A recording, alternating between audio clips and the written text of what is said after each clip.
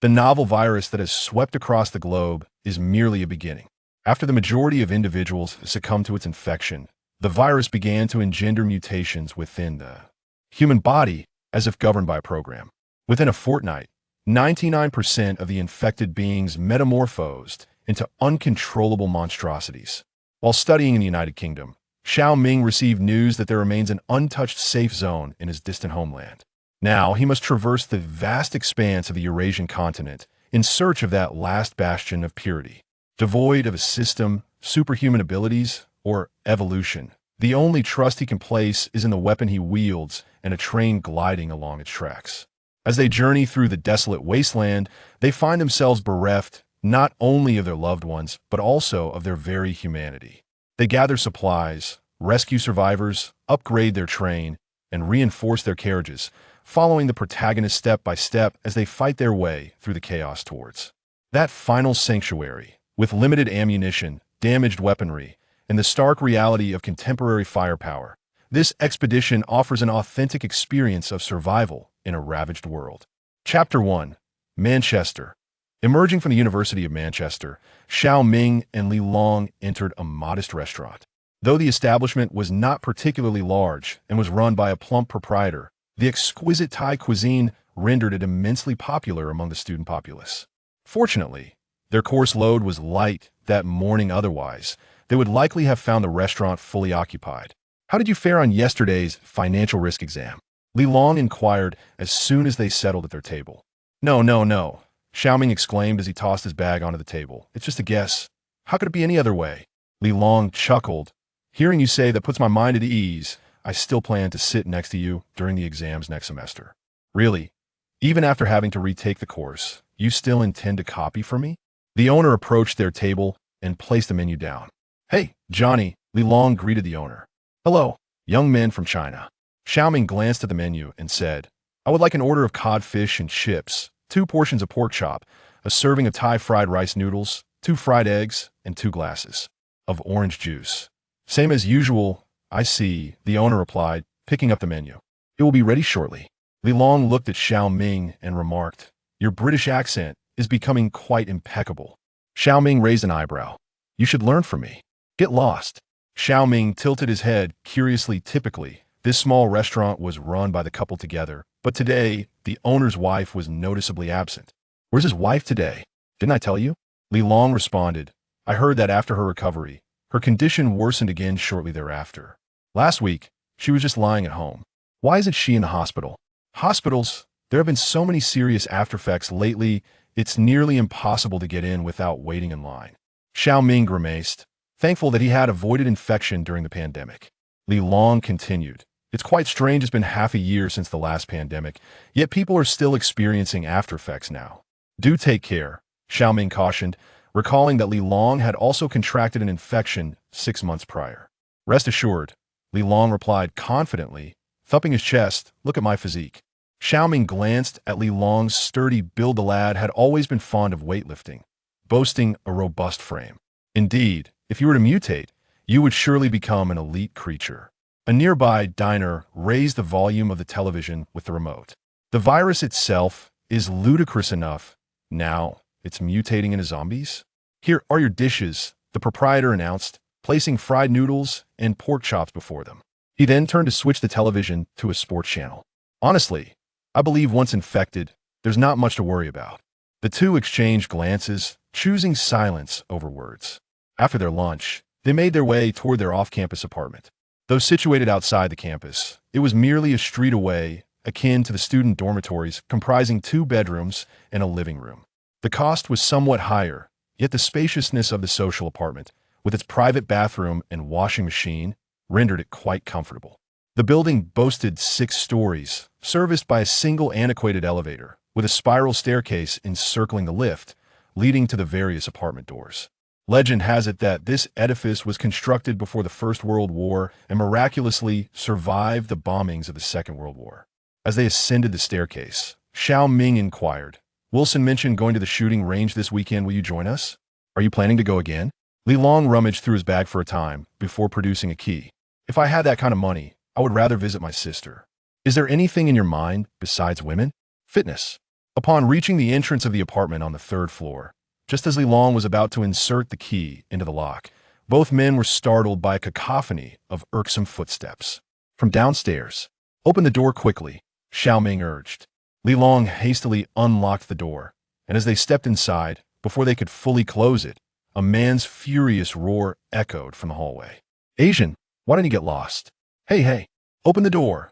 The door was violently pounded upon, and Shao Ming was genuinely concerned that it might be bashed down, not out of fear of the man outside, but rather the prospect of incurring additional expenses on their bill. The individual outside was a volatile, middle-aged white man living across from them, a solitary figure prone to excessive drinking and harboring severe racist tendencies. Were he in America, he would undoubtedly be considered a member of the Texas redneck community, making him far from an ideal neighbor for the two.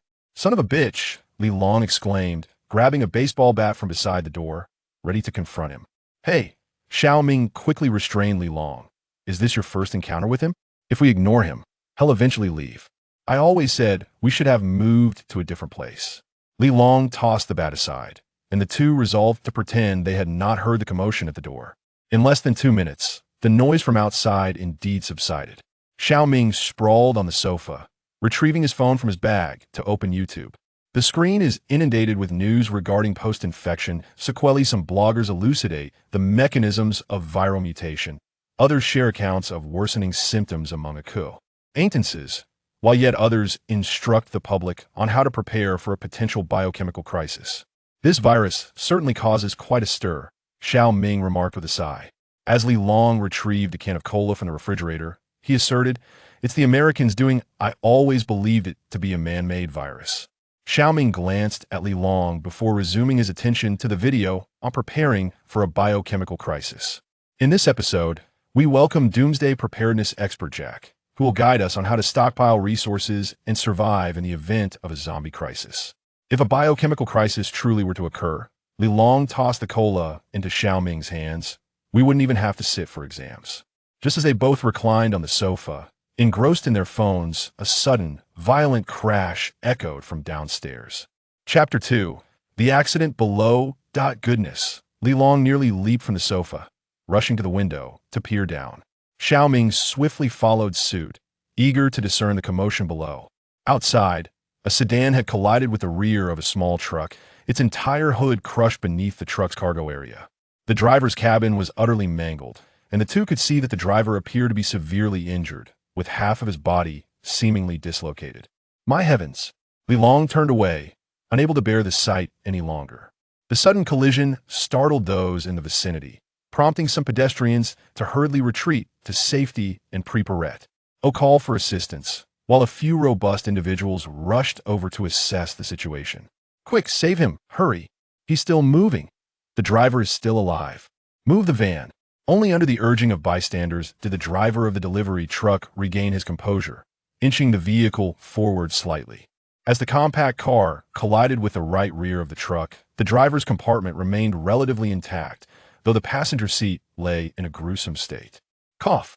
Though Shao Ming had seen his fair share of gruesome films, witnessing such a scene in real life stirred a tumultuous upheaval within his stomach. Several onlookers nearby retched at the roadside. The street echoed with cries and wails, as some students from nearby schools paused to watch. A group of individuals was working together to extricate the driver from the vehicle when they suddenly heard a gasp. "There's someone in the back seat," one of the rescuers exclaimed. "It's a child! It's a child!" Several others rushed over. Fortunately, the rear door remained intact, and they quickly pulled the child out. Shao Ming looked over to see an infant, seemingly only 8 or 9 months old, staring vacantly into the distance. "There's a child! Oh my heavens!" Li Long, standing inside the building, inhaled sharply. The psychological trauma this child will endure will last a lifetime. Shao Ming was not particularly empathetic, yet he could not help but think that the individuals seated in front of him were likely the child's parents. "Oh, damn it! Let go!" The shouts from outside captured Shao Ming's attention, and to his astonishment, the child just rescued had sunk its teeth into the arm of the bystander who was holding him. The onlookers were clearly taken aback. None had anticipated such a drastic turn of events in less than 10 minutes. "Damn it, someone come and pull him away!" As the infant appeared poised to tear a chunk of flesh from the bystander's neck, a woman, seemingly the bystander's girlfriend, rushed forward in an attempt to pry the child away. Unexpectedly, her intervention only facilitated the infant in further gnawing at the bystander's throat. The baby was indeed pulled away, yet Shao Ming watched in horror as the child tore a piece of skin from the bystander's neck, chewing it with evident delight. The infant's small teeth were also wrenched free, but he remained unfazed, fixating instead on his prey with blood-red eyes. This was disastrous. It had truly become a scene reminiscent of a bioapocalypse. The bystander's girlfriend stood frozen in shock, and in her fright, she let go, causing the infant to tumble to the ground. My heavens! Upon hitting the ground, the baby seemed entirely oblivious to pain, flipping over and crawling towards the woman with all fours. Shao Ming, like the surrounding onlookers, was utterly bewildered. To his left lay a completely mangled sedan and a small truck drenched in blood, while to his right crawled the grotesque infant, gnawing on human flesh as it advanced towards others. Zombie! Zombie! A voice, unknown to all, pierced the air, causing the surrounding pedestrians to scatter in panic. Even those who had been assisting the driver hastily fled. Except for a few audacious souls on the school grounds and the apartment balconies, the once bustling street now lay desolate. However, a throng of onlookers had gathered at either end of the street. The peculiar infant, witnessing its prey fleeing in terror, let out a chilling roar towards the sky. The eerie sound emanating from the infant's tender throat sent shivers down the spine of every witness present. Whereas my phone long fumbled in his pocket and retrieved his phone, activating the camera. The infant turned its head and grinned at the two spectators observing from above. Under normal circumstances, Shao Ming would have teased Li Long, remarking, "You know TikTok," but now, astonishment rendered him speechless. A few patrolling officers emerged from the crowd, with two of them hastening towards the infant by the roadside. "Officer," several university students called out from within the campus, "stay away from him. He might bite." The officers exchanged wary glances, their brows furrowing in concern. "Officer, don't approach," shouted the injured man's girlfriend from across the intersection. Following the sound, Shao Ming noticed that the bystanders had instinctively created space for the couple, while the man was being aided by another officer in applying pressure to his wound. At that moment, the infant also became aware of the approaching officers, its mouth agape and crawling towards them, its once innocent eyes now of vivid crimson. Now, there is no need for anyone to remind the officers. They can clearly perceive that something is amiss with the infant. The two policemen, having never encountered such a situation, are momentarily at a loss and can only retreat cautiously. Meanwhile, several others who were attending to the driver, upon hearing the commotion, redirect one of their number to join the unfolding scene. Shao Ming observes as the two officers exchange a few terse words. One begins to move to the right, while the other three encircle the peculiar infant. "Step back," commands the only officer still positioned directly in front of the child, placing a hand on his taser, while another produces a pair of handcuffs. "Seize him." It is unclear who issues the order, but one of the officers behind the infant lunges forward in a swift motion, grasping the child's clothing and lifting him aloft. The infant screeches incessantly, his bloodied hands flailing wildly in the air. "Stay calm, stay calm." Another officer swiftly approaches, securing the infant's feet in handcuffs, while the child continues to struggle, twisting and attempting to bite the two policemen behind him. The wail of sirens approaches from the distance, prompting the onlookers to clear a path. An ambulance whisks away the injured, while the police, with their assistance, manage to restrain the transformed child. At this moment, the crowd gathers once more, seeking an explanation from the officers. A multitude of such incidents unfolds throughout the entirety of Manchester. Chapter 3. An unusual series of events due to an astonishing incident that transpired downstairs at noon. Shao Ming and Li Long decided to forego their afternoon classes. After a phone conversation with their families, Shao Ming spent the entire afternoon seated on the sofa, perusing every piece of information regarding the aftermath of the event he could find online. The more he read, the tighter his brow furrowed. Meanwhile, Li Long resorted to an intense workout regimen, as if only through physical exertion could he quell his tumultuous emotions. Gradually, Shao Ming transitioned from passive observation to active documentation, gathering several sheets of paper to record his findings. A couple of hours later, the street grew increasingly noisy. as many residents emerged from their homes to flock to the supermarket in a frenzied attempt to stockpile essential supplies. Just as the two friends hesitated, contemplating whether to join the throng, an elderly man suddenly collapsed onto the pavement. The man's condition was already precarious. His wife, who had intended to support him to the hospital, cried out in desperation. Yet, those nearby recoiled in fear, instinctively distancing themselves, with some opting to circumvent the scene entirely. Before long, the unimaginable occurred. The elderly man bit into the neck of the woman he had cherished throughout his life. However, the ensuing chaos was short-lived. As public services remained operational, police and medical personnel swiftly arrived at the scene, managing to contain yet another mutant. Such harrowing events had already unfolded across numerous communities within the city, throughout the nation, and in many countries worldwide. This left the two men in the apartment thoroughly shaken, and they unanimously agreed it was prudent to remain indoors for the time being. As evening approached, the gentle glow of the setting sun streamed through the window, casting a warm light into the room. This afternoon, until now, a total of 48 sirens have echoed outside. Li Long set down the barbell in his hands and remarked, "Come and take a look at this." Shao Ming stood up, dragging out the long-neglected whiteboard from the corner of the living room. He positioned the board in the center of the room and inscribed a date on it with a marker, 3/5. 3 days ago, on March 5th. The first video began circulating online. Shao Ming presented his phone to Li Long, revealing a video in which a man with blood-red eyes was frantically pursuing his family within a residence, blood still smeared around his mouth. Initially, when the video was released, many assumed it was special effects or some sort of short film. Once the video concluded, Shao Ming continued, thus it did not create much of a stir online.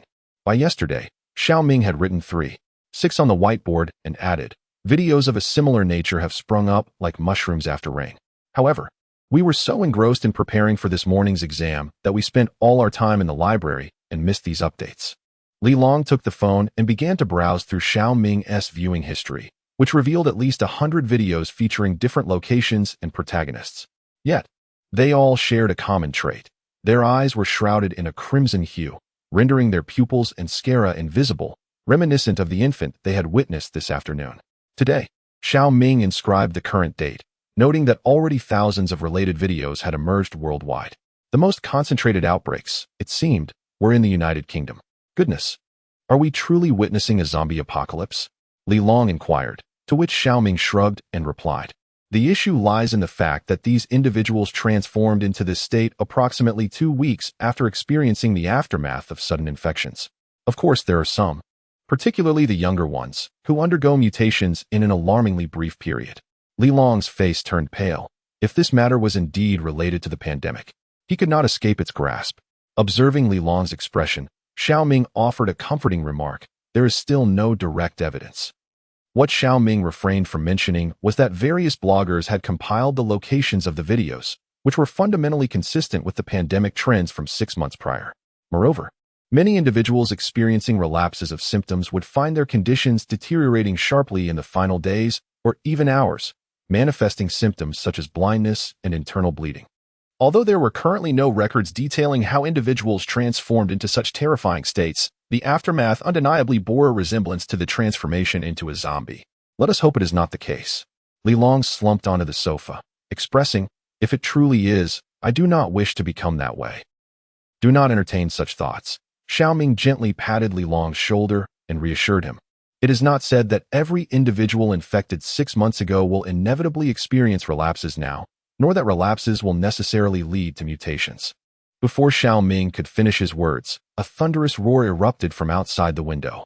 The two turned to investigate, only to see a dark silhouette plummeting rapidly from the sky.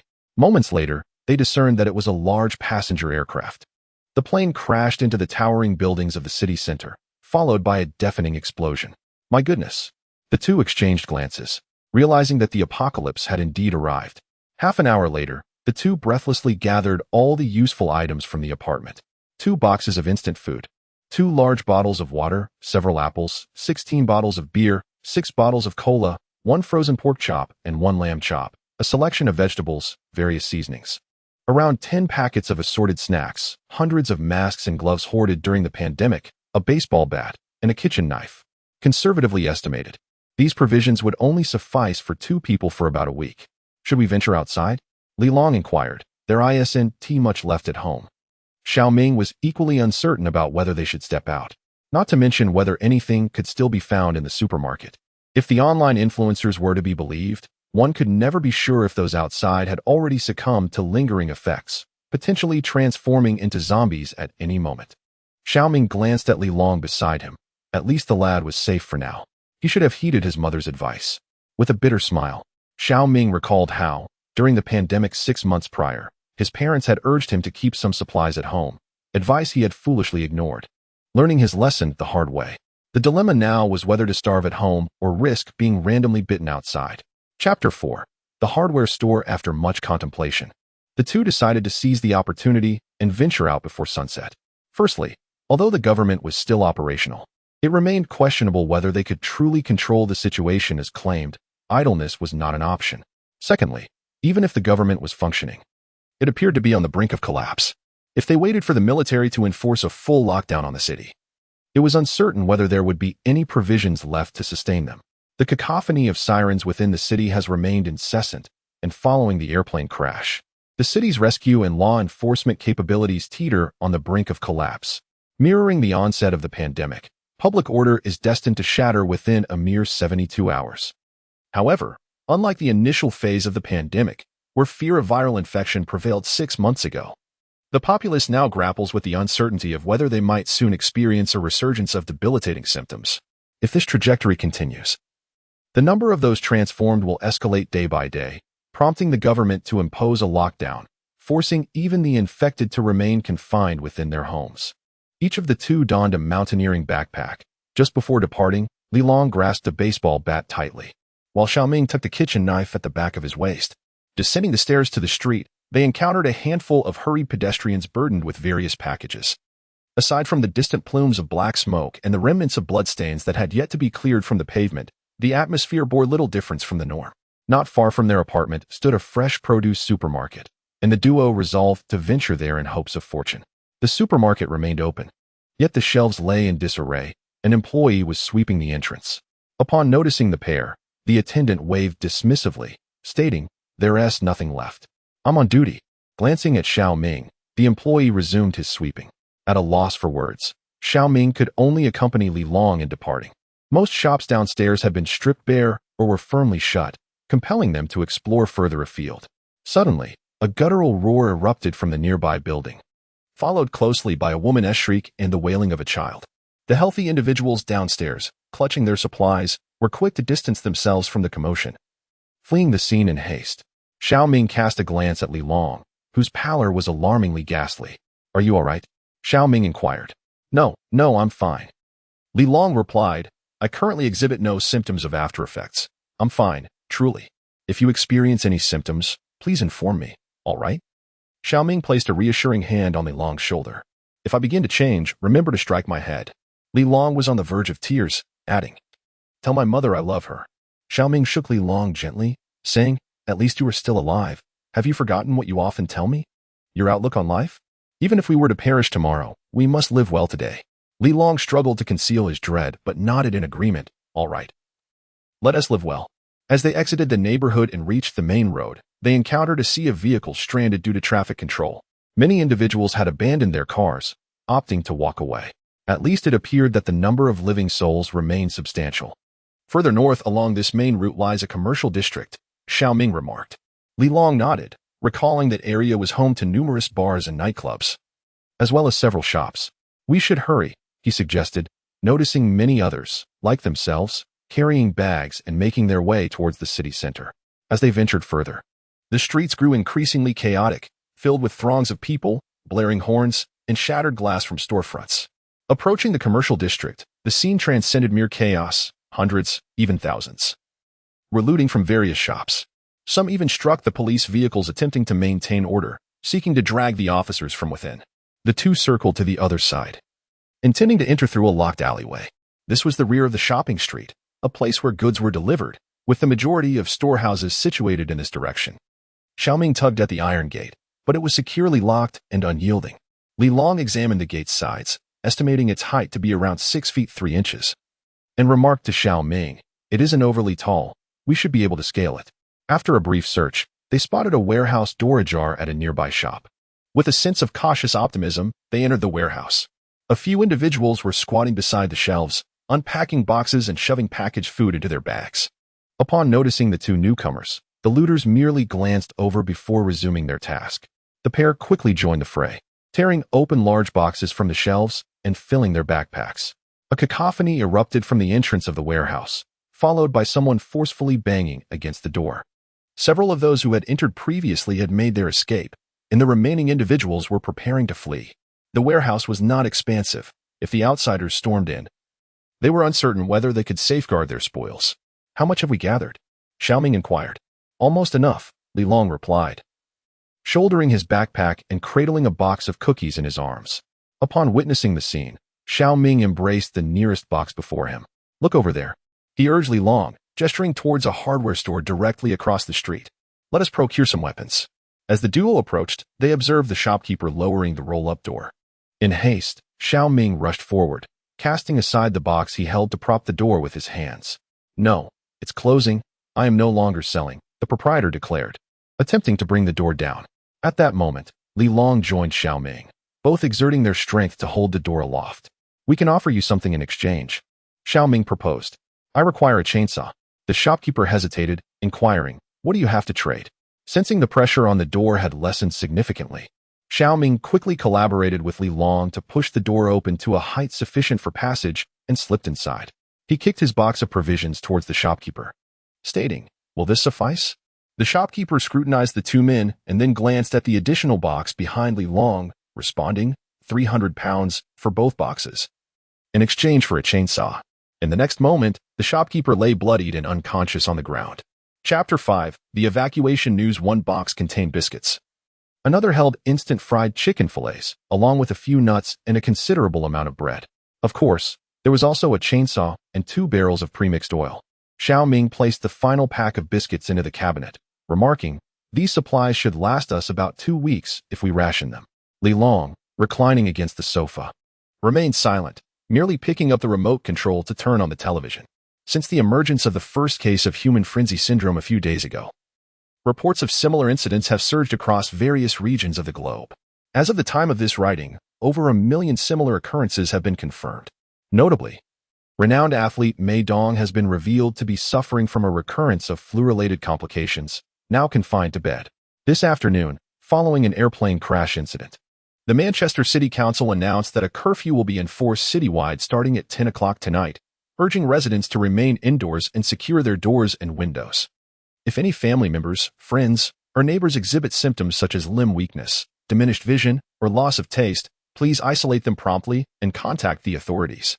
In the event of high fever or bleeding, seek medical attention without delay. It is important to note that the situation remains under control, and all patients will receive appropriate care. Citizens are advised to refrain from excessive panic and avoid rushing into supermarkets to hoard supplies. For further information, please visit Twitter to follow the city's official account.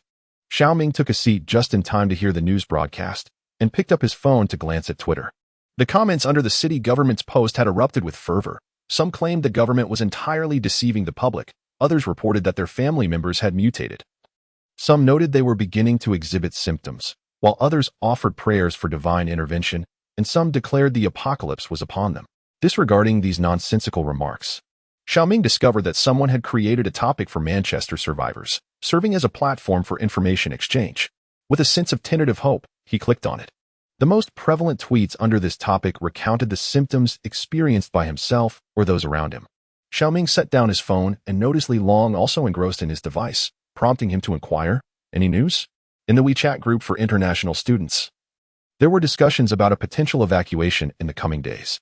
During the onset of the last pandemic, the Ministry of Foreign Affairs had executed a large-scale repatriation effort, and it was at that time that Shao Ming had departed from the UK. Had he remained, he might have succumbed to the infection.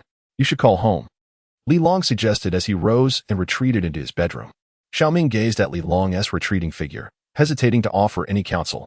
When the video call connected, he was met with the anxious visage of his mother. "I was just about to call you. I heard a plane crash near you. Are you all right?" "I'm perfectly fine," Shao Ming replied, patting his chest reassuringly. A plane did crash, but it was at least several kilometers away, so the impact isn't significant. However, the city has started a curfew. Are you lacking in food or supplies? What about medication? If you're running low, be sure to purchase some promptly. That's good to hear. I've seen some videos. Those foreigners look like monsters, just as you described this morning. The situation remains unclear, Shao Ming admitted. Some say it's connected to the pandemic, but there has been no official announcement. After inquiring further about his family's well-being, he asked his mother, "How are things at home?" His mother replied, "I haven't heard much, but several cities have been placed under lockdown since yesterday." The domestic region was the first to experience widespread infection. If these mutations are indeed connected to the pandemic, then it stands to reason that the situation should have commenced a fortnight ago. However, upon reflection, it seems that about a week ago, the country once again initiated city lockdowns, with official statements indicating the onset of a second wave of infections. Shao Ming swiftly opened Twitter to check the latest news from home, discovering that several cities, which had previously endured the worst of the outbreak, had entered lockdown once more. Ambulances and police vehicles traversed the streets incessantly. However, the impact on the daily lives of ordinary citizens appeared to be minimal. Beyond that, no further information was available.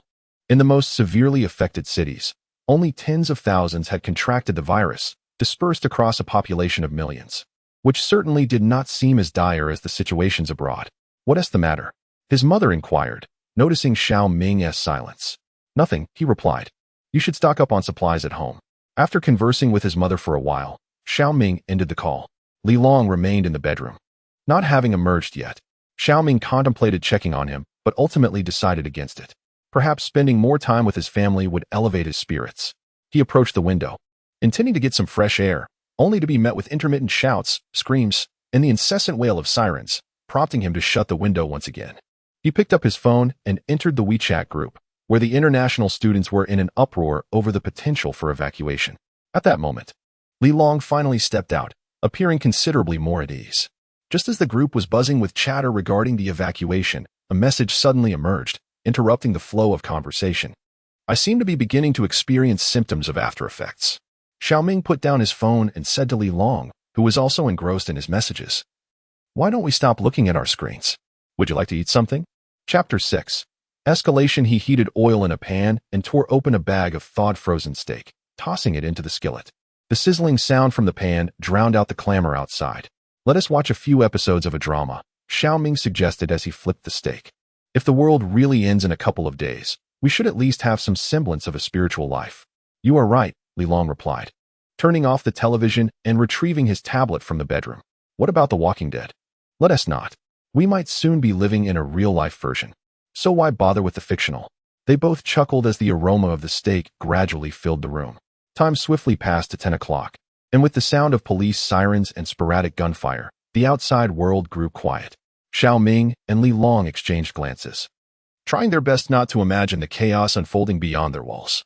"We should check the pharmacy tomorrow," Shao Ming remarked. "We need to stock up on some essential medications." "Better to be prepared," Shao Ming added after a pause. "If things get dire, we can just open the front door and whoever finds it can take what they need." "Let us hope the evacuation is successful."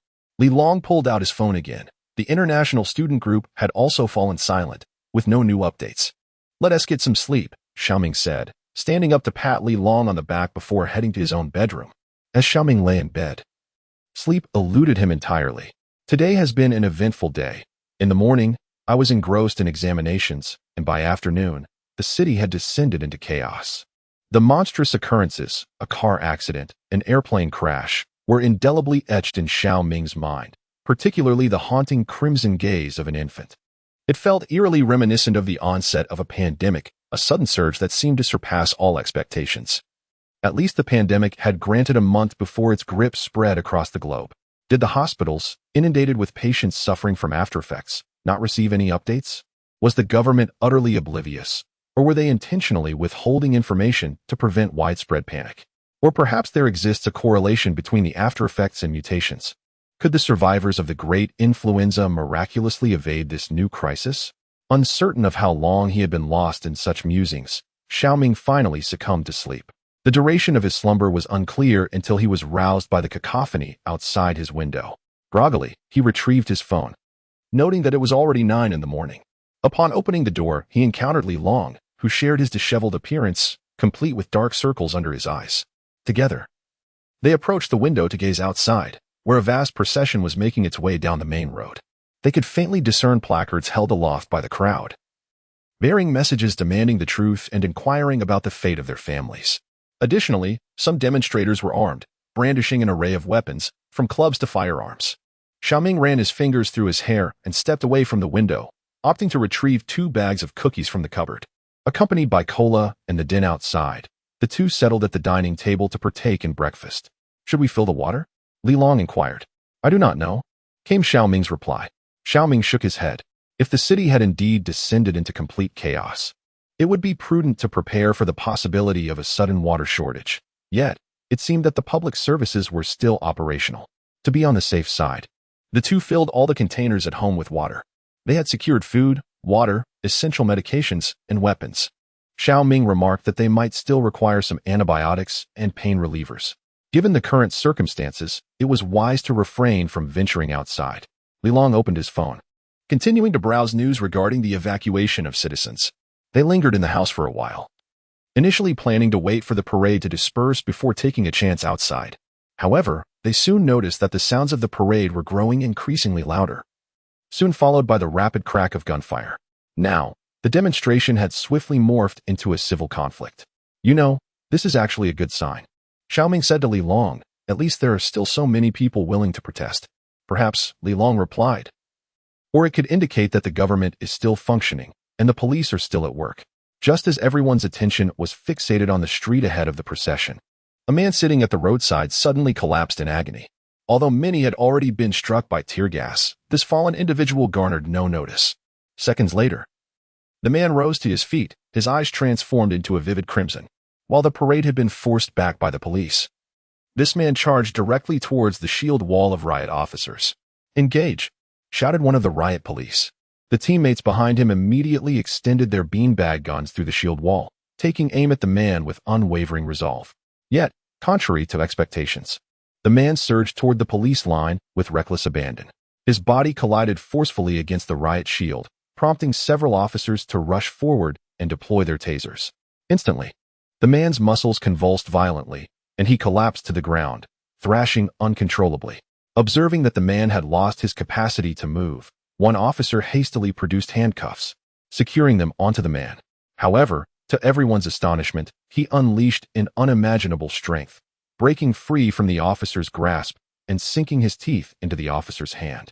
"Damn it, I've been bitten," exclaimed the injured officer, striking the man's head in desperation. Yet the man clung on fiercely, biting down harder. As the situation spiraled out of control, an officer in the rear raised his rifle and fired a shot at the man's head. Finally, this action bore fruit. The man collapsed, motionless. Several teammates swiftly assisted the bitten officer to safety at the back of the formation. "The police have killed someone," a voice cried out.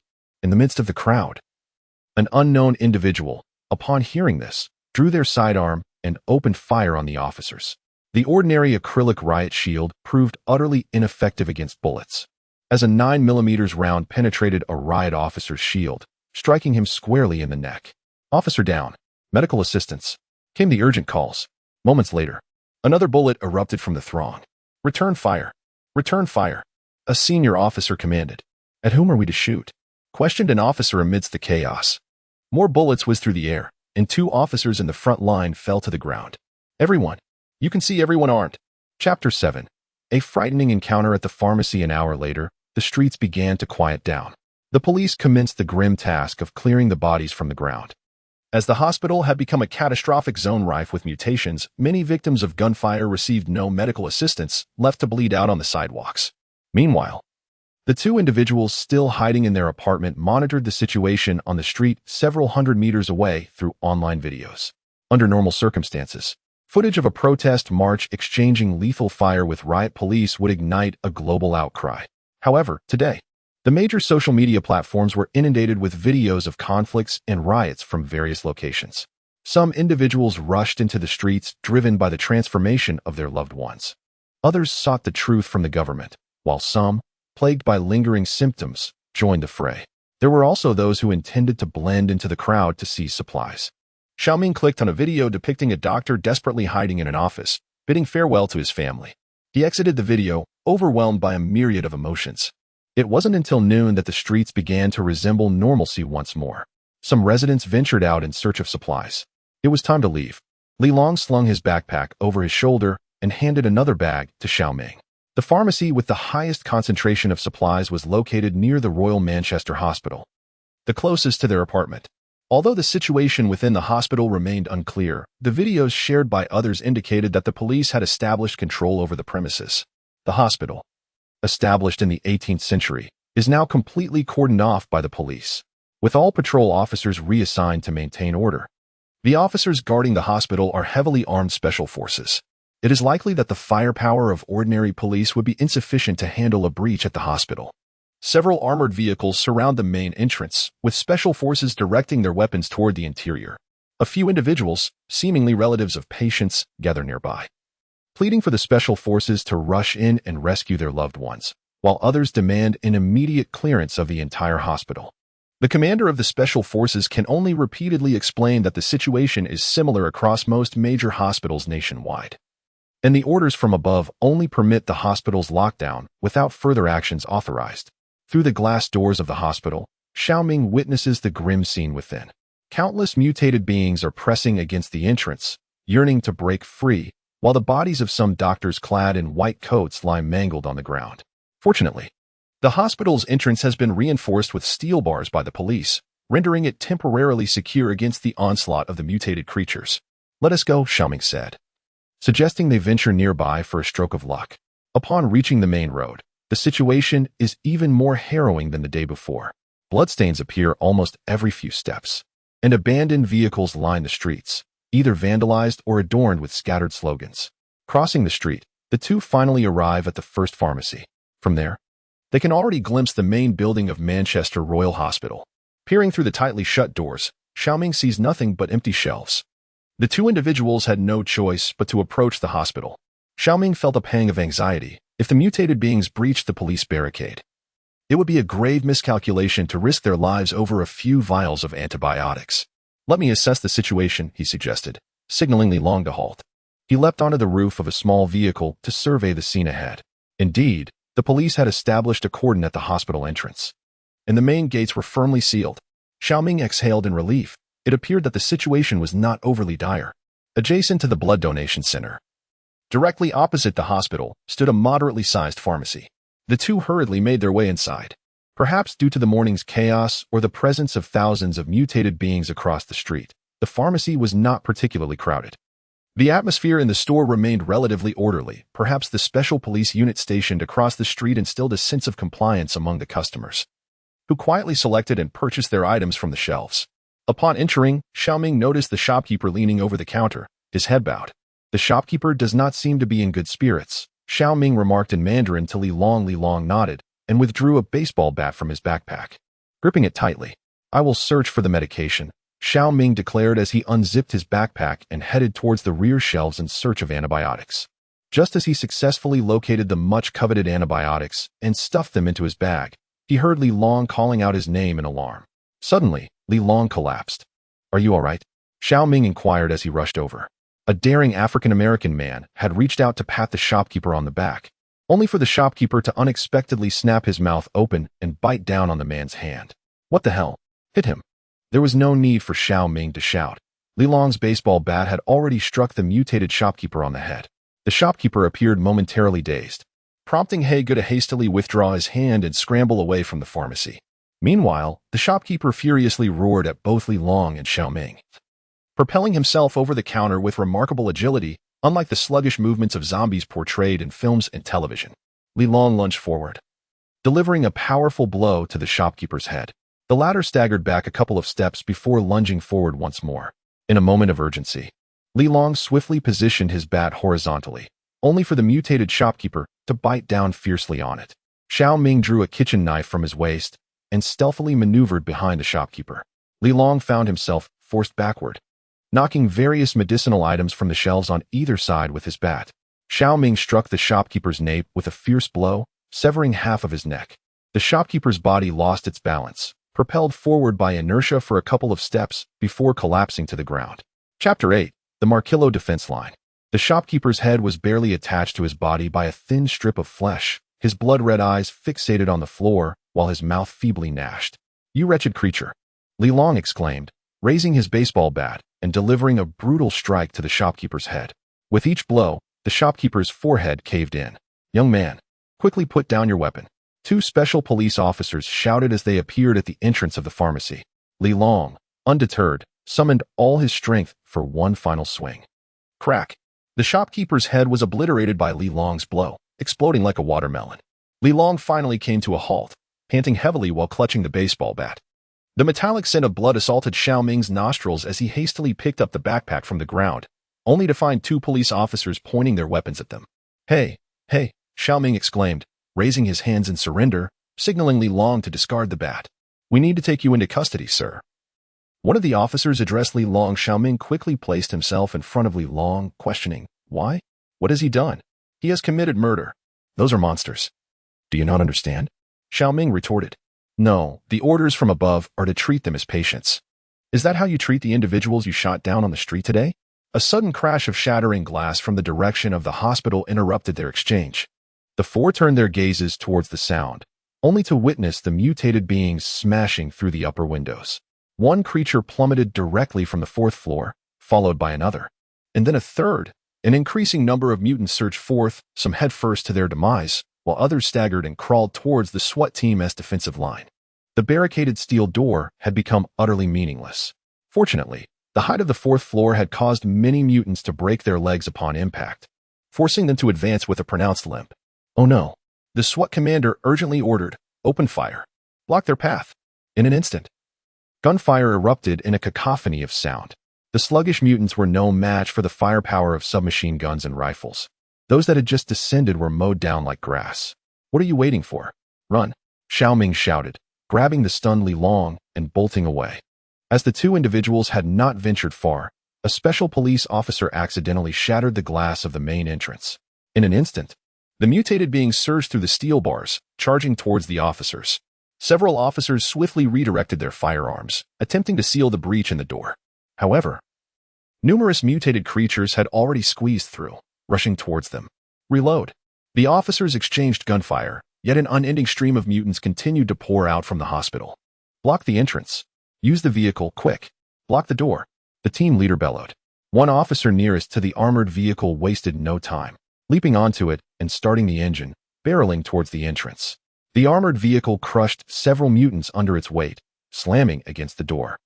The hastily welded steel bars bent upon impact, two vertical bars snapping cleanly, but the vehicle successfully obstructed the entrance, if only temporarily. The officer behind the wheel immediately crawled towards the back, intending to leap out.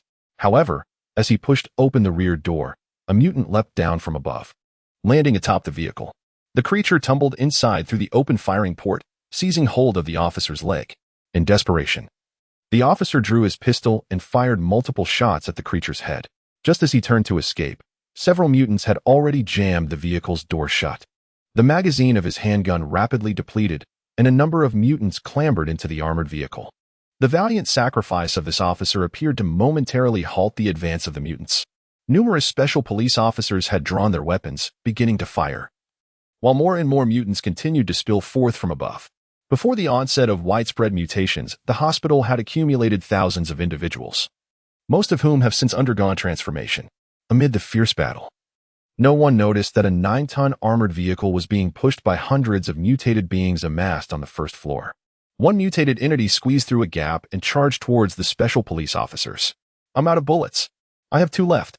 As the mutated creature drew closer, some officers had already drawn their batons and daggers. "Get in the vehicle. Retreat. Inform Teams B and C that the main entrance has been breached. Immediate withdrawal is necessary." The special police captain leaped into the patrol car, shouting to the remaining team members to hasten their retreat. "Contact headquarters. The Royal Hospital has been compromised. Secure this area." The officers swiftly entered the nearest patrol vehicles, while the only remaining armored vehicle accelerated, crashing through the obstructing cars, escaping with the remaining patrol units.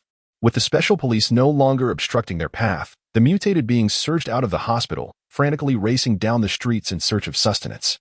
Those who could not run fast enough became the main course for the ravenous mutants. At this moment, Li Long and Shao Ming had just reached the base of their apartment building. Hearing the gunfire cease, Shao Ming could only think the worst. The hospital had undoubtedly been breached. Without even removing his bag, he hurried to the window to peer outside. A dozen mutated beings raced past on the street, and one individual narrowly squeezed into the street beneath their apartment, urgently shouting at Shao Ming, "Help me! Help me!" Shao Ming glanced behind him and saw several mutated creatures pursuing the man. Without a moment's contemplation, Shao Ming promptly drew the window shut. To venture out and rescue him now would likely jeopardize his own life. Thus, Shao Ming could only offer a silent apology to this individual in his heart. "I hope he wasn't just watching me," Shao Ming mused. "What's wrong?" Li Long inquired, noticing Shao Ming's expression. "It's nothing," Shao Ming replied, removing his backpack, feeling his hands tremble. Li Long moved aside and settled onto the sofa. Perhaps now that the tension had eased, his body suddenly reacted with stress. His breath quickened, his heart raced, and he clutched the baseball bat tightly. Seeing Li Long in such a state, Shao Ming hurriedly supported him, asking, "Are you all right?" I'm fine. Really?" Li Long waved his hand dismissively, taking deep breaths, though he felt a sudden surge of anxiety. "Perhaps I was just too tense earlier. Let us take a break. I'll get you a bottle of water," Shao Ming suggested. "Okay." Li Long nodded, striving to regulate his breathing. After drinking the water Shao Ming brought, Li Long rested for a while, feeling no significant harm to his body. He tossed his backpack onto the sofa and, carrying the bloodstained baseball bat, walked into the restroom. Shao Ming observed the increasingly taciturn Li Long, glancing at his own hands. In just a day or two, it seemed they had both been irrevocably transformed. Chapter 9. The missed evacuation. He could not ascertain whether it was the very person who had pleaded for help moments ago. Shao Ming shook his head, hoping it wasn't the case. Yet, he couldn't shake the feeling that a voice within him was reproaching him, perhaps having encountered similar videos online. Shao Ming firmly believed he would rush out to save others.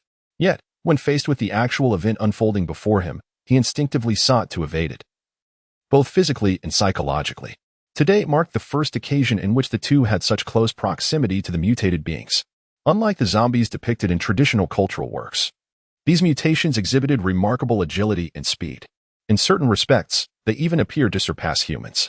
Fortunately, having witnessed a considerable amount of gruesome scenes in reality and online over the past few days, Shao Ming managed to suppress his nausea in the pharmacy. Li Long sat on the sofa, staring blankly at his baseball bat. Shao Ming retrieved a can of beer from the refrigerator and handed it to Li Long, who promptly poured it into his mouth. "Take it slow." Coughing, Li Long spat out a mouthful of beer and wiped his lips. The two fell into silence, and Shao Ming pulled out his phone to check the messages in the international student group.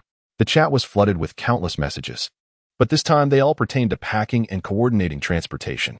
Shao Ming hurriedly scrolled through the messages until he stumbled upon one that both of them eagerly anticipated. The message from the Chinese embassy in the UK announced the imminent launch of a repatriation plan to evacuate Chinese citizens in the shortest possible time. What? Li Long quickly grabbed his phone to join Shao Ming in reviewing the message.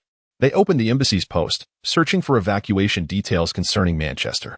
Chinese citizens in Liverpool, Manchester, and Leeds are requested to arrive at Manchester Airport by 1 p.m. local time tomorrow. It's time to depart. Shao Ming could hardly conceal his excitement as he addressed Li Long. "Did you see that? We must arrive at the airport by 1 o'clock tomorrow afternoon." He glanced at the time. It was already 5 o'clock. "We will set off early in the morning," he declared. The two promptly began to pack their belongings. Shao Ming stuffed a few snacks and drinks into his backpack and lifted the chainsaw from beside the sofa. The distance from their apartment to Manchester Airport was approximately 15 kilometers, and no one could guarantee that they would not encounter other mutants along the way. Various reports on the internet, coupled with their own observations from the day, indicated that normal humans and mutants were now mingling within the city. With the situation worsening as time progressed, normal humans dwindling while mutants increased. 15 kilometers, it will take at least 3 hours at best, Li Long remarked. "If we leave at 7, we should certainly reach the airport by noon. Let us depart at 6 then." 6 o'clock, Shao Ming replied. The two spent the night in a state of eager anticipation, even preparing a sumptuous meal. Venturing out for medicine was indeed a grave error, Li Long lamented. After enjoying their meal and speaking with their families over the phone, they retired to bed early. It felt as though the events of the past few days had been but a vivid dream, with all the terror, panic, and anxiety cast aside. Shao Ming finally found a restful sleep. However, throughout the night, distant rumblings and gunfire echoed ominously. At dawn the following day, the two equipped themselves for their journey. Shao Ming opened the window for a glance and noted that only a mangled corpse remained outside, The mutants from the previous day had vanished without a trace. The two individuals cautiously ventured onto the street, which was enveloped in an eerie silence, as if the entirety of the populace had retreated into their homes, too fearful to emerge. However, upon reaching the main thoroughfare, they were met with a scene of utter despair. Hundreds of mutated beings roamed the streets, evidently the same batch that had breached the area the previous day. Further afield, a barricade comprised of heavy truck containers and police buses had been erected. Following the incursion at the Manchester Royal Hospital, the entire vicinity had been completely sealed off. The police force was now woefully inadequate to clear the overwhelming number of mutants. Not only had many officers perished in the line of duty during riot control and lockdown operations, but several had also begun to exhibit symptoms of recurring afflictions.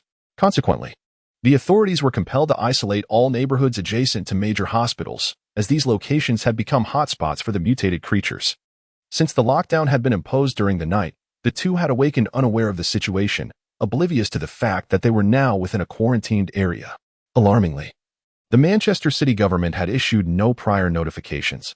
Only a handful of restless netizens and nearby residents had witnessed the lockdown unfold and shared images online. Famished mutants, upon spotting the two unsuspecting individuals in the street, charged towards them with fervor.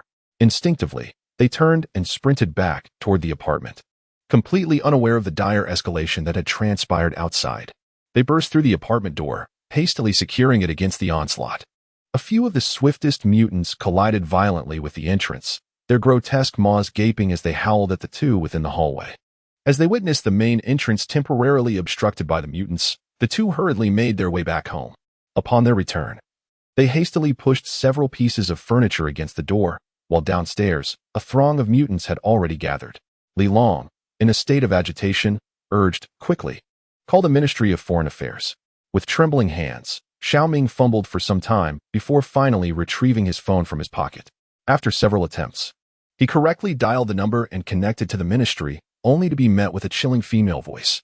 In disbelief, Shao Ming hung up and redialed. Yet no matter how many times he tried, the same cold voice greeted him. "It's constantly busy," Shao Ming stammered, despairing.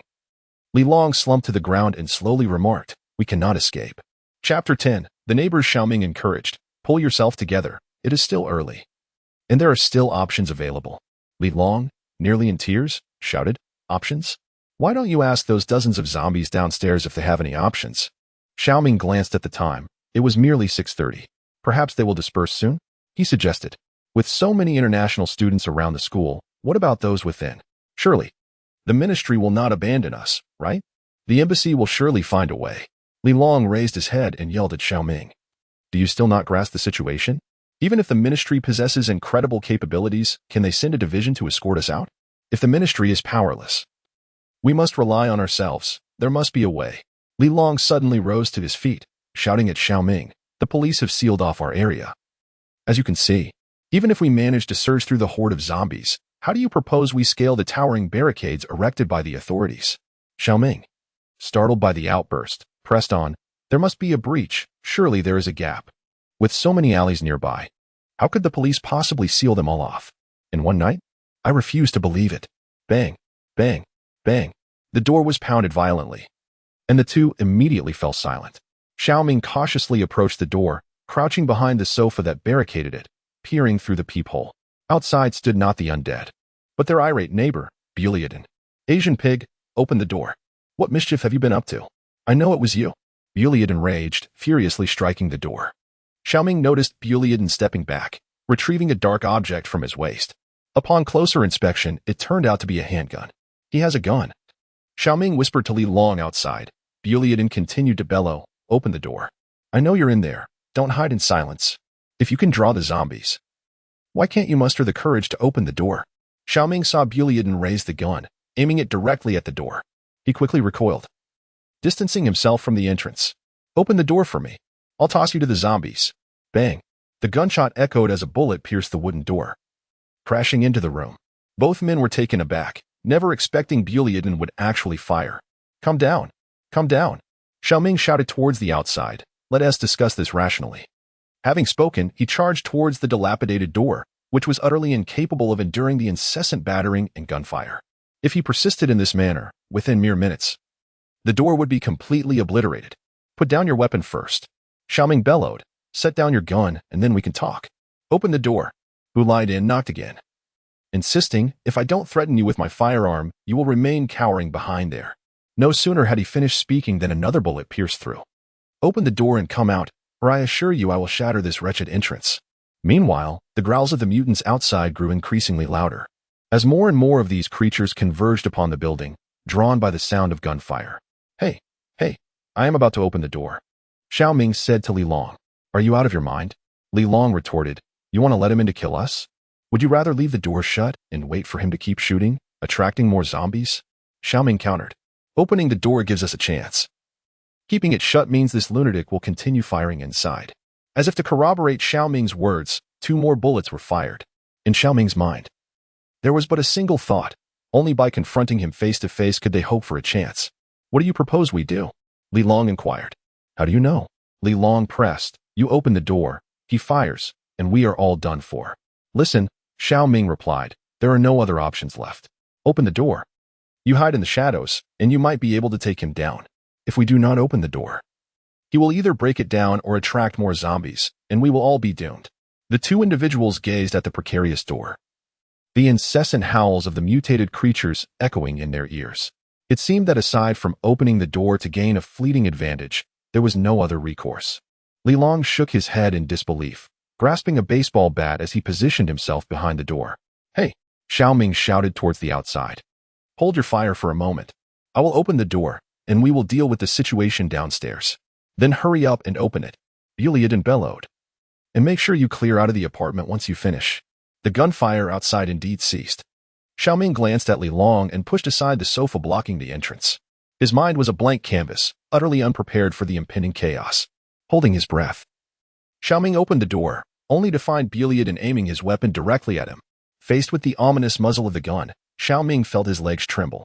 Buliadin then waved his gun and commanded, you and your friend need to eliminate all the zombies downstairs. All right, Shao Ming replied, raising his hands and taking 2 steps back. You have to let us grab some weapons, though. Noticing Shao Ming retreating, Buliadin advanced 2 steps, asking, what about your friend? Have him come out too. At that moment, as Buliadin stepped forward, his hand inadvertently extended into the room. Seizing the opportunity, Li Long swung the bat with all his might. Your father is here. The sudden blow struck Buliadin painfully on his back. Yet the intensity of the pain did not compel him to relinquish his grip on the firearm. In Shao Ming's mind flashed countless frames from action films. Instinctively, he did not evade but instead rushed forward to seize the gun from Buliadin's grasp. Despite the excruciating pain, Buliadin clutched the weapon tightly. With a sudden jerk, Shao Ming pulled Buliadin entirely into the room. Observing this, Li Long raised his baseball bat and swung it towards Buliadin's head. The impact delivered a resounding blow, causing Buliadin to instinctively pull the trigger, releasing a bullet that tore through the air. The projectile struck the wall, shattering upon impact, with a fragment ricocheting and piercing Li Long's thigh. Chapter 11. Gunshot wound. Buliadin pressed his bloodied head, staggering back before collapsing to the ground. Damn it, Li Long cursed, intending to deliver a kick to the fallen Buliadin, but his legs weakened and he too fell. Shao Ming quickly supported Li Long and, looking down, discovered blood streaming from Li Long's leg. Fueled by adrenaline, Li Long was oblivious to the fact that he had been shot. You've been hit. You've been hit, Shao Ming exclaimed, hastily moving Li Long to a nearby sofa, where blood had already soaked a considerable portion of his pants. Damn it. How could I get hit? Li Long muttered, the pain surging through him, rendering his wounded left leg feeling foreign. Don't speak. Lie still, Shao Ming urged, searching for bandages. Fortunately, he had organized supplies in recent days, and the medications were neatly arranged in the cabinet. He retrieved a roll of bandages, along with a bottle of alcohol and painkillers. Given the circumstances, they could only make do for the moment. Pants off, Shao Ming instructed Li Long. Once again, witnessing Li Long in such a state, one could only take matters into their own hands. The pain was excruciating. I must endure.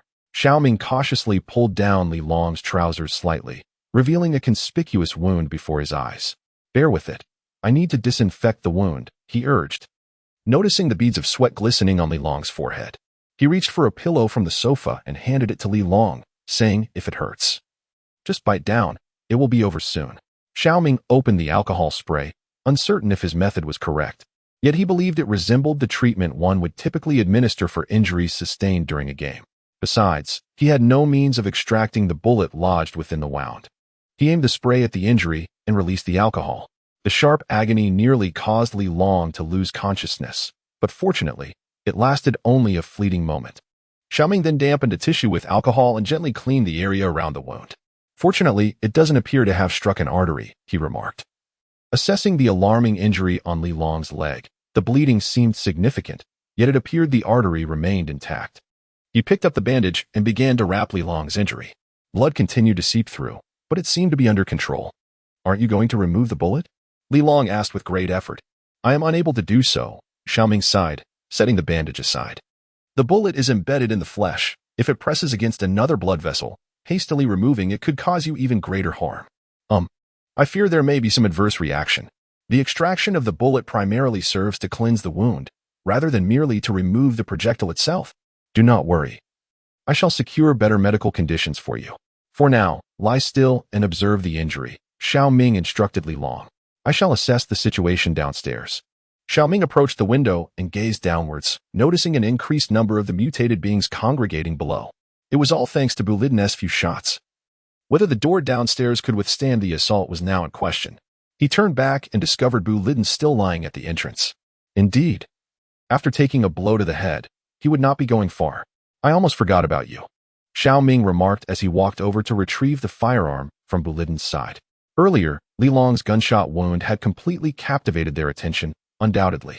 The gruesome injury of a friend necessitated immediate care far more than the unconscious drunkard sprawled on the ground. Shao Ming quickly recognized the weapon as a Sig Sauer P320 handgun, chambered for 9 by 19 mm rounds with a standard magazine capacity of 15. Although he had not engaged in shooting practice, the weight of the firearm was substantial in his hands. However, according to British law, this was undoubtedly a weapon that could not be possessed legally. Disengaging the safety, he secured the gun at his waist. Shao Ming grasped the already unconscious Bulidin and dragged him into his own room. After depositing the hefty body, he surveyed Bulidin's disheveled quarters. The room was in utter disarray, with clothing and empty bottles scattered about. Most striking was a photograph prominently displayed in the center. In this photograph, a youthful Bulidin was seen embracing a black girl, both beaming, with a small black child positioned between them. Well, Shao Ming remarked to the still unconscious Bulidin, it seems your ex-wife has inflicted quite a deep wound upon you. He gazed at Bulidin, who lay sprawled on the ground, while the mournful howls of the mutated creatures echoed from outside. A part of him yearned to hurl Bulidin out the window. Were it not for this madman, there might have been greater opportunities, and Li Long would not have been injured. Damn it! Shao Ming kicked him. Yet ultimately he could not bring himself to sacrifice a living person to satiate the mutated beings. Though society was gradually unraveling, order still prevailed. Throwing Bulidin out would render him no different from the mutants or this lunatic. Moving an unconscious individual proved far more challenging than Shao Ming had anticipated. After considerable effort, he managed to transfer Bulidin to the bed and hastily bound his hands to the headboard with a rope. Having accomplished this, his gaze fell upon 2 magazines and a box of ammunition resting beside Bulidin's bedside. The mutants outside grew increasingly agitated at the presence of a living person nearby. Fortunately, the entrance to the old building remained relatively sturdy, having not succumbed to the pressure of the encroaching creatures. To be safe, Shao Ming dragged some refuse over to barricade the door. Where have you been? Li Long inquired, as Shao Ming assisted Li Long into the room and settled him down. Li Long wiped the sweat from his brow and said, Do you think I am close to death? Shao Ming pulled the bolt, extracting a bullet from the chamber. In the current predicament, let us not dwell on whether I might become one of those grotesque creatures outside. My leg prevents me from leaving this place, and I remain uncertain whether this will lead to my demise. Such a minor injury, Shao Ming remarked with a smile. Is it that you doubt my bandaging skills, or perhaps your own resilience? Li Long chuckled softly, choosing silence. Shao Ming pulled back the quilt to take a glance. The bleeding appeared to have ceased. I realize I cannot leave you to your own devices. Why do you let your mind wander when there is nothing to occupy it? Li Long chuckled lightly, replying, Isn't that how people are? Idleness breeds contemplation. Shao Ming shook his head, extracting bullets from the cartridge and loading them into the magazine. I wish to make a call home, Li Long stated. Shao Ming glanced at Li Long's pallid complexion and suggested, I recommend you wait a while before making that call. Or shall I assist you? Li Long shook his head. though he had not seen his own reflection. He imagined it was dismal. Best not to cause undue worry for his family. No need. We can discuss it later. Shao Ming nodded, saying, "The bullet remains lodged in your leg. We must extract it." Chapter 12. The patient on the rooftop. Shao Ming inserted the loaded magazine into the handgun. He needed to contemplate the course of action for the days ahead. With Li Long injured and the neighborhood in lockdown, a horde of famished mutants lurked below, and an unfriendly neighbor resided across the hall. "Where are you going?" Li Long inquired as he noticed Shao Ming preparing to rise. "I intend to assess the situation," Shao Ming remarked. "Perhaps we can find a way to get you to the airport." He secured the gun at his waist and said, "I will first check the main entrance, then take a look at the rooftop. Stay safe." Li Long replied, "I do not wish for you to perish before I do." Exiting Li Long's bedroom, Shao Ming took out his phone to check the time. It was nearly 7:30. He rapidly contemplated the means of reaching the airport, recognizing that a mode of transportation was essential given Li Long's current condition. However, even with transportation, would the roads be navigable? Furthermore, he needed a strategy to deal with the horde of creatures below. Should he divert them or attempt to eliminate them all? Most importantly, how could he accomplish all of this within the remaining 6 hours? Shao Ming felt as if his head might explode. As he descended the stairs to the corner of the second floor, he cautiously peered around, noticing the mutated beings still gathered outside the main entrance, pounding on the door. Fortunately, the door remained steadfast and unmoved. Upon reaching the top floor, he discovered that the door leading to the rooftop, which was typically secured, was slightly ajar. The key to the rooftop should be in the possession of the building's manager. However, the manager had long been absent, leaving the rooftop key locked in the guard's office on the first floor. Under normal circumstances, he might have overlooked such a trivial matter. But in the current state of affairs, he could not afford to be careless. Shao Ming lowered his footsteps and withdrew the handgun from his waist. Although he carried Li Long's baseball bat, he felt that this weapon was far more effective. He held a baseball bat in his left hand and a pistol in his right, cautiously making his way towards the rooftop. As he slowly pushed open the door to the terrace, Shao Ming was taken aback by the unexpected scene before him. A makeshift shelter had been erected on the rooftop, beneath which lay various necessities such as pots, bowls, and bedding. A man was kneeling beside the rudimentary bed, tightly clasping the hand of the woman lying there. The man's attention seemed entirely focused on the woman before him, oblivious to Shao Ming's arrival. "Hello?" Shao Ming ventured. The man startled, quickly shielding the woman behind him, and inquired, "Who are you? How did you get in?" His face was etched with exhaustion. Shao Ming glanced at the woman behind him. She appeared gravely ill, her complexion pale, struggling for each breath while lying on the bed. Noticing Shao Ming's gaze, the man hastily insisted, "She's fine, she's fine. She's just feeling a bit unwell." "Why are you here?" Shao Ming asked. Initially, he presumed they were homeless individuals, yet their clothing appeared relatively tidy, and their belongings did not seem scavenged from the streets. We, the man stammered upon seeing the gun in Shao Ming's hand. Speaking in hushed tones, "She's sick. We were thrown out." "Roommates?" Shao Ming inquired. "They're my parents." "What is wrong with her?" Shao Ming pressed. The man quickly and anxiously explained, "She's all right. Nothing's wrong. She's just not well." Before Shao Ming could respond, the man suddenly knelt down. "Please, I beg you, do not kill her. I heard gunshots. Are you down there committing murder? Please, do not take her life. I will give you anything." Shao Ming glanced at the firearm in his hand, realizing the man had misunderstood him. He hesitated for a moment before addressing the man. I also heard the gunshots. I merely came out to see if everyone was all right." All right. The man replied, "I hope everyone is safe. May I take a look?" Shao Ming inquired. The sudden appearance of two individuals on the rooftop piqued his curiosity, and he wondered if their presence would interfere with his actions. No, I don't mind."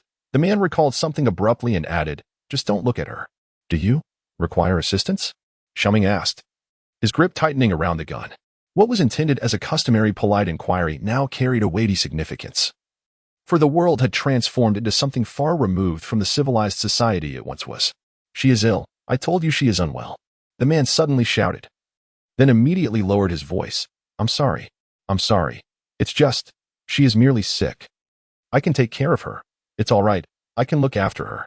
Though Shao Ming was unaware of the woman's ailment, he could not help but contemplate the worst-case scenario, that she might be suffering from severe after-effects. A fleeting thought crossed his mind, to draw his handgun and end her life. He shook his head, banishing such thoughts from his mind. At least, for now, the woman was still alive. Moreover, this seemingly unhinged, infatuated individual now appeared to pose little threat, should he choose to act against his beloved. It would likely result in the emergence of an adversary willing to fight fiercely. Shao Ming approached the edge of the rooftop. Across the street, the once bustling campus lay in eerie silence, while the distant city was shrouded in thick smoke, punctuated occasionally by the sound of gunfire. However, he discovered that he could ascend from the rooftop to the higher building, thus enabling him to traverse directly to the roof of another edifice. Navigating the rooftops was undoubtedly safer than maneuvering through the horde of zombies on the ground. Chapter 13. Consul Wang. Shao Ming tossed his baseball bat onto the rooftop and secured his handgun at his waist, preparing to test his ability to scale the roof. After confirming that the man would not suddenly spring up to attack him from behind, Shao Ming shook his head and grasped the edge of the rooftop. He exerted himself, pulling his body upward and stepping against the wall to ascend to the roof. Due to the differing architectural styles of the two buildings, the rooftops aligned perfectly. Shao Ming clambered onto the adjacent building, which also featured a rooftop terrace. Approaching the edge, he noted that only a narrow alleyway of 2 meters separated him from the next building. If he continued along this route, he could eventually reach the street. However, it was rather inconvenient that the row of apartment buildings where Shao Ming and his companions resided was isolated from the other apartments. Even if he could reach the street, he would need to find a way to cross a thoroughfare to access the rooftops closer to the main road. Shao Ming shook his head, realizing that this route was certainly unfeasible. He strolled around the rooftop and suddenly discovered that the rear side of the building had an external fire escape, which provided a direct route down to the parking lot behind the building. Given that the apartment had only one entrance, traversing from the rooftop to the adjacent building could also serve as a means of escape. The challenge lay in how to lift the injured Li Long up to that vantage point. The woman lying in bed turned her head to glance at Shao Ming, her eyes seemingly pleading, as if whispering, "In my life." A fleeting thought crossed Shao Ming's mind to eliminate this woman, and, if necessary, the man as well. If the woman posed a risk of becoming a liability, then leaving the rooftop might entail encountering 2 infected individuals. Yet he could not bring himself to act. He was unaware of the woman's ailment and was incapable of harming a living being. As he opened the front door, Li Long's voice resonated. "Ming? Is that you? Come and see this." "It's me." Shao Ming turned to lock the door, then pushed the sofa to barricade it securely. Upon entering the bedroom, he found Li Long tapping away at his laptop. "What's the matter?" Shao Ming inquired. "The embassy has contacted us." Shao Ming quickly responded. "They have news?" "What did they say?" "Approximately 1/5 of those in our predicament have been accounted for. The flights today will proceed as scheduled. But they are coordinating with the British authorities to determine how to extract us." "I knew it. There must be a solution," Shao Ming exclaimed, filled with excitement. "The embassy will not abandon us. There has to be some glimmer of hope." Li Long remarked, "I find your mindset quite enviable." "Enviable, is it?" Shao Ming responded with a smile. "Take a leaf out of my book. Get lost."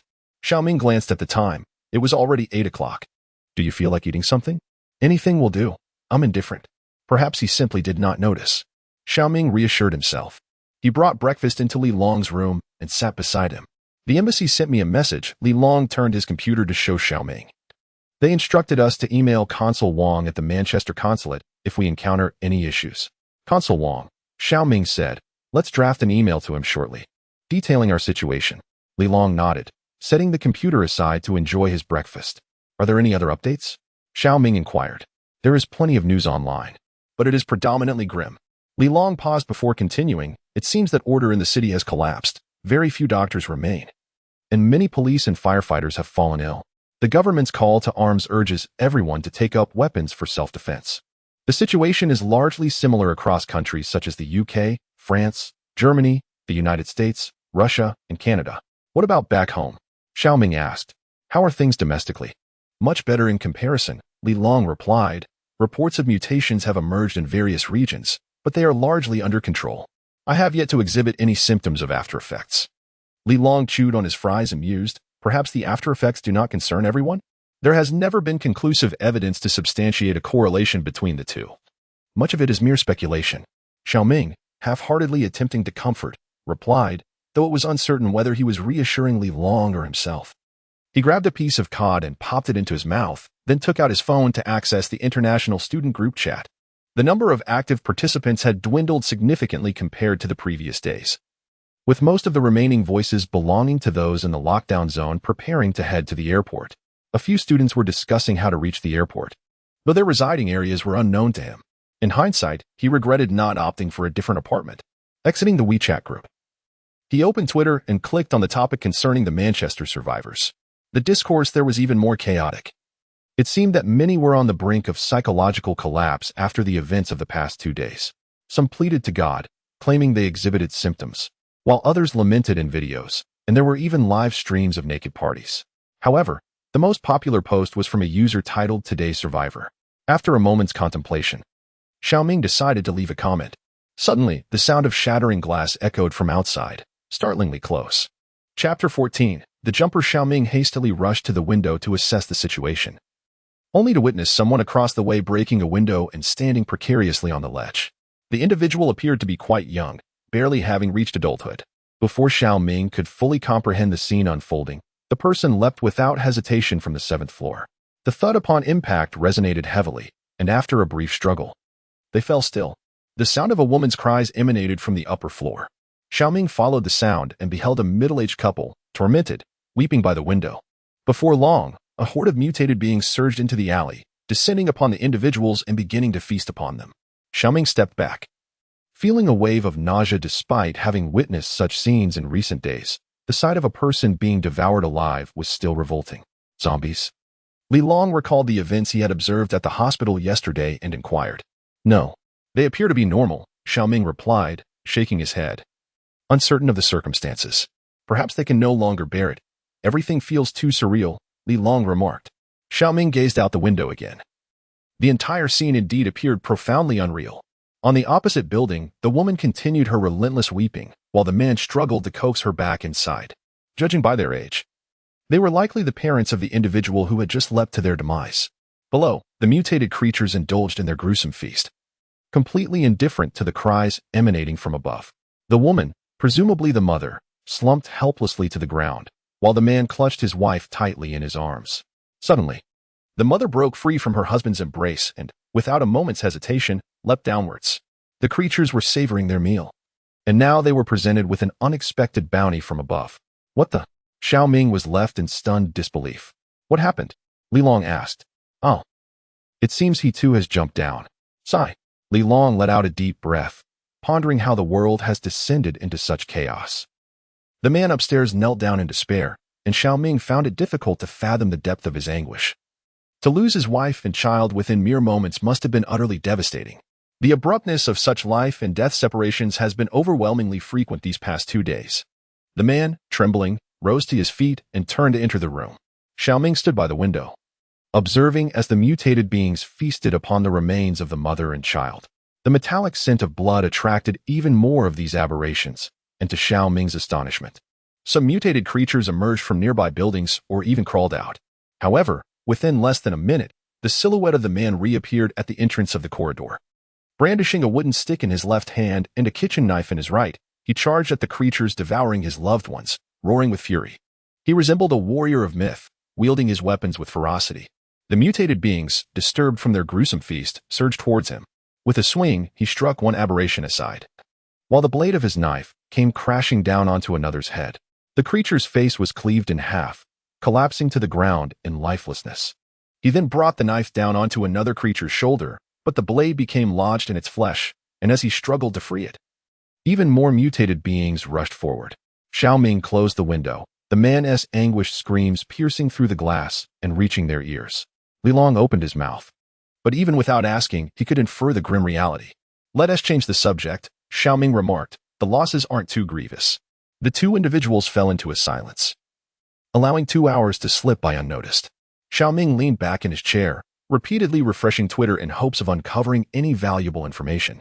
I have completed it, Li Long announced, handing his computer over to Shao Ming. Upon receiving it, Shao Ming glanced at the screen. It was an email addressed to Consul Wang. A brief perusal revealed no significant issues. Send it to the consul, Shao Ming suggested, harboring a hope for favorable news. Yet, to be candid, both men had resigned themselves to the belief that the consulate would offer little assistance. Outside, a gentle rain had begun to fall, and the sky gradually turned overcast. Shao Ming rose and approached the window, observing that the street below was littered with remnants of bones and blood. The mutated beings seemed to have vanished into the ether. He then moved to the living room window to survey the road, noticing only a couple of mutants wandering aimlessly.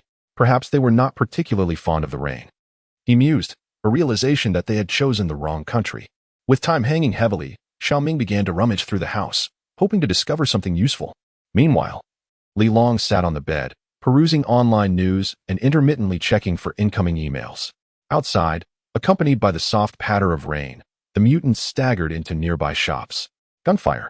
Sounds of struggle and cries occasionally echoed from within some buildings as the few remaining survivors huddled in their homes, praying that they or their loved ones would not succumb to the monstrous transformation in the next moment.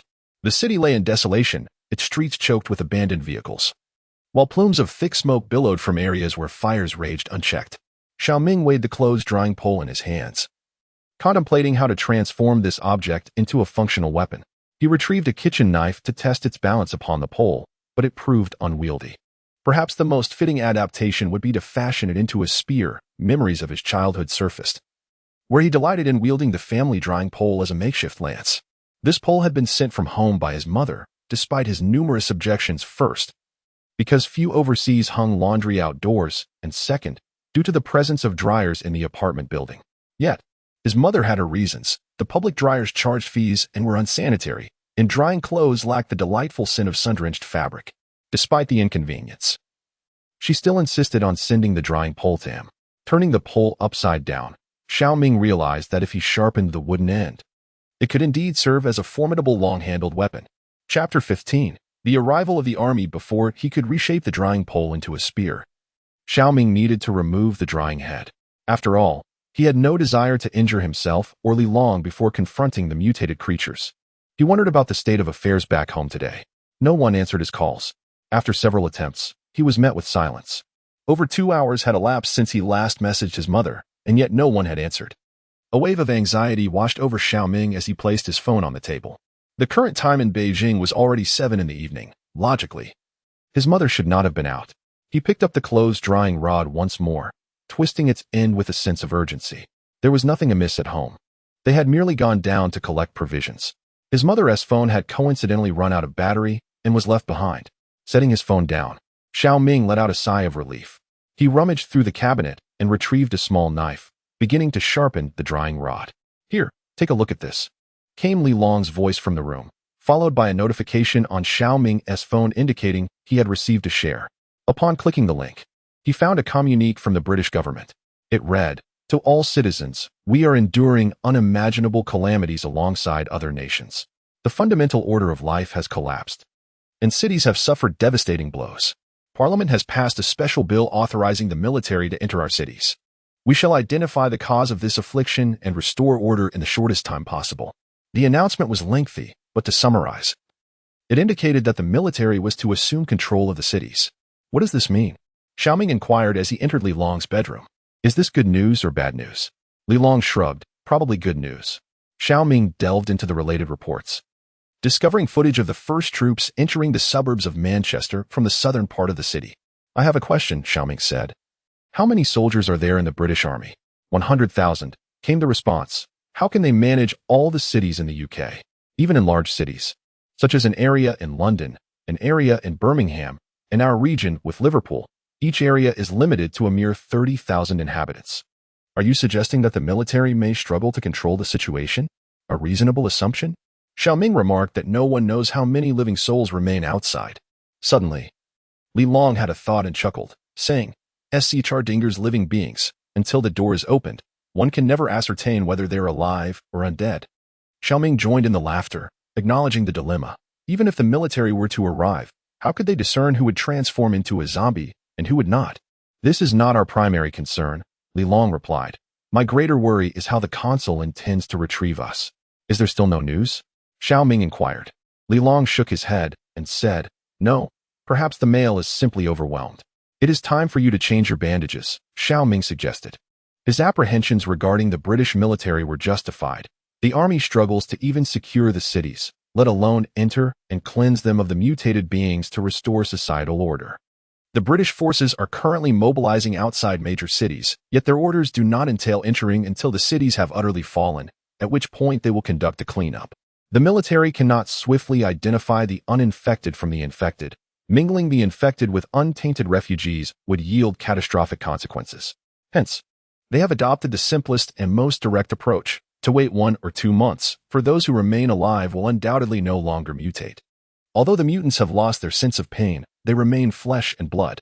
A 105mm howitzer can reduce them to mere piles of mangled flesh, and even a .50 caliber machine gun could wreak havoc upon them. Not to mention the heavily armored main battle tanks, infantry fighting vehicles, and armored personnel carriers. However, this is contingent upon the military remaining unaffected by the mutations.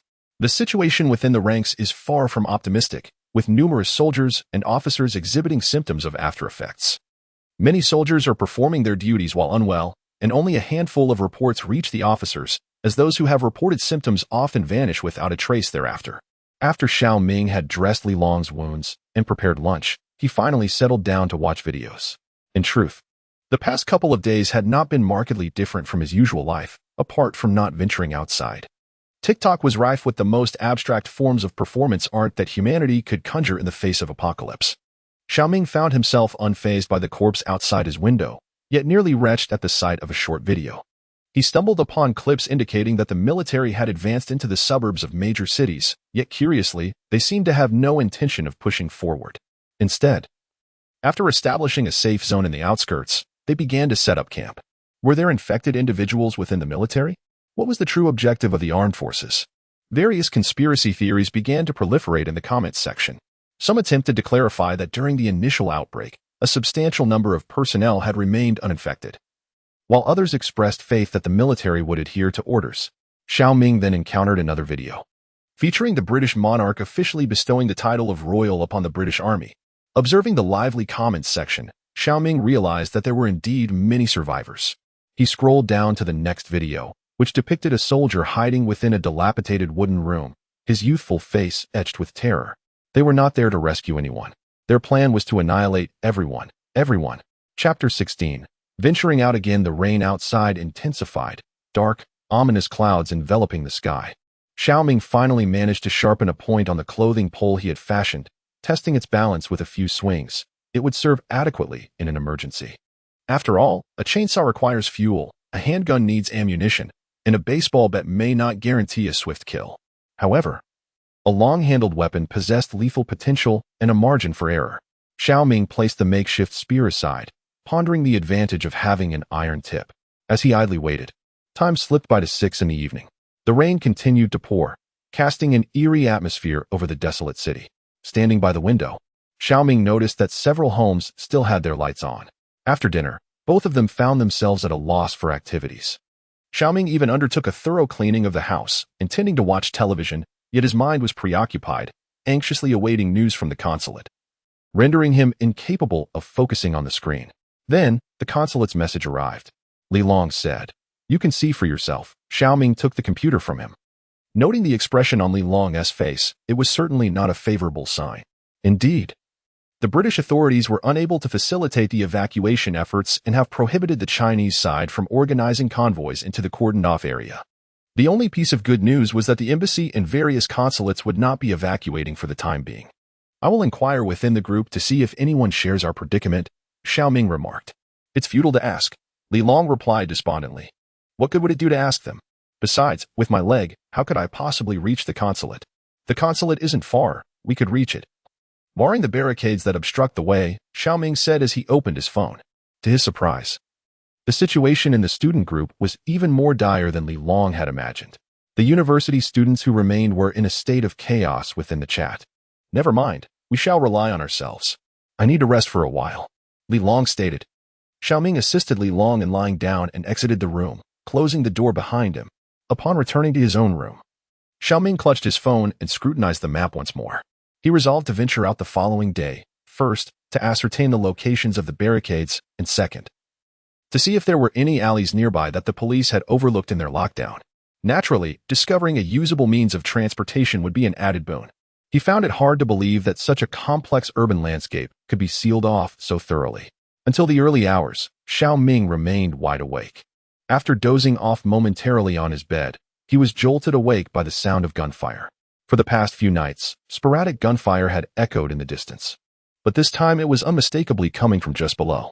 Shao Ming glanced at the clock. It was 4 in the morning. Approaching the window, Shao Ming discerned a shadow darting into the adjacent building, closely followed by several mutated figures. The ensuing gunfire was punctuated by a chorus of anguished cries. This scene prompted Shao Ming to reconsider. Venturing into the streets alone was hardly a prudent choice.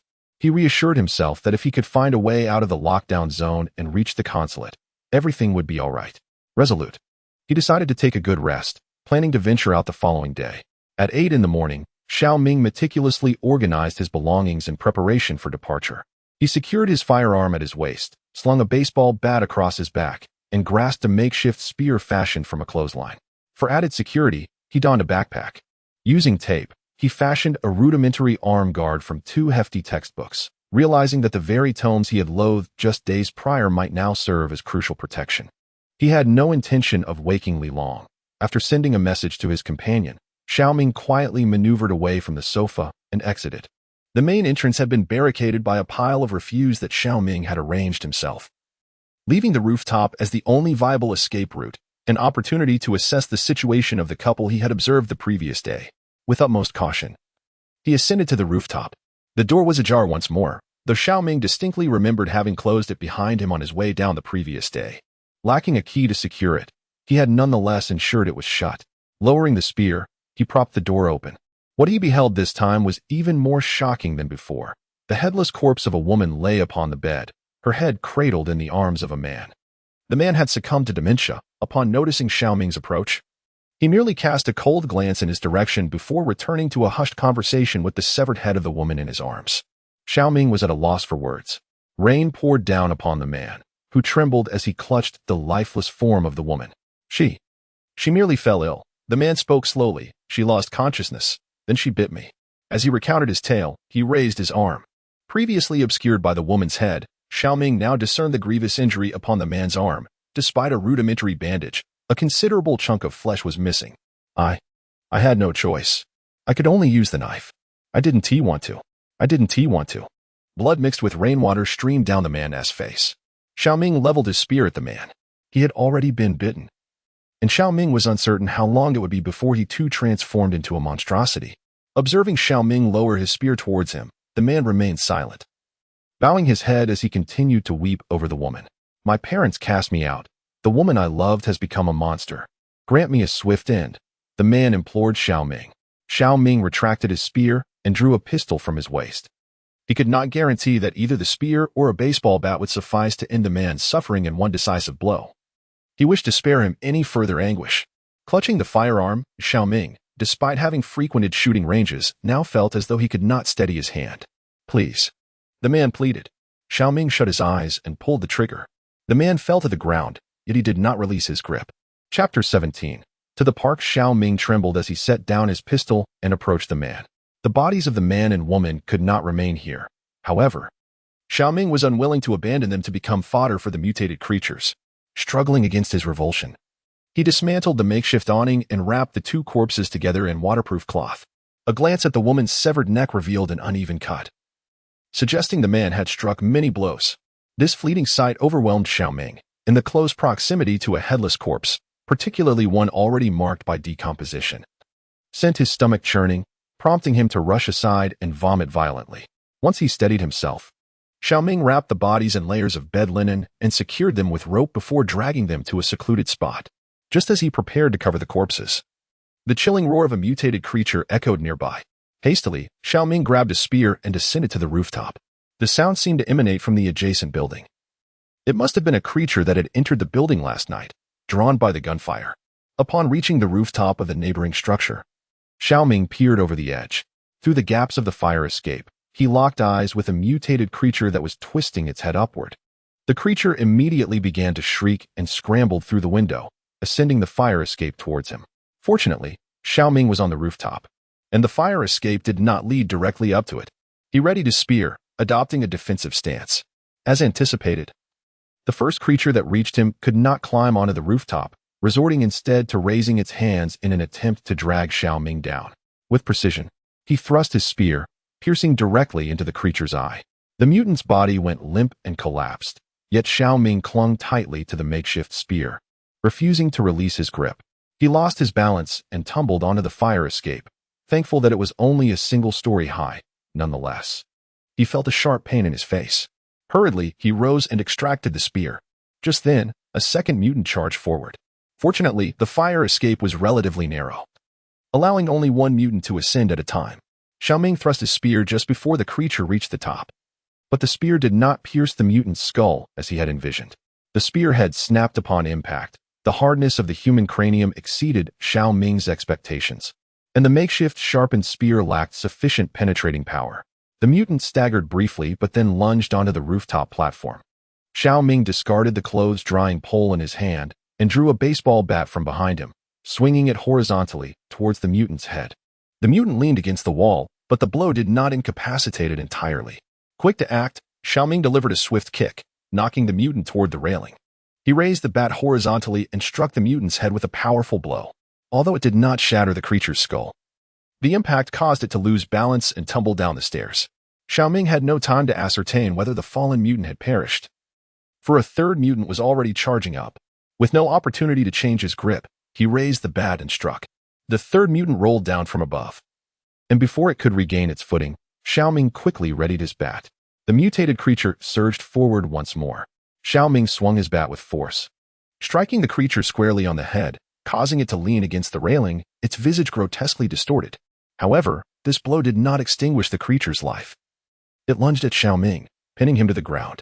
As the creature opened its maw, prepared to bite, Shao Ming swiftly raised his left hand to block the impending attack. The creature's jaws clamped down on the book strapped to his hand, exhibiting a formidable bite force, yet failing to penetrate the thick tome. With determination, Shao Ming unleashed a barrage of punches upon the creature's head.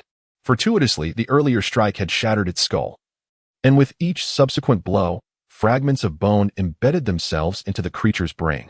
Gradually, the creature's grip loosened, and it fell still. Shao Ming pushed aside the lifeless form, spat upon it, and glanced at the book marred by two deep gashes, murmuring, "The power of knowledge, cultivated." Rising from the floor, he ensured no other creatures lurked nearby before commencing his descent down the fire escape. Most windows in the adjacent building were tightly sealed, curtains drawn shut, with one residence on the fourth floor even barricading their windows with wooden planks. Upon reaching the second floor, Shao Ming discovered a shattered window, through which a strong metallic scent of blood wafted. Peering inside, he could discern, despite the rain and poor lighting, the remains of a half-body lying within. It seemed that this was the unfortunate soul from the previous night. Extracting his phone, he activated the flashlight, revealing a scene of utter devastation within the room. Illuminated by the beam, he beheld a corpse that was merely a torso. The floor was splotched with blood, and various entrails and dismembered limbs lay discarded in disarray. Shao Ming inhaled sharply, yet it was evidently an unwise action in such a blood-stained locale. He stifled the urge to retch and drew the curtains closed. Descending the final stretch of the old fire escape, the staircase creaked loudly beneath him. Holding his breath, Shao Ming drew his pistol. Fortunately, it appeared no mutated beings had been lured to his presence. He cautiously navigated down the stairs and reached the ground level. In his mind, he meticulously mapped out his route. Heading left towards the main road was unfeasible due to the hospital and barricades in that direction. However, proceeding straight ahead through Manchester University would lead him near Whitworth Park. The campus should be safer than the streets, especially after the curfew when they had received notifications of class cancellations.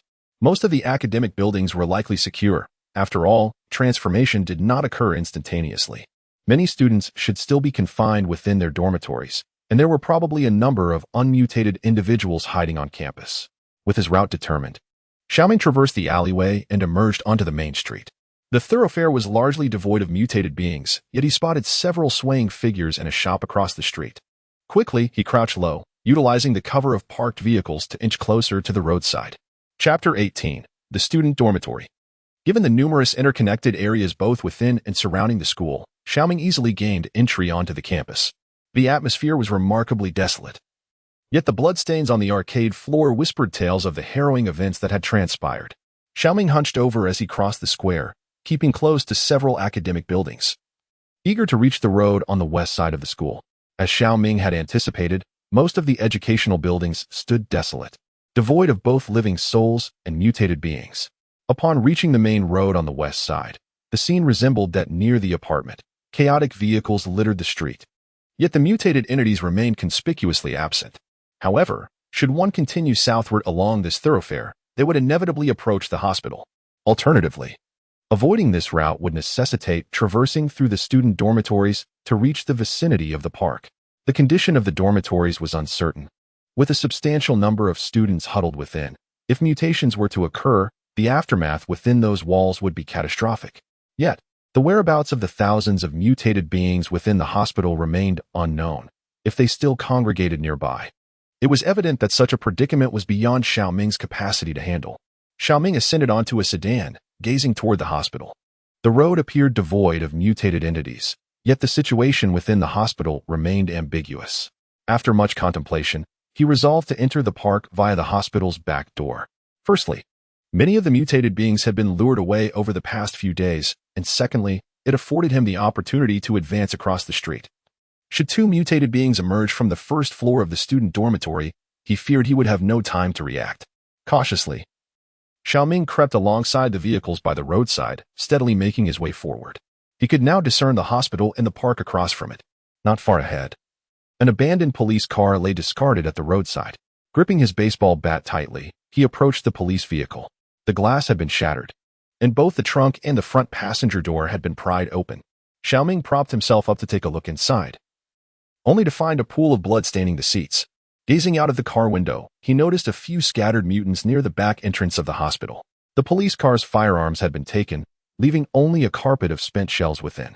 He cautiously opened the glove compartment of the passenger seat, revealing a haphazard collection of documents. As Shao Ming sifted through the papers, he found little of value, save for a printed map. Upon unfolding the map, he observed several red circles marked upon it, one of which encircled the Royal Manchester Hospital. There were 8 such circles in total, each indicating a large hospital within the city. Shao Ming then opened the central console, discovering not only some miscellaneous items, but also a pair of handcuffs. With the sound of rain providing a cover, he discreetly stowed the handcuffs into his pocket. Just as he was about to depart from the police vehicle, a clattering noise emanated from behind a nearby sedan. Drawing his handgun, he remained alert, eyes fixed on the outside. In front of the sedan, one mutant was gnawing on a severed arm, while another struggled to wrest it away. The two mutants collided with the adjacent car, causing the noise. And as their scuffle escalated, they approached the police car. Shao Ming held his breath, aiming his weapon at one of the mutants' heads. One mutant clung tenaciously to the dismembered limb, while the other frantically reached out, attempting to seize it. If not for the human arm clasped in their jaws, they would resemble 2 deranged patients clad in hospital gowns. To Shao Ming's astonishment, these mutants refrained from loud howling, seemingly intent on avoiding the attention of other mutants. However, it was evident that their intelligence had not yet reached such heights. During the struggle, the 2 mutants collided with another car. Almost immediately, the car's alarm blared into the air. Shao Ming felt a rush of darkness engulf him. He kicked open the car door and attempted to flee. The mutant, which had been unable to seize an arm, eagerly lunged at the sight of a living person nearby. Instinctively, Shao Ming raised his hand to defend himself, and the power of knowledge once again saved his life. Though it did not penetrate the thick tome, it still sent him crashing against a nearby vehicle. Shao Ming cast a glance and saw dozens of mutants emerging from the hospital. Given their speed, traversing the flower bed to the middle of the road would only take a matter of seconds. There was no time for hesitation. Shao Ming drew his pistol and pressed it against the temple of the mutant, pulling the trigger. The creature's brain matter and blood erupted from the opposite side, and he swiftly pushed aside its lifeless body, turning to sprint towards the student dormitory. To his surprise, he discovered that mutants had emerged within the dormitory as well. Now, the 2 worst-case scenarios had converged. With some distance still to cover to the park, and given the open expanse of the area, he had no choice but to steel himself and dash back towards the school, hoping to find a building with fewer mutants to escape into. Gripping the baseball bat that hung at his side, he raised his right hand, aiming his pistol at an approaching mutant and firing. Despite having visited the shooting range a few times, Shao Ming had never undergone formal shooting training. His accuracy with a handgun at 10 meters while moving was virtually non-existent. The bullet fired did not strike the mutant. As it lunged toward his face, Shao Ming swiftly evaded, creating distance, and aimed a shot at the creature's head. The formidable beast collapsed with a thud, but Shao Ming had no time for contemplation as he continued his dash forward. The mutants behind him were closing in. Now less than 50 meters away, a new mutant emerged in front of him, yet fortunately, Shao Ming had already sprinted past before it could rise. At the end of the dormitory building, he made a sharp turn onto the right-hand path. However, this maneuver did not shake off the pursuing mutants, who followed suit. The commotion attracted an increasing number of mutants spilling out from the windows and doorways of the dormitory. Shao Ming could see the road at the path's end. But even if he reached it, escape seemed improbable. As his pace began to falter, the dormitory door to his left abruptly swung open. Run. Chapter 1. The Clash of Blood and Fire on the Outskirts of London, 15 days after the initial mutation. 6 months ago, London was at the epicenter of a massive infection, with nearly 10 million residents affected, leaving only a scant few, those fortunate enough to have received adequate protection, such as royal family members and government officials, unscathed. By the time of the Great Mutation, most of these millions had transformed into mutants. The British Army gathered the last 5,000 uninfected individuals on the outskirts of London, tasked with rescuing the royal family and government leaders from the Buckingham Palace shelter. An HC-3 helicopter soared over the London Eye, heading towards Buckingham Palace. The helicopter pilot gazed down, witnessing a throng of mutants crowded near the city center. Lunar 1. The landing site is teeming with people. It's even more bustling than Christmas Eve. Acknowledged, Lunar 1. The rescue team has entered the area. Please proceed to the intersection of Purley Avenue and move forward 250 meters. They are encountering some resistance. Received, Lunar 1 is en route to the intersection of Purley Avenue. 250 meters ahead. Over. The helicopter pivoted, leaving behind the mutants on the ground who waved their hands frantically, soaring towards the southern part of the city. Meanwhile, the main forces were engaged in fierce combat with the mutants at Winston Park, located in the northeastern corner of the city. Approximately a battalion of 500 troops was slowly advancing, with corpses and dismembered limbs strewn from the city's outskirts to the vicinity of the park. At the forefront, a Challenger 2 main battle tank had exhausted all its main cannon ammunition, yet its coaxial and turret-mounted machine guns continued to unleash fire upon the relentless tide of mutants. The 30mm cannons on a dozen warrior infantry fighting vehicles roared with fury, their high-explosive rounds shredding the mutants before them into mere fragments. Meanwhile, another dozen infantry fighting vehicles took a brief respite a few meters back, reloading ammunition and replacing barrels. Combat engineers were excavating the park's terrain, erecting blast walls nearby, with plans to transform Winston Park into a transit base within the city. 2 Foxhound vehicles, accompanied by several supply trucks, surged into the defensive position. Although the route had been cleared once, the bloodstains on the vehicle's front still attested to the conditions encountered along the way. Dozens of combat vehicles formed a formidable circle, crafting an impenetrable barrier with bullets and shells. A barrage of 82mm mortar shells descended from the heavens, obliterating a mass of twisted entities into mere fragments of flesh. Several Apache attack helicopters circled above, their 30mm cannons ruthlessly shredding multiple mutants with each round. While any unfortunate soul struck directly would find themselves reduced to a mere mist of blood. Several kilometers away, within a military base, for M270 rocket launchers stood ready, fully loaded. At the commander's behest, the howling rockets soared forth, sending the mutants in several square kilometers ahead of the front line into the sky. Following this, 15 M77 howitzer shells rained down, sending decades, even centuries-old structures along with nearby aberrations to meet their maker. No corporeal form could withstand the firepower of a modern army. Not even 100,000. For hours, while hundreds of thousands of mutants were not merely cleared but also sent to their demise. The relentless tide of aberrations continued to surge from the northern regions. However, as long as ammunition remained plentiful and logistical support was assured, this force was poised to continue its campaign until every mutant in London was vanquished. These entities did not hide. They possessed no tactics, only a mindless rush forward, with the sole measure of warfare being the volume of munitions unleashed. Moreover, the officers within the base had received the highest authority, granting them the ability to surpass the control of all non-nuclear forces at other missile bases when necessary, to facilitate the eradication of these mutants. The helicopter soared towards the southern outskirts of the city, where locating the convoy proved to be an uncomplicated task, as only a handful of vehicles remained in motion along the road, creating a cacophony that was impossible to ignore. At the forefront of the procession, a Challenger equipped with a vintage chain mine-clearing device advanced, its flailing chains reducing any obstructing abomination to mere fragments. Following closely behind was a military bulldozer, poised to clear the path should any vehicles crushed by the tank impede the convoy's progress. 2 Rafales soared ahead of the convoy, unleashing 8 GBU-12s upon the ground. resulting in the thunderous collapse of a towering structure, burying the mutations within its ruins. Firebird 1, this is Moon 1. The helicopter pilot observed a swarm of mutations surging towards the main road several kilometers away, akin to a relentless tide. There are tens of thousands of targets approaching 2 kilometers ahead, approximately a kilometer in length. The lead tank came to a halt, its mine-clearing apparatus ceasing its rotation. The turret slowly pivoted to face directly forward, its barrel aimed down the road. The bulldozer, originally positioned second, began to reverse, making way for an Ajax armored vehicle that assumed its place, its 40mm autocannon fully loaded and ready to fire. Before long, a dark mass of mutations materialized on the road, swelling from the center and rooftops alike. The tank's main cannon erupted, sending a cloud of dust into the air. High explosive rounds detonated amidst the foremost cluster of mutations, obliterating over 60 of the grotesque entities into scattered remnants. The helicopter hovering above descended in altitude, and the machine guns on either side of the cabin began to unleash a barrage upon the horde of corpses. These mutated beings packed the streets so densely that precision became a moot point.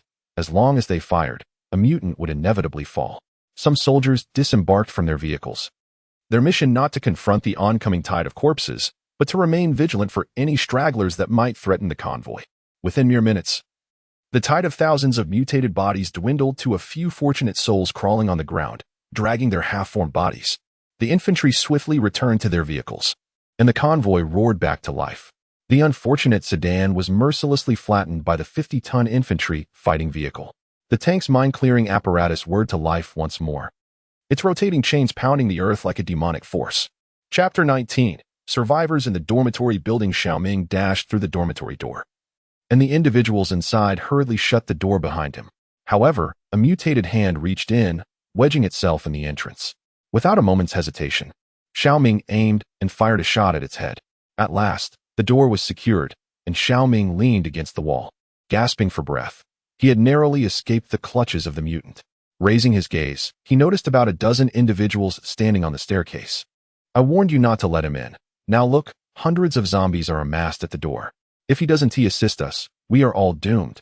One person whispered to another, who appeared to be the leader, before ascending the stairs. The apparent leader inquired, "Do you need anything?" "No, I do not require anything," Shao Ming replied, having steadied his resolve as he rose to his feet. Several individuals rushed down the staircase, scrambling to gather items to barricade the door. "I am Gary." The leader extended his hand to Shao Ming. Shao Ming tucked his pistol into his waistband and reached out to shake hands with Gary, only to realize that his hand trembled uncontrollably. However, as Shao Ming firmly grasped Gary's hand, the tremor subsided. "Time is of the essence," Gary remarked. "Venturing outside alone is hardly a prudent choice." Shao Ming shrugged, replying, "I merely came out to see if there is any way to escape from here." "Through the hospital?" Gary chuckled. "Forget it. This area is heavily fortified. You should head north." "What about the park?" Shao Ming inquired. "The park is off limits as well. A few of us came from the dormitories near the park, and after the police clashed with the zombies a couple of days ago, the far side of the park was sealed off." "How did they manage that?" Shao Ming asked. "Many of the mutated creatures haven't reached the other side of the park yet. The government displayed remarkable efficiency by erecting iron walls to seal off the southern side of the park." Gary paused before adding, "Though I believe it is a futile effort. Those iron barriers won't withstand hundreds of zombies, let alone dozens." Gary led Shao Ming to the second floor, where the group of individuals had mysteriously vanished. "So, you are also students?" Shao Ming queried. "I anticipated the conditions within the dormitory would be dire." Ever since his arrival, Shao Ming had only seen this small group of people, prompting him to ask, "Why are there so few of you?" Over 400 individuals reside within this building. Initially, there were more than 90 individuals who remained unaltered, but as time progressed, the number of mutations increased significantly.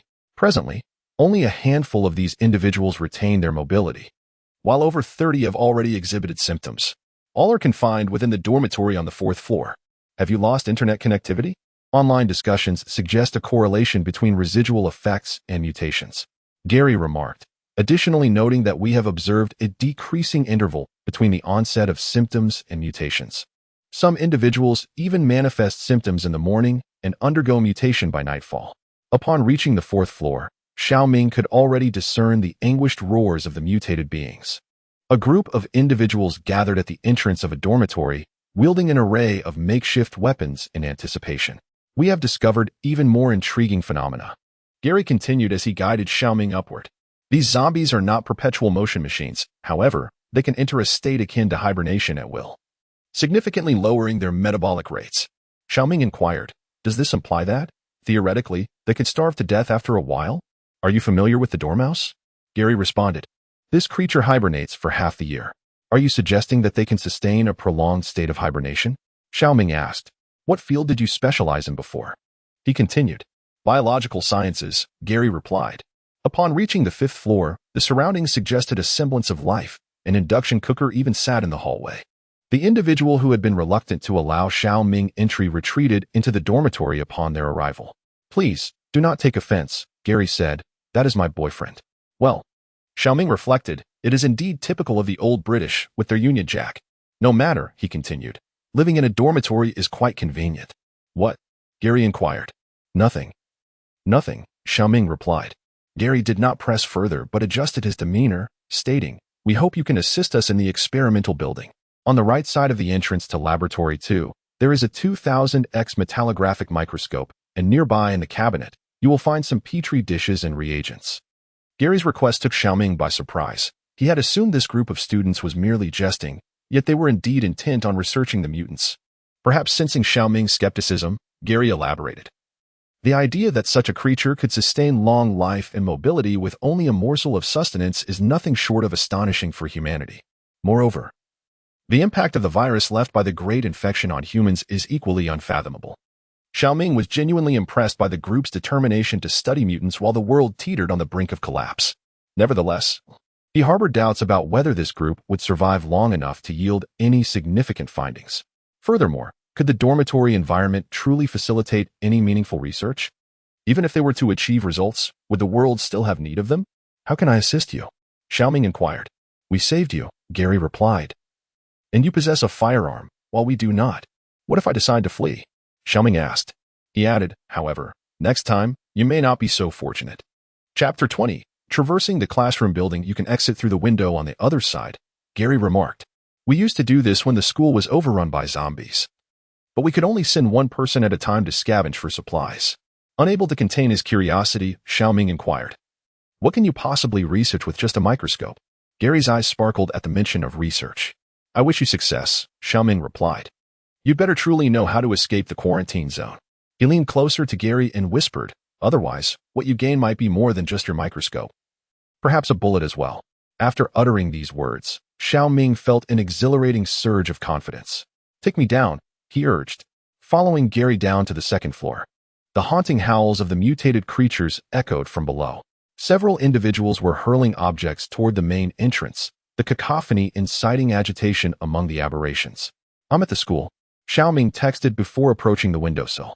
2 students had already opened the window and lowered a makeshift rope fashioned from bedsheets and curtains. Regardless of the intentions of these students, Shao Ming felt indifferent to what they aimed to retrieve, as he suddenly perceived himself as a mercenary. After a few minutes, observing that the mutated creatures had been drawn to the front, Shao Ming grasped the rope and descended.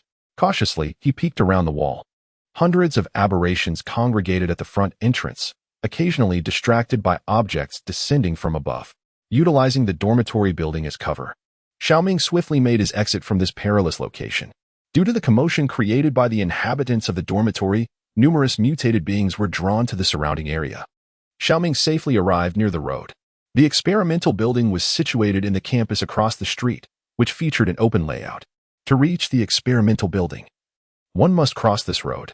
Shao Ming readied his baseball bat and stealthily approached the rear of a double-decker bus. The bus doors stood ajar, and a trail of blood marked the steps. He cautiously peered around, spotting 2 mutated beings standing in the street. One of them was positioned directly across from the bus, its back turned towards Shao Ming, seemingly oblivious to his presence behind the vehicle.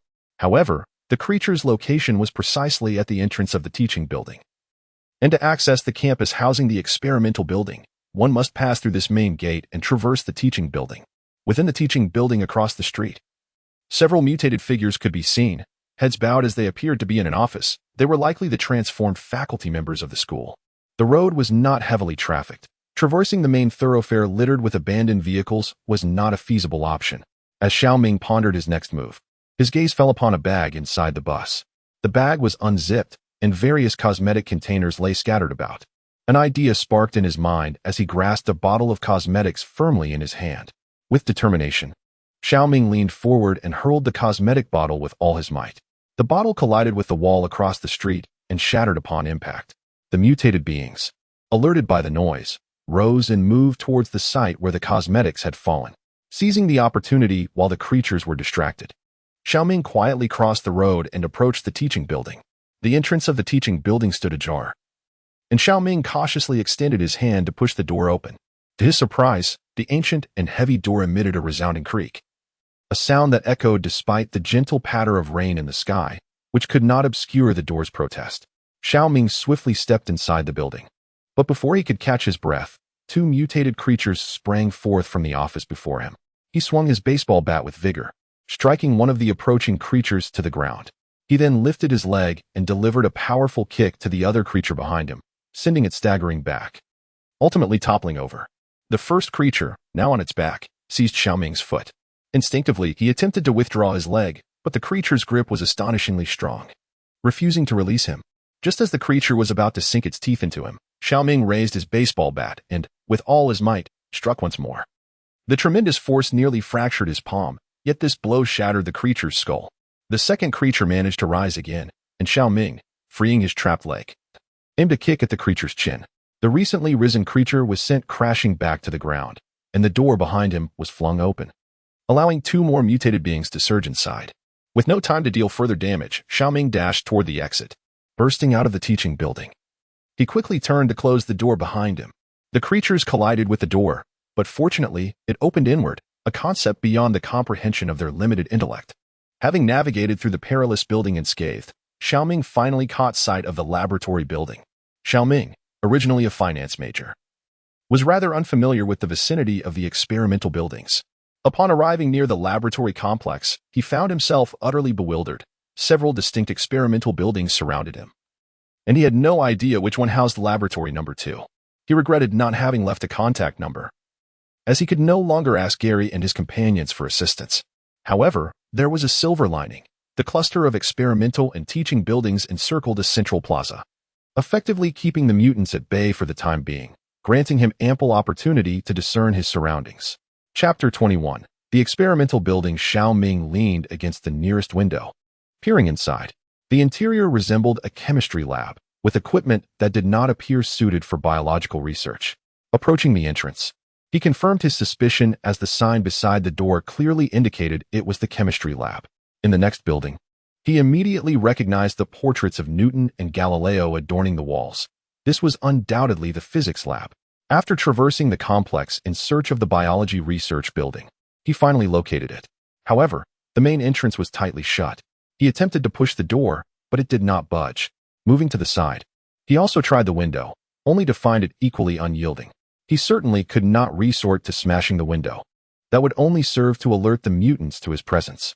Contemplating what he might possess that could aid him in gaining entry, he suddenly recalled the bank cards nestled in his backpack. The design of the school's windows was not particularly intricate, and these laboratories, expanded 2 decades prior, were hardly cutting edge. With renewed hope, he retrieved a bank card, which still held a balance of 200 from last year's scholarship. He found it utterly amusing that he had been reluctant to utilize his scholarship, which had now become entirely useless. Shao Ming slipped his bank card through the narrow gap of the window, attempting to maneuver it a few times. To his surprise, the window lock actually shifted. Seeing a glimmer of hope, he hastened his efforts. With a click, the window opened. Grasping the windowsill, Shao Ming climbed into the laboratory building. The room appeared to be an archive, and he felt along the door's edge, gently pushing it ajar. The laboratory was shrouded in darkness, with no lights illuminated inside, and the rain outside cast a hazy veil, rendering the corridor pitch black and obscuring all visibility. Utilizing the faint glow of the emergency exit lights, Shao Ming discerned no movement in the hallway. He cautiously opened the door to the archive, stepping into the desolate corridor. The emergency lights emitted an eerie green luminescence. Despite it being broad daylight outside, Shao Ming felt an unsettling chill. He retrieved his phone, activated the flashlight, and approached the directional sign by the corridor. Laboratory number 2. Shao Ming searched the sign and finally located laboratory number 2 on the second floor. Illuminating his path with his phone, He ascended the stairs to the second floor. He switched off the flashlight and peered cautiously around, relieved to find this level appeared relatively safe. However, as he passed one laboratory, he caught sight of a shadow through the window.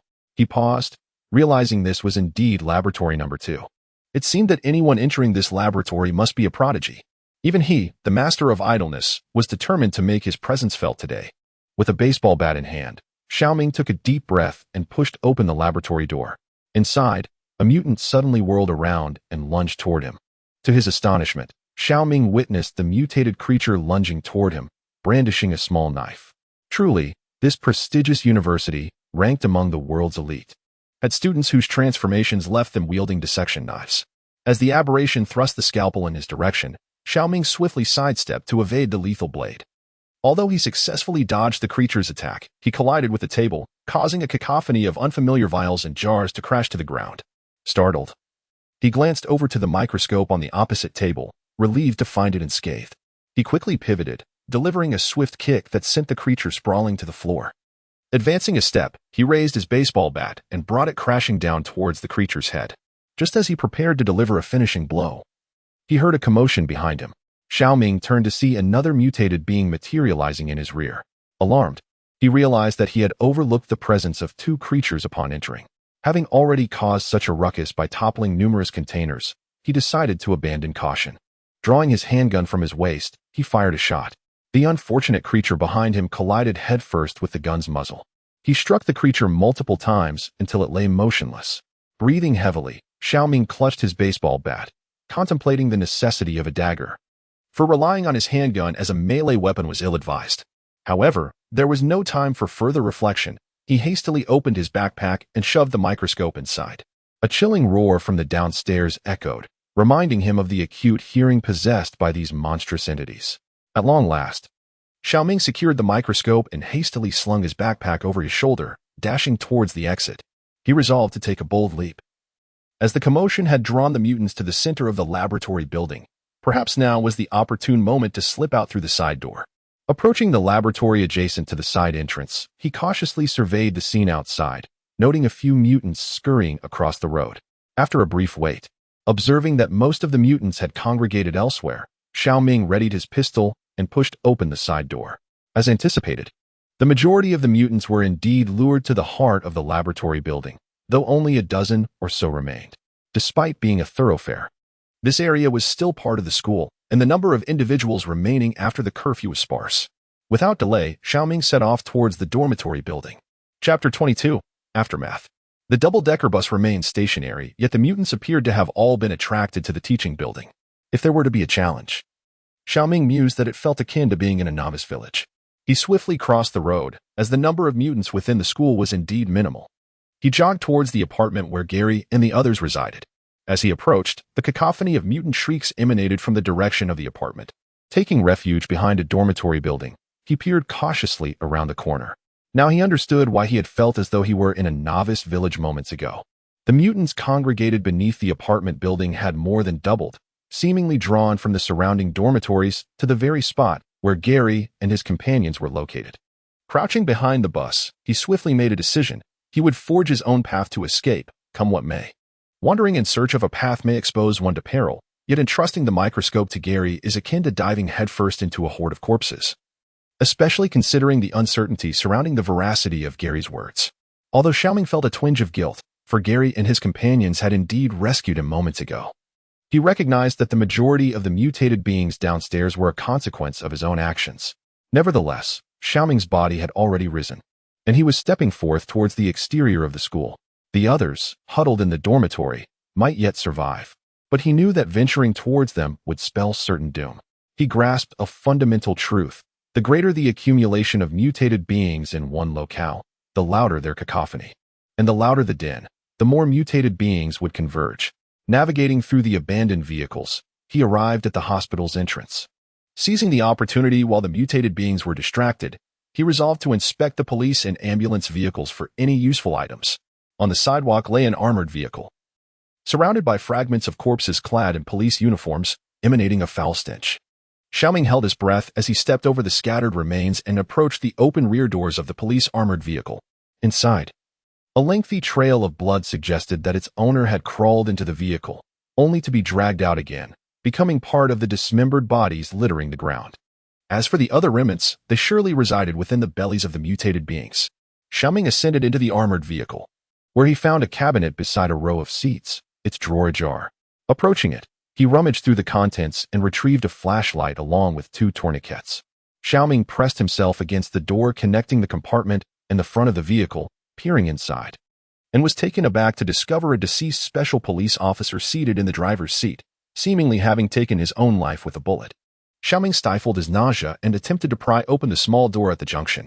The pungent stench of decay hit him like a wave, prompting him to hastily push open the side door and retch, with nothing left in his stomach to expel. He grasped the officer's lifeless body and dragged it from the driver's seat to the floor of the compartment. Gazing upon the bloated, foul-smelling corpse with a gaping wound in its head, he swiftly stripped off the tactical vest and donned it himself. Weighing it in his hands, he discerned the presence of ballistic plates inside and noted that the magazine pouch on the front still contained a standard 5.56 by 45 NATO magazine, unmistakably for a G36 assault rifle.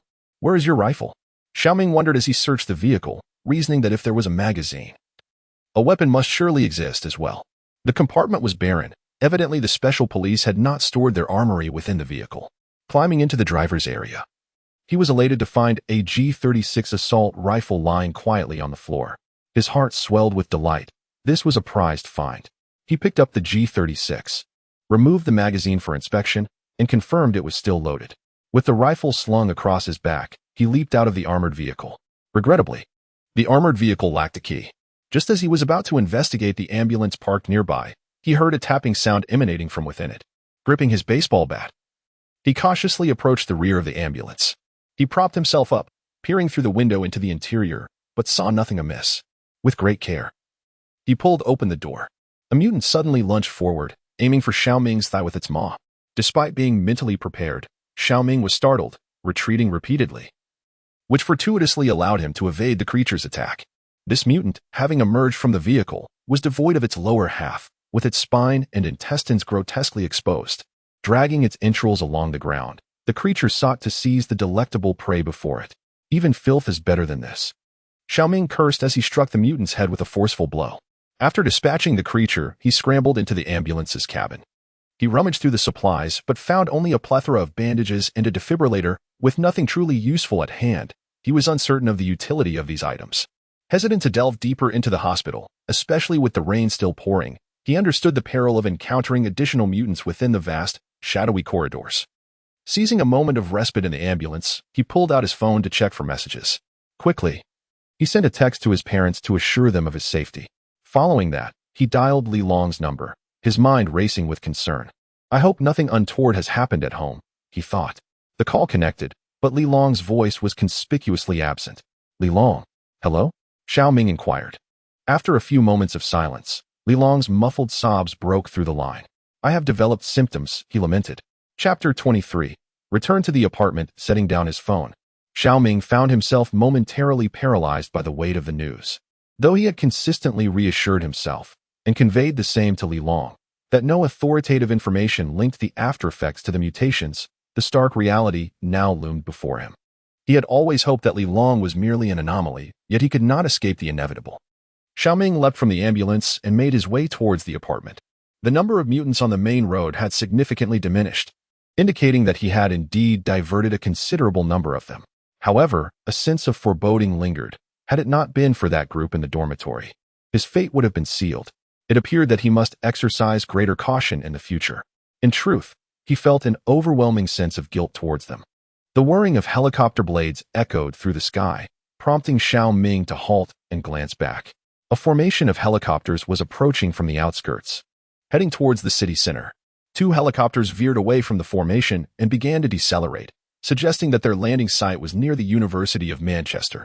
Shao Ming quickened his pace towards the apartment building. Whether he sought refuge from the helicopters or wished to ascertain their purpose, the rooftop offered a far superior vantage point compared to the tops of cars on the thoroughfare. The sound of the helicopters undoubtedly incited the wrath of the mutants, as the buildings along the road reverberated with their furious roars. As he had initially surmised, the majority of individuals had undergone mutation within the confines of their homes. rendering the streets considerably safer. Shao Ming hastened his steps, wary of the potential descent of two mutants that could obstruct his path. Upon reaching the rooftop, he noted that the departing helicopter had already landed. Due to the buildings obstructing his view, he could only hear the whirring of one helicopter's rotor blades, unable to discern its landing site. The other helicopter appeared to be hovering over a rooftop, its direction suggesting it was near the area where Gary and his group resided. A sudden burst of gunfire echoed nearby as helicopters engaged in a fierce exchange in the vicinity of the landing zone. To Shao Ming's astonishment, the helicopter closest to him ascended first, trailing a plume of black smoke. This was clearly not the work of mutated creatures. Rather, it was evident that someone had shot at the helicopter's engine, resulting in such a dramatic effect. The ascending helicopter, shrouded in smoke, took flight, while fierce gunfire and the howls of the mutated continued to reverberate on the ground. However, the gunfire soon ceased, leaving only the sounds of the creatures. Another helicopter remained grounded, prompting Shao Ming to remove his rifle from his back and peer through the scope towards the direction of the helicopter. His G-36C was equipped with an additional ACOG sight, offering a magnification range of 1.5 to 6 times, depending on the submodel. Raising his rifle, he aligned the scope with the sound of the helicopter. Due to the obstruction of buildings, he could only catch a glimpse of the helicopter's main rotor and could not discern who had boarded it. Nevertheless, from its markings and silhouette, Shao Ming surmised that it belonged to the British military. Before long, another helicopter took to the skies. Shao Ming quickly glanced downward, spotting a woman sprinting frantically towards the helicopter. "Wait for me. Help. Wait for me," she cried, her voice filled with desperation as she dashed forward. Yet, it was painfully clear that the helicopter could not hear her pleas. However, the mutated creatures lurking by the roadside heard her distinctly, and they surged forward, tearing the woman apart. How foolish, Shao Ming thought. Suddenly, he heard commotion in the stairwell. He steadied himself against the railing and glanced down to see someone racing upward. He raised his rifle, ensuring the safety was disengaged. The figure rushing toward him was none other than Breeden, the resident from across the street. It was evident that he had undergone a grotesque transformation, his eyes bloodshot and mouth agape. The distance around the staircase was merely a matter of seconds for someone charging forward. Shao Ming barely had time to aim before hastily pulling the trigger. Several bullets found their mark in Breeden's chest, yet they failed to impede his advance. Breeden lunged at him, prompting Shao Ming to swiftly cross his rifle to fend off the approaching jaws. Shao Ming was pinned against the wall, witnessing Breeden's fierce grip on his rifle. The force of his bite was astonishing, nearly fracturing the rail at the front of the weapon. In desperation, Shao Ming delivered a series of kicks to Breeden's abdomen, finally managing to dislodge him. Breeden stumbled backward, losing his footing and tumbling down the stairs. Without a moment's hesitation, Shao Ming raised his rifle and fired a shot at Breeden's head. The bullet struck true, and the recently risen Breeden collapsed to the ground, lifeless. Stepping over Breeden's body, Shao Ming swiftly approached his own front door. Though he maintained a semblance of composure, the adrenaline surged through him. Having just faced a life-and-death moment, his hands trembled uncontrollably. Securing the door, he hurried into Li Long's room. Li Long lay on the bed, his face pale and eyes swollen, clearly having wept for an extended period. "I feel terrible," Li Long uttered weakly. Shao Ming placed a hand on Li Long's forehead, which was burning with fever. "You have a fever," he remarked, rising to fetch a thermometer. "I don't feel well at all," Li Long murmured. Chapter 24. Former companions after taking the temperature. Shao Ming discovered that Li Long's fever had surged to nearly 40 degrees Celsius. Was it due to a wound infection, sepsis, the aftermath of a severe infection, or merely a common cold? Shao Ming was not a physician. He could only attempt to ascertain the cause of Li Long's ailment. As he unwrapped the bandages from Li Long's leg, there appeared to be no signs of infection or necrosis. If it were an infected wound, it would likely be festering. Yet the injury seemed relatively clean. Should it be sepsis, he had promptly disinfected and bandaged Li Long with alcohol, and had changed the dressings over the past couple of days. Thus, it seemed improbable that any bacteria had entered the bloodstream. Shao Ming sighed and picked up a bottle of alcohol spray nearby. "Put that down, I don't want it," Li Long interjected hastily upon seeing Shao Ming reach for the spray. "Don't prolong my suffering." "Do not think that way," Shao Ming replied.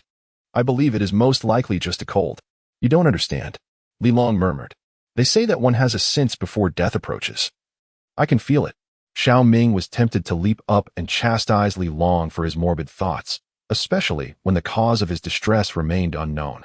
"First, take some fever-reducing medication," he insisted, handing Li Long the recently procured tablets. Li Long swallowed the pills, and Shao Ming carefully re-wrapped the wound with fresh bandages, then helped him lie down on the bed and tucked him beneath the covers. Li Long remained silent, his gaze fixed vacantly upon the ceiling. Shao Ming pondered what thoughts occupied his mind. What does one contemplate when aware of their impending demise? Were he in the same position? He too might not fare any better. Shaking his head, he reminded himself that Li Long was not necessarily doomed. He must not entertain such thoughts. "I will prepare something to eat," Shao Ming declared. Shao Ming placed the prepared lunch on the bedside, while Li Long remained motionless, merely casting a glance at him. Shao Ming chose silence, stepping out of the room and closing the door behind him. After a morning of exertion, he felt a profound weariness coursing through his aching muscles. Outside, the rain gradually ceased, and the dark clouds slowly receded. He perused his phone, grateful for the connectivity that still lingered. Numerous survivors were uploading updates about their circumstances. In stark contrast to the chaos and panic of the previous days, the current photos and videos exuded a sense of desolation and despair. An increasing number of individuals had transformed into mutants, while those who had yet to undergo such a fate clung to existence under the predatory gaze of their transformed counterparts. The military, intended to restore order in the city, was disintegrating from within, many succumbing to mutation before even engaging in battle. This calamity had woven its threads into the lives of all, from affluent celebrities to impoverished commoners. He scrolled through the internet once more, encountering news of sequelae and mutations, which echoed the conjectures and speculations of previous days. Shao Ming wished to dispel such thoughts, holding on to the hope that Li Long was merely suffering from a cold. He entered the room with a dose of cold medicine, only to find that Li Long had not touched the lunch left by the bedside. "You should take some medicine," Shao Ming urged, offering the prepared remedy to Li Long, who accepted the bowl and took a sip. What was supposed to be a bitter concoction tasted entirely bland to Li Long, akin to drinking plain water. It dawned on him that his sense of taste had vanished. "This has no flavor for me." Suddenly, in a fit of rage, Li Long hurled the bowl across the room. Shao Ming urged, "Do not be this way. It is certainly not a sequela. A cold can also induce fever." Li Long interrupted Shao Ming, stating, "There is no need for further persuasion. I can feel it. It's not a cold. It's different." He continued, "If I am to mutate, kill me. I do not wish to become a monster." Shao Ming shouted at Li Long, "I will not kill you. You are still human. And you may not inevitably transform into a zombie." As Shao Ming gazed at this companion, with whom he had shared 2 years of study abroad, he suddenly realized that this person might genuinely be departing. Li Long may be strong, yet when the specter of death looms palpably overhead, his fortitude crumbles. Shao Ming scoured the living room for all pertinent information, yet the more he delved, the more he was convinced that Li Long was indeed suffering from sequelae, particularly since most mutations typically manifested only 1 or 2 symptoms prior to transformation. Inside the room, Li Long had calmed down, lying silently on the bed, tears streaming down his face. Time seemed to stretch indefinitely, until a cacophony erupted from Li Long's chamber. Shao Ming hastily rushed to investigate, only to be met with a shocking scene. A foul odor pervaded the room, nearly overwhelming him with nausea. The stench was even more unbearable than that of decay. Inside, Li Long lay on the bed, barely clinging to life, his condition worse than when Shao Ming had last seen him just hours earlier. He had lost control of his bodily functions, his complexion ashen, lying motionless. What Li Long had expelled was not normal waste, but rather blood. Shao Ming recalled Gary's words from that morning. The mutation time had now been reduced to 1 or 2 days. As Shao Ming entered, Long Li extended his hand toward him, weakly uttering, "Home." Long's eyes gradually closed, and his grasp on Shao Ming's hand grew feeble. Gently releasing Long's hand, Shao Ming took a few steps back and drew his pistol from his waist. He found himself unable to pull the trigger. Reminiscing about their first encounter when Long had approached him with an arm around his shoulder as if they were long-lost friends. He remembered their shared classes, their adventures exploring foreign cultures, and their mutual disdain for the unpalatable British cuisine. He recalled navigating through the chaotic crowds with Long after the outbreak, scavenging for supplies, and subduing the unrelenting. A tear slipped from the corner of Shao Ming's eye as he aimed the weapon at Long's head and squeezed the trigger. Chapter 25, Power Outage. Shao Ming wrapped Long's lifeless body in a clean bedsheet and dragged it to the rooftop, placing it alongside the corpses of the young couple. As for the soiled sheets, he simply discarded them over the edge. Standing on the rooftop, he gazed into the distance toward the city center. The fog had dissipated, and visibility was now decent enough to see near Manchester train station. The sun began its slow descent, casting a radiant glow over the city. Yet whether the figures illuminated by the dazzling lights were mutated beings or humans remained uncertain. Shao Ming raised his rifle, peering through the scope into the distance. If helicopters were present, it signified the existence of military forces or other organized entities that had survived. Given the apartment's central location, obtaining a clear view of the situation beyond the city was indeed challenging. He did not necessarily need to see anything. He simply felt a tumult within his heart. Setting aside his rifle, Shao Ming resisted the urge to gaze upon the corpse of Li Long. The departure of this roommate and friend of 2 years left Shao Ming with a sense of disbelief rather than sorrow. Perhaps the inability to accept the very fact of his death constituted a form of grief in itself. As Shao Ming departed the rooftop, he cast one final glance at Li Long's body before closing the door. While tidying Li Long's room, he discovered a letter concealed within an envelope in the bedside table. It appeared to have been pinned a couple of days prior. Li Long likely wrote it upon first recognizing the connection between the after effects and the mutations. The envelope bore an inscription, "Ming, if I should die, please deliver this to my parents." Shao Ming refrained from opening the envelope, instead placing it into his backpack. Staring at Li Long's vacant bed, he felt as though he were caught in a dream.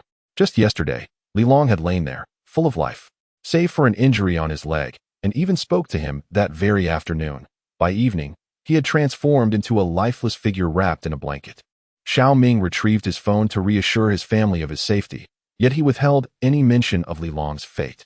From his parents' messages, it seemed the homeland had also entered a period of turmoil, yet overall, it remained somewhat under control, starkly contrasting with the apocalyptic scenes abroad. At present, it appeared that only the domestic realm was a sanctuary of safety. The sun had fully set outside, and Shao Ming lacked the appetite for dinner.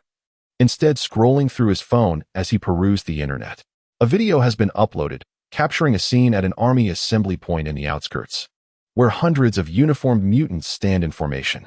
The robust armored tanks lie motionless, rendered into heaps of scrap metal before they could even be activated.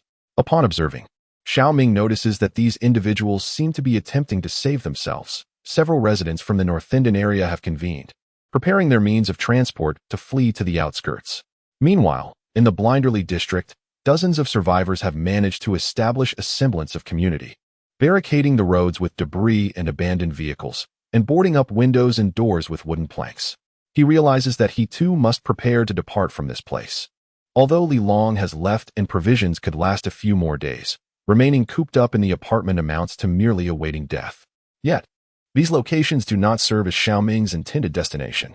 Given the current circumstances, the likelihood of survival at the consulate appears bleak.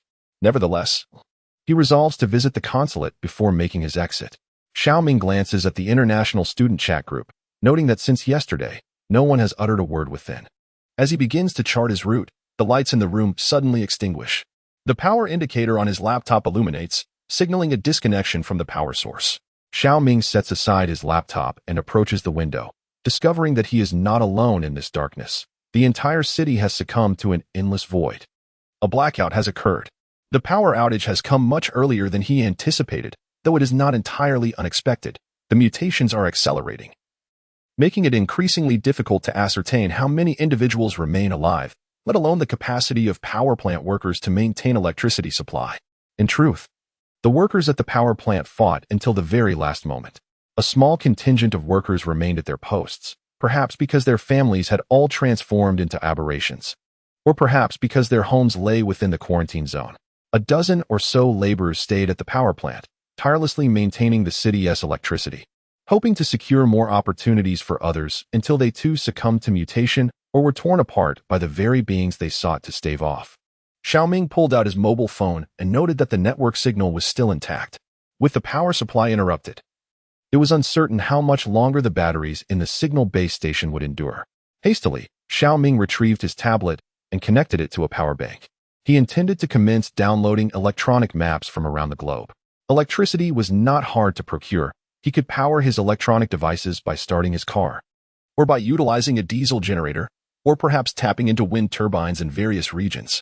Yet, with no one to maintain them, how long could the internet possibly endure? In addition to the maps, he scoured the web for survival guides, downloading volumes that covered not just basic water procurement and food sourcing, but also vehicle repairs, firearm maintenance, and an array of other topics. Previously, Li Long had downloaded a television series, and now Shao Ming proceeded to acquire several novels. He felt an immense sense of gratitude for having purchased a tablet, for it was finally proving its worth. However, for Shao Ming in the present moment, electricity had become an increasingly scarce resource. There remained several pressing concerns. Firstly, after the power outage, it was likely that electricity would not return. The frozen meats in the refrigerator would spoil, if not consumed within days. Secondly, there were no candles or similar emergency lighting tools in his home. The only flashlight he possessed was the one he had scavenged earlier that morning. Chapter 26. The apocalypse following the interruption of electrical supply. The city succumbed to an unprecedented darkness. Perhaps for centuries, or even millennia, this region had never experienced such profound obscurity during the night.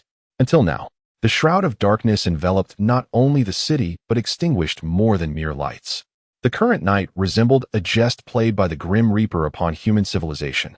As the mutated beings paused to sense the whispers of the wind and the rustling of grass around them, while the remaining survivors cowered in their homes, fervently praying for their own survival. In the United Kingdom, France, Germany, Russia, the United States, identical scenes unfolded across every nation on the globe. Astronauts aboard the International Space Station might observe this darkness as the curtain falling on human civilization, provided they had not been devoured by their mutated counterparts. Some leaders in various countries had received vaccinations prior to the pandemic 6 months ago, escaping infection, and now sought refuge in doomsday bunkers, clinging to life. A few governments and military forces still operated, establishing safe zones, rallying survivors, and striving to uphold the fragile remnants of societal order. In the distant Eastern superpower, despite the effective control of the previous infection, over 10 million had transformed into mutated beings. Although the situation had temporarily stabilized, it appeared to be spiraling towards chaos. Survivors who had not succumbed to becoming prey fled the cities, yearning to discover a sanctuary in places seldom trodden by humankind. If any nation had emerged intact, it might well be the enigmatic land in the northern part of the Korean peninsula. As a solitary player in the game of Earth, the pandemic had inflicted little harm upon him. Now, he was assembling an army, seizing the opportunity while the southern neighbors had succumbed to mutation. With the intention of unifying the peninsula, Shao Ming gazed out the window, the moonlight spilling across the desolate streets of the city, a wave of desolation washing over him. The ancients often spoke of the moon evoking nostalgia for one's homeland, and Shao Ming now comprehended this sentiment in its entirety. With the power out and hesitant to use any remaining electricity, he lay in bed, drifting into a hazy slumber. At the break of dawn, Shao Ming awoke naturally. A rare occurrence for him. Perhaps it was due to the fact that he had never retired this early during the days of his mobile phone. The sun had already risen, and upon glancing at his watch, he noted it was just past 7. Sleep eluded him now, and he rose to organize the supplies in his home. There remained a considerable stock of biscuits, enough to sustain him for a month if rationed carefully. All containers capable of holding water had been filled to the brim. The uncertainty of when the tap water might cease to flow loomed over him. Even if the water pressure remained stable for a month or two, without workers to maintain it, the water would soon become exceedingly foul. Fortunately, in England, rainwater would never be in short supply, rendering drinking water a trivial concern. The rain, devoid of industrial pollution, was still quite suitable for consumption. Shao Ming meticulously organized his ammunition. A G-36 rifle with 46 rounds and 2 magazines. A P-320 with 2 fully loaded magazines containing 30 rounds, plus an additional 58 rounds in the box. Li Long's baseball bat had been thoroughly cleaned, and a fruit knife remained available for use. Shao Ming selected a new book to serve as an arm guard, replacing the one that had been gnawed to shreds by the mutated beings. The notion that this object could entirely obstruct the maw of a mutant is nothing short of fanciful delusion. However, reflecting upon the myriad of zombie literature he had perused, along with the helicopter that belched smoke yesterday, Shao Ming realized that safeguarding against humanity's black market firearms was equally paramount. He extracted the walkie-talkie and fiddled with it for a while. Although it powered on, it only emitted static. Discarding the device to the side, he surveyed the neatly arranged pile of supplies before him. If he had no intentions of lingering, these provisions would suffice abundantly. Shao Ming meticulously packed away the food and water he could carry, along with ammunition, a tablet, and a power bank into his backpack. Once his bag was organized, he commenced plotting a route to the consulate. Utilizing the map he had discovered in a police car, he resolved to venture eastward in search of an escape. Following the main road eastward would not only lead him out of the quarantine zone, but also into an area with a greater number of residential buildings, potentially offering more exits. If Gary and his companions were to be believed, the route from the school to the park was no longer a viable option. Shao Ming decided to have breakfast first, intending to set off once the sun illuminated the surroundings a bit more. He had no desire to be ambushed by some lurking mutant. He retrieved 2 chicken fillets from the refrigerator and tossed them into a frying pan. Unless unforeseen circumstances arose, this would likely be his last meal within this modest apartment. The flavor of the frozen chicken fillets was hardly exquisite. Yet considering that in a few days he might not even have access to such fare, Shao Ming swallowed them down with a gulp of beer. As for the remaining beer, he had identified a commendable purpose for it. He would take a few with him to craft Molotov cocktails if the situation demanded. After taking his final bath in recent days, Shao Ming donned a clean sweatshirt and cargo pants, equipped himself with a tactical vest, slung a mountaineering backpack over his shoulders, and tucked a baseball bat behind him while securing a pistol at his waist. Grasping his rifle, he pushed open the door to his home. The sun had risen, casting its golden rays upon the desolate land. Chapter 27. Departure from the apartment. Stepping outside, Shao Ming resolved to exit the apartment from the first floor. The lifeless body of Li Long still lay atop the roof, a sight he could not bear to confront. However, as he descended to the second floor, a sudden crash emanated from the door on his left, followed by the chilling roar of a mutant. Shao Ming instinctively slowed his pace and crouched low as he continued his descent to the first floor. He stealthily made his way down, clearing the debris piled at the entrance. Peering cautiously over the top of the railing, he gazed outside. Fortunately, the recent roar had not attracted more mutants, and the street below appeared devoid of their presence, likely lured away by the helicopter that had passed the previous evening.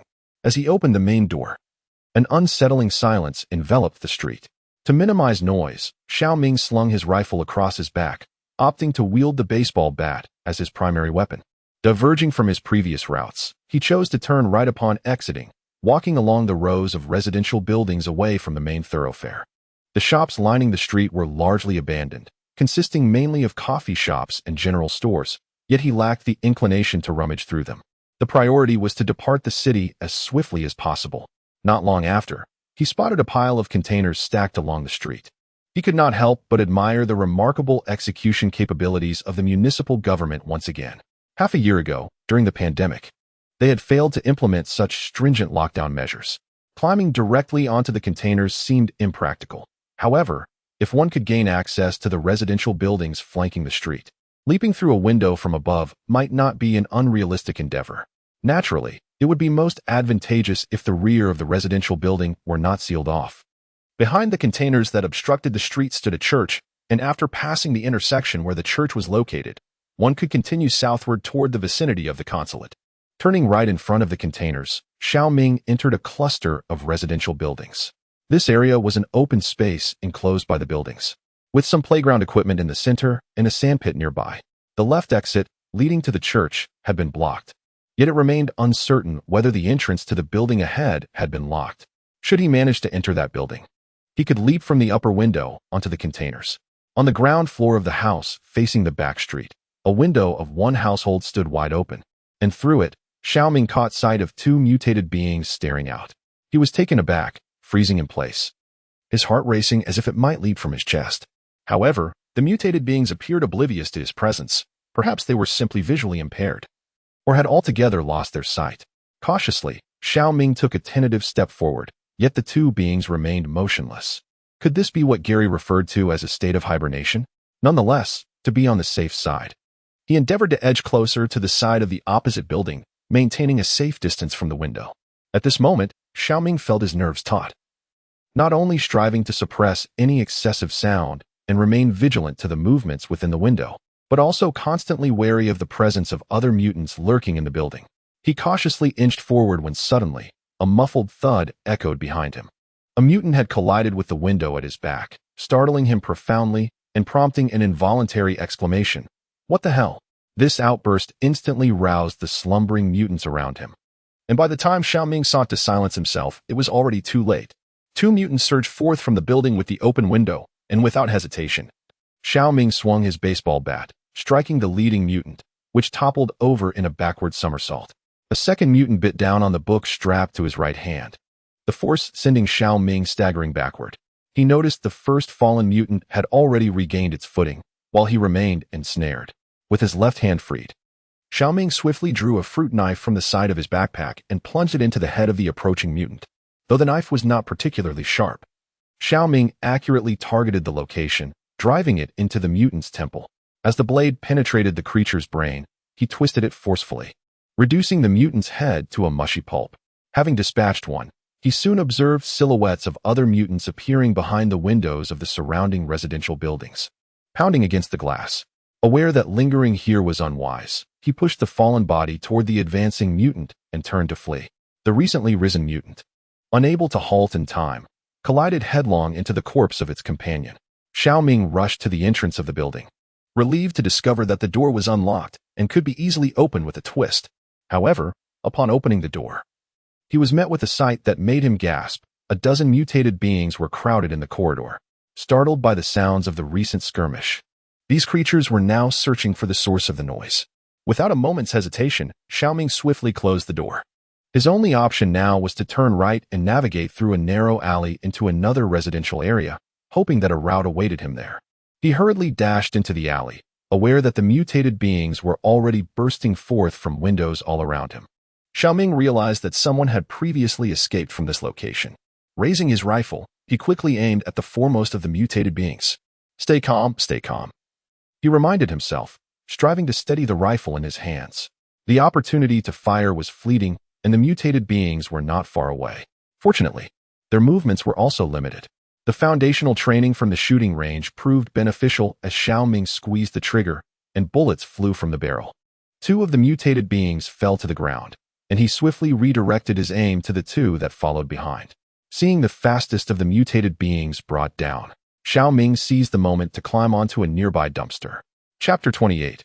Climbing over the quarantine wall before more mutated beings could surge forward. Shao Ming ascended the fire escape stairs. Some of the mutated beings had already begun attempting to scale the dumpster. He felt fortunate to have eliminated the initial few fully functional creatures. The ones emerging from the second and even third floors were either missing legs or arms. Although the police were not foolish enough to place the shipping container, serving as a barrier, directly beneath the window, it was still within a leap's reach. Approaching the second-floor window, Shao Ming kicked the glass, only to find that it merely trembled, shattering not as he had anticipated. Well, he thought, drawing the baseball bat from his back, if the mutants could force the window open, so could he. With the impact of the bat, the glass shattered entirely from the point of collision. Though urgency coursed through him, he could not afford to be reckless. Shards of glass remained along the frame, and he certainly did not wish to lose a piece of flesh in his passage. After swiftly clearing the jagged edges, Shao Ming clambered into the corridor of the second floor. Sounds of the mutants echoed from the rooms on either side as the doors rattled, threatening to unleash a horde at any moment. He sprinted towards the end of the corridor, where a window faced the street ahead. Upon reaching the window, he gazed out, only to realize the distance to the shipping container was still considerable, approximately 5 or 6 meters away. If he could gain entry into the adjacent room and leap from its window, that might present an opportunity. He attempted to twist the handle of the neighboring door, but it resisted his efforts. Raising his leg, he delivered a forceful kick, yet the door remained steadfast. Damn it, Shao Ming cursed inwardly. Wondering why his struggle for survival diverged from others, did not the doors in television dramas yield with a single kick? Shooting the lock was a similar notion. But one must consider whether the bullet could indeed splinter the lock, and the ricochet from such close range could prove fatal. Shao Ming's mind raced with fervent thoughts. As per usual protocol, the first floor's storage room typically housed the spare keys for the entire building. If he did not seek the keys there, his only alternative would be to scale the wall along the street, a decidedly impractical option. Thus, he hastened to the first floor. Within the room, the aberrations continued to pound relentlessly against the door. With each doorway he passed, he could hear the creatures growing increasingly fervent in their assault. He could only hope that the doors were sturdy enough to withstand the force of a few aberrations. The sensation was akin to running through the streets in a state of undress.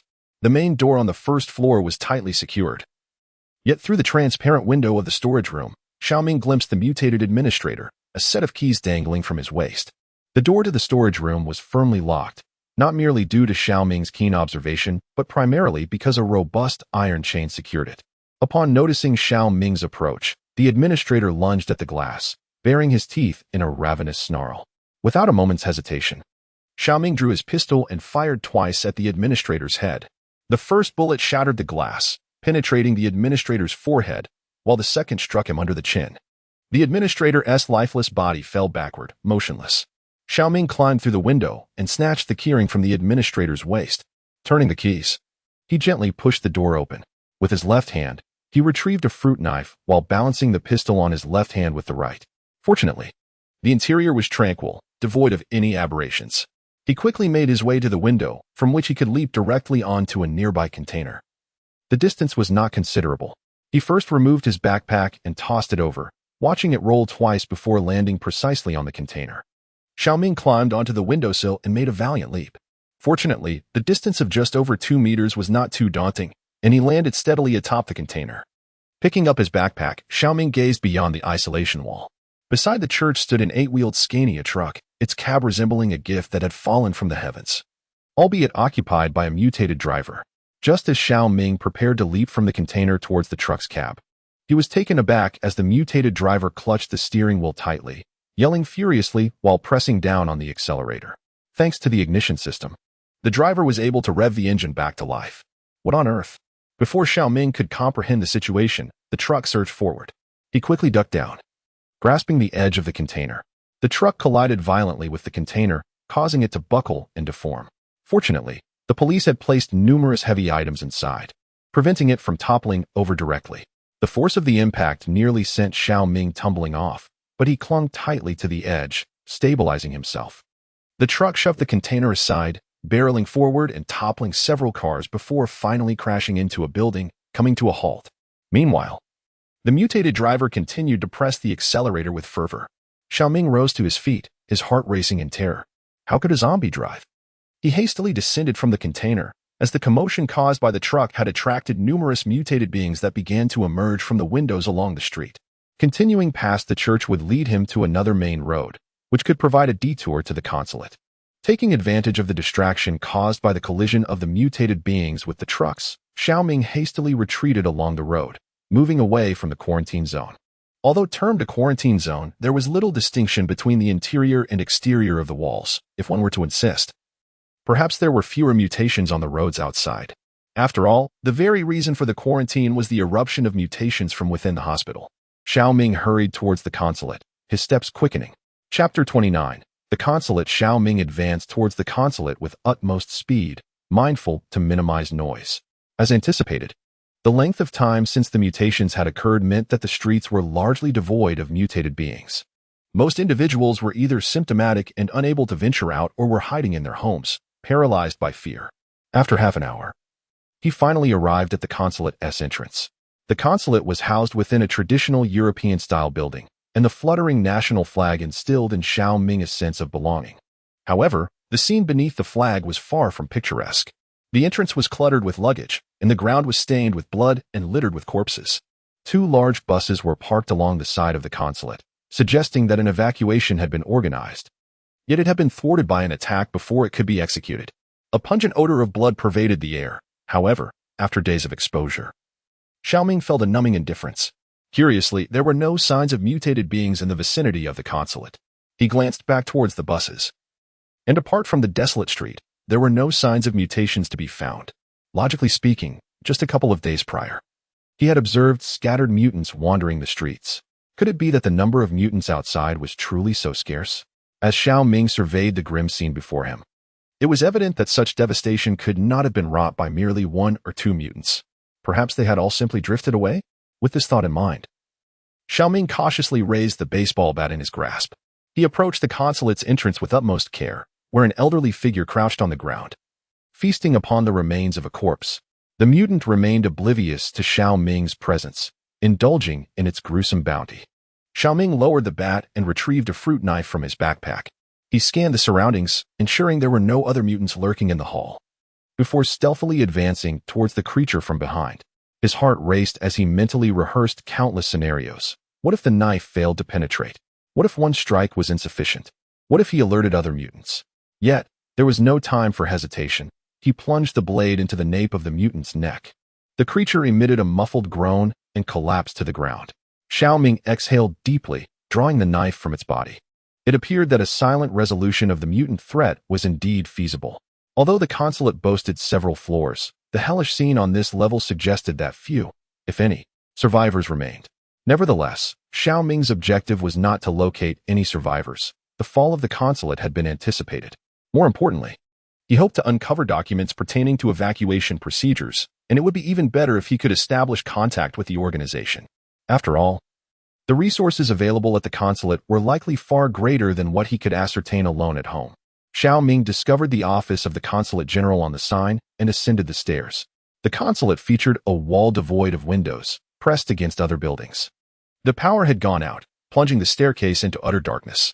Shao Ming retrieved his flashlight and switched it on. The staircase could hardly be described as eerie, but it certainly exuded an air of terror. He directed the beam upward through the gaps, finding no signs of mutated beings within the corridor. Ascending the staircase to the floor where the consul general's office was located, Shao Ming peered into the hallway, which lay shrouded in a deathly silence. Save for a room with its door ajar, smeared with a pool of blood, Shao Ming extinguished his flashlight and raised his baseball bat, cautiously approaching the doorway. As he neared 2 more rooms, he heard a commotion emanating from within. Halting his breath, he poised the bat for action. A mutated creature staggered out from the room. It had been in a dormant state, sated from its previous feast, but Shao Ming's footsteps had roused it. As the creature emerged, he swung his bat with precision, striking it down. The creature fell to the ground, unable to utter a cry before Shao Ming delivered a second blow. Within moments, the creature lay still, devoid of life. Inside the consulate office, a lifeless body sprawled across the floor, reduced to a mere skeleton and a heap of mangled flesh, the remnants of which had been consumed by the mutated being. Shao Ming picked up a nameplate from the pile of gore, which boldly bore the name Consul Wang Wenhua. Approaching Wang's desk, he rummaged through the documents scattered across its surface, and there, prominently placed on the right side of the desk, lay a registry. Shao Ming opened the registry, which contained the contact numbers of fellow compatriots residing in Manchester. A significant portion of the entries had been crossed out, leaving him to wonder whether those individuals had evacuated or met with misfortune. Flipping through a couple of pages, he found his own number alongside Li Long's. The thought that Li Long had now become a lifeless body lying on the rooftop brought forth a haunting image of his gaze in those final moments. Shao Ming quickly shook his head, preferring to confront the gruesome scene below. Seated in the office, Shao Ming began to call each number listed in the registry. It had been less than 24 hours since the power outage, and if fortune favored him, most of the base stations should still be operational. However, after several attempts, he encountered either switched-off phones or unanswered calls, leading him to doubt whether he was squandering his phone's precious battery. Yet, a glimmer of hope remained in his heart. The registry contained dozens of pages with thousands of numbers, and he could not bring himself to believe that all these individuals had perished. He longed to find at least one compatriot in this foreign land amidst the apocalypse. Shao Ming dialed the next number, only to be startled as the ringtone emanated from the very mutated creature he had just defeated. Well then, he proceeded to call another number. After nearly exhausting his options with dozens of unanswered calls, Shao Ming resolved to make a few more attempts, accepting that if he could not locate any survivors, it would simply be his fate. After all, though time was his most abundant resource at the moment, his phone's battery would not endure indefinitely. If it died, his connection to home would be irrevocably severed. 1, 2, 3. Shao Ming continued dialing, and just as he was about to surrender, one call unexpectedly connected. Chapter 02. Evacuation Operations. Wang Wenhua had already made hundreds of phone calls in his office, yet he still had countless emails awaiting his attention. The room was cluttered with various documents and files, starkly contrasting with the meticulously trimmed green plants adorning his windowsill. Yes, this is Wang Wenhua. Please ensure that the aircraft is prepared. All right, thank you.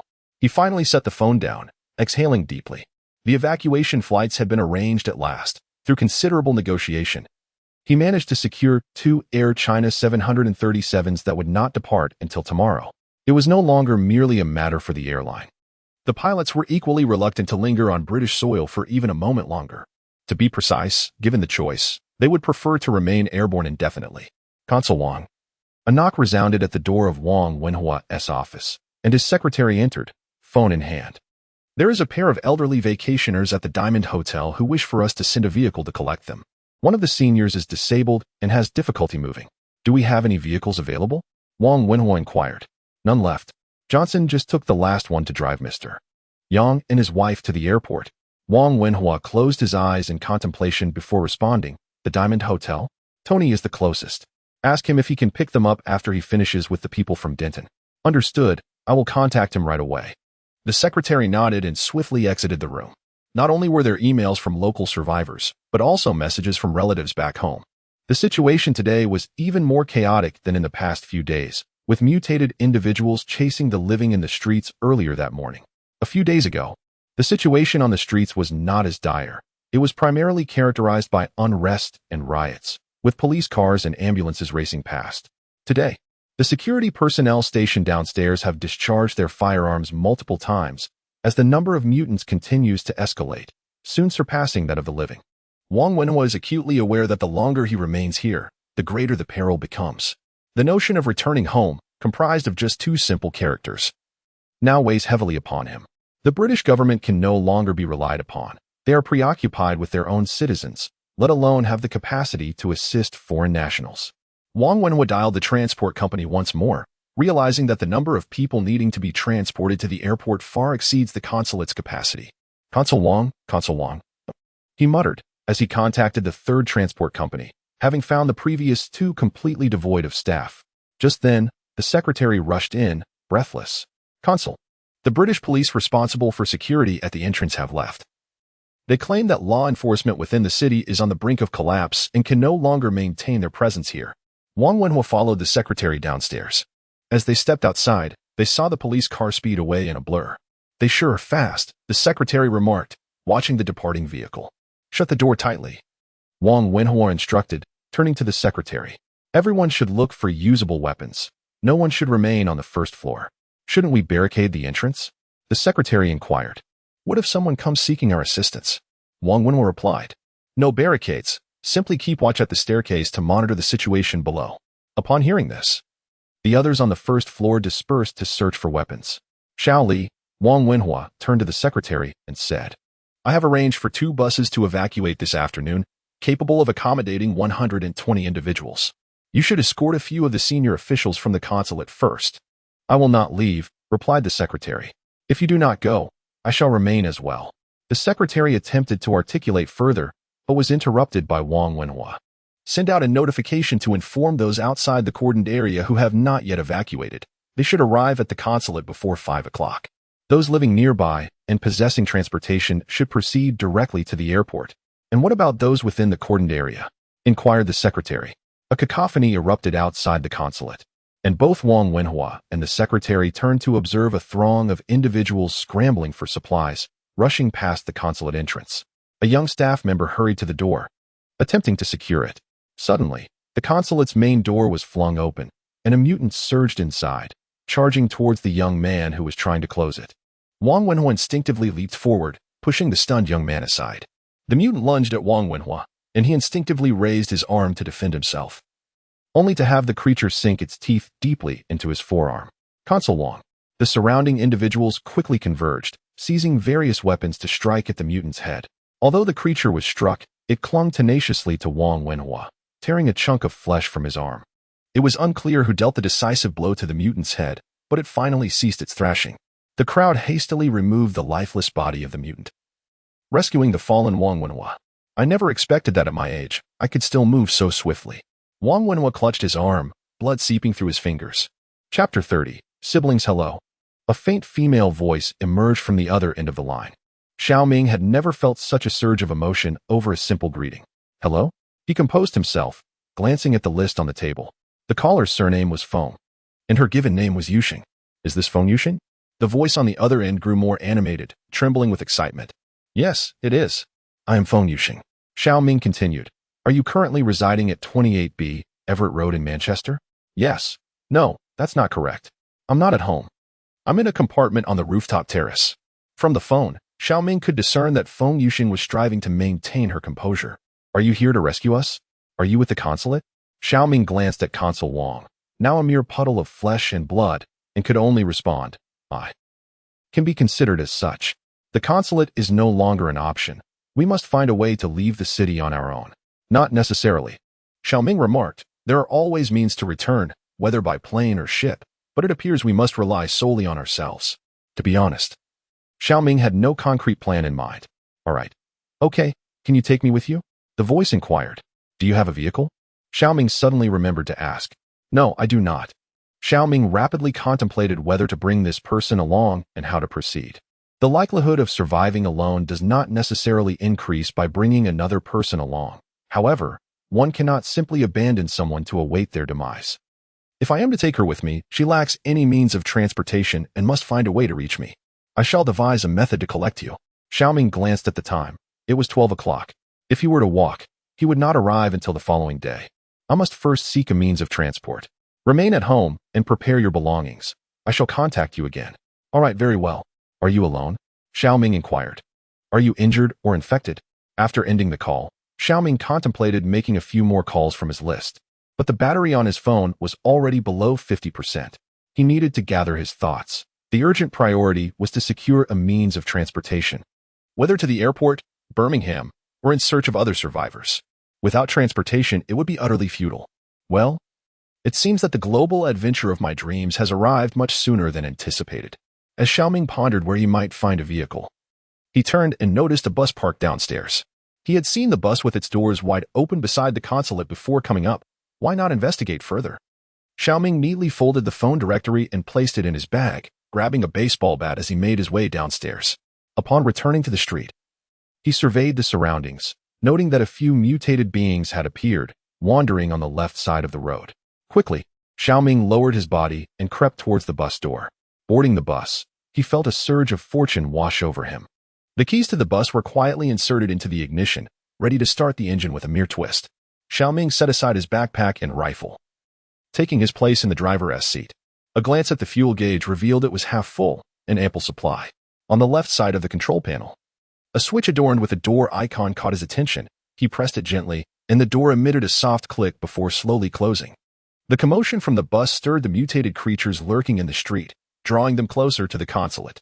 Shao Ming turned the key, lingering for a moment. Yet the engine remained unresponsive. As he contemplated the bus, a mutated being began to rise from a seat at the rear. This creature, its legs broken and bones protruding from its hand, limped towards the front of the vehicle. Despite its injuries, the creature moved sluggishly. Shao Ming rose, retrieving a fruit knife, and approached the abomination, plunging the blade into its chin. The knife pierced through its skull, causing it to collapse lifelessly onto the ground. Withdrawing the knife, he scanned the interior of the bus, confirming the absence of any other mutated beings. This minor incident left Shao Ming unscathed. Yet several creatures charged towards the vehicle from outside. With a resounding thud, one slammed against the windshield. A total of 6 enraged mutants surrounded the front, furiously pounding on the windows, eager to tear Shao Ming apart. He pressed the clutch and shifted into first gear, but as he attempted to accelerate, the engine stalled. In his haste, he had released the clutch too quickly, extinguishing the engine entirely. Shao Ming was on the verge of cursing. The mutants were right before his eyes, nearly separated by a sheet of glass. Chapter 31. The Joy of Driving. At last, Shao Ming successfully engaged the first gear and pressed the accelerator, sending the 2 mutants in front of the vehicle tumbling beneath it. Although he had never driven such a large vehicle before, the current circumstances rendered traffic regulations and potential collisions irrelevant. All that mattered was to escape. The bus made a right turn and merged onto the main road. While steering with one hand, Shao Ming retrieved his phone and searched for Unit B, 28, Everett Road. Given the absence of traffic and red lights, he could reach his destination in a mere 10 minutes, as the road conditions were remarkably favorable.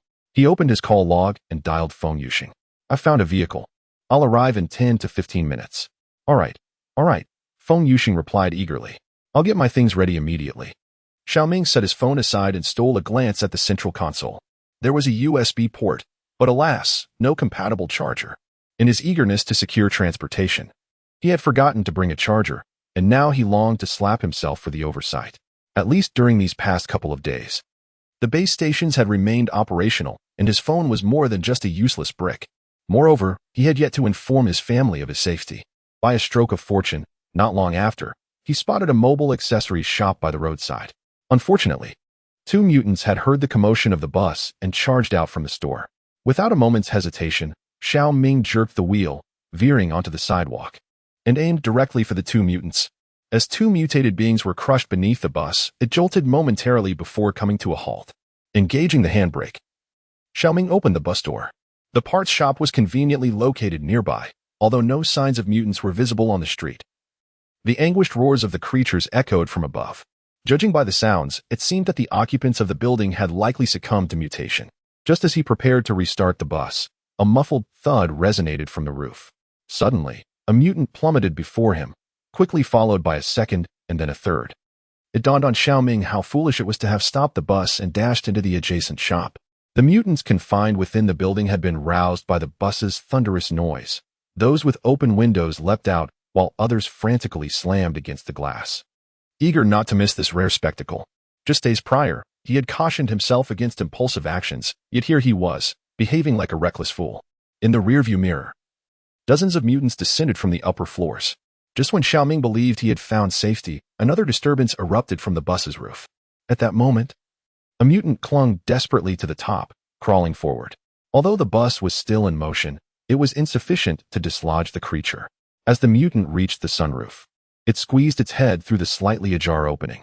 In a frantic response, he drew his handgun, attempting to steady the steering wheel while firing backwards. The awkward position made it difficult for Shao Ming to manage the recoil of the weapon, not to mention navigating the narrow street outside the bus. After a series of gunshots, Shao Ming decisively slammed the brakes, bringing the bus to a halt in the middle of an intersection. The momentum inadvertently aided the mutant, allowing it to squeeze through the window. The creature fell heavily to the ground, and before it could rise, Shao Ming had already dispatched it with a bullet. Having neutralized the threat atop the vehicle, Shao Ming promptly resumed driving, nearing the location of Feng Yuxian. The navigation system finally indicated their arrival, prompting Shao Ming to stop the vehicle and retrieve his phone. Before he could place a call, a young woman emerged from a nearby building. This must be Feng Yuxian. She appeared to be in her 20s, sporting a high ponytail that suggested she was astute and capable, far from the delicate type. As she opened the car door, Feng Yuxian hurriedly entered, breathless. Yet, before she could catch her breath, her gaze fell upon the two corpses on the floor. "If you feel nauseous," Shao Ming remarked. It's all right, Feng Yuxian reassured, patting her chest as she set her backpack down on the adjacent seat. "I've taken out a few myself." Shao Ming closed the door and reset the navigation destination to Manchester Airport before driving off again. "Thank you," Feng Yuxian said. "I don't even know your name." "Oh, thank you," she continued as she settled into her seat. "Are there no other survivors?" Shao Ming shifted the backpack to the side and replied, "Speaking of which, there's a contact list in the bag that I obtained from the consulate. You might want to try reaching out to others while there's still a signal." "Sure, I shall give it a try." Feng Yuxian took the backpack and retrieved the list. She noticed the vest worn by Shao Ming and inquired, "Are you a police officer? Can a police officer speak Chinese so fluently?" Shao Ming found the question somewhat amusing, responding, "I am an international student from the University of Manchester." He swerved around two small cars that were jammed in the middle of the road, accelerating once more. A mutant was struck and sent flying, leaving only a smear of blood on the windshield. Shao Ming activated the windshield wipers to clear the glass. "I was ill for about half a month, lying in bed. Just as I recovered, the world transformed into this." Upon hearing about his illness, Shao Ming immediately furrowed his brow, growing wary. Chapter 32. The Tide of Corpses. Rheumatism? This was the first thought that crossed Shao Ming's mind. That must be quite painful. He glanced at the rearview mirror and remarked, "It's not too bad." The two engaged in a casual conversation in the car. Feng Yuxian's demeanor was markedly different from that during their phone call. Shao Ming had anticipated she would be more flustered, yet the atmosphere in the vehicle resembled that of two fellow villagers embarking on a spring outing. To the right, there stood a sizable hospital, but the ground floor was completely sealed off, obscuring any view of the interior. However, it was unnecessary to see. The thunderous roars emanating from within as the bus passed were enough to convey the grim reality. Shao Ming pressed down on the accelerator, eager to escape the area. As the bus turned onto the urban expressway, various vehicles were scattered along the main road. But as they approached the airport, the number of cars increased significantly. 2 kilometers from the airport, near an overpass, Shao Ming beheld a multitude of vehicles ensnared in traffic heading towards the airport. He halted the bus on the elevated road and gazed ahead. The thoroughfare leading from the city to the airport was choked with cars.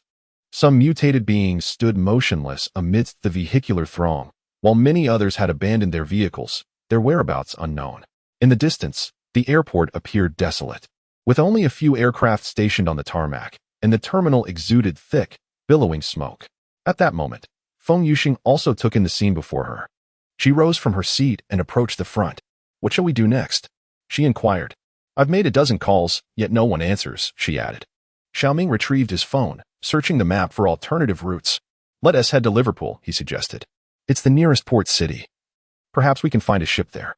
After a moment of contemplation, Feng Yuxing replied, "Let us give it a try." The bus remained stationary on the overpass. With no mutated beings in sight, Shao Ming decided to take a brief respite and send a message to his family. It was now 3 in the afternoon, and he had not eaten since leaving home. He pulled out 2 bags of biscuits from his backpack and offered one to Feng Yuxing. She accepted the biscuits and, from her own bag, produced a piece of beef jerky to hand to Shao Ming. "Thank you," she said. "Enjoy this, it's one of my favorites. And I have plenty more." "Thanks," Shao Ming replied, taking the jerky and stepping outside to call his family. "The condition of my family remains quite satisfactory. Although there are numerous mutations in the vicinity, the fundamental social order continues to function, aside from 1 or 2 cities that have been entirely overtaken by these aberrations. Other areas remain relatively secure." As I was speaking with my parents on the phone, the connection abruptly faltered, and I watched helplessly as the signal vanished. How could this happen at such a critical moment?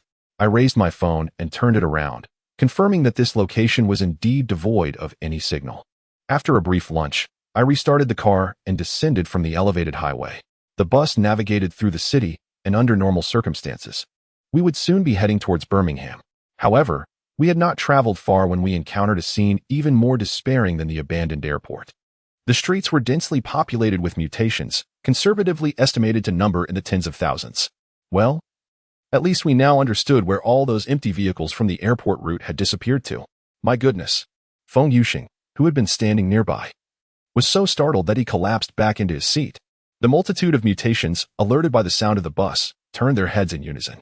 I jerked the steering wheel, but it was already too late. The mutations surged towards us like a relentless tide from the end of the street, forcing me to deviate from the navigational route. To make matters worse, the cacophony of tens of thousands of mutations was deafening, their cries summoning even more aberrations. Those mutations lining the road rushed out from the buildings, and I collided with several of them, realizing that the bus's bumper had been dislodged in the process. From the upper floor to the left, a horde of mutated beings surged downwards. In a frantic attempt to evade them, Shao Ming swiftly veered right onto the sidewalk. The bus barreled forward, recklessly colliding with various debris scattered along the path. As the vehicle scraped against the walls of adjacent buildings, it produced a shower of sparks. Glancing through the remaining rearview mirror, he could see the relentless swarm of mutants tailing closely behind, even pushing aside several parked cars in their pursuit. Though they were now distanced from the bus, Shao Ming accelerated once more, navigating through a series of sharp turns, seemingly managing to shake off the mutants. After all, no matter how swift the creatures were, they could not outpace the wheels of a vehicle. Both he and his companion exhaled in relief. The bus provided a means to swiftly evade the encroaching tide of corpses. However, the bus collided heavily with an abandoned sedan, jolting Shao Ming back to reality as he frantically turned the steering wheel, sending the bus uncontrollably towards a nearby square. He slammed on the brakes, bringing the bus to a halt in the center of the square. To his dismay, as soon as the vehicle came to a stop, it sputtered and emitted a plume of white smoke from the rear engine. Turning the key, the bus let out a groan before falling silent. "The bus is broken," Shao Ming lamented. Feng Yuxing, however, did not respond. She merely patted Shao Ming on the shoulder, for she had spotted several mutants charging towards them. Chapter 33. The airport. Shao Ming turned his head, about to inquire what was amiss with Feng Yuxing, when he noticed several mutated beings rushing towards them from a distance. "Don't just stand there. Let's go," he urged, quickly rising to his feet and shouldering his backpack. Observing that Feng Yuxing appeared unarmed, he handed her the handgun from his waist. "Take this." Feng Yuxing extracted a kitchen knife from his bag, declaring that he was unskilled in the use of firearms. "With zombies charging at me, pulling the trigger is all that is required," Shao Ming remarked as he swung open the car door and leapt out. Observing the 5 or 6 mutated creatures hurtling towards them, along with a greater horde emerging from the distant buildings, Shao Ming continued, "A mere kitchen knife will not suffice." The leading mutants were now less than 100 meters away, prompting Shao Ming to raise his rifle and squeeze the trigger. Hitting the advancing mutants posed little challenge, and soon they were all dispatched. As Shao Ming aimed to shoot at the more distant creatures, Feng Yuxian urgently patted him, exclaiming, "We must flee. More will come soon." Shao Ming glanced at the distant sound of the approaching horde and nodded, running backward alongside Feng Yuxian. Just beyond the road lay Terminal 3 of Manchester Airport, seemingly a refuge as all the mutants were concentrated in the outer horde, leaving the airport relatively unscathed. Upon reaching the vicinity of the terminal, they noted numerous vehicles parked in the lot, along with scattered luggage, remnants of the throngs that had rushed to the airport days prior.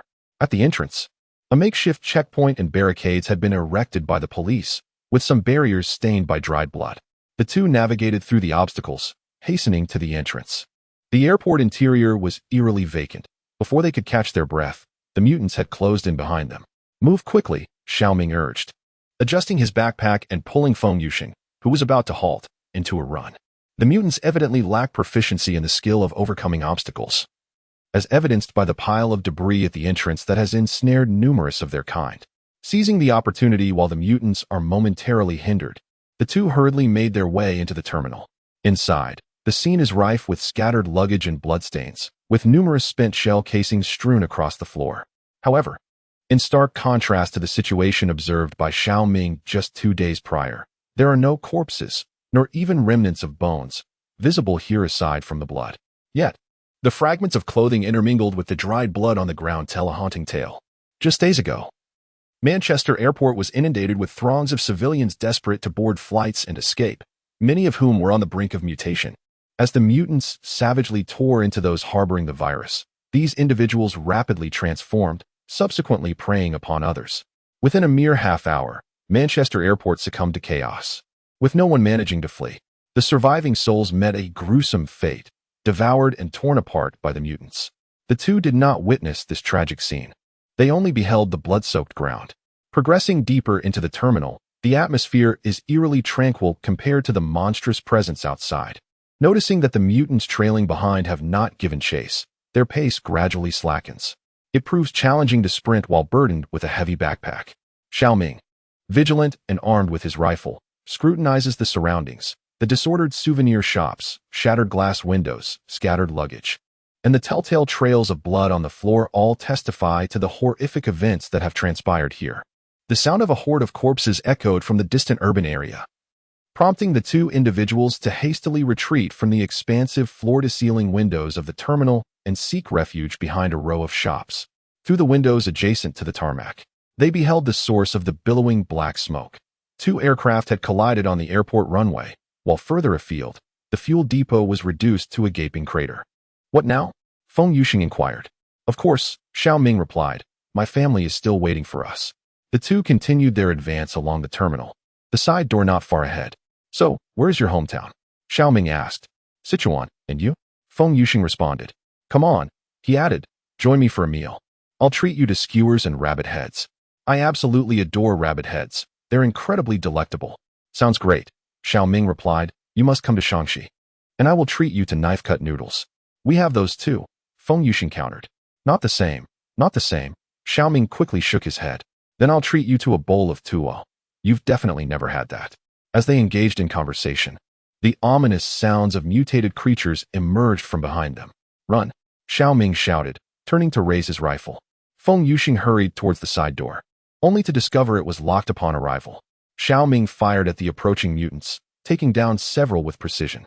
"What is the situation?" he called out while retreating. "It's locked. I can't open it," Feng Yuxian exclaimed, anxiously tugging at the door handle. However, a chain secured the door, rendering it impossible for a mere girl to budge. "Break the door down," Shao Ming addressed Feng Yuxian, urging. "Use the handgun." Feng Yuxian swiftly raised the pistol, closed her eyes, and aimed at the glass door before pulling the trigger. As the bullet traversed, numerous cracks appeared on the glass door. Shao Ming dispatched 2 more mutants. Yet a dozen others were rapidly advancing. Feng Yuxian delivered a kick, shattering the lower half of the glass door into a cascade of shards. "Hurry," she shouted to Shao Ming. Chapter 34. The airport terminal. The two dashed through the glass door toward the tarmac. Since Feng Yuxian had only fragmented the lower portion of the door, the pursuing mutants collided headlong into the upper section. To the right of the tarmac stood Terminal T2, from which the duo had just escaped T1, connected to T3. As they intended to sprint toward Terminal T2, Several mutants clad in ground crew uniforms charged at them from the garage below T2. In a flurry, they redirected their course toward the space between the two terminals, where the only obstacles ahead were two fuel tanks and a locked small building, flanked by the airport's towering walls. After a series of missed shots, Shao Ming finally felled one mutant, but at that moment, the remaining mutants that had been pursuing them emerged from Terminal T1, barreling toward the pair. "Run!" Feng Yuxing cried out as she noticed Shao Ming hesitating. Shao Ming stowed his rifle, lamenting that had he foreseen such a day, he might have invested more time at the shooting range. The airport's perimeter wall loomed approximately 2 stories high, with the exception of a 2-meter gap at the base. The remainder was composed of barbed wire riddled with gaps. The two individuals hurried to the edge of the wall, where Shao Ming noticed that the concrete base was sufficiently wide to accommodate a foot. "Can you climb the wall?" he inquired. He crouched down, allowing Feng Yuxing to step onto his shoulders to reach the barbed wire above. Standing at a height of 185 centimeters, he believed he could easily grasp the wire with a jump, but Feng Yuxing, at 160 centimeters, could not. The mutated creatures were still at a distance, yet they had a mere 30 seconds before they closed in. Feng Yuxing stepped onto Shao Ming's shoulders and seized the barbed wire, while Shao Ming exerted himself to lift her onto the wall. Without uttering much, Feng Yuxing began to climb the wire. The nearest mutant was already nearing the wall's edge. Yet Shao Ming felt confident in his ability to handle the situation. He pulled the trigger, taking down several mutants in succession, clearing a space for himself. Taking 2 steps forward, he turned and sprinted up the wall, grasping the barbed wire.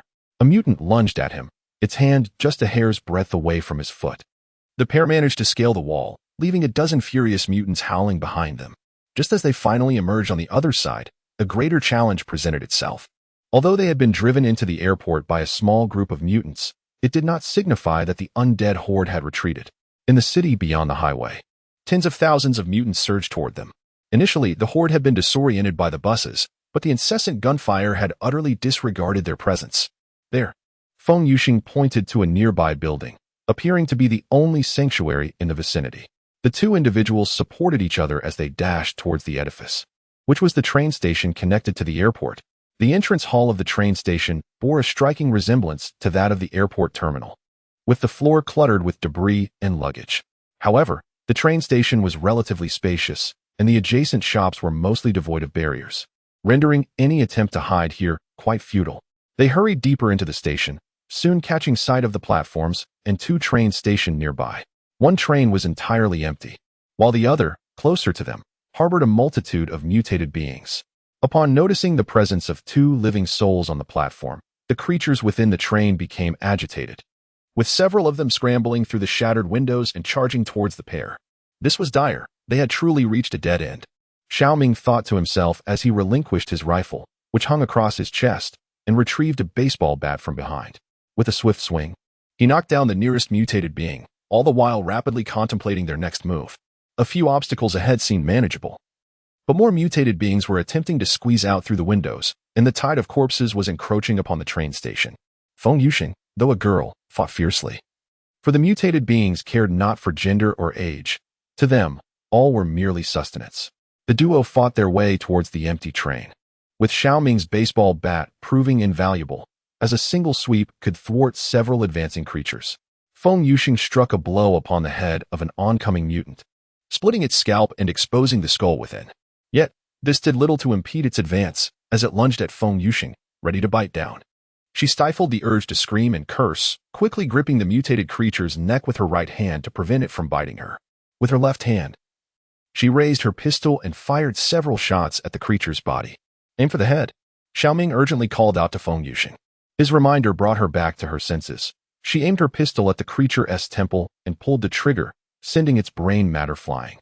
Although the gunshot saved Feng Yuxing's life, the sharp sound provided the horde of corpses with an exact location, and they swiftly surged toward the train station. Shao Ming turned to see numerous mutated beings rushing down the train tracks. The two finally reached the side of an empty train, where Shao Ming swung a baseball bat to shatter the window, shoving the still-dazed Feng Yuxing inside. She was nearly thrown into the train. As the mutated creatures charged towards them, Shao Ming raised his rifle and, with little time to aim, fired at the nearest creature. Fortunately, luck was on his side. He managed to take down 2 of the approaching mutants, granting him precious moments to leap into the carriage. The pair dashed along the train carriage, distancing themselves from the shattered window at the rear. The inner-city train was not particularly long, and they quickly reached the cockpit, locking the door behind them. Shao Ming removed the magazine and tucked it into his vest, then retrieved another magazine to load into his gun. Hundreds of mutated creatures belonging to the Horde burst into the train station, violently battering the train. The two could only huddle beneath the control panel, frozen in place, praying that the Horde would not detect their presence. Chapter 35. Drones. An increasing number of mutants surged forward, blindly searching around the train and the nearby station. Some even ventured into the carriages, yet they failed to locate the two individuals concealed within the cabin.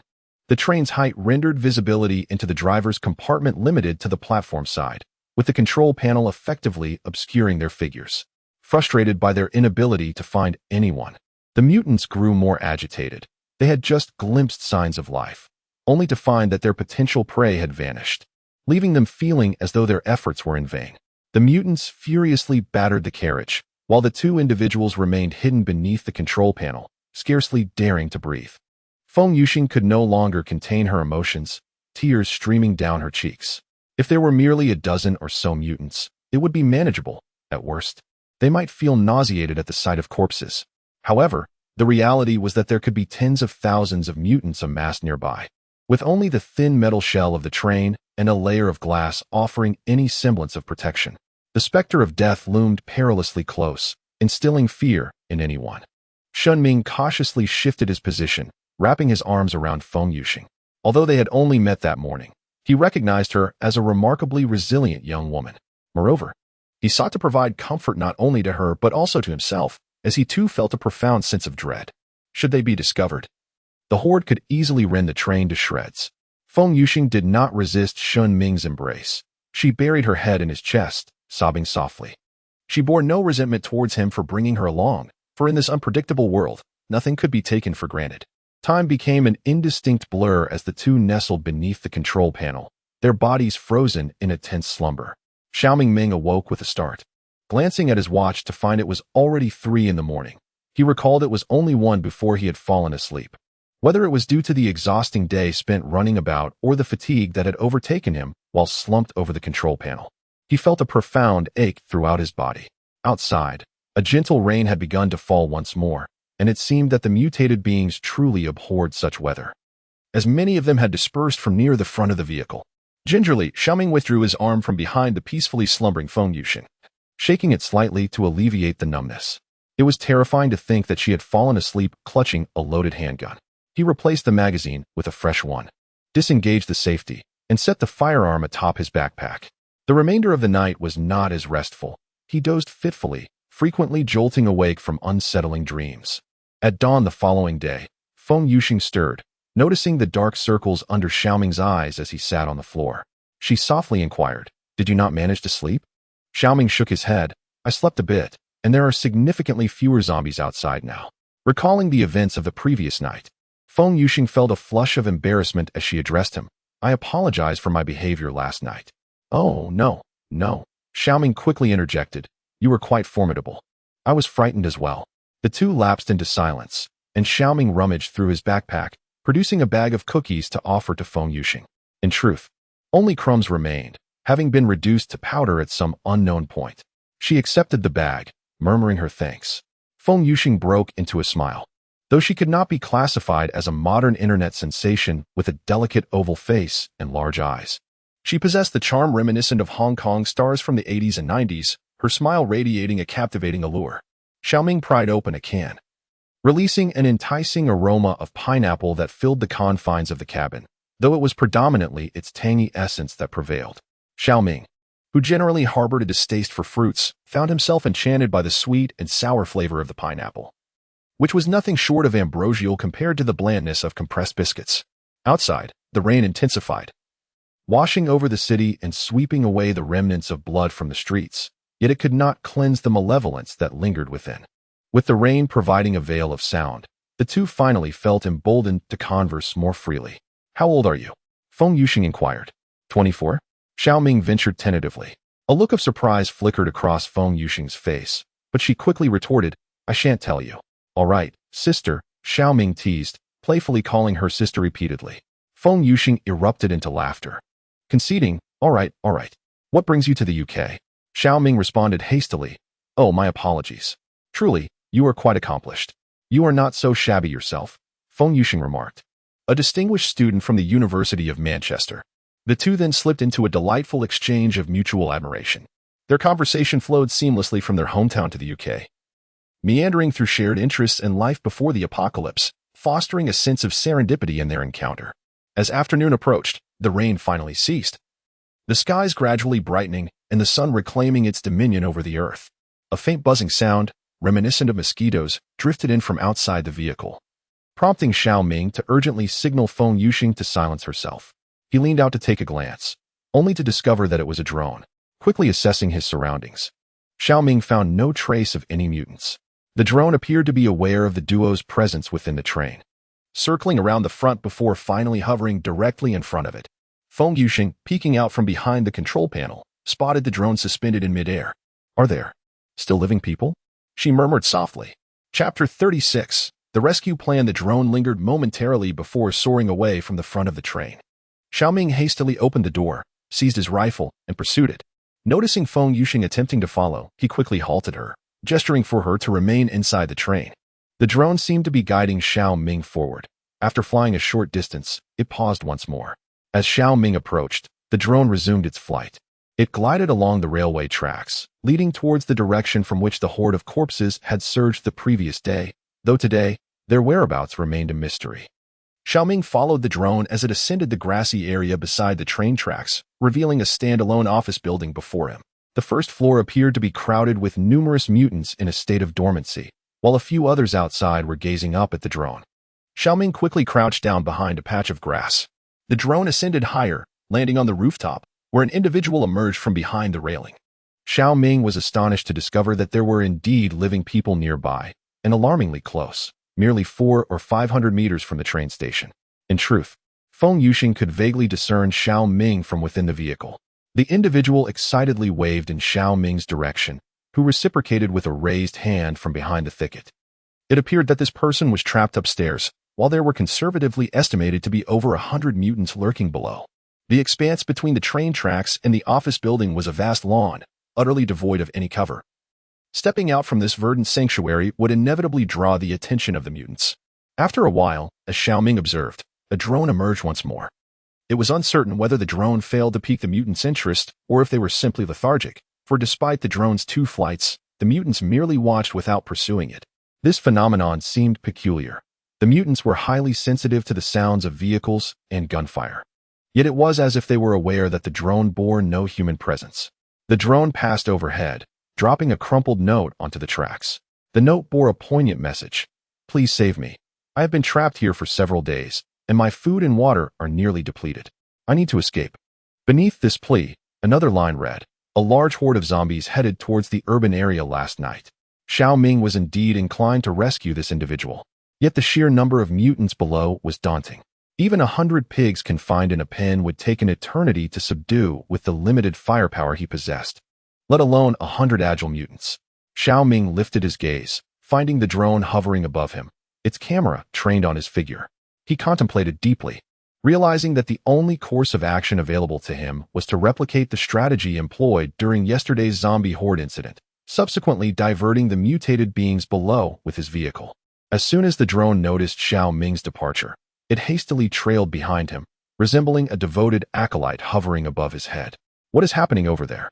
Feng Yuxing inquired, handing Shao Ming a bottle of water. There is someone trapped on the rooftop, Shao Ming replied, twisting the cap off and taking a sip from the dwindling supply. The drone was deployed by him.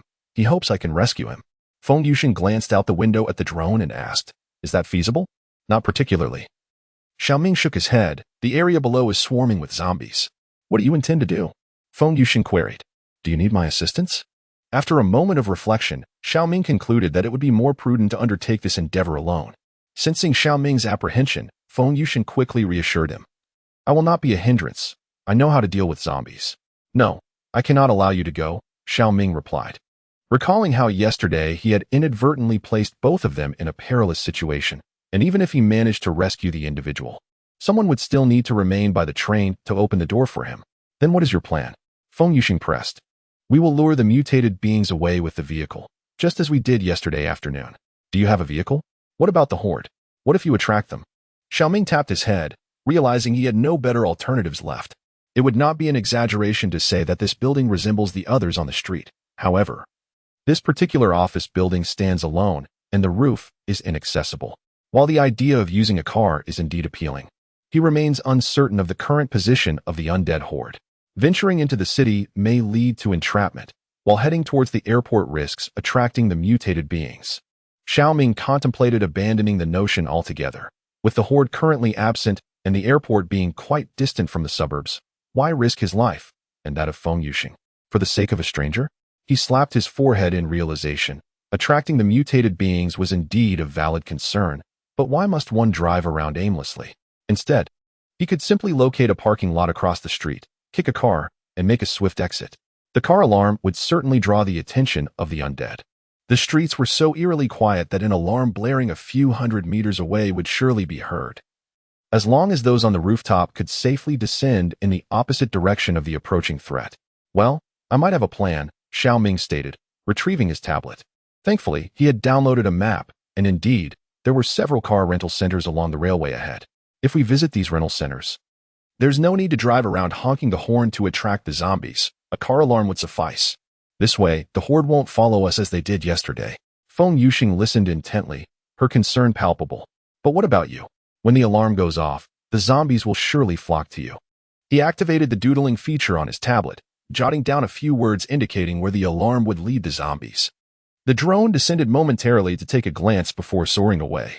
Chapter 37. Railway engineer Shao Ming picked up a nearby pistol, disengaged the safety, and handed it to Feng Yuxing. He then retrieved a magazine from the pouch and placed it upon the control panel. Are you certain? Feng Yuxing inquired one last time. She refrained from further comment. Having observed Shao Ming's resolute decision, she chose not to dissuade him.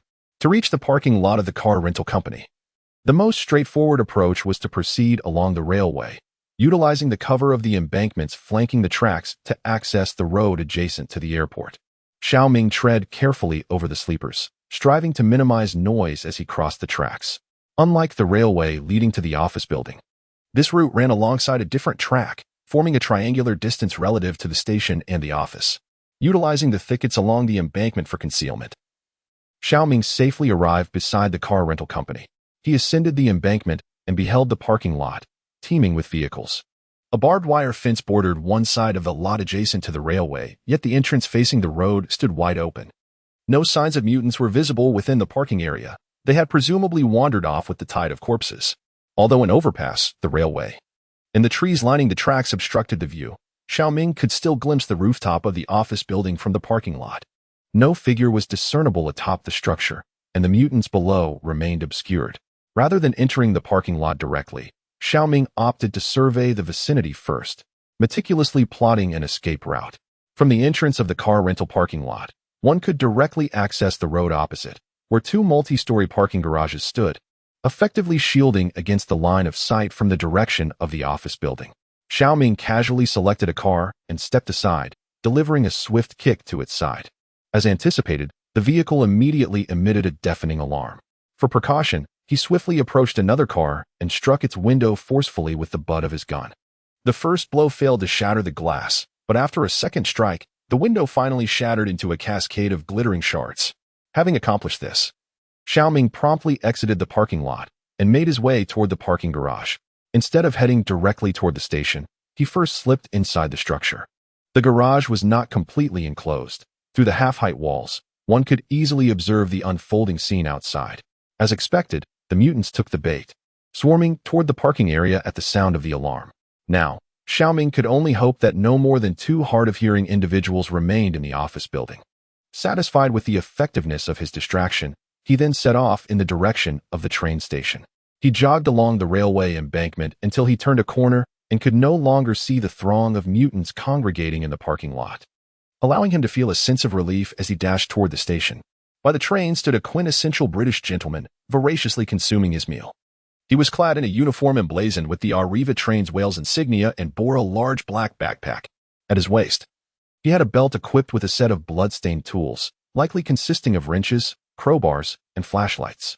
Feng Yuxing stood nearby, and upon seeing Shao Ming return safely, The tension etched on his face finally eased.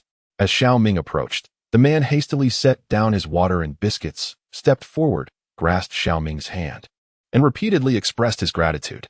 "Thank you so much. I've been stranded on the rooftop for nearly a week, surviving solely on 2 bags of chips and rainwater." "It's a mere trifle," Shao Ming remarked, "but we must depart from here. The zombies, disturbed from their slumber, will undoubtedly roam about." Upon hearing Shao Ming's intention to leave, the man promptly suggested, "We can take the train." "A train?" Shao Ming glanced at Feng Yuxing, who was scanning her surroundings with her wide eyes, seemingly searching for something. First checking if there were any mutated beings at the end of the tracks, then observing the peculiar items clinging to the person they had just rescued. Indeed, a train could be a viable option. It is swift and offers greater safety compared to a car when confronted with attacks from mutations. "Can you operate a train?" Shao Ming inquired. "Of course, I can," the man replied, puffing out his chest and tapping his badge proudly. "I am a railway engineer." Although Shao Ming wished to ask further, he was unsure about the exact duties of a railway engineer, yet it surely differed from that of a train driver. The man, sensing the unasked question, sheepishly admitted, "While I have never actually driven one, I have handled the real deal and played numerous train simulation games." Shao Ming and Feng Yuxing exchanged glances, both harboring a significant question mark in their minds. "Let us move quickly," the man urged, stuffing the last bit of biscuit into his mouth and taking a large gulp of water. "There is a Type 43 train on the platform that hasn't yet departed. If all goes well, the keys should be inside." With that, he turned and made his way towards the platform. It seems he has been plotting this for quite some time. "This person is rather peculiar," Feng Yuxing whispered softly to Shao Ming in Chinese. "Ah," Shao Ming hurriedly replied. "I still do not know your name." Following Lambert to the other side of the platform, they beheld the classic 43 model train, and Shao Ming felt a sense of familiarity, as if he had seen it somewhere before. Lambert ascended the platform, pulled open the door, and slipped inside. "Excellent, splendid," Lambert exclaimed excitedly to the two. "I knew it. I saw the train driver dash out from inside that day, and lo and behold, the key is indeed here." "Could you keep your voice down?" Shao Ming remarked. "Is this person still unafraid of being surrounded by over 100 mutants?" As Shao Ming scanned the distance, he unexpectedly locked eyes with a mutant. The creature let out a piercing howl, and soon, more and more mutants charged from afar. "You had better get this contraption moving quickly," Shao Ming urged, raising the rifle he held. Chapter 38. The long whistle of the steam engine. The mutants rushed toward the train station, and Shao Ming was perplexed as to why some mutants attracted their companions while others did not. However, it was evident that this was not the matter he should dwell upon at present. Crouching down, he firmly pressed the butt of his gun against his shoulder, steadied his breath, and aimed at the head of the leading mutant. Several mutants fell, their skulls pierced by bullets, collapsing to the ground. Behind him, Feng Yuxing was not merely a passive observer. Although she was unskilled with firearms, she was prepared with a knife in hand, ready to watch Shao Ming's back. As Shao Ming observed the railway engineer beside him, he couldn't help but ponder whether he was merely an enthusiast, fulfilling his dream of operating a rail train amidst this apocalyptic scenario. With the number of mutants increasing alarmingly, Shao Ming urgently shouted, "Are you even capable of doing this?" The train powered up, its lights flickering to life. Lambert exuberantly exclaimed, "It's working. It's working. Hurry, get inside." Shao Ming called out to Feng Yuxing. The two swiftly leaped into the carriage and secured the door. Lambert adeptly maneuvered a control lever, subsequently releasing the brakes, and pushed another lever forward. Remarkably, the train began to move, slowly inching forward. The mutants rushed toward the front, but before they could steady themselves, they were mercilessly crushed into a gruesome pulp. The Type 43 train featured a wedge-shaped nose, resembling a platform specifically designed to engulf the mutants. Lambert, however, did not hasten to accelerate. Instead, he allowed the train to trample over the mutants at a deliberate pace. Thanks to the train's design, only minimal blood splatter reached the windshield. Shao Ming turned his head to see Feng Yuxing seated in the co-pilot's seat. He inquired in Chinese, "What's wrong? Why are you so quiet?" Feng Yuxing offered a faint smile, glancing at Lambert standing nearby, and replied, "It's just that there's nothing much to say right now." "All right then," he responded. As the number of mutants in front of the train gradually diminished, Lambert began to increase the speed. "I have a question," Shao Ming asked. "Where does this railway lead?" Lambert pondered for a moment and remarked, "Logically, this route runs from Manchester to Birmingham." "Birmingham," Shao Ming interjected, "but we intend to go to Liverpool." "What do you plan to do in Liverpool?" Lambert inquired. From what I understand, Liverpool fell before Manchester. Feng Yuxing chimed in. We are looking for a ship. Oh, my apologies, Lambert continued. Do you possess any nautical experience? Both Shao Ming and Feng Yuxing shook their heads in unison. Goodness, Lambert exclaimed. You Chinese are quite the adventurers. Do you know how to navigate the seas? Can you chart a course? What will you do in the event of a storm? Observing their expressions, Lambert realized they were utterly clueless. They were completely at a loss. The train rounded a bend, and the view outside revealed no signs of habitation. Do you have any suggestions? Shao Ming asked. The China-Europe Railway Express? Shao Ming seemed to have an epiphany, wondering why he had not considered this before. Trains are safer and faster than cars. However, there are still numerous, challenges, Lambert continued. For instance, you need to know where to change tracks to avoid going astray. Additionally, the gauge of the tracks in Russia differs from that in Europe, necessitating some adjustments to the train. Of course, you will also need a train driver. Would you care to accompany us to China? Shao Ming inquired. May I ask about your family? I am an orphan, Lambert declared. Therefore, I have no family.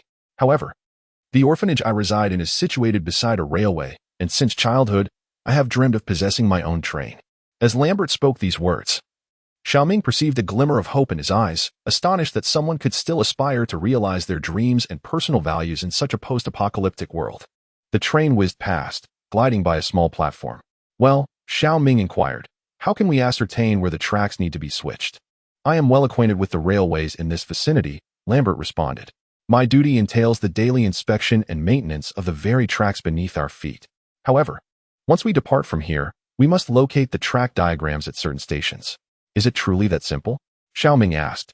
Of course, presently there is no electricity, so we cannot directly control the system from the console. We will have to manually switch the tracks. But there are not many locations along the railway that require such adjustments.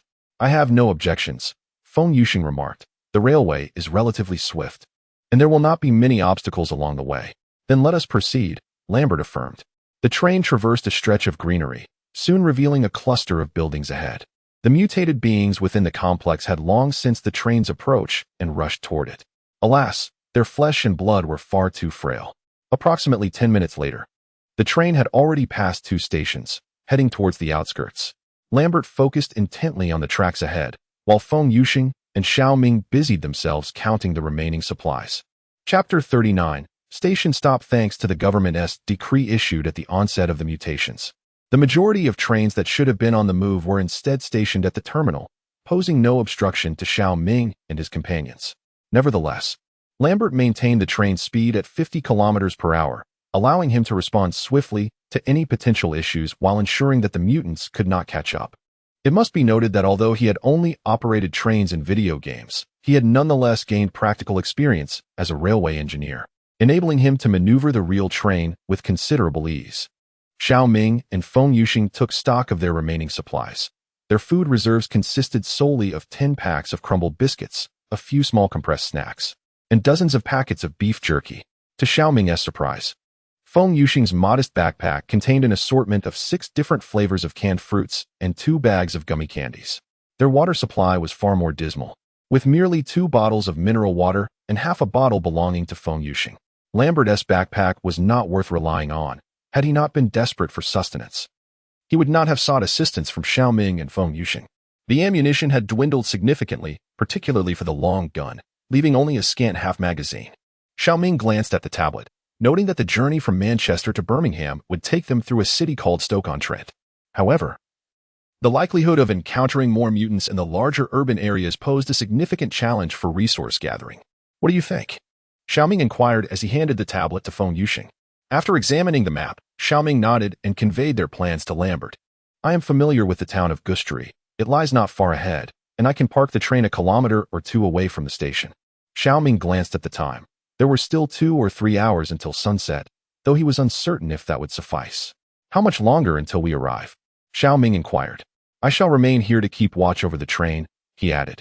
Before Shao Ming could continue, Lambert interjected, someone must stay with the train, after all. No, Shao Ming replied without hesitation. 3 of us can carry more supplies, and it would be safer with mutual oversight. Lambert wore an expression of considerable difficulty. It was not the fear of the mutated creatures that troubled him, but rather his unease regarding the train he had just acquired. Perhaps realizing the absurdity of his concerns, given the circumstances, it was virtually impossible for anyone to abscond with his train. Lambert pondered for a moment before conceding. Shao Ming and Feng Yushin were oblivious to Lambert's inner thoughts, interpreting his reluctance as a fear of the mutated beings outside. However, since he had ultimately agreed, they felt it unnecessary to press the matter further. The train gradually decelerated and came to a halt amidst a grove of trees. "Wait a moment," Shao Ming advised, not rushing to open the door. He took a few minutes to ensure no mutated creatures approached before finally unlocking the door. He was the first to leap from the train, promptly turning to assist Feng Yushin down. "Thank you," she said. "Allow me to take this," Lambert declared as he descended from the train, retrieving his drone. "This little fellow can still fly for another half hour." 3 individuals walked towards the town along the railway tracks. Shao Ming, armed with a handgun and a baseball bat, led the way, while Feng Yushin followed closely behind, gripping a kitchen knife. At the rear trailed Lambert, carrying a wrench and a drone bag. "You seem rather reticent all of a sudden," Shao Ming remarked to Feng Yushin. "Huh?" Shao Ming continued. "I thought you were the sociable type."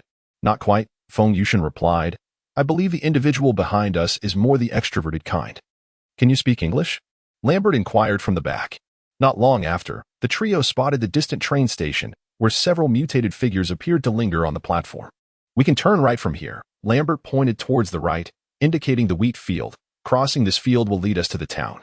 The wheat field was eerily silent, with only a combined harvester resting in the center. Upon reaching the edge of the field, Lambert crouched down to activate his drone. The drone ascended swiftly, soaring towards the skies above the town. Through the drone's camera, the 3 observed the deserted streets of the town. Aside from a haphazard array of parked vehicles, there was no sign of the mutated beings. Lambert attempted to maneuver the drone to lower its altitude, and indeed spotted numerous mutants within the houses. As Lambert adjusted the camera, the drone glided forward. It seemed the town's inhabitants had remained indoors, transforming without ever leaving their homes. The drone traversed several streets until it arrived at a commercial area. Much like the devastation witnessed in the city, the town's commercial street was equally in disarray, with shelves long since stripped bare. As they rotated the drone's camera, the 3 did not observe anything of significance. At the end of the commercial street stood the town's police station and a bakery. The police station's door was firmly locked, and the absence of light rendered the interior indiscernible, save for a figure in a police uniform lurking by the entrance. "Elevate the drone slightly," suggested Shao Ming. Lambert complied, allowing the drone to ascend, providing a panoramic view of the quaint town. The layout was remarkably orderly, with the residential buildings and commercial street aligned along the main thoroughfare that traversed the town. Flanking this main road were side streets lined with modest homes. The number of visible mutants on the streets was minimal, as most had concealed themselves within the houses, making it challenging to navigate through the residential areas to reach the shops on the main road. "Here," Shao Ming pointed towards a narrow alleyway nestled behind 2 rows of houses. "We can slip through this back street to access the main road." "It appears there's nothing of interest left," Lambert remarked. "Should we proceed inside? Let us check the police station. There might still be some supplies in other shops." Shao Ming replied. Once Lambert stowed the drone, the trio continued onward. Navigating through a small grove, the houses at the town's edge came into view. Shao Ming raised his rifle, peering through the scope into the interior of one dwelling. Perhaps fortune favored them, as no traces of mutants were visible within. He secured the rifle at his waist and retrieved a baseball bat, approaching the partially open door of the house. Gently, he pushed the door ajar, finding the living room devoid of any mutants. The family seemed to have hurriedly departed at the onset of the mutations, leaving their home in utter disarray with various items strewn across the floor. Shao Ming approached the window adjacent to the street, gazing out into the eerily silent thoroughfare, void of even a single bird's chirp. Across the street, in a neighboring house, 3 mutated beings appeared to be a family. Lambert also joined him at the window, gesturing towards a gap across the street, which led to the alley you mentioned. Unlike the 2 men, Feng Yushin ventured into the kitchen, rummaging through the cabinets, and discovered 2 boxes of uneaten cereal, which he stuffed into his bag. "So how do we enter that alley without alerting the family across the street?" Shao Ming whispered. Lambert shrugged, indicating his inability to provide an answer. Shao Ming scrutinized the street. Although there were a few abandoned vehicles, a significant expanse of open ground lay between the front door and the street. If they intended to employ the same tactic as before, throwing something to lure the mutated beings out, it would only serve to draw them into the street. It appeared that this approach would not be viable. Shao Ming stepped away from the window and retrieved a fruit knife from the kitchen, suggesting they seek alternative routes. The trio exited the house and made their way to the back of the adjacent property. This building faced the alley across the road, providing a degree of cover from the mutated being's line of sight. Shao Ming cautiously approached the door first, finding a mutated creature standing vacantly within. Taking a deep breath, he gently pushed the door open, praying it would not creak. The door creaked open, and the mutant slowly turned its head. Shao Ming sprang to his feet, his fruit knife piercing precisely into the creature's chin and driving straight into its skull. The mutant had no time to emit a sound before its body went limp. Shao Ming swiftly supported its form and gently laid it on the sofa. He withdrew the knife, wiping it on the couch, then held the blade in one hand and a gun in the other, surveying the room. After confirming the area was secure, he signaled to the two outside, indicating they could enter. The trio crouched by the window. Indeed, the house's front door faced the alley across the street, providing cover behind the garbage truck parked at the entrance, which obscured their view to the right. "I'll go first," Shao Ming declared, approaching the door and cracking it open. The setting sun's rays filtered through the gap as he nudged the door slightly wider. There seemed to be no movement across the street, and while observing the situation, he jogged to the rear of the garbage truck. Inside, Lambert gave Shao Ming a thumbs up, signaling all was safe. Peering around the truck, Shao Ming examined the condition of the street to the right, which appeared somewhat better, unlike the left side where 3 mutants could be spotted from the room. With his mind steeled for what lay ahead, Lambert also sprinted to the garbage truck side. Just as Feng Yuxing dashed out, the door across suddenly burst open, and 2 mutants staggered out into the open. Feng Yuxing found himself on the lawn right in front of the door, with nowhere to conceal himself. The 2 mutants spotted Feng Yuxing on the lawn at once, roaring as they charged towards her. Feng Yuxing, startled by the sudden turn of events, had prepared a kitchen knife but had yet to assume a defensive stance. Noticing the impending danger, Shao Ming swiftly drew his pistol, aiming at one of the mutants. At that moment, Lambert leapt forward, delivering a powerful kick that sent one of the mutants sprawling. The unexpected appearance of Chun Yaojin provoked the fury of the 2 mutants, who redirected their assault towards Lambert. Meanwhile, another mutant burst forth from inside the house, revealing itself to be a child. The scene had transformed into a 3-on-3 confrontation. Lambert swung his wrench at the mutant before him. Although the first mutant staggered from the blow, the second lunged forward. Realizing Lambert lacked the time to withdraw, Shao Ming hastily swung his baseball bat, striking the latter mutant on the head. At this juncture, Feng Yuxing also charged in, delivering a decisive cut to the neck of the mutant struck by Lambert. The knife, having dulled from previous use, became lodged in the mutant's throat. Blood erupted forth, splattering Lambert's face. Both Lambert and Feng Yuxing recoiled a few steps, witnessing the mutant attempt to clutch its neck feebly before collapsing. On Shao Ming's side, although the mutant had ceased its advance towards Lambert, it remained on its feet, staggering forward unsteadily. Lambert responded with another kick, sending the creature crashing to the ground. Chapter 41, Trapped in a Siege.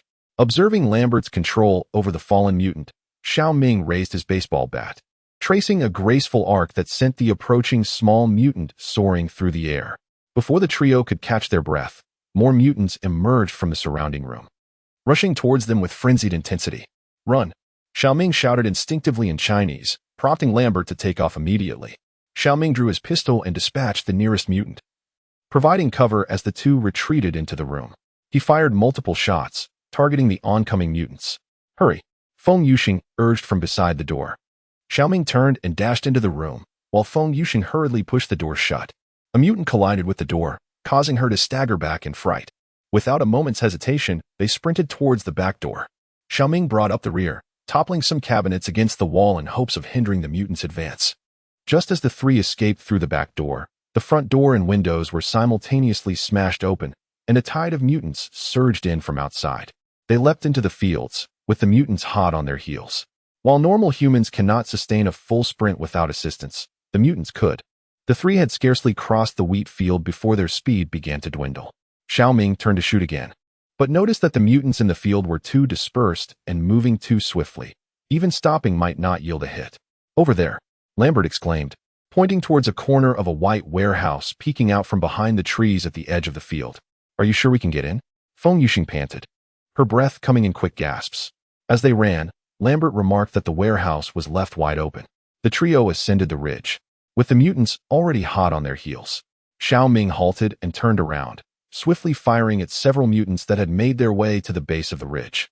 The distance between the mutants and the muzzle of his gun was scarcely a meter or two, rendering precise aim unnecessary. Just as he continued to squeeze the trigger, his handgun slipped into an empty chamber. He quickly replaced it with a fresh magazine, chambered around, and shot down another advancing mutant. Beside the ridge lay a road, and across it stood the warehouse Lambert had mentioned.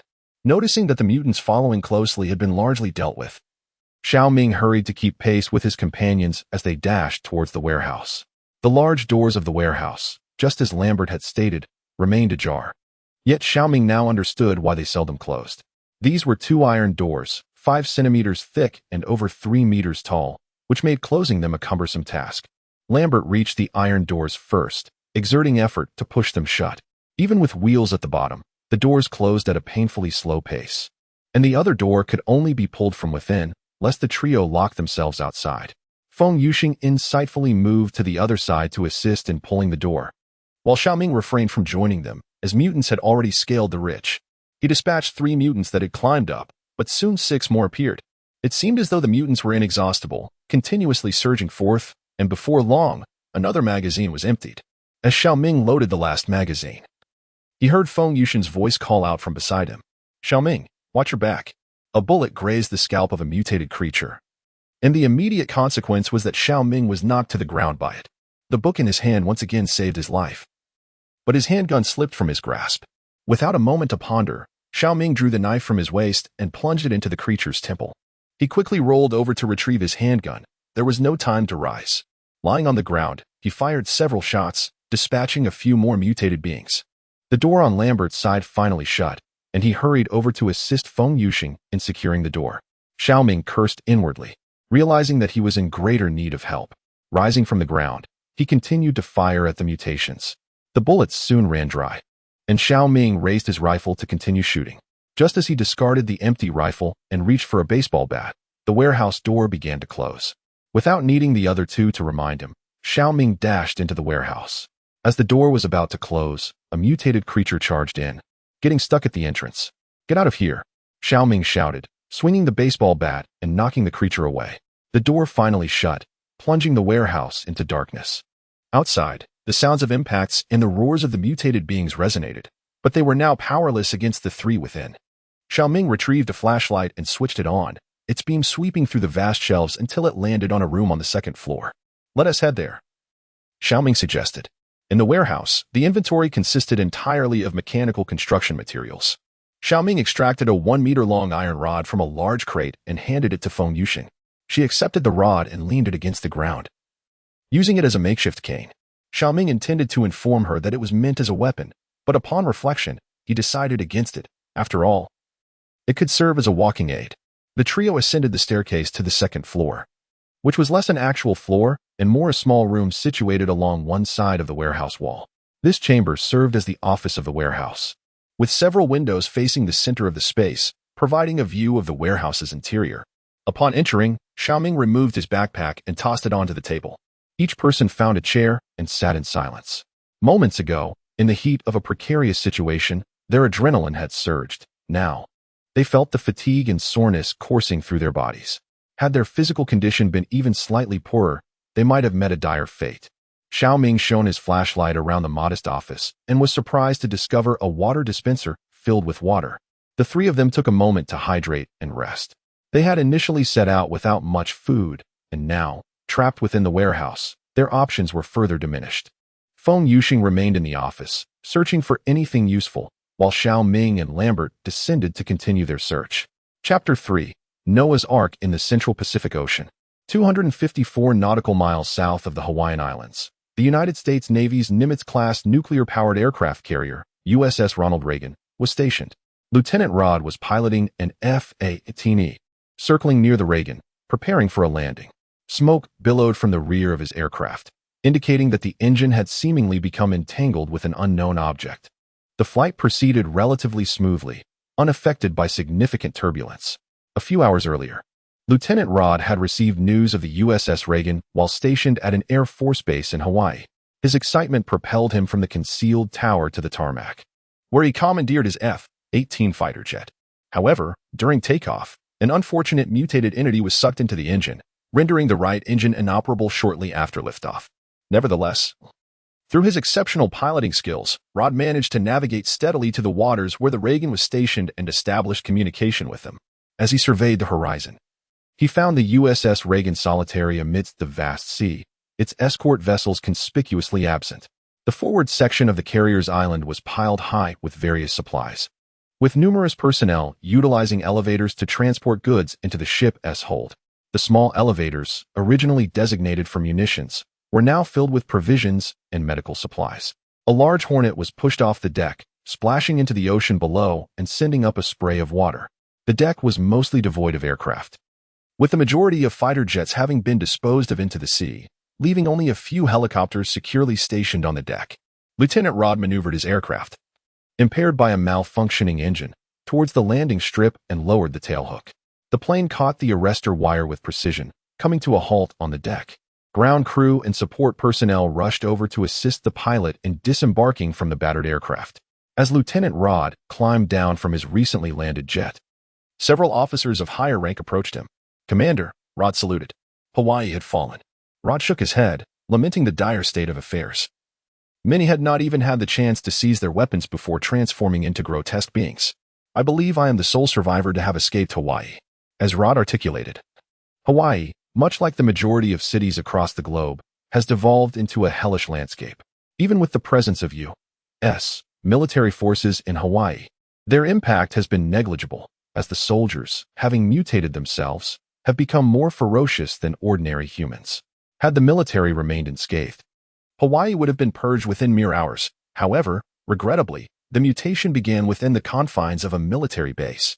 "We find ourselves in a similar predicament," Kirk remarked. "Many aboard the fleet have been infected. We have only managed to cleanse this vessel, leaving the others to become ghost ships." Rod surveyed the area, noting several individuals still moving about on deck. "We have nowhere else to go," Kirk stated. "With all due respect, sir," Rod interjected, "this place is your only refuge now. You should take some time to rest." Kirk instructed an aide nearby to escort Rod away while he and the remaining commanders proceeded toward the ship's island. The captain of an Arleigh Burke-class destroyer observed, "The Hawaiian Islands are home to over 1 million people, even if we consider only those in the port garrison. There are still 100,000. How can we possibly cleanse this situation?" Kirk glanced at several F-18s parked not far away and replied, "I believe we still possess ample aircraft and munitions." "Are you suggesting we bombard Hawaii?" an aide inquired. "As a nuclear-powered aircraft carrier, the USS Reagan need not concern itself with issues of propulsion and energy for the next decade. However, the nuclear reactor cannot conjure food to sustain its crew. Our aircraft are equipped with identification systems that render them impervious to air defense systems, theoretically presenting no issues." Another officer remarked that we must consider the noise generated by the vessel when docked, necessitating the eradication of all creatures on the island, as the captain suggested. Another military official stated, "The creatures are easily dealt with. We possess a plethora of ground attack weaponry, particularly targeting the residents and tourists concentrated in urban areas.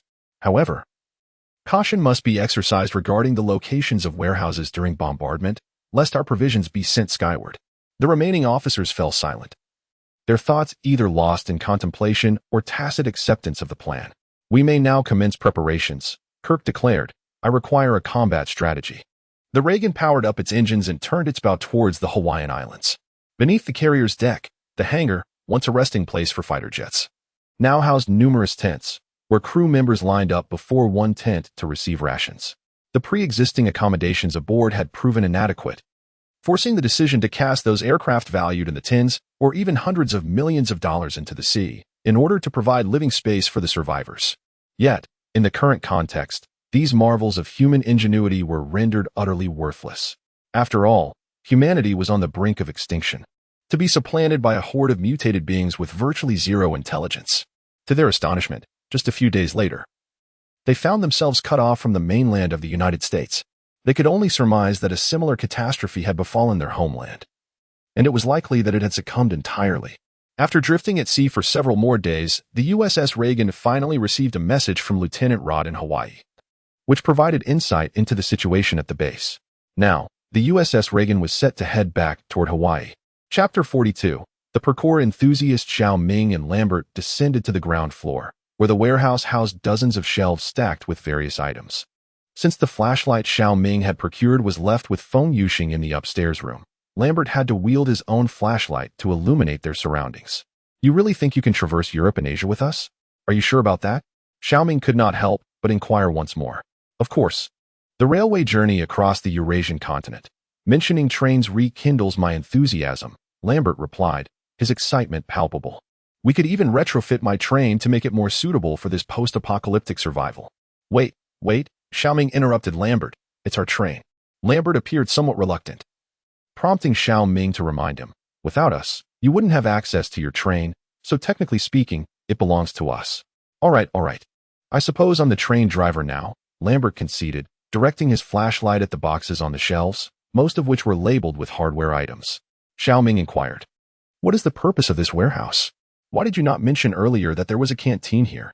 Shao Ming felt utterly speechless. If food were readily available here, why would they venture into town to provoke so many mutated creatures? The cafeteria, Lambert explained, serves fresh ingredients daily. But I believe it has been without power for 3 or 4 days now, so everything must be spoiled. Shao Ming thought to himself that many foods would remain edible for 3 or 4 days at room temperature. He was tempted to deliver a punch to Lambert's face. Never mind, he sighed. Once the zombies outside disperse, we shall visit that cafeteria you mentioned.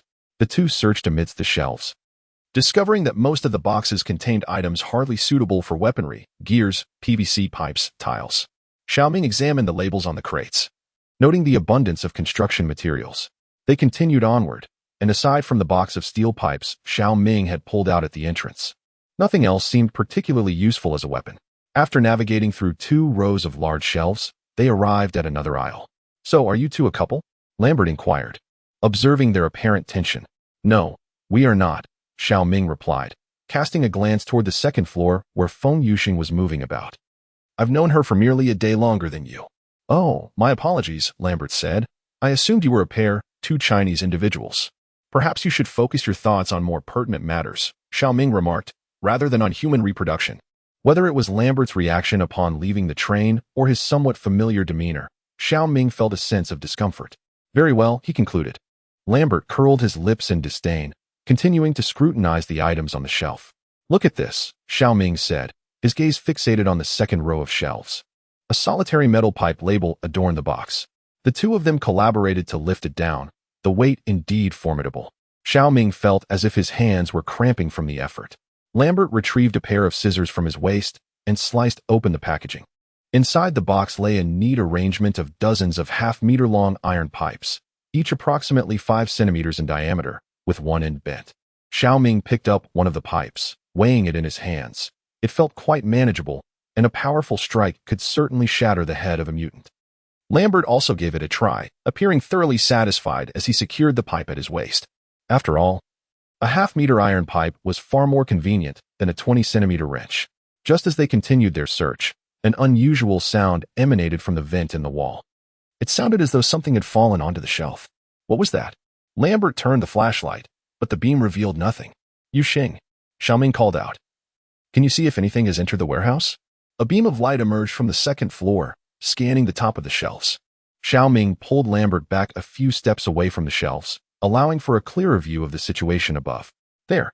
Feng Yuxing's voice rang out from the second floor, her flashlight beam illuminating the top of a shelf. Through the gaps between the shelves, Shao Ming vaguely discerned the silhouette of a figure. The vent was at least 7 or 8 meters high, towering over 2 stories. How had the mutant managed to enter? Make sure to close the door tightly. Before Shao Ming could finish his sentence, the mutant lunged at the second-floor window. A piercing scream from Feng Yuxing echoed from above. But fortunately, the mutant's intelligence was insufficient to comprehend the meaning of glass, causing it to crash heavily to the ground. Are you all right? Shao Ming called out. He raised his baseball bat and, alongside Lambert, approached the spot where the mutant had fallen. The beam of their flashlight illuminated the ground. Yet no trace of the mutant was visible. The pitch-black warehouse provided an ideal concealment for the creature, and through the highest ventilation opening, Shao Ming could barely discern the mutant leaping and twisting atop the shelves. Is this normal? Lambert inquired. This is rather abnormal. Shao Ming readied his bat. Lambert's flashlight struggled to keep pace with the elusive mutant as it utilized the goods on the shelves for cover, causing them to lose sight of it several times. When they finally located the creature again, it had already landed in front of them. Shao Ming swung the bat with all his might. But the mutant deftly evaded the blow. The bat struck a nearby metal shelf, shattering upon impact, and the immense force tore Shao Ming's hand, leaving a painful gash. The mutant's reflexes surpassed any he had encountered in the past weeks. None had managed to evade an incoming baseball bat with such agility. Not even a living person could achieve such a feat. The mutant darted into the shelves and vanished. Just as Lambert was about to pursue, Shao Ming grasped his arm firmly. The narrow space between the shelves rendered their bats ineffective. Enduring the pain in his hand, Shao Ming lifted the baseball bat once more. Within the dimly lit warehouse, an array of sounds echoed as the aberration darted about, evading detection. The noises emanating from the shelves grew increasingly proximate, signaling an impending confrontation. Shao Ming, alerting Lambert beside him, braced himself for the imminent encounter. Indeed, mere seconds later, a shadow leapt from the shelves. Chapter 43. The night in the warehouse. Shao Ming and Lambert, in perfect synchrony, swung their weapons, only to have the aberration deftly evade their strikes once more. Their weapons collided with a dissonant clang, causing excruciating pain to Shao Ming's already torn palm, nearly causing him to drop his bat. This time, the aberration did not retreat far but instead positioned itself a short distance away, adopting a stance akin to that of a sprinter, ready to spring in any direction. Yet, it did not rush forward. Instead, it began to shift its position repeatedly before them. Feng Yuxing, illuminating the lower level with her flashlight from the second floor, cast a wider beam, illuminating a greater expanse. Lambert inquired, "What does it intend to do?" They were at a loss. Shao Ming redistributed the weight of the bat to his left hand, alleviating some of the pain in his injured palm. Suddenly, the aberration sprang into action. But contrary to their expectations, it leapt onto the adjacent shelf, swiftly turning to pounce down upon Lambert. Acting on instinct, Lambert raised his iron rod to block the attack. The aberration clamped down on the rod, and although Lambert remained unharmed, the force of the impact sent him crashing to the ground. Seizing the flashlight that had fallen to the ground, Shao Ming swung his bat with force towards the head of the abomination. The creature immediately relinquished its grip on Lambert, its body careening to the side. Shao Ming advanced a step, stepping over the still prostrate Lambert, and swung the baseball bat once more. The abomination retreated, narrowly evading Shao Ming's strike. Undeterred, Shao Ming launched another blow. The creature withdrew again, but this movement brought it perilously close to the corner of the wall. At that moment, Lambert also rose from the ground, seizing a metal rod to position himself on the creature's opposite side. The two men, flanking the abomination, gradually forced it into a corner. It roared incessantly at them, akin to a cornered beast. Shao Ming probed the creature with his bat. Its reflexes were indeed remarkably swift, almost preempting his every move. Were it not for the empty gun, the two would not be in such a dire predicament. Predictive strategy, Shao Ming mused, signaling Lambert to stand back slightly. Once Lambert was in position, Shao Ming stepped forward and swung, charging directly at the abomination from the left. At this distance, the creature could not retreat, leaving it with no choice but to leap to the right. This jump placed it squarely within Lambert's striking range, who delivered a decisive blow with his rod. The abomination flipped completely and fell to the ground. Without hesitation, Lambert followed up with several strikes to the creature's head. He continued until the creature's head was thoroughly crushed, finally ceasing his assault. "Troublesome," Shao Ming remarked, shaking his head. "If it were a bit more astute, we might have met our end here." Regrettably, he was not that clever. Lambert stepped aside to pick up the flashlight lying on the ground and asked Shao Ming, "What happened to your hand?" She took hold of Shao Ming's hand and noticed his torn wound. "Is this what you call nothing?" Feng Yuxing illuminated Shao Ming's right hand with the flashlight, revealing traces of blood between his fingers. Shao Ming opened his hand, and the skin at the base of his thumb had split open, exposing the flesh beneath. Feng Yuxing hastily guided Shao Ming to sit down and retrieved a roll of bandages from her bag, meticulously tending to his injury. Lambert poured himself a glass of water in one gulp and then filled another glass to offer to Shao Ming. After taking a sip of water, Shao Ming glanced at the desk where Feng Yuxing had gathered all the available supplies in the office. In truth, there was not much to utilize. The most valuable items were merely a paper cutter, a pack of candies, and a water dispenser tucked away in the corner. As Feng Yuxing carefully treated Shao Ming's wound, perhaps it was the faint fragrance wafting from her hair that brought him a sense of tranquility. Once Shao Ming was bandaged, the three of them found spots to lie down. A pack of candies was distributed among them. Each was utterly fatigued and famished. settling for a little water before drifting off to sleep. Outside, the sun had set, plunging the warehouse into complete darkness. Was it a new mutation? Or perhaps a special type of infected individual? Throughout their journey over the past few days, they had yet to encounter such agile creatures with a semblance of intelligence.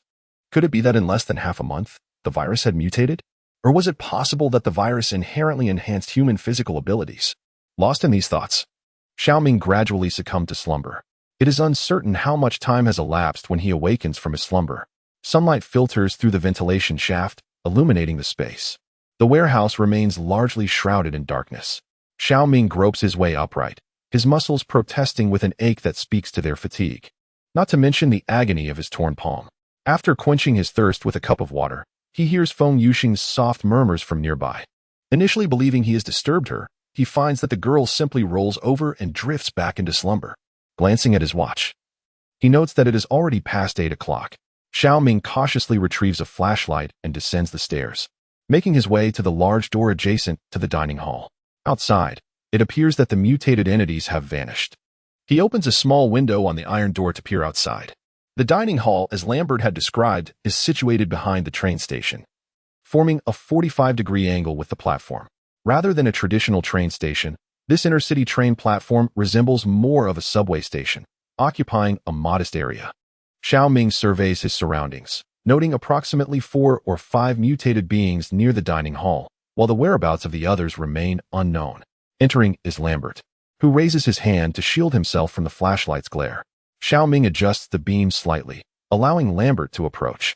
"I am utterly fatigued," Lambert remarks, stretching his arms. Lack of exercise has taken its toll. Yesterday's activity was quite taxing. With a sigh, Lambert continues, "Thanks to you, we managed to fend off the zombies. Otherwise, we would not have found refuge here."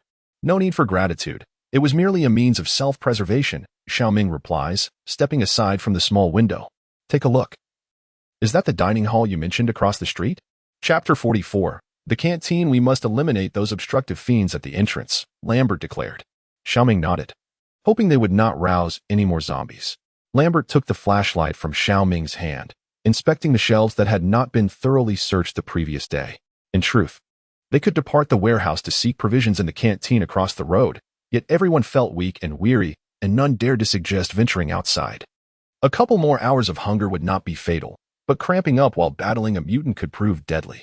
"Look at this," Lambert said, shining the flashlight on the topmost row of shelves, where the packaging bore an illustration of a nail gun. "Is it effective?"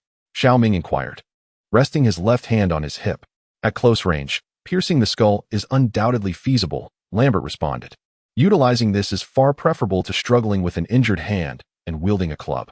The two worked together to bring a ladder, and Lambert ascended to retrieve a fully packaged nail gun from a box. "What do you think?" Shao Ming asked, holding the flashlight aloft. "Quite satisfactory," Lambert replied, descending the ladder while holding the box, unwrapping it, and handing the nail gun to Shao Ming. The advantage of blank cartridges is that they require neither electricity nor gas.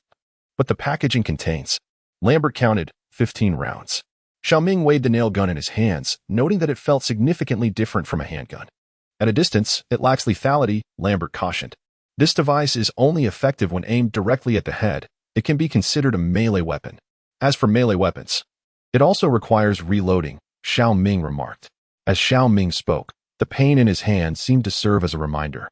Yet it was still usable, better than having nothing at all. When Feng Yuxing awoke, the trio prepared their gear and approached the door together. Shao Ming glanced at his watch. It was a little past 9, not too late. Outside the door, only a few mutated creatures lingered, making them relatively easy to deal with. The noise from pushing the iron door would surely attract the attention of the mutated beings across the street. After a brief discussion, they decided that Shao Ming and Feng Yuxing would push the door together, while Lambert would be the first to charge out and confront the creatures once a small gap was created. Lambert took a deep breath and hefted his baseball bat. As the door opened slightly, he dashed out, swiftly taking down a mutated creature that lunged at him. The remaining two quickly followed him out of the warehouse to provide cover. Shao Ming swung his bat with his left hand, striking an approaching mutated creature, while his right hand raised a nail gun, firing a shot at another creature rushing from the right. The long nail embedded itself firmly into the creature's forehead. Shao Ming discarded the nail gun and gripped the iron bat again. There were only 5 mutated creatures at the entrance, and soon, the three had dispatched them all. The canteen was not particularly large. It appeared to serve the nearby railway warehouses and a small factory. Upon entering the kitchen, they found the freezer had, as expected, lost power. Shao Ming opened the freezer, and a wave of putrid odor assaulted his senses. He quickly shut it again. The meat inside had undoubtedly been left to rot for over a week and was utterly inedible. "Take a look at this," Feng Yuxing said, dragging out a whole box of potatoes from beneath the counter, numbering nearly 100. These potatoes were in excellent condition, showing no signs of greening or sprouting. "This is indeed splendid news." The few of them hastily opened their backpacks and stuffed in all the potatoes. Shao Ming, with a sudden inspiration, inquired, "Is there a dining car on the train? Then we shall have to make a fire and roast them," he replied. Once they had secured the potatoes, the trio resumed their search, rummaging through boxes until they unearthed a considerable amount of seasonings and several tins of luncheon meat.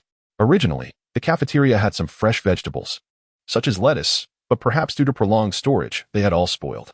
Aside from that, they had gathered a trove of valuable supplies, which they meticulously packed into their backpacks before sneaking out of the cafeteria. It was now 10 in the morning, and Shao Ming was tempted to roast the potatoes right there, dipping them in some seasoning. However, for the sake of caution, the three decided to reach the train before contemplating their meal. Lambert was the first to toss his backpack onto the train and climbed aboard, while the other two retrieved a few food items from their packs. "Do you have a lighter?" Shao Ming inquired. Lambert tossed one down from the train and also brought down 2 bottles of water. Feng Yuxing gathered some twigs and leaves from the side, and the three began to kindle a fire on the railway track. The flickering flames swiftly consumed the leaves laid atop. "How do we roast this?" Lambert asked, looking puzzled. The three exchanged glances, and finally, Shao Ming picked up a potato and tossed it directly into the fire. "Show me your hand," Feng Yuxing commanded, pulling Shao Ming's hand over to him and unwrapping the bandage.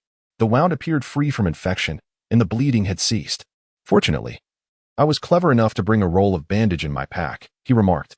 Feng Yuxing climbed onto the train and retrieved a bottle of alcohol from within. Having tended to their wounds, the two individuals approached the flickering fire. Lambert was using an iron rod to extract a potato, which rolled across the ground and landed between 2 wooden beams.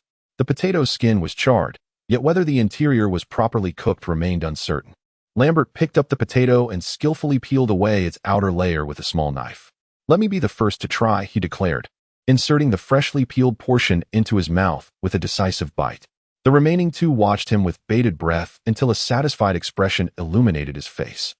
Lambert and Shao Ming each consumed 3 potatoes and a packet of biscuits, while Feng Yuxing had only 1 potato. Lambert inserted the key and ignited the train's engine. The scenery outside swiftly receded as the train sped past the town they had just left. Finally back on the road, a collective sigh of relief escaped the trio. Shao Ming settled onto the ground to reload his handgun, while Feng Yuxing sat in the passenger seat, gazing out the window in a daze. Shao Ming nearly collided with the control panel as he rose from the ground. As he peered out the window, he was taken aback to discover another train had derailed, lying on its side along the tracks. Chapter 45. The derailed train ahead lay a curve where a train appeared to have veered off the tracks, now toppled beside the rails. Fortunately, it had not obstructed the opposing track, allowing the group to proceed. However, maneuvering a train is not as simple as shifting a car from one track to another. This was becoming quite the predicament. Shao Ming instinctively reached for his rifle, only to realize it had been left behind in the warehouse. In his haste, he had carelessly discarded the weapon. He could only squint as he observed the overturned train, a passenger car, yet the aberration seemed to have vanished. I decided to investigate further. Shao Ming retrieved his pistol, tucking it into his waistband, and opened the door. "I will accompany you," Feng Yuxing declared, grasping a metal rod as she approached the threshold. Shao Ming glanced at Lambert, who offered a significant look and remarked, "Go ahead. I can manage alone." The two leapt from the carriage as Lambert maneuvered the train backward. Shao Ming, firearm at the ready, advanced alongside Feng Yuxing toward the carriages. Various pieces of luggage lay strewn beside the tracks, and upon closer inspection, several decaying corpses appeared to be trapped beneath the carriage, swarming with flies and gnats that circled the mutilated remains. "Ugh!" Feng Yuxing turned her head, fearing the upheaval of the lone potato in her stomach. Shao Ming gazed at one of the bodies, its bloodied visage seemingly adorned with a pair of eyes filled with unfulfilled resentment. They circled to the other side and entered an overturned carriage. This location should be devoid of aberrations, if any were present. The recent commotion of the train would have surely alerted them. Inside the carriage, suitcases lay scattered about, and numerous bloodstains marred the floor. For Shao Ming, the sight of blood had become an all-too-familiar occurrence. He appeared to have acclimated to the metallic scent of blood, mingled with the foul odor of what might have been rotting flesh. As he surveyed the seats, he pondered the fate of the train and its passengers, all having mysteriously vanished, leaving no bodies behind. This place is rather unsettling. Feng Yuxing instinctively retreated behind Shao Ming. The world has transformed into such a state. Shao Ming, gripping his handgun with vigilance, felt that even the presence of ghosts was no longer terrifying. After ascertaining the safety of the adjacent train compartments, he lifted a suitcase from the ground. "I am sorry," Shao Ming murmured as he unzipped the suitcase. Feng Yuxing, emulating Shao Ming, began to inspect the luggage within the carriage as well. Upon opening a suitcase, Shao Ming discovered it filled with a plethora of clothing and toiletry items. After a moment's contemplation, he extracted some shower gel and shampoo, placing them into his bag, pondering that they might be of use someday.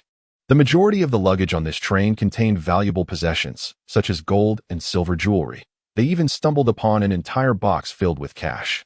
Clearly, these individuals had grossly misjudged the integrity of human society while fleeing the city. For now, the worth of these items paled in comparison to that of a mere potato. Fortunately, the abundance of suitcases ensured that they could still discover a few snacks. The two collected these morsels into their bags, as such treats could occasionally enhance their culinary experience. Opening these suitcases was akin to unboxing a mystery. One could never predict what treasures lay within the next. After thoroughly searching one compartment, they found nothing of significant use, leaving them both with aching backs from their stooped postures.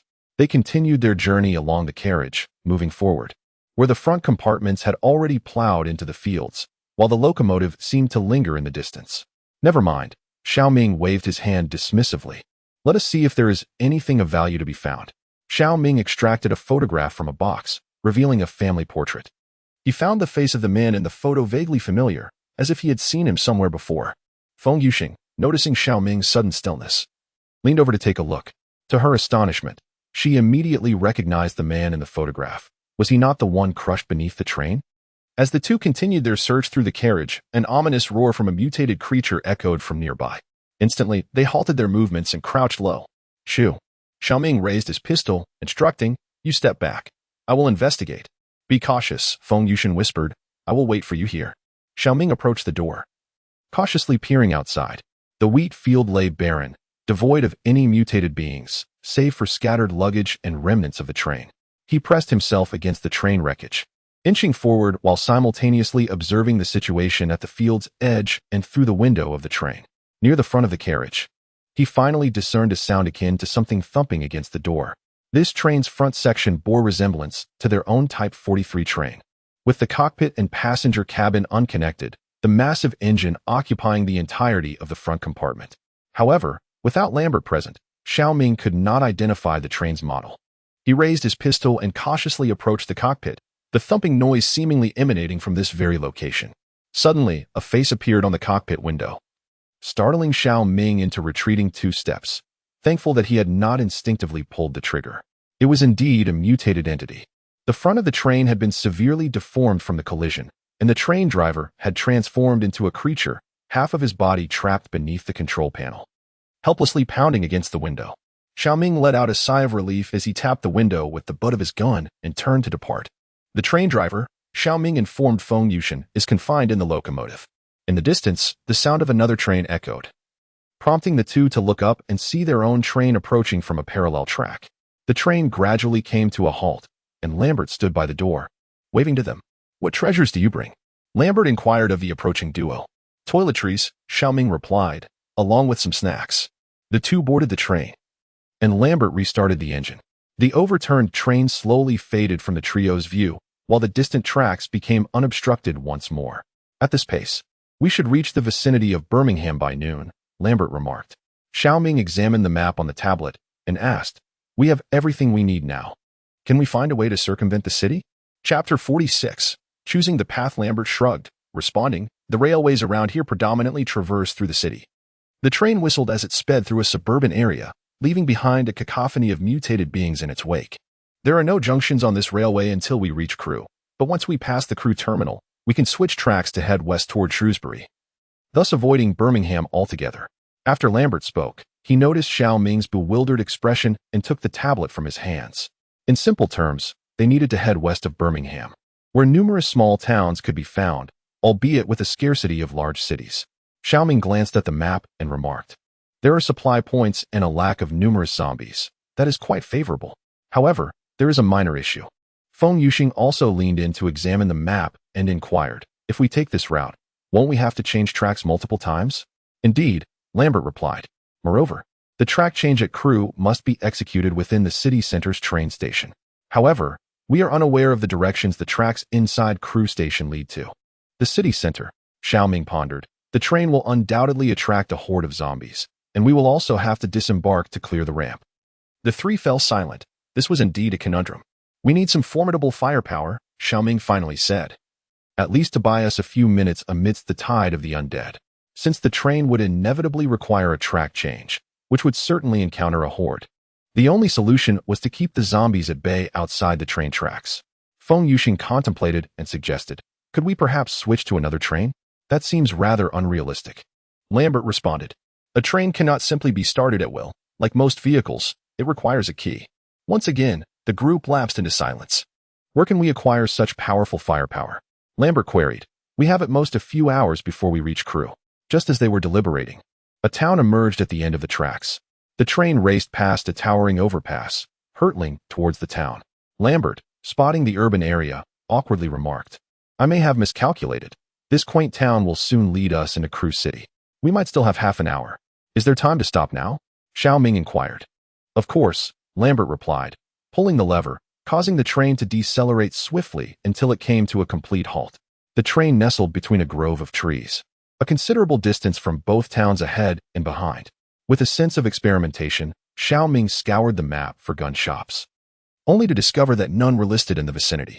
However, he noted a gun shop along the route from Crewe to Birmingham, conveniently located beside the railway. "The order is wrong," Shao Ming sighed with a wry smile. "What do you mean?" Feng Yuxing asked.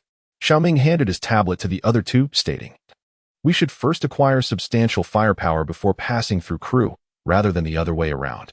Wait, Lambert interjected. "What do we have to fear? If the tracks lead towards Birmingham, we can procure a significant arsenal. If they head towards the suburbs, we can evade the horde." The train resumed its journey, heading towards Crewe. "Show me your hand," Feng Yuxing said to Shao Ming. It went to heal so quickly, Shao Ming instinctively concealed his right hand behind him. "It should be time to change the bandage," Feng Yuxing remarked. "Looking at your hand won't make you pregnant." This statement left Shao Ming momentarily speechless. The train passed through the town, leaving a group of mutated beings in its wake. The towering structures of Crewe emerged at the horizon's edge, as the train sped toward the city with remarkable velocity. In reality, the train would merely traverse the outskirts of Crewe, still a considerable distance from the bustling city center. Nevertheless, the suburbs too were bustling with activity, where, by now, the inhabitants had all transformed into grotesque mutations. Lambert slightly reduced the train's speed. A few passengers had already spotted the mutated beings surging forth from the city. Shao Ming recalled the horde of corpses he had witnessed near the airport just days prior. And the current situation bore a striking resemblance to that grim scene. A dark mass of mutations was spilling out from every breach in the city. Streets and alleyways were filled with these aberrations. Fortunately, they were ensconced within a powerful steel behemoth weighing hundreds of tons. Unless an overwhelming number of these entities obstructed the tracks, they would merely be reduced to a gruesome pulp. The train barreled through the wall of mutations, gradually approaching the station. Oh no! As the train rounded a bend, all three passengers beheld a disconcerting sight. Every track at Crewe station was occupied by trains.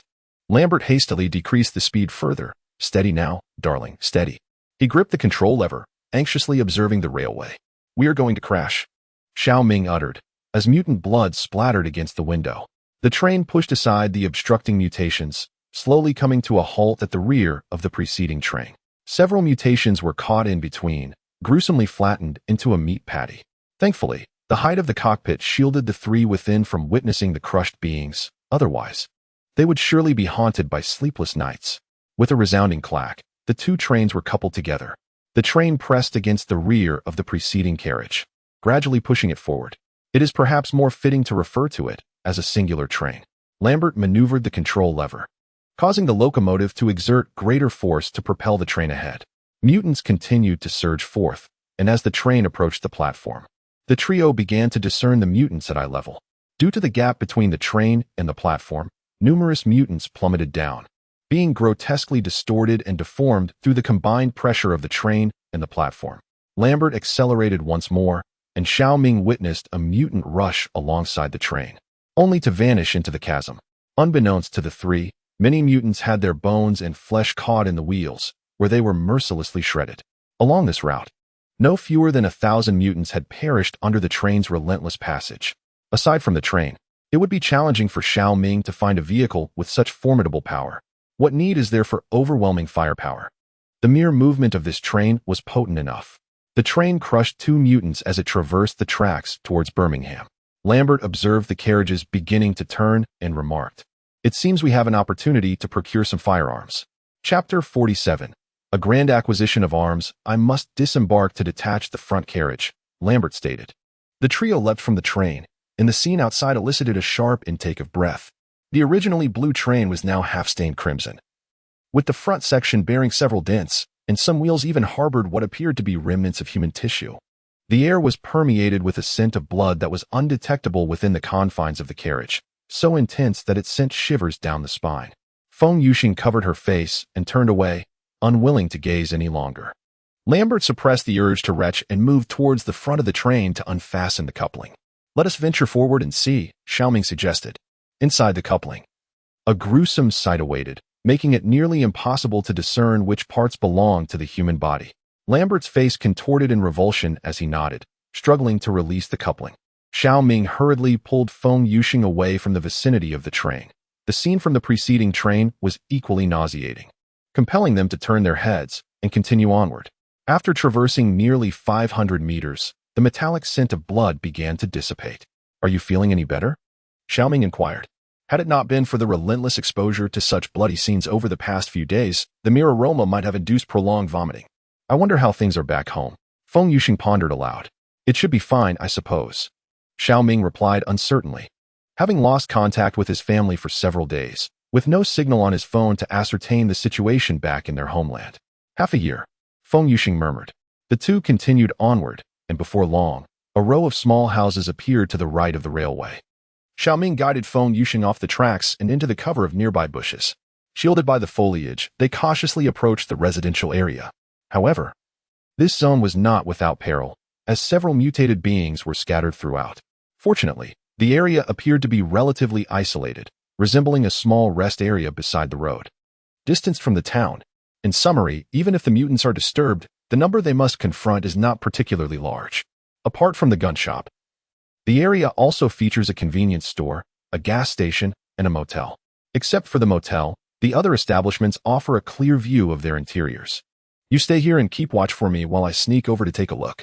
Shao Ming retrieved his handgun and, using the cover of the embankment, approached the base of the shops. He glanced at Feng Yuxing, who shook his head, indicating that no mutants were nearby. Shao Ming cautiously peered out. The gun shop remained to the left, allowing him to proceed further along the embankment. He maneuvered carefully, using both hands and feet to advance, displacing dirt from the embankment onto the tracks. Steadying himself, Shao Ming climbed up the slope. Atop the embankment lay a parking lot, where a mutant stood behind a jeep, oblivious to his presence. Quietly, he approached the rear of the jeep and drew a small knife. Shao Ming tapped on the jeep's door, and the mutant, startled, turned towards him. Upon seeing the figure of the mutant, Shao Ming instinctively sprang into action, plunging his knife into the mutant's chin. He had almost mastered the art of delivering a fatal blow, especially against such unguarded foes, capable of taking them down in an instant. Supporting the lifeless body, he gently laid it on the ground. Noticing no other mutants in the vicinity, Shao Ming waved to Feng Yuxing below the embankment. Once Feng Yuxing arrived, the two made their way to the back door of the gun shop. The door was ajar, obscuring the view inside. Holding a flashlight in one hand and a pistol in the other, Shao Ming cautiously pushed open the door. The two entered the gun shop with utmost care. Shao Ming heard a noise emanating from one side of the room, and promptly urged Feng Yuxing to move inside, first while he aimed his gun at the inner sanctum. Just as Feng Yuxing and Shao Ming were exchanging positions, the door to the room was suddenly flung open, revealing a mutated figure, presumably the gun shop owner. Lunging at them. Startled, Shao Ming's pistol was knocked from his grasp due to the impact.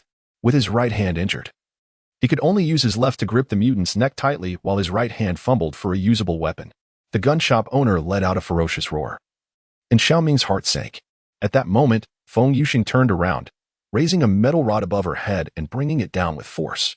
The enraged gun shop owner pivoted to face her, allowing Shao Ming the opportunity to break free and retrieve his pistol from the ground. Just as the gun shop owner was about to pounce on Feng Yuxing, she found herself unable to wield the metal rod in the confined corridor. Shao Ming! Feng Yuxing cried out. Duck! Shao Ming shouted back. He squeezed the trigger, and a bullet erupted from the chamber, striking the gun shop owner in the back of the head. Before they could revel in their narrow escape, a cacophony of mutated sounds emerged from outside. The shop's main entrance, facing the street, was adorned with an array of firearms hanging on the walls. Though modest in size, the establishment boasted nearly 100 weapons. Shao Ming approached the counter and, raising his pistol, shot down a mutant that charged through the front door. What transpired next resembled not so much a battle as a marksmanship exercise for the mutants, constrained to a single entrance at the front. Fell one by one beneath Shao Ming's aim. It was not until he had exhausted every magazine of his handguns that he ceased firing. The ground, both inside and outside the shop, was strewn with the corpses of over a dozen mutants. Observing that no more mutants surged forth, Shao Ming relinquished his weapon. The relentless barrage had reopened the wound on his palm, blood seeping through the bandage. Nonetheless, this pain did little to diminish the elation swelling within him. The firearms adorning the walls were akin to divine gifts. Perhaps due to its remote location or the isolation of the surrounding residents, an ample supply of weaponry remained. Predominantly, the wall-mounted guns were shotguns, including a variety of common .22 caliber rifles and several semi-automatic shotguns. Shao Ming was not one to be particular, gathering every firearm and ammunition from the walls and cabinets. However, it appeared that there were no rounds for his 9mm P320. Evidently, his long-utilized handgun was a clandestine acquisition from an unknown source. Chapter 48. Marksmanship training. The two filled their backpacks to capacity, slinging several rifles over their shoulders before departing the gun shop. How heavy, Feng Yuxing remarked. I wonder how long we can sustain ourselves with so many firearms. If we encounter a horde of corpses, this will hardly suffice, Shao Ming replied, recalling the horde they had faced just hours earlier. The sheer number of mutants was far beyond what a few semi-automatic shotguns could contend with. Not long after their departure, a train gradually appeared before the two, approaching them with a gentle pace. Lambert leaped down from the freshly halted train, accepting the weapons from their hands. Quite adequate, Shao Ming remarked. 3 individuals cramped within a single cabin is still rather confined. The rear can be modified. Lambert nodded thoughtfully, suggesting that if materials were available, they could partition the space into several rooms. Initially, Shao Ming considered this a splendid idea, but then realized that acquiring those materials might prove to be a formidable challenge. Seizing the opportunity, Shao Ming replaced the bandage on his wound. Just as he was about to step into the cockpit, Feng Yuxing suddenly turned to Shao Ming and said, "Hey, teach me how to use a gun." Using a gun. Shao Ming pondered for a moment. With ammunition still relatively plentiful and the surrounding mutated creatures having been eradicated, it indeed seemed an opportune moment to instruct the two in marksmanship. Right here will suffice, he declared. There are still plenty of firearms left in the shop, and the bullets have already been moved onto the train, making it ideal for practice. Oh, Lambert appeared somewhat reluctant. I am an advocate of gun control, but it is indeed prudent to acquire some knowledge. Shao Ming retrieved a paper target he had pilfered from the gun shop and walked approximately 100 meters into the fields, securing the target against a wall. Observing the somewhat dull expressions on the faces of the two, Shao Ming elaborated. In simple terms, it is easy to shoot, but it won't be lethal unless a critical area is struck. The two nodded in understanding as Shao Ming picked up a magazine and loaded it into the firearm. This is a magazine. The gun should accommodate 10 rounds, so aim as accurately as possible. Shao Ming pressed the release button once more and removed the magazine. If the ammunition is exhausted, simply press here to detach the magazine and replace it with a new one, he explained. Beside him, Feng Yuxing nodded, attempting to reload the bullets herself. Shao Ming then disengaged the safety mechanism, addressing the two. The small mechanism located behind the bolt acts as the safety. If it is not engaged, you cannot chamber a round or fire. Conversely, when the weapon is not in use, ensure the safety is activated to prevent accidental discharge. Shao Ming pulled back the bolt, loading a bullet into the chamber. Now it is ready to fire, he declared, raising the rifle and aiming at a distant target. Bang! With a sharp report, the bullet struck the target. He retracted the bolt once more, ejecting the spent cartridge. Did you see that? After firing a round, you must eject the shell and repeat the chambering process to continue shooting. Both nodded, mimicking the motion with their firearms. Shao Ming lifted the shotgun and remarked, "This weapon is equipped with a scope. Typically, within a distance of 100 meters, aligning the crosshairs with the target suffices."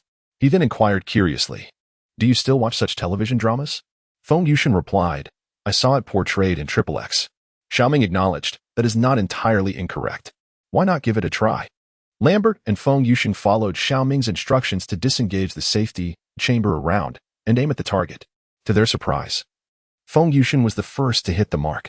"My heavens," Lambert set down the hunting rifle, observing as my bullets soared almost to the heavens. "Simply use your arms to manage the recoil," Shao Ming advised. "This small caliber has minimal kick. With other firearms, it would require more than just arm strength." The two continued to fire a few rounds, and fortunately, Lambert finally managed to land his shots on the target. "Quite impressive," Shao Ming remarked. "You both adapted swiftly." After a few rounds with the hunting rifle, Shao Ming instructed the duo on the use of a shotgun.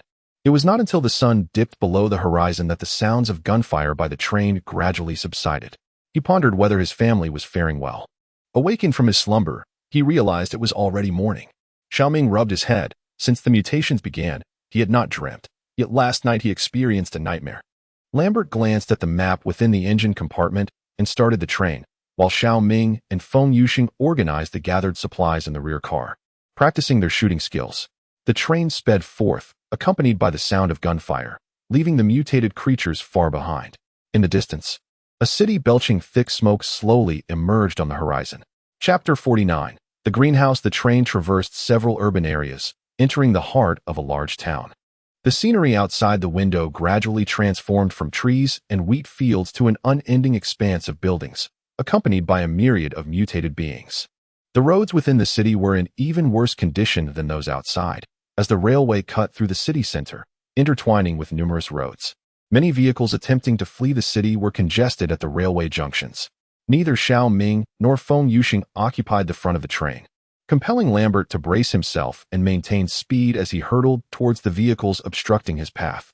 He firmly grasped the control panel, propelling the train forward. A thunderous crash accompanied by the shrill sound of metal scraping ensued as the abandoned cars blocking the train's path were unceremoniously pushed aside.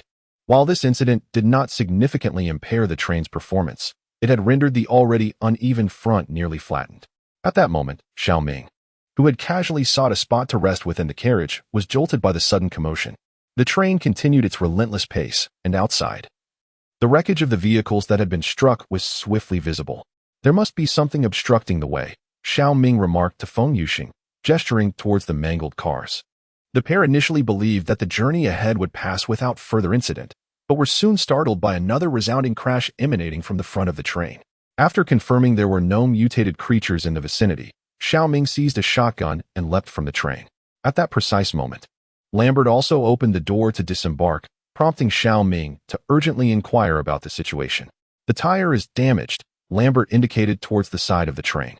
Following his gesture, Shao Ming observed that the bearing between the two wheels had indeed fractured, and a substantial gash marred what appeared to be the water tank. What should we do?" Shao Ming asked, surveying the damage. "Well," Lambert replied, somewhat awkwardly, "logically speaking, we should replace it in a specialized workshop. But even if we find one, we lack the means to manage it. The simplest solution would be to replace the entire unit. Did you not previously assert that switching to another train was unrealistic?" Shao Ming recalled Lambert's words from yesterday. "Just yesterday, you mentioned that there was no key," Lambert elucidated. "Upon examining the map, it appears that there should be a repair shop nearby. Typically, the keys for train maintenance are stored there." Shao Ming took the tablet, only to discover that this train repair shop was situated within the city. "If we stop here," Shao Ming remarked, "we would be besieged by thousands of zombies. And it remains uncertain whether there are any operational trains inside. Our vehicle cannot reach that location." Lambert responded with resignation. "The junctions within the city have diverted us in another direction, making it impossible for us to maneuver the ramp." At that moment, Feng Yushin also emerged from beneath the train and, hearing their predicament, inquired with confusion, "Does this mean the train cannot be operated?" The conditions on the roads in the city are abysmal, and I am uncertain whether these two wheels might suddenly detach. We should be on the eastern side of Stoke-on-Trent. If we take the southern route, we should pass through a town, Lambert explained, having closely monitored the map and possessing the clearest understanding of the situation outside the vehicle. Upon exiting the city, they had just traversed by rail from Stoke-on-Trent. There are two railway lines, one heading south towards Birmingham and the other extending eastward towards Nottingham. They are currently halted on the eastern line, while the repair shop Lambert mentioned is located in the city along the southern route, approximately 7 kilometers away. At this moment, Shao Ming considered that traveling by train might not be the most advantageous option, although it certainly offered a swifter pace compared to automobiles. The constraint of being confined to fixed tracks rendered it somewhat impractical.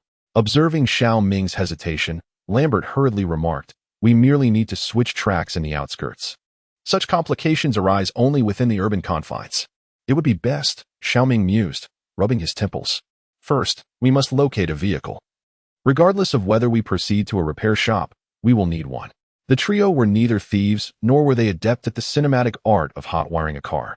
Acquiring a functional automobile would indeed pose a challenge, as it necessitated finding the keys first. As Shao Ming ambled along, his mind churned with thoughts. In this environment, both trains and cars were inevitably susceptible to collisions, unless, akin to certain films, they could be fortified into mobile fortresses clad in thick steel plating. After a 10-minute walk, a structure resembling a vegetable greenhouse appeared alongside the railway. "I will go take a look," he announced. Adhering to routine, Shao Ming signaled for the others to conceal themselves while he ventured forth to scout ahead. Clutching a shotgun, he bent low and approached the wall. Within the enclosure lay a vast greenhouse, and behind it stood a 2-story building. This place was distinct from others. It featured only a solitary greenhouse, devoid of the typical farmer's residence, and all the windows of the building were boarded up. Could there be survivors here? Shao Ming pondered as he scaled the wall. Taking advantage of the greenhouse's concealment, Shao Ming had a clearer view of the situation within the building. Although the windows were boarded up, he could discern shadows moving through the gaps. However, it was difficult to ascertain whether they were living beings or mutated creatures. After waiting for a while, and noticing that the figures inside remained utterly still, resembling dormant mutated entities, he realized he might have been overthinking the situation. Upon entering the greenhouse, he was greeted by rows of neatly planted flora. He reached out, plucking a tomato from one of the plants and taking a bite. Surprisingly, it was quite sweet. Holding the tomato, Shao Ming exited the greenhouse through another door. The barricade of wooden boards seemed to keep the mutated creatures inside at bay. He circled the building, arriving at the front to find a small pickup truck parked steadily in front of the modest structure. Chapter 50. The pickup truck. Shao Ming approached the truck and peered inside. It was remarkably clean and tidy, devoid of dust, suggesting it had not been parked there for an extended period. Could there truly be real people inside? After circling the house once more and confirming that all doors and windows were securely boarded up, he summoned his courage and shouted, "Is anyone there?" The only response was the guttural roars of the mutated creatures. Almost instantaneously, the wooden boards on the first floor began to rattle in response to his call, as the creatures inside howled in a futile attempt to break free. Were these entities trapped within by human hands, or had they inadvertently confined themselves before their transformation? Observing that the mutated beings could not escape, Shao Ming dismissed them from his mind and began searching for the keys to the pickup truck. He searched the vicinity but found no keys, leaving only one possibility. The keys must be inside the building.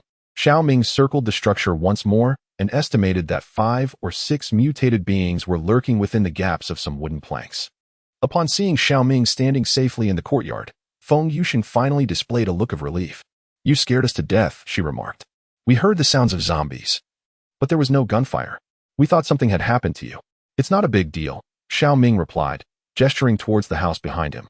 "They're all locked inside." "Who?" Lambert inquired, puzzled. "Who would have the time to lock them in?" "Perhaps they did it themselves," Shao Ming shrugged. "It seems they sealed the doors and windows to defend against the zombies." Feng Yuxing peeked out from behind the greenhouse and immediately identified the issue. The planks were nailed from the inside. Shao Ming smacked his forehead, realizing he had overlooked that detail. "Did you find the car?" Lambert asked. "There is a car, but the keys should be inside," Shao Ming replied. The three of them turned their attention to the interior, where the mutated beings continued to roar. "I certainly don't want to go in there," Lambert stated. Without saying much more, Feng Yuxing turned to Shao Ming and asked, "What do you plan to do?" "According to the map, This is the only place nearby with any residents, Shao Ming explained. The city has many more zombies. It would be better to clear this room and take our chances inside. All right then, Lambert conceded. The three individuals approached the door in unison. The mutated creature inside swiftly following their lead toward the entrance. Remember to strike first, Shao Ming advised, stepping ahead to the doorway. He pressed his ear against the door, listening intently to the sounds emanating from the other side. With a measured retreat of 2 steps, he raised his shotgun, aligning the barrel approximately at head height. He squeezed the trigger. The buckshot penetrated the wooden door, finding its mark within the head of the creature inside. He swiftly cycled the action, ejecting the spent shell and chambering a fresh round. A horrific howl erupted from within, yet Shao Ming did not waver. He fired again, expending the 5 shells in his shotgun. Reloading with practiced efficiency, he took aim once more. Standing aside, Lambert and Feng Yuxing clutched their hunting rifles, feeling somewhat impotent in this moment. It was not until the sounds of the mutated creature ceased that Shao Ming lowered his weapon and approached the battered door. The entrance was riddled with bullet holes, sunlight streaming through and casting light upon the interior.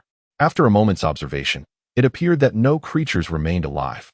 With a forceful kick, he shattered the dilapidated door, only to be met with the startling sight of a mutated creature leaping from the pile of corpses on the floor, tackling Shao Ming to the ground.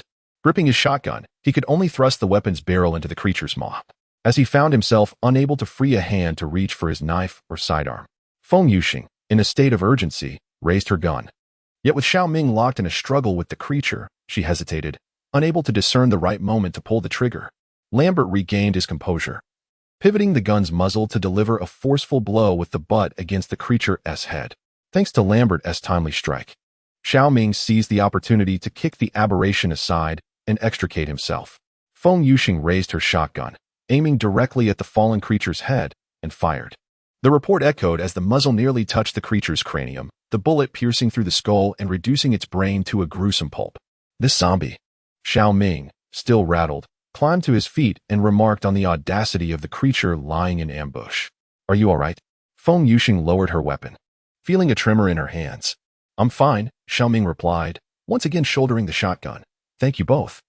The wooden forend of the shotgun bore a row of bite marks from the creature, making Shao Ming feel uneasy as he held it. The trio entered the room, where the floor was slick with the blood and viscera of the aberrations. The dim light was further obstructed by wooden planks, prompting Lambert, who brought up the rear, to retrieve a flashlight to illuminate their surroundings. This room appeared to be a bar, yet its decor resembled that of a clinic. The truck keys were not difficult to locate, resting quietly on the bar counter near the entrance. Shao Ming picked up the keys and also grabbed 2 bottles of liquor from the shelf, stowing them in his bag. What do you need those for? Feng Yuxing inquired. Observing his actions, Shao Ming offered an embarrassed smile and adjusted his bag. The 3 of them climbed into the pickup truck, and as Shao Ming cast a glance at the vehicle, he sighed heavily.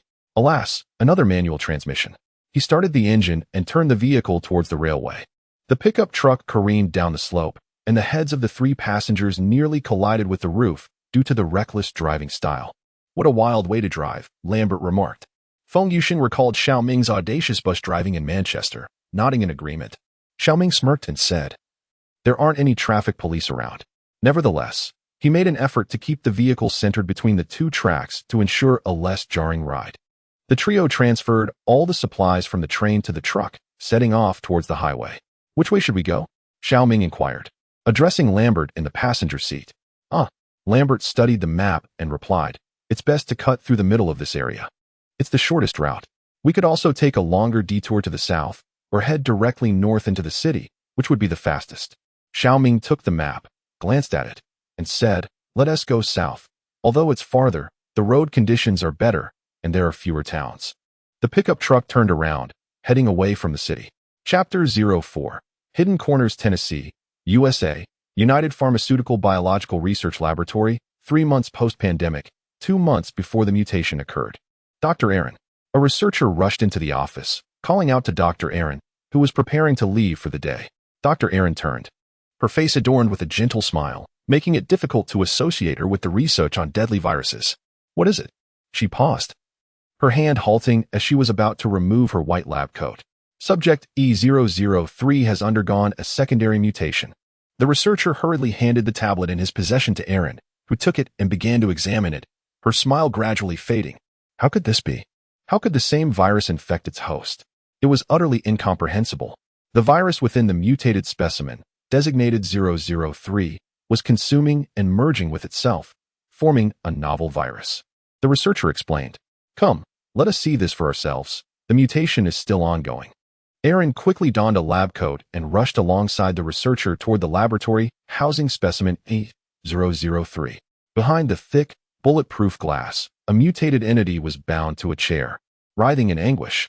By the time Aaron arrived, much of the entity's skin had sloughed off, revealing the vivid red muscle tissue beneath. Aaron hastened to the desk and pressed the intercom button to communicate with those inside. "What is the situation?" she inquired. The two researchers standing beside the mutated specimen shook their heads, indicating their uncertainty. The creature's anguished roars penetrated the heavy glass, sending shivers through the nerves of everyone present. The skin of the mutated entity was shedding at a visible rate, while the life sign monitoring equipment displayed nothing but chaos. "Have you administered a sedative?" Aaron asked. She pressed the intercom again, urgently commanding the two researchers inside, "Evacuate the laboratory." The two researchers hastily fled, unable to bear the horrifying scene. Turning to the researcher beside her, Aaron questioned, "How long after vaccination did this condition begin?" Blood began to seep from the mutated entity, and its eyes appeared as if they might burst from their sockets. The cadre of medical elites found themselves utterly powerless in the face of the current predicament, helplessly observing as the abomination on the hospital bed gradually transformed into a grotesque semblance of humanity. Its pelvis suddenly ruptured, the intestines violently expelled from its body, while its eyeballs burst under the immense pressure.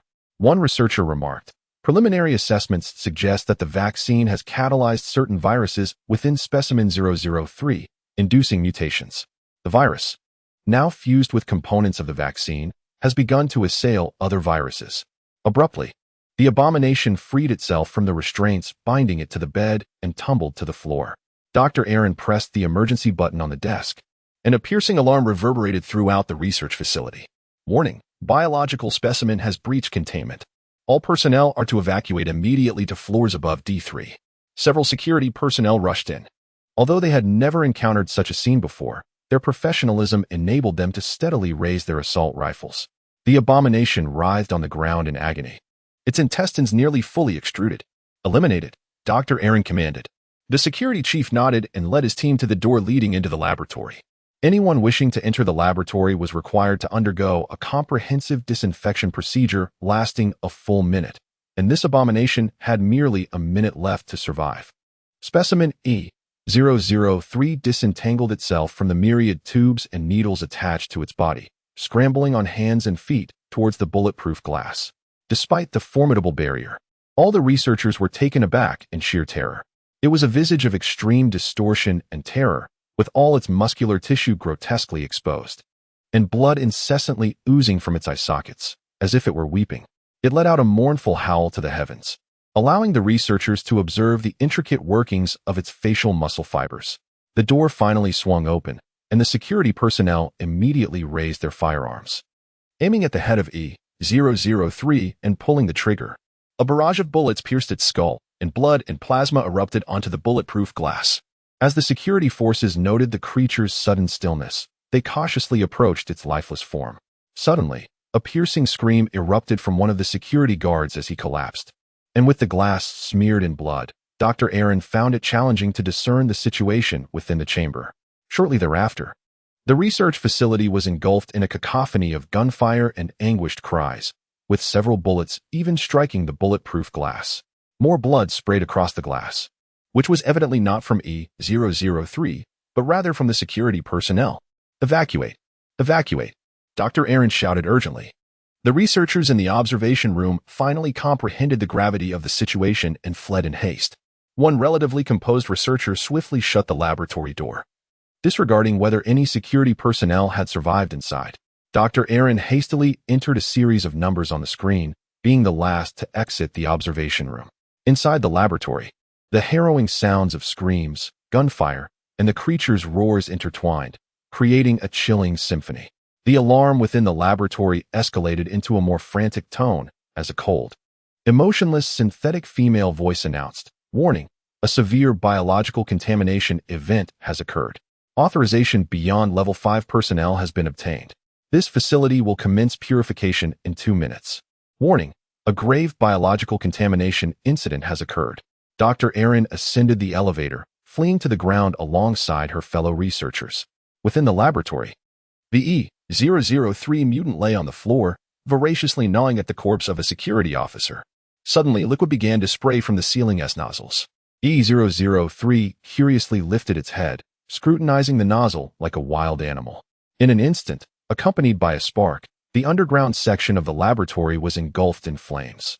E-003 writhed in agony amidst the inferno until its body was entirely incinerated.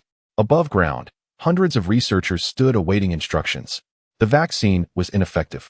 Dr. Aaron, supported by 2 researchers, exited the elevator. The apocalypse was upon them. Just as they stepped through the laboratory's entrance, a violent explosion erupted. The mushroom cloud from the blast was distinctly visible several kilometers away in the city, as the entire laboratory, along with all its researchers, transformed into a vast crater. Chapter 51. The train repair shop. Although it was a circuitous route, the overall distance was merely around 10 kilometers. Furthermore, the journey was primarily along rural paths with little traffic. Before long, the pickup truck navigated to the other side of the city. The houses along the streets became more frequent, and through the gaps between them, one could glimpse the nearby railway tracks. "We are nearly there," Lambert remarked, noting that the repair shop was adjacent to a large stadium, making it quite conspicuous. "All right," Shao Ming replied, maneuvering the pickup truck to avoid a mutant. Shao Ming observed the expressions of the 2 individuals through the rearview mirror and inquired with confusion, "What is the matter? Is my driving inadequate?" As the pickup truck advanced, an increasing number of aberrations appeared on the road. Aside from the cluster of aberrations trailing behind, consuming exhaust fumes, there were also numerous others obstructing the path ahead. Fortunately, as they were in the outskirts of a small city, it did not attract an overwhelming horde of aberrations as in previous encounters. Seizing the opportunity, Shao Ming deftly maneuvered the vehicle between 2 buildings and onto the railway. The train repair factory loomed just a few hundred meters away, with 6 workshops standing side by side at the end of the tracks. Suddenly, an aberration lunged out from the roadside. Due to the barrier of the wall, Shao Ming did not see it at first. There was no evading this one. He had no choice but to reduce speed and brace for impact. Steady now. With a resounding crash, the oncoming aberration was sent flying, causing the pickup's hood to crumple. To make matters worse, the airbag deployed, striking Shao Ming and Lambert squarely in the face. Startled by the airbag, Shao Ming instinctively slammed on the brakes, bringing the pickup to a halt on the desolate tracks. "Let us go, let us go." The only one not obstructed by the airbag, Feng Yuxing, clutched his backpack tightly in the back seat. Noticing the numerous aberrations rushing towards the pickup, although the airbag in front of Shao Ming had yet to deflate, he could surmise the surrounding situation and promptly pressed the accelerator again. Boom. Another collision reverberated, and Shao Ming felt the vehicle shudder violently. Fortunately, the now deflated airbag would no longer deploy. Shao Ming drove the pickup truck through the open doorway of a repair shop, where several individuals hastily disembarked to retrieve weapons from the truck bed.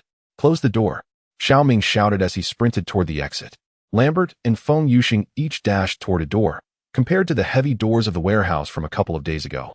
This workshop's door was not only lighter but also equipped with more tires below to aid in its operation. Shao Ming raised his shotgun, aiming at the forehead of a mutant. One by one, the running mutants fell under his fire, and it was undeniable that the skirmishes of recent days had elevated Shao Ming's marksmanship to a new level. Just as he fired another round from his weapon, the .22 caliber bullet struck a mutant without delivering a fatal blow. After collapsing, it astonishingly rose again, engrossed in targeting the next mutant. Shao Ming initially failed to notice anything amiss. It was only when he readjusted his scope on the fallen creature's head that he discovered a gory bullet hole in its forehead. Shao Ming contemplated briefly. Although the .22 caliber's lethality was limited, at this distance of merely 100 meters, it was implausible that a mutant with no protection atop its head could survive. Nevertheless, it was of little consequence. He could always fire another shot. With his ammunition depleted, Shao Ming prepared to switch to the shotgun slung across his back when the 2 individuals behind him finally managed to close the door. "Hurry inside," they urged him in unison, one speaking in Chinese and the other in English. Shao Ming dashed into the workshop just as the door sealed behind him. In the center of the workshop, a train undergoing maintenance rests, while the right side is divided into 2 levels. The ground floor is cluttered with an array of tools, whereas the upper level conceals a locked room. The sun is nearing its descent, and the only source of light in the workshop comes from the skylight, casting a dim glow throughout the space. The Type 68 locomotive stands prominently. Lambert approaches the train, caressing its surface, reflecting on how it was only delivered domestically after 2016, never anticipating he would have the opportunity to operate such a vehicle. Shao Ming and Feng Yuxing exchange glances, pondering why Lambert appears somewhat peculiar. I'll go find something to start a fire, Feng Yuxing volunteers, beginning to unload provisions from the pickup truck. Shao Ming, gripping his shotgun, ascends to the second floor. Outside the workshop, rain begins to fall, the droplets pattering against the steel exterior of the building. Outside the door, the mutated creatures that had managed to approach are now trapped, roaring at the entrance amidst the rain. The door to the room on the second floor is firmly locked. Shao Ming attempts to twist the doorknob, but to no avail. Meanwhile, Lambert seems to be searching for something on the ground floor, and Feng Yuxing has successfully ignited a fire. Shao Ming knocks on the wooden door, which is rather thin. He takes 2 steps back and raises his shotgun towards the lock. Be ready to fire, he cautions the 2 below, pulling the trigger. A large hole is blasted into the wooden door, yet the lock remains intact. He reloads and fires again. This time, the lock separates completely from the door panel. Shao Ming pushes the wooden door open, illuminating the small room with his flashlight. Inside, 2 locked cabinets stand, and by the window, a small table is occupied by a computer. On the wall to the right of the small table, a key rack was affixed, from which Shao Ming retrieved 2 keys and tucked them into his bag.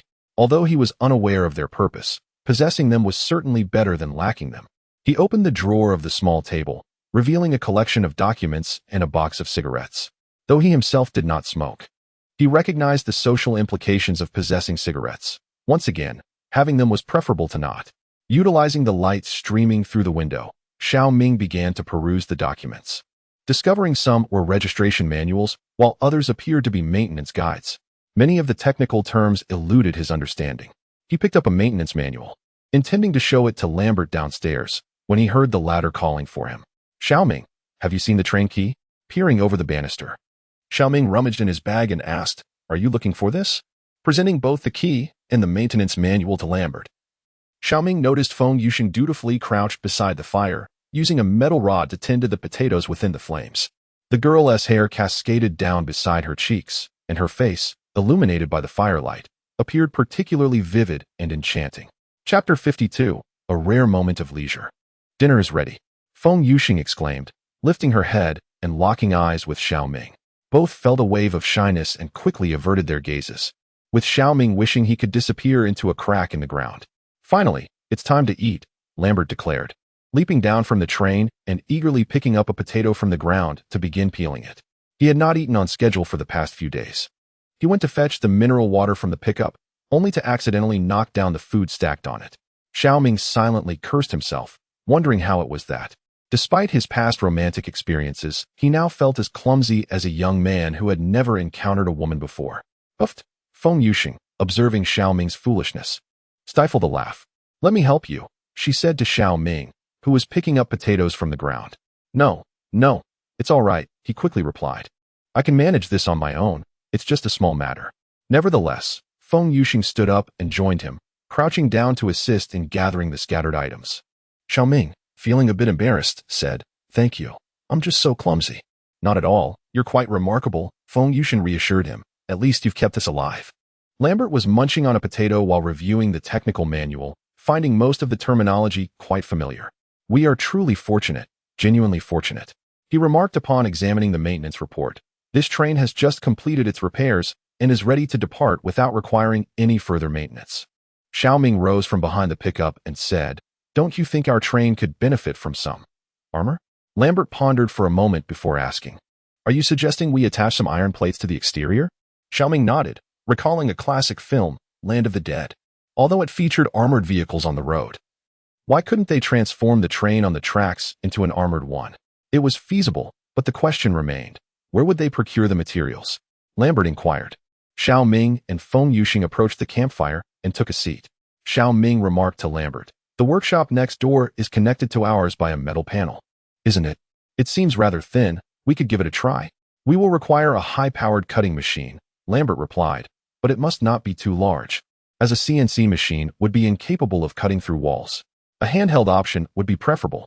Suddenly, an idea struck Shao Ming. The cutting machine used by the fire brigade should suffice.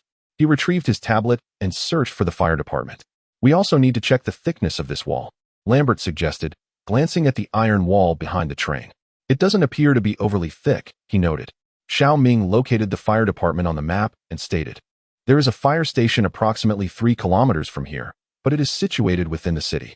At that moment, Shao Ming felt that bringing his tablet along was indeed the wisest decision, especially with the global maps downloaded. "We can give it a try," Lambert proposed. "Let's block the side wheels." "Understood." Feng Yuxing handed Shao Ming a peeled potato, declaring, "It's not hot anymore." "Ah, thank you," Shao Ming replied, promptly devouring the potato. Lambert mumbled to himself, "Why must I peel my own?" After the three had finished their meal, they sat idly by the fireplace. Shao Ming set up his tablet on the back of the pickup truck, connected it to a power bank, and began streaming a television series. "No. We might run out of battery," Lambert remarked with confusion. "Is this really the time to watch a show?" "The vehicle was equipped with a charging port," Shao Ming remarked. The three of them settled down to watch television, while outside, the mutated beings had long since fallen silent, their whereabouts unknown. As they gazed at the flickering images on the screen, memories of a month prior flooded back when Li Long had been downloading a television series. Now, they were not only separated by life and death, but also by a vast distance. Shao Ming couldn't help but touch the letter of farewell nestled securely within his tactical vest. Thankfully, it remained undisturbed in his bag. Feng Yuxing walked to the back of the vehicle, retrieving a tin of fruit to share with everyone, naturally taking a seat beside Shao Ming. "Let me see your hand," she said, pulling Shao Ming's hand closer and unwrapping the bandage. The wound on his thumb showed signs of healing. Yet due to Shao Ming's continuous use of his right hand for combat and shooting following the injury, the recovery was less than ideal. "It needs to be rewrapped," Feng Yuxing declared, rising to fetch a fresh bandage. Lambert cast a sidelong glance, offering Shao Ming a knowing look. After watching 2 episodes of the series, the group dispersed to find places to sleep. Feng Yuxing settled in the back seat of the pickup truck. Shao Ming remained in the driver's seat, while Lambert surprisingly chose to lie down on the floor of the train's cabin. Throughout the night, Shao Ming found himself unable to sleep. Outside, only the sound of rain broke the stillness, enveloping the workshop in silence. His thoughts meandered aimlessly, occasionally drifting to Li Long, who lay lifeless in bed, and then to the couple he had once seen atop the rooftop. Suddenly, Feng Yuxing shifted behind him, a soft murmur escaping her lips. Shao Ming rubbed his eyes and stepped out of the vehicle, draping his coat over Feng Yuxing's slumbering form. The following morning, Shao Ming awoke to the bright rays of the sun streaming in. He quickly sat up and, upon glancing at his watch, realized it was already 11 o'clock. It was all due to his restless night. He stepped down from the vehicle, where Lambert was examining the train, and Feng Yuxing had already organized the supplies from the back of the car into another cabin at the rear. "Why didn't you wake me?" Shao Ming yawned as he inquired. "You looked so peaceful in your slumber," Feng Yuxing replied with a smile. "I felt it would be unkind to disturb you." She descended from the train and quietly said to Shao Ming, "Thank you for lending me your clothes. I intended to call for you." Lambert poked his head out of the cabin, wearing a look of discontent. "You were snoring. Next time, please refrain from sleeping while sitting." Shao Ming chuckled awkwardly and took a sip from a bottle of water. "Let us have lunch and then head to the fire station," he suggested, "to see if we can find a cutting tool." "For lunch, we have biscuits with potatoes," Feng Yuxing announced. "It's either potatoes with biscuits or biscuits with potatoes," Lambert lamented, his expression growing more forlorn. "Having something to eat is already a blessing. How can one be so picky?" Feng Yuxing remarked to Lambert. "We are running low on biscuits, so today we can take the opportunity to find something else to eat." "All right," Shao Ming nodded, astonished that the biscuits he had brought could sustain 3 people for several days. After rekindling the fire and enjoying their meal, Shao Ming loaded all the guns with ammunition. "Ammunition is scarce. Let us make do with iron rods when possible," he advised as he handed the shotgun to the 2 of them. Chapter 53. Dog Gordon. Shao Ming pushed open the workshop door, and Lambert pressed the accelerator, driving along the railway. The surrounding mutants, upon hearing the familiar sound of an approaching vehicle, became agitated and converged towards the train repair yard. Shao Ming leapt into the bed of the pickup truck, patting the cabin to signal that they could set off. Lambert took a turn and drove onto the road leading into the city. Shao Ming, seated in the truck bed, felt an unsettling sense of precariousness due to the low railing. Perhaps it was because this road led to the larger city of Birmingham. Hence few chose this route out of town, resulting in relatively good road conditions, unlike when Shao Ming departed from Manchester, where traffic was unrelenting. The pickup swiftly transitioned from the suburbs into the city, having already shed the third wave of the small horde of over 100 corpses. Fortunately, Lambert's driving skills surpassed Shao Ming's, as the truck collided with numerous mutants without sustaining significant damage. They navigated through the city center without incident, where the fire station stood solemnly at a crossroad. As Lambert brought the pickup to a halt, hundreds of mutants surged from all directions. Shao Ming swiftly raised his shotgun in the truck bed, eliminating the two closest mutants. The two occupants inside the vehicle hurriedly opened the doors and dashed towards the fire station. "Get inside quickly," Shao Ming shouted, leaping from the truck and propping his gun on the hood, firing at the oncoming mutants with the support of the vehicle. Once both men had entered the fire station, Shao Ming secured his shotgun and closed the door behind him. Lambert and Feng Yuxing immediately pushed a table against the door, barricading it. The mutants battered against the entrance, and Shao Ming retrieved the baseball bat from his back, wedging it between the door handle. Within the first floor of the fire station, there were no mutated beings, and the garage was devoid of fire trucks, suggesting that all firefighters had mobilized when the mutations first began.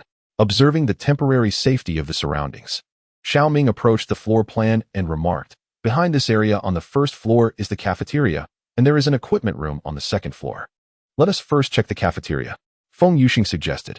Shao Ming took the lead, and the three of them entered the cafeteria together. As the cafeteria's windows faced away from the street, there were no mutated creatures outside, though the interior lacked adequate lighting. Suddenly, a shadow flitted across the room and concealed itself behind a cabinet. Shao Ming immediately raised his shotgun. However, the shadow did not appear to be a mutated creature, but rather resembled a large dog. The shadow peeked out from behind the cupboard, and the trio discerned its true identity. It was a very thin German shepherd. The three of them, along with the dog, exchanged wary glances. "I believe this is an ordinary dog," Feng Yuxing remarked. "I concur," Shao Ming replied as he crouched down, extending his hand and puckering his lips to call the German shepherd, making a kissing sound. The dog, however, did not approach. Instead, it tucked its tail and took 2 steps back. Feng Yuxing softly commented, "Foreign dogs might not understand that." Shao Ming then called out in English, "Come here. Come here." The German shepherd seemed to hesitate for a moment, but eventually began to approach slowly. Good boy, Shao Ming said, extending his hand to gently pat the dog's head. The dog did not resist and gradually lowered its guard. Shao Ming picked up the pendant from the dog's collar, which bore several lines of text: Homeland Fire Brigade, Loyal Comrade, Search and Rescue Dog, Gordon. Shao Ming gently patted the dog's head and said, "Your name is Gordon, isn't it?" Upon hearing his name, Gordon wagged his tail and trotted in circles around the three. He appeared quite emaciated. Feng Yuxing also crouched down to stroke Gordon's body. "Surely you do not intend to keep him?" Lambert remarked, "We ourselves are nearly out of food." Shao Ming rose to his feet, contemplating the possibility of taking the dog with him. However, Lambert was right. The sustenance required for such a large dog would be considerable, and it was already a challenge to feed the three of them. "Let us search for food first," Shao Ming suggested. The trio rummaged through the kitchen, turning everything upside down, yet none could disregard Gordon, who persistently circled their feet. "Look here," Lambert said, pulling open the upper cabinet, revealing a neat stack of around 10 cans. He hastily stuffed the cans into his backpack, and upon hearing the clinking sound, Gordon scampered to sit at Lambert's feet. No, little fellow," Lambert shook his head. "This is not for you." Feng Yuxing glanced at Shao Ming, who could only lower his gaze in response. There was nothing else in the kitchen. It appeared that Gordon had consumed every morsel of food within his reach. With a shotgun in hand, Shao Ming cautiously ascended to the second floor. The corridor above was engulfed in darkness, with even the emergency lights extinguished. Lambert retrieved a flashlight from behind and switched it on, allowing the three to finally discern the location of the equipment room's door. Upon entering, they found that most of the firefighting tools had already been taken by the firefighters, leaving only a few remnants within the farthest wire mesh enclosure. The imposing presence of the cutting machine was not difficult to locate. The three individuals quickly spotted it positioned at the center. Now, the barbed wire fence stood as the sole barrier. Shao Ming attempted to push the door, but as anticipated, it did not budge. "There must be a key," Feng Yuxing remarked. "I'll search for it." As the trio deliberated on how to unlock the door, Gordon, seemingly aware of their intentions, tugged at Shao Ming's pant leg. Do you have something to say? Shao Ming inquired, crouching down to pat Gordon's head. Guided by Gordon, they soon found themselves in the office opposite the equipment room. Gordon rushed to a desk and began scratching at a drawer with his paw. Shao Ming approached and pulled open the drawer, revealing a set of keys lying quietly within. This dog is truly clever, Shao Ming mused, retrieving the keys and casually directing his words toward Lambert, who merely scoffed in response. Well done, Gordon, Feng Yuxing praised. Bending down to stroke Gordon's head. Using the keys provided by Gordon, the trio successfully unlocked the equipment room door. Shao Ming retrieved the cutting machine and handed it to Lambert, followed by a fire axe from within. Just as the baseball bat had been discarded downstairs, he realized he was still in need of a melee weapon. Feng Yuxing glanced out the window. Although the mutated creatures were no longer frenzied, they still congregated below. Chapter 54. A Night of Terror at the Fire Station. Despite this, the fire station lacked the formidable iron gate protection that the workshop had boasted the previous night. We will take turns keeping watch. Shao Ming began to assign tasks. Starting at 10, each of us will stand guard for 3 hours. I'll take the first shift. Feng Yuxing volunteered. I am quite accustomed to staying up late. That's my last one, Lambert hastily remarked, pondering that the person in the middle must be the most uncomfortable, for the two individuals on either side could enjoy 6 hours of sleep, while the one in the center could only manage fragmented moments of rest. All right, Shao Ming nodded, indifferent to the situation, as he found it impossible to sleep soundly in this place. He approached the window and gazed downwards, noticing that the mutants had once again entered a state of dormancy, remaining motionless below. During dinner, Lambert retrieved 3 cans of peas from his bag to share among them. Feng Yuxing accepted 1 can, found a small bowl, poured some peas into it, and pushed it toward Gordon. The dog joyfully wagged its tail and eagerly began to eat. Shao Ming gently patted Gordon's head, finding the canine delightfully obedient. Yet, a thought crossed his mind. Having a dog along on a train was undoubtedly a burden. After all, a train does not afford the same flexibility as a car. It cannot simply halt at will, and they lacked a compartment to accommodate a dog. By midnight, Feng Yuxing had already succumbed to sleep, while the relieved Shao Ming yawned and stared vacantly out the window. The mutants below had yet to disperse, and Shao Ming found himself curious as to why these creatures vanished without a trace by the following morning. Logically, even if they quickly fell into a dormant state, should they not remain stationary? Why would they disperse on their own? Suddenly, Gordon, lying nearby, lifted its head with a sense of alertness, having sensed something entering the fire station. Unaware of Gordon's unusual behavior, Shao Ming continued to observe the mutants below. Without warning, Gordon sprang to its feet and made a beeline for the door. What do you smell? As Shao Ming quietly inquired of Gordon, he grasped the nearby shotgun. Suddenly, through the small window on the door, he perceived a fleeting shadow outside. A menacing growl emanated from Gordon's throat as it crouched low, adopting an aggressive stance. Could a mutant have breached their sanctuary? Shao Ming pondered, yet something felt amiss. He had not heard any commotion from downstairs. Surely he was not imagining things, for Gordon's reaction warranted an explanation. Shao Ming roused Lambert with several firm taps until he stirred awake.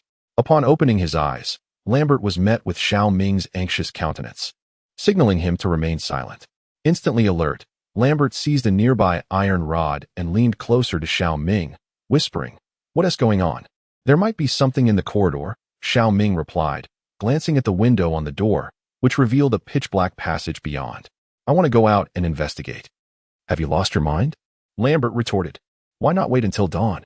All right, Lambert conceded, shaking his head as he retrieved a flashlight. He then awakened Feng Yuxing, instructing her to secure the doors and windows and keep an eye on their belongings while they were gone. "Please be careful," Feng Yuxing cautioned softly. Shao Ming accepted the flashlight Lambert offered, cautiously opening the door a crack to illuminate the corridor. It lay desolate, and Gordon slipped through Shao Ming's legs, continuing to discern the myriad scents in the air, finally fixating on the far end of the left corridor. "All right, it seems to be this way," Shao Ming declared, stepping out of the room and returning the flashlight to Lambert. Shao Ming grasped the fire axe, securing the shotgun at his waist, and cautiously advanced towards the corridor's end. Gordon crouched low, halting a few meters from the corner, emitting a low, guttural growl from his throat. Shao Ming slowed his pace, raising the fire axe in readiness. Suddenly, a mutant sprang from around the corner, charging directly at him. Just as Shao Ming prepared to block the assault, Gordon leaped forward, sinking his teeth into the mutant's neck. Though a hungry search and rescue dog, Gordon's sharp teeth were not mere adornments. He clamped down fiercely on the mutant's throat, shaking it violently. The creature struggled desperately before falling still. Just as Shao Ming was about to pull Gordon away, the sound of approaching footsteps echoed behind him. Lambert quickly turned, only to see another mutant swiftly advancing on both of them, using its hands and feet. Behind it, a second mutant mirrored its aggressive posture. Shao Ming had initially thought the previous encounter was an anomaly, yet he was taken aback by the agility of this mutant. However, today was different. Unlike that day in the warehouse, Shao Ming was now armed with a shotgun. "Fall back," he shouted. A mutant lunged at him, prompting Shao Ming to raise the shotgun and fire with precision. The creature was mid-leap when it was struck, its body twisting before it was sent flying backward. Observing this, the second mutant immediately retreated, disappearing around a corner. Lambert recognized the creature and remarked to Shao Ming, "It's the same type of zombie we encountered in the warehouse." Outside, the previously dormant mutants were roused by the gunfire, launching an assault on the fire station. A resounding crash echoed from downstairs, accompanied by the ghastly howls of the mutated beings. The two exchanged a glance, sensing impending doom. The barricade at the entrance appeared to be on the verge of collapse, and there remained one more creature within the confines of the room that had yet to be dealt with. "We must gather our belongings. We cannot linger here," Shao Ming urged. Returning to the office, the trio hastily donned their backpacks, leading Gordon towards the opposite side of the building. With a crack, the baseball bat that Shao Ming had employed as a makeshift door lock splintered, while the furniture blocking the entrance was gradually forced aside. The first mutated creature burst into the fire station, its blood-red eyes wide with ferocity, swiftly followed by a second and a third. "How do we escape?" Feng Yuxing inquired. "That way," Shao Ming directed, as they dashed into a spacious room.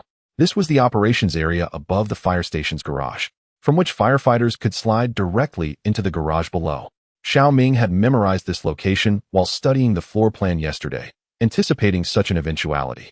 Suddenly, a mutated being emerged swiftly from behind them, charging towards the group with alarming speed. It was indeed the one that had escaped earlier. As Shao Ming surveyed the situation downstairs, the sound of the approaching creature reached his ears. Having already discharged his weapon, he felt no trepidation in firing again.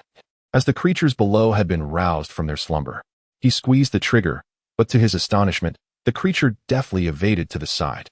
Had he wielded a different firearm, he might have missed entirely. Unfortunately, he was armed with a shotgun. Though the creature managed to dodge swiftly, it still caught a solid shot to its leg, causing its body to lose balance and roll twice before coming to a halt.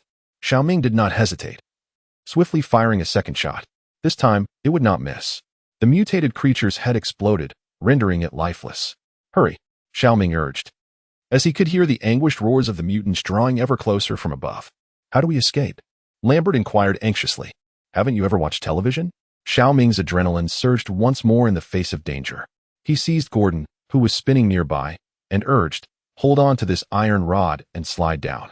Shao Ming was the first to reach the garage. Although the garage door stood wide open, it was largely devoid of mutants, as most had surged towards the source of the gunfire on the second floor. He set Gordon down and charged towards the entrance with his shotgun raised. In the moonlight, he spotted the pickup truck, miraculously unharmed, parked at the entrance.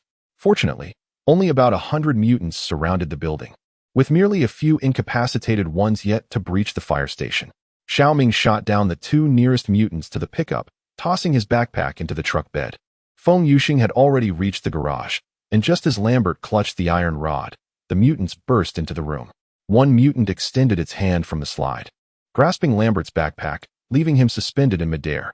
"Get the backpack off," Feng Yuxing shouted urgently. "I won't abandon my kin beef." Lambert managed to free one hand to grasp the hunting rifle behind him, fumbling until he positioned it against the mutant's head. With a deft press of his thumb, he pulled the trigger, and the bullet pierced the creature's forehead. Meanwhile, Shao Ming dispatched another mutant before jumping into the pickup truck and starting the engine. Fortunately, Lambert displayed a modicum of wisdom and refrained from removing the car keys yesterday. The remaining two swiftly joined him in the pickup truck. Shao Ming cast a glance in the rearview mirror, confirming that both individuals and the dog were present. He pressed the accelerator, colliding with a mutant that had rushed out from the fire station, and drove towards the outskirts of the city. After traversing several blocks, the mutants were finally shed from their pursuit. It was still the dead of night, and the headlights shone brilliantly against the darkness. Shao Ming alighted from the vehicle and retrieved a cutting tool from his backpack. Lambert stifled a yawn and suggested, "Let us rest first. We shall assess the situation tomorrow." At dawn, Shao Ming was roused by the sound of metal being cut. He groggily opened his eyes, as if the events of the previous night had merely been a dream. Lambert, donning a pair of sunglasses of unknown origin, was cutting through the wall panels, while Feng Yuxing had procured several iron rods from somewhere and was heating 2 cans over the fire. As for Gordon, it lay beside the entrance, lost in thought. Shao Ming climbed out of his seat and approached Lambert. Upon noticing Shao Ming's awakening, Gordon wagged its tail, seeking a pat. "Good morning," Feng Yuxing said, stirring the contents of the can with a spoon. "It seems we shall have a warm meal today." "Good morning," Shao Ming replied, stroking Gordon's head and greeting Feng Yuxing. Suddenly, with a loud clang, a metal sheet crashed down. The adjacent workshop was equipped with a welding gun. Noticing Shao Ming's approach, Lambert remarked, "This cutting machine designed for firefighting is indeed formidable. Have you taken your measurements?" Shao Ming inquired. "This is the first piece," Lambert replied, "and it can be affixed to the side of the vehicle to protect the wheels." "Excellent," Shao Ming remarked as he crouched down to examine the iron plate. This plate was at least 5 centimeters thick, quite substantial indeed. "Not bad," he nodded. "Do you need my assistance?" "Not right now," Lambert replied, gesturing with the cutting machine against the wall. "I will need it later." Shao Ming ventured through a gap into another workshop, which was eerily empty, devoid of any trains. He chatted with Feng Yuxing for a while until Lambert completed cutting 4 iron plates and called Shao Ming over to take a look. "These 2," Lambert indicated the longer plates, "will be used at the front, while the other 2 will be placed at the back." Shao Ming attempted to lift one of the shorter plates, which weighed no less than 400 to 500 kilograms, far beyond the capability of the 2 of them. As a university student who had long been out of practice, he found himself utterly unaccustomed to such weight. The iron plate was remarkably heavy. "How can we possibly stand these 2 heavy plates upright?" Shao Ming inquired. "There's a small crane in the adjacent workshop. It shouldn't be a problem," Lambert replied, leading Shao Ming into the next room. There, beside the tracks, stood a device as tall as 2 men, equipped with hooks and a frame. From its appearance, it resembled a gantry crane capable of omnidirectional movement. This must be the small crane Lambert had mentioned. Shao Ming attempted to drag it. Although it was fitted with 2 small wheels beneath the frame, maneuvering it was still quite laborious. Nevertheless, hauling this apparatus was certainly easier than trying to lift half a ton of iron plates, especially since they had a pickup truck at their disposal. After considerable effort, the 2 individuals finally managed to reposition the gantry crane to a suitable location. This crane was originally intended for the maintenance of trains, and when fully extended, it could conveniently straddle the locomotive for lifting operations. However, due to the absence of electricity, they were compelled to operate the crane manually using a lever. I suggested, with Feng Yuxing standing nearby, "Why not take a moment to enjoy a warm meal before continuing?" Once they had finished their meal, the duo resumed their modification tasks. As there were no suitable points on the steel plate for the hook to latch onto, Lambert had to cut another hole to allow the hook to secure the plate. A new challenge emerged. The 3 of them found it impossible to lift the steel plate that lay flat on the ground. It was no trivial matter. Weighing half a ton and firmly adhered to the earth, Shao Ming fetched a pry bar, and together they exerted all their strength, managing only to elevate one corner of the plate slightly. He lamented not having worked out with Li Long earlier, though he pondered how much that would help in this moment. Shao Ming shook his hands and suggested, "Let us check the vehicle for a jack." The closest to the car, Feng Yuxing promptly climbed into the bed of the pickup truck and indeed found a jack nestled within a box. The trio once again lifted the steel plate and positioned the jack beneath it, finally securing the plate successfully. "Excellent," Lambert clapped his hands, declaring, "Now we should be able to weld it in place." Chapter 56. The Dilemma of the Tracks. After an entire day of toil, the 3 had finally installed the 4 steel plates along the side of the train. At this point, every wheel was encased in a heavy external armor. However, aesthetically speaking, the overall appearance left much to be desired. Due to the recent cutting of the iron plates, some excess scraps were added by Lambert to the front of the train, positioned at a height just above a person. For various reasons, they chose not to entirely encase the front with iron plates. Firstly, this would obstruct the connection point, making it challenging to maneuver the train should it encounter another train on the tracks. Secondly, the Type 68 train is equipped with a de-icing shovel underneath the front, which serves to clear any anomalies. Thirdly, Lambert had already reinforced the front of the cockpit with iron plates, rendering additional plates somewhat superfluous. Moreover, The workload was still quite substantial for the three individuals involved.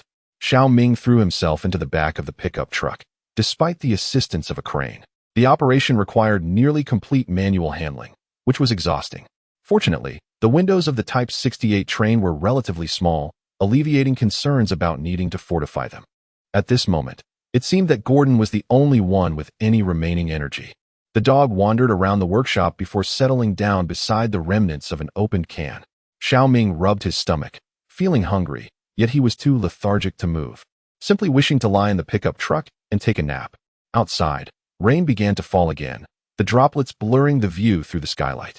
Feng Yuxing placed 3 cans atop the fire pit, adding several potatoes on top. Dinner, Feng Yuxing called out. The following morning, the group began to pack their belongings in preparation for their next departure. When the time came to use the vehicle, they would have to search for it again. The trio stored a small amount of ammunition and food in the front cabin, while all other items were placed in the rear cabin. The door, standing at a height of more than half a person, posed no challenge for Gordon, who leaped effortlessly into the train. Although no one has mentioned Gordon's fate, it is evident that they have welcomed this new member. Who will open the door? Lambert inquired, seeing that everyone had boarded the train. What door? Just smash it open. Shao Ming replied. The train roared to life, hurtling towards the exit. The workshop's grand doors were forced ajar, and after a brief pause of a few days, the journey resumed. All right, Lambert declared, let's stick to the original plan and head for Birmingham. Accompanied by the clatter of wheels against tracks, the train surged towards Birmingham. With the iron plate at the front, Lambert accelerated the train, yet he remained vigilant for any oncoming trains along the route. If we are to take the underwater tunnel, Shao Ming lowered his tablet and asked, do we need to pass through London? We can circumvent it from the outskirts, Lambert replied, taking the tablet to consult the map. Right now, our priority is to switch tracks near Rugby. Rugby serves as a bastion for Birmingham, where the railway diverges into 2 lines. One continues south directly into Birmingham City, while the other veers westward, traversing a cluster of small towns towards the northern side of London. This track switch is indeed crucial. Heading south into Birmingham City is fraught with peril, whereas heading west leads directly to London, allowing an exit from the English mainland via the underwater tunnel. In fact, the train from Manchester to London takes merely 2.5 hours at best. Yet Shao Ming and his companions have been traveling for nearly a week, having completed less than half their journey. Hence, it appears there is no avoiding this now. Shao Ming gazed at the map, realizing that the track switch lay in the heart of the town.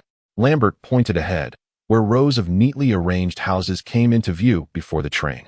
As the locomotive entered the town, the mutated beings predictably swarmed around them.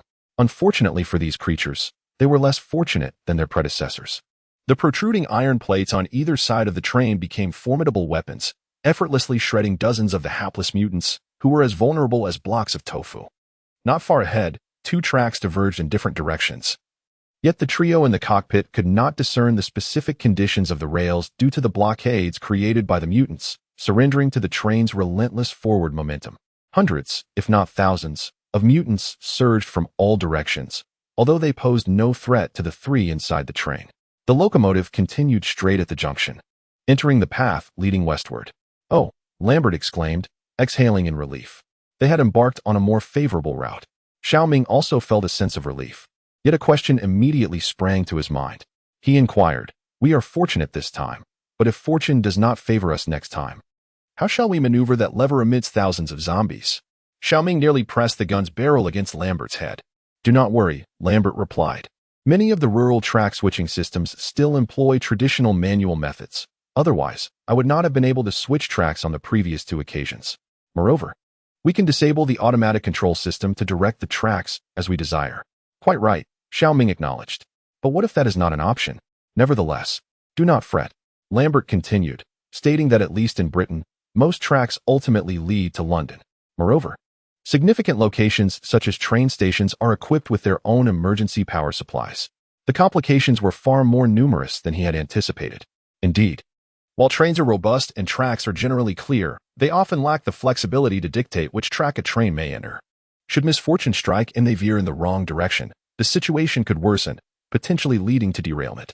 It is no wonder that Lambert slows down significantly at junctions, severely impacting the trio's pace. Perhaps traversing the suburbs by car would be more convenient. Sensing Shao Ming's apprehension, Lambert remarked that cars cannot traverse undersea tunnels. If a train were to block the tunnel, they would still rely on the train to clear the obstruction. Shao Ming cast a worried glance at Feng Yuxing, whose expression was equally ambiguous. I hope you are correct, Shao Ming replied, as I prefer the feeling of being in control of my own direction. The train barreled forward, crushing 2 parked cars in its path, dragging the corpses of mutated beings as it made its way out of the city. Chapter 57. Pilot Wellington. Shao Ming glanced at Lambert beside him. Although they had faced life and death together, he felt that this railway engineer was concealing many things from them. Fortunately, the journey ahead did not present any junctions, and the train sped through the countryside, nearing London in less than an hour. The group also noticed that the closer they approached London, the fewer mutated beings they encountered in the surrounding villages. They decided to halt briefly to strategize their passage through the city. I suggested that we either find a vehicle or trek around London. Shao Ming jumped off the train and remarked on the complexity of the railway system in London. Even if we could manually switch tracks every 100 meters, would we really want to contend with millions of zombies? Indeed, Feng Yuxing echoed, traversing the city of London seems rather impractical. Observing that the two had abandoned their plans to take the train, Lambert hastily interjected, we just need to locate the main railway station in London. Do you know where it is? Shao Ming countered. Have you considered how to safely navigate in and out amidst a horde of countless corpses? Lambert was left speechless. Perhaps these questions had never crossed his mind. Stop bickering, Feng Yuxing said, glancing towards a nearby stretch of track as he patted Shao Ming on the shoulder. Look over there. In a field nearby, a helicopter was quietly stationed. A helicopter? Despite the trees obstructing his view, Shao Ming quickly identified it as a Westland Lynx HC-2. He drew his shotgun and crouched down in a position with minimal visibility, raising his scope. Through the lens, he observed that the helicopter's cockpit door was ajar, revealing some pots and pans inside. Shao Ming lowered his shotgun and said, let's go take a look. The 3 of them crossed the field, and a military green helicopter came fully into view. The door was adorned with 15 small painted skulls.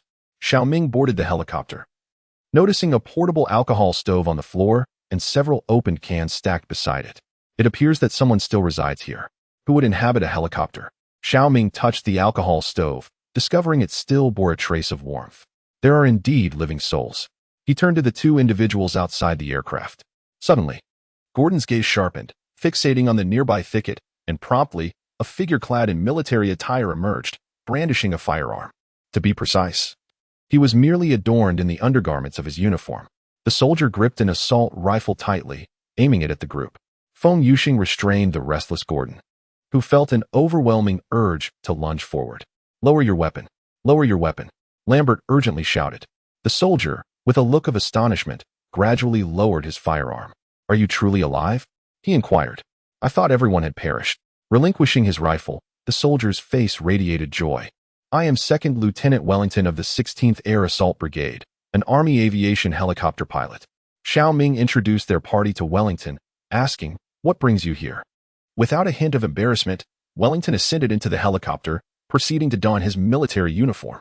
About 2 weeks ago, following the outbreak of mutations, I received orders to join the squad and maintain order in London. However, the situation gradually spiraled out of control. Wellington offered the trio a can, inquiring if they wished to eat. Upon their refusal, he continued, within a few days, we have just established a temporary base. 85% of the population in the city has mutated. The same fate has befallen many in the military, with numerous comrades transformed into monsters. 2 days later, my remaining comrades and I received orders to assemble at the base, as a new mission awaited us. I flew them to the base, where approximately a few thousand souls still resided. Our superiors assigned us a new task, to infiltrate the city of London and rescue the king and prime minister, who were trapped beneath Buckingham Palace. Wait, are you saying that Shao Ming interrupted Wellington, and that the army had already entered London? It was not long before your arrival. Wellington tapped on the insignia painted on the cabin door and remarked that we had conducted reconnaissance missions 15 times for the rescue team. Did you succeed? Do you know what the most absurd part is? Wellington sighed and recounted how those fools at the base had fired artillery for an entire day and night, luring every mutated creature from the surrounding towns. Moreover, not a single soul informed us where we were supposed to assemble. Some suggested heading to Brighton, indicating that the French Navy would rendezvous there. However, when I flew over, all that remained was a beach littered with abandoned heavy equipment. And now here I am, with the helicopter completely out of fuel. The three men exchanged glances, unsure of how to respond. A whole unit deployed merely to save a few members of the royal family?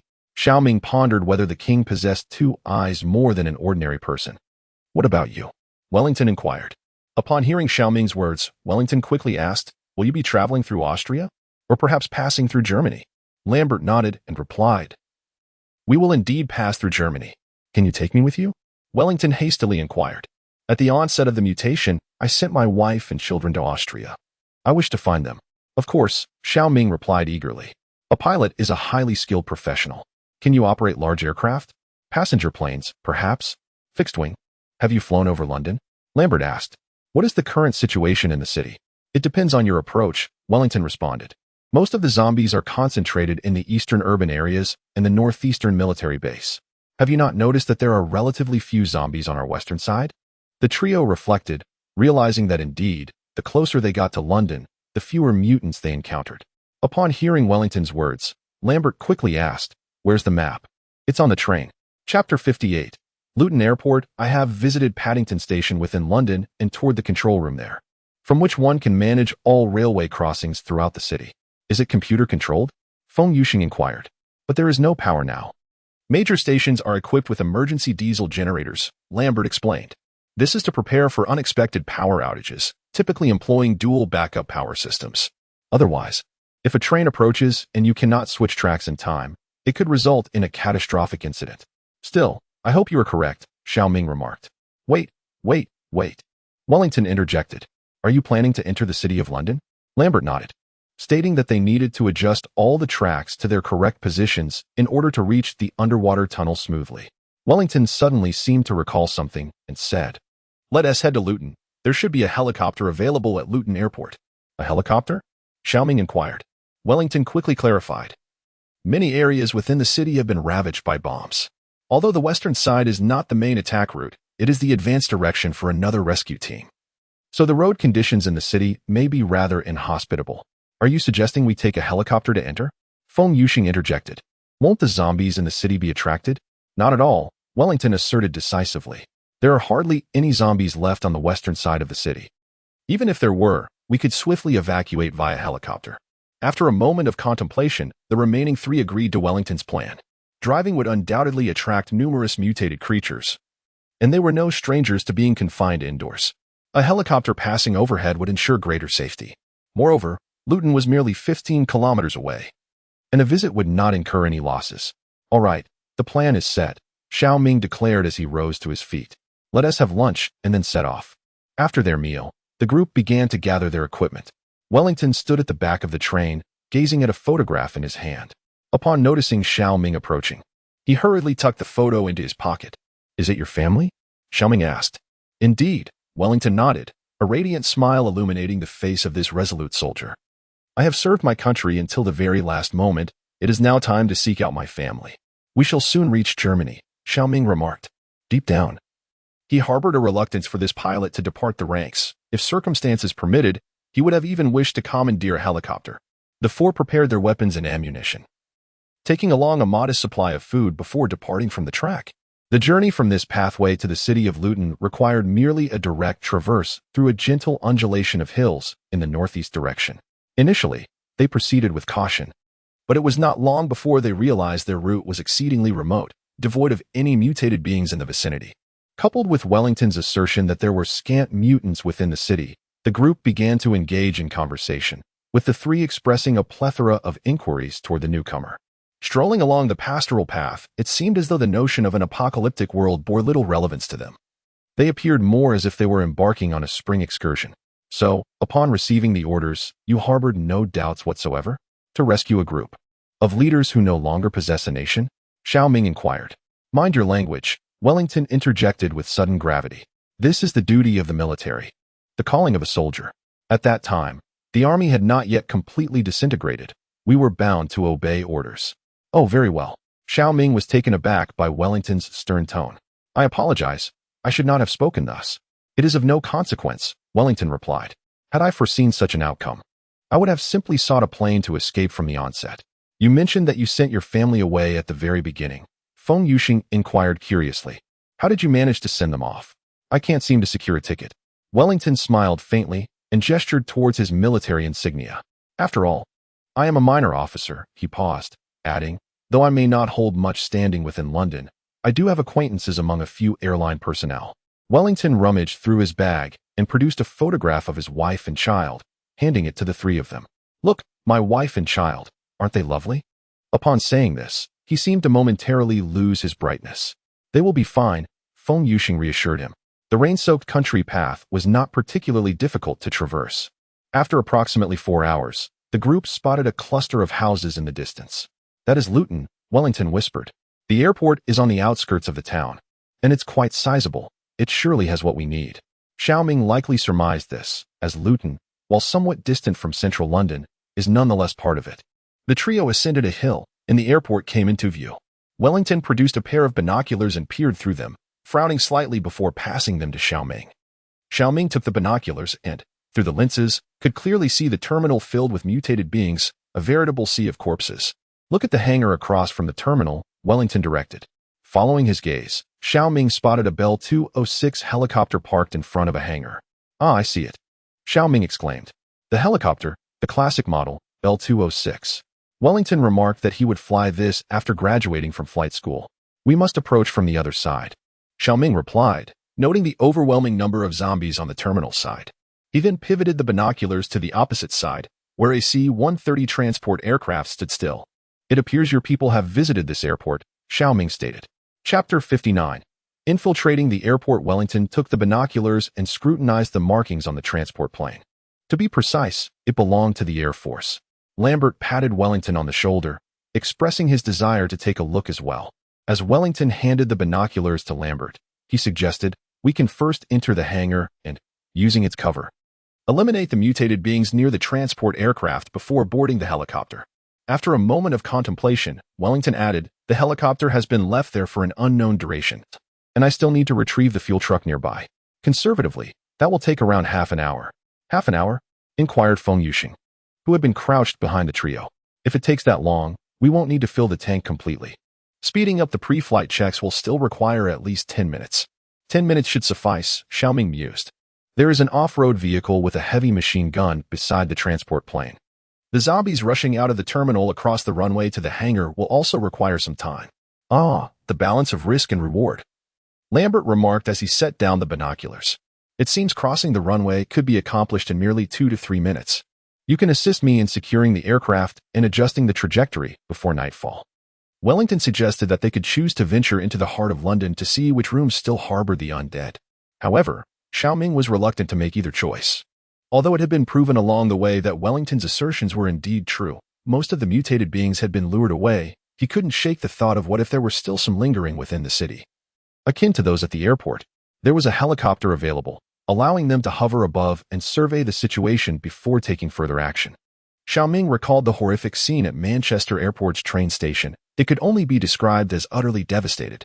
Noticing Shao Ming's hesitation, Wellington remarked, we can observe a bit longer. I can refuel and conduct checks simultaneously, and it will only take 5 minutes. Through the binoculars, a Cessna 172 was seen towing a fuel truck, parked beside the helicopter. The two aircraft were not far apart. Can we fly directly to the underwater tunnel? Shao Ming inquired.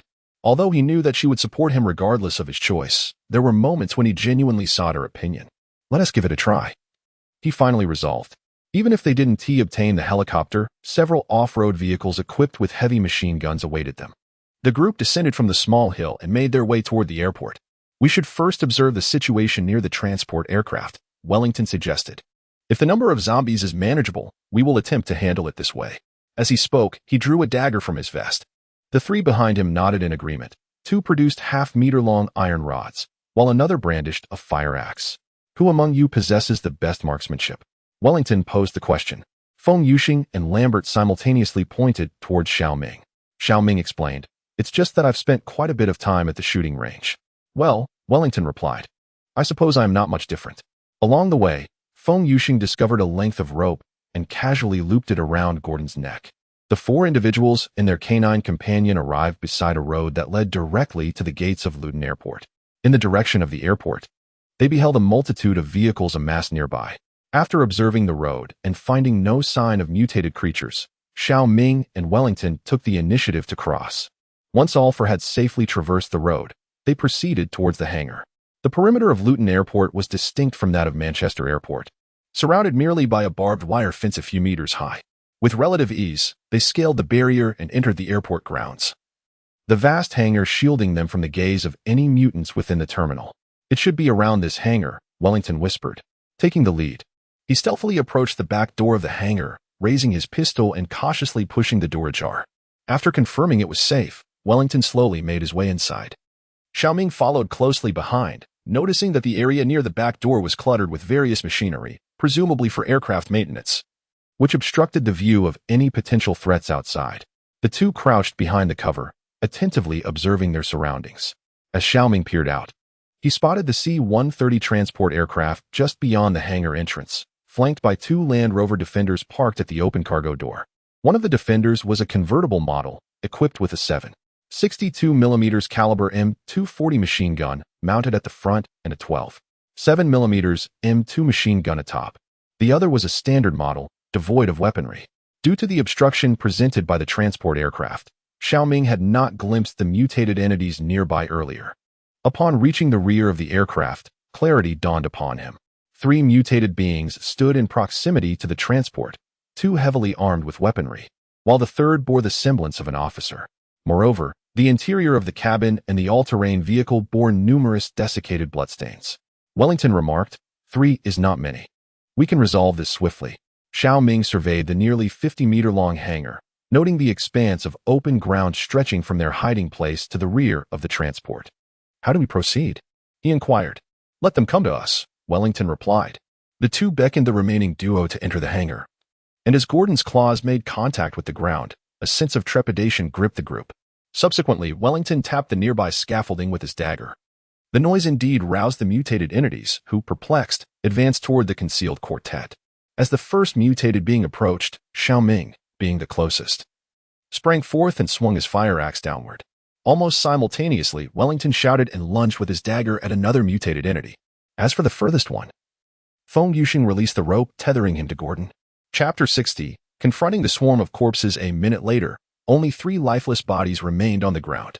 Shao Ming's hand still throbbed faintly, yet it had improved significantly compared to a few days prior, thanks in part to Feng Yuxing's substantial bandaging. "I will search for the helicopter keys." Wellington patted Shao Ming on the shoulder and remarked, "Well fought. Let us inspect the vehicles." Shao Ming retrieved an L-85A1 assault rifle from the corpse and addressed Feng Yuxing and Lambert. He contemplated the L-85A1, often referred to as the finest bolt-action rifle in the world due to its exceedingly high failure rate. Nonetheless, it was a military product, and its firepower far surpassed that of the .22 hunting rifle he had stowed away on the train. As he approached the 2 armored vehicles, Shao Ming noticed that the open-top model was equipped with an M2 heavy machine gun, which was fed not by a magazine but rather by a belted ammunition linked directly to the receiver. The belt trailed down to the vehicle's floor, appearing to contain around 600 or 700 rounds. Meanwhile, the M240 at the front of the vehicle was still utilizing an ammo can, likely holding about 100 rounds. Although Shao Ming had yet to handle the real deal, his exposure to video games and films had granted him a fair understanding of operating such weaponry. After all, one does not need to have eaten pork to recognize a pig's run. Both vehicles bore traces of blood, and a bullet-riddled vest lay nearby, accompanied by a decaying corpse swarmed by numerous flies. It seemed that the mutated beings were incapable of unfastening the body armor or penetrating the inserted plates within. Nevertheless, the sight was decidedly grotesque. "You search for the vehicle keys," Shao Ming instructed Lambert, "for if unforeseen events arise, we shall require these 2 vehicles to make our escape." Lambert nodded and began to search inside the car. Shao Ming guided Feng Yuxing around the scattered remains and entered the cargo hold of the transport aircraft. The 2 scoured the cabin, but it yielded no supplies, and the pilot's whereabouts remained a mystery. Next, it was Wellington's turn. In the hangar, Wellington pried open the window of a small storage room and climbed inside. The room contained several keys, each conveniently numbered, allowing him to easily locate the key for the Bell 206. However, upon exiting the storage room, he discovered that 2 keys were missing from the rack. Shao Ming spotted Wellington emerging from the hangar, brandishing a key and waving it excitedly. Wellington made his way to the Cessna 172, and Shao Ming observed as he opened the cockpit door and climbed inside. Do we need to enter the plane to retrieve the fuel hose? Feng Yuxing inquired from the side. Shao Ming furrowed his brow and shook his head. I'm not sure.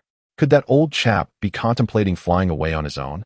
Fortunately, they soon saw Wellington crawl out of the Cessna's cockpit, beginning to detach the fuel hose. Stop searching, Shao Ming said, grasping Lambert, who was about to dive into another vehicle. Do you know how to operate a machine gun? Of course not, Lambert replied, perplexed. Shao Ming turned to Feng Yuxing and instructed, check if there are any car keys on those corpses inside. If Wellington activated the fuel truck, it was highly likely to attract the attention of the thousands of mutated creatures within the terminal, prompting them to initiate a fire suppression strategy. Shao Ming prepared Lambert's M240, advising him, keep an eye on this. Pull here to open the upper chamber, insert the bullets, secure the chamber, and close it. Oh, very well, Lambert remarked. Remember to chamber the round in the sidearm. Shao Ming advised, climbing atop the vehicle to position the M2. Wellington did not activate the fuel truck. Instead, he dragged the fuel hose toward the helicopter. Due to the helicopter's obstruction, Shao Ming could not discern Wellington's actions, only witnessing him retrieve an item from the fuel truck and hasten over. With the machine gun aimed at the terminal, Shao Ming maintained a facade of composure, though anxiety churned within him. After all, two individuals depended on him. He had unwittingly assumed the mantle of leadership. However, confronting the throng of mutants occupying the first floor, any pretense of calmness was a mere illusion. He felt his thumbs trembling against the trigger. At that moment, the waiting area resembled an immense cage, firmly containing the mutants within. Any excessive noise from their side could shatter this fragile enclosure. At the very least, a retreat would be possible. Wellington leaned out from behind the helicopter, giving Shao Ming a thumbs up. Shao Ming nodded in acknowledgement, signaling their readiness. Wellington opened the helicopter door and climbed inside. Approximately half a minute later, the helicopter's rotor blades began to rotate slowly. Across the runway, a mutant gradually raised its head. Upon spotting the now active helicopter, it let out a furious howl, awakening the surrounding mutants, who joined in with terrifying cries. Shao Ming gripped the machine gun tightly, uncertain which pane of glass in the terminal would yield first under the onslaught of the mutants as they shattered the waiting area's windows and surged forth. However, they seemed to have forgotten that the area where passengers wait in the terminal is generally elevated above the ground level. The first wave of mutants that surged forward mostly fell and broke their legs, granting Shao Ming and the others precious moments. The mutants cascaded down from the second floor like a waterfall, their sheer numbers almost suffocating. Nevertheless, having encountered numerous hordes of corpses before, the group was not so easily paralyzed by fear. This was their first direct confrontation with the tide of the undead. Lambert shouted as he pulled the trigger. Rat-a-tat-tat. The machine gun unleashed a torrent of flames, bullets raining down upon the mutants like a violent storm. A sense of dread washed over Shao Ming as he realized he had forgotten to inform Lambert that such reckless firing would damage the barrel. Yet, there was no time for concern now. The firepower of a single machine gun was utterly inadequate to halt the advancing horde. Images from various films flooded Shao Ming's mind, prompting him to adopt a method of sustained fire. There was no need for precise aim at this point. Merely firing the weapon would bring down swathes of mutants. The 12.7mm caliber was no trivial matter. The simultaneous firing of two machine guns left the group with ringing ears. Yet Feng Yuxing continued to fire his shotgun at the mutants that slipped past the barrage. Gordon had never witnessed such chaos. He curled up, tail tucked, ears flattened, trembling behind Feng Yuxing. The sound of bullet casings clattering against the vehicle's floor echoed like a metallic symphony. Fortunately, the mutants were clustered closely together, and so far, none had breached the runway. However, to Shao Ming's astonishment, after a brief period of firing, his M2 unexpectedly jammed. Chapter 61 Betrayal. Damn it.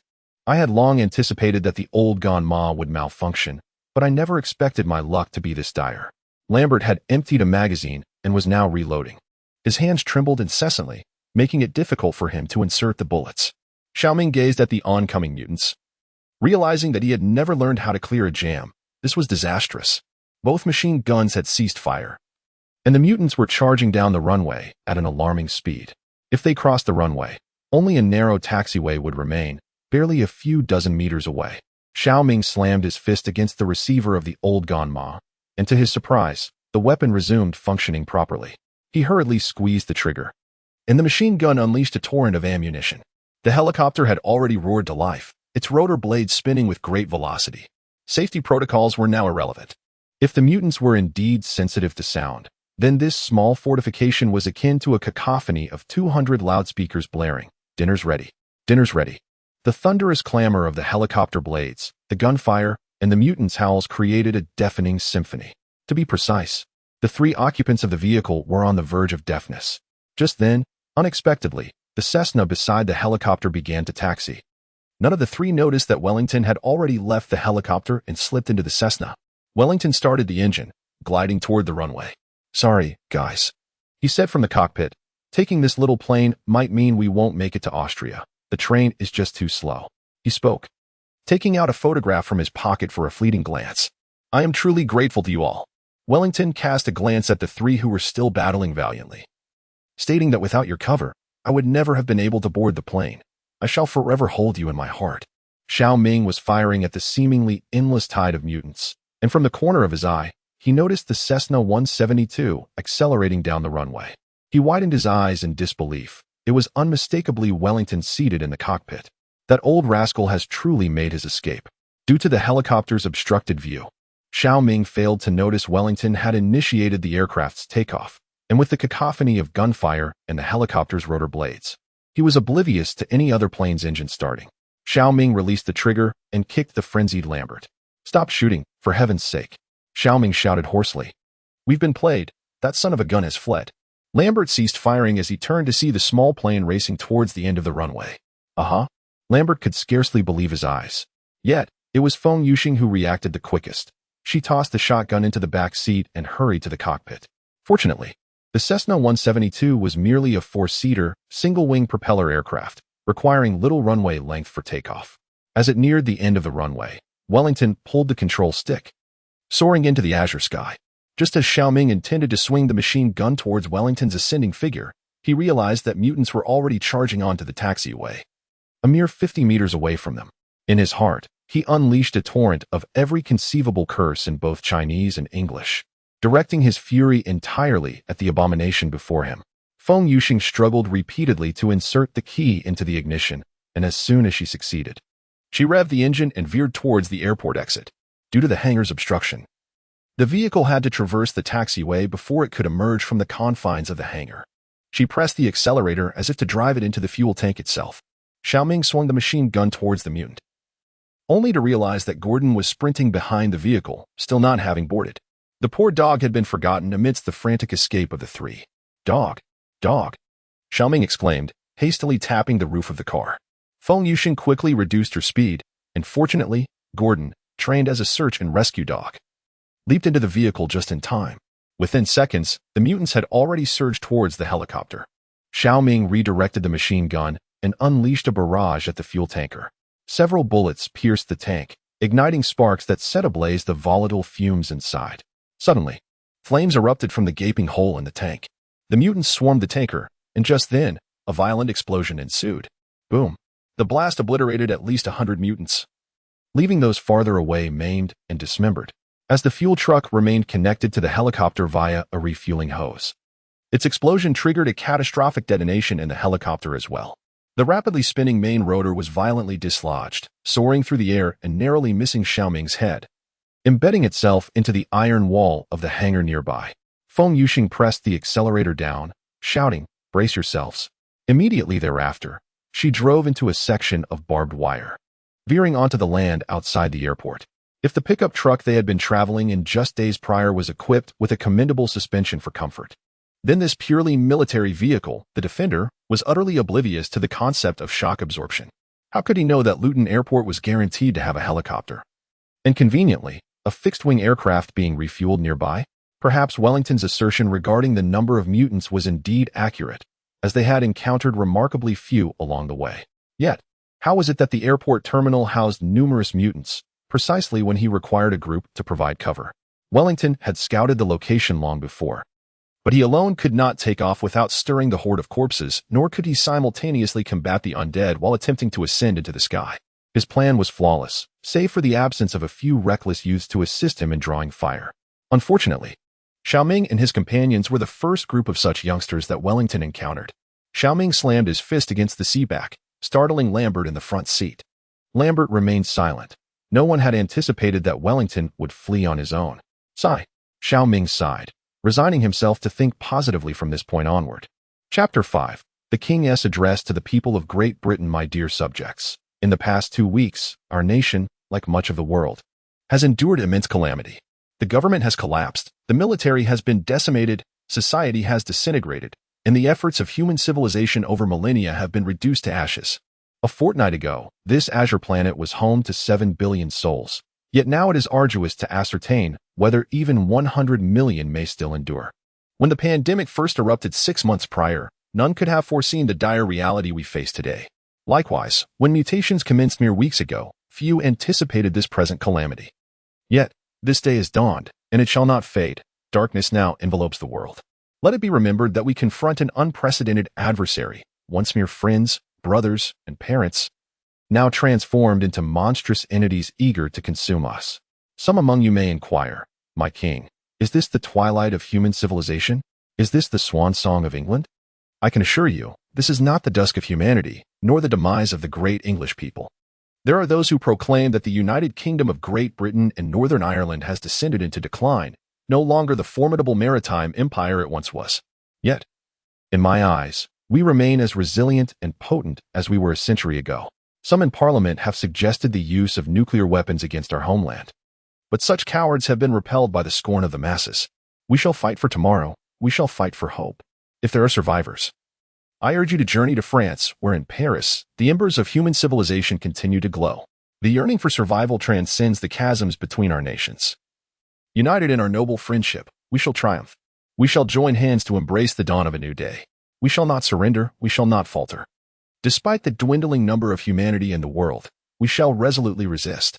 We will never allow the flame of human civilization to extinguish in our generation. Oh, people of England, we shall never relinquish our land. Just as we fought against the Nazis a century ago, we shall battle in France.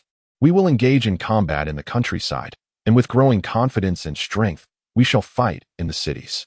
Our nation once conquered the world. Our fleets spanned the globe, and we were the mightiest empire in existence. Regardless of the cost, we must defend our islands. We will fight on the beaches. We will fight on the landing grounds. We will fight in the fields and on the streets. We will fight in the mountains. We shall never surrender. God save Britain. Glory belongs to England. God will forever stand by our side for the greatness of human civilization. Long live. The King of England delivered this speech in Paris, France. Chapter 62.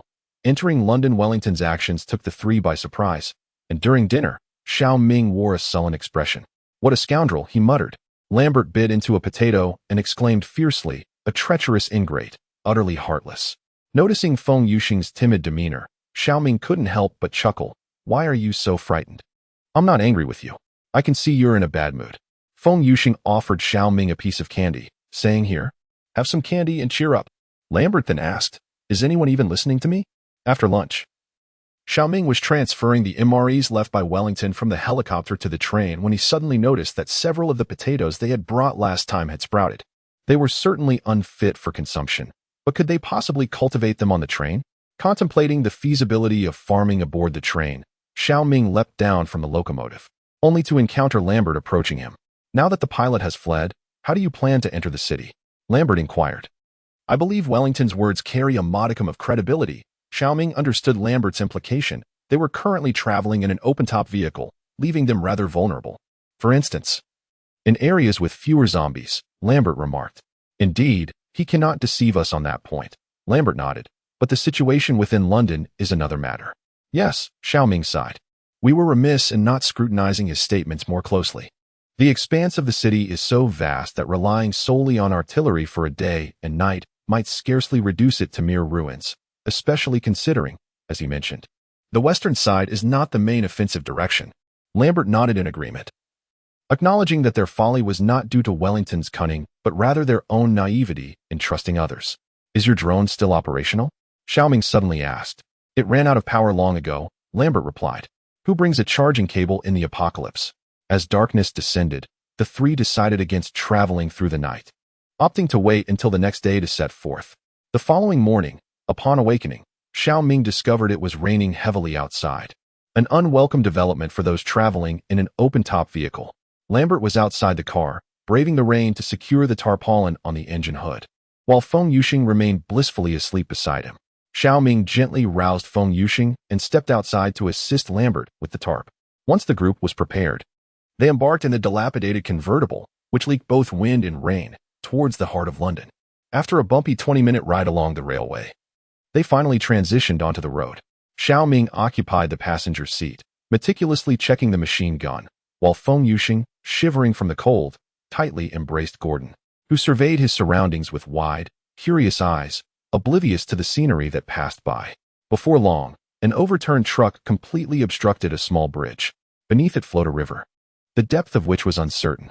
"I'll see how deep this river is," Shao Ming declared, donning a helmet before exiting the vehicle. "Hey, take it slow," Feng Yuxing exclaimed, hastily following him. "Why are you coming along?" Shao Ming asked, placing the helmet on Feng Yuxing's head. "It's pouring rain," he added. "That river's depth is unknown. It's dangerous for you to go down there." "I'm not that foolish," Shao Ming retorted, gazing at the river, which appeared rather turbulent due to the rain. He seized a long branch from a nearby tree with a fire axe and approached the riverbank. Probing the water with the branch, he found that although it could only reach about a third of the river's width, it sufficed. The water did not seem particularly deep, though it was littered with stones. Lambert drove the car through the small river, splashing water all over the three of them. A toppled truck obstructed the road, and the line of vehicles behind it stretched for miles. The three could only maneuver their car along the railing, with the buildings of London gradually coming into view. Wellington had not deceived them. The mutated creatures in the west had been drawn away. Amidst the curtain of heavy rain, London appeared to them as a desolate city, devoid of humanity, mutants, and even the flutter of birds or the scurry of beasts. It stood silently, resembling an ancient relic from a bygone era.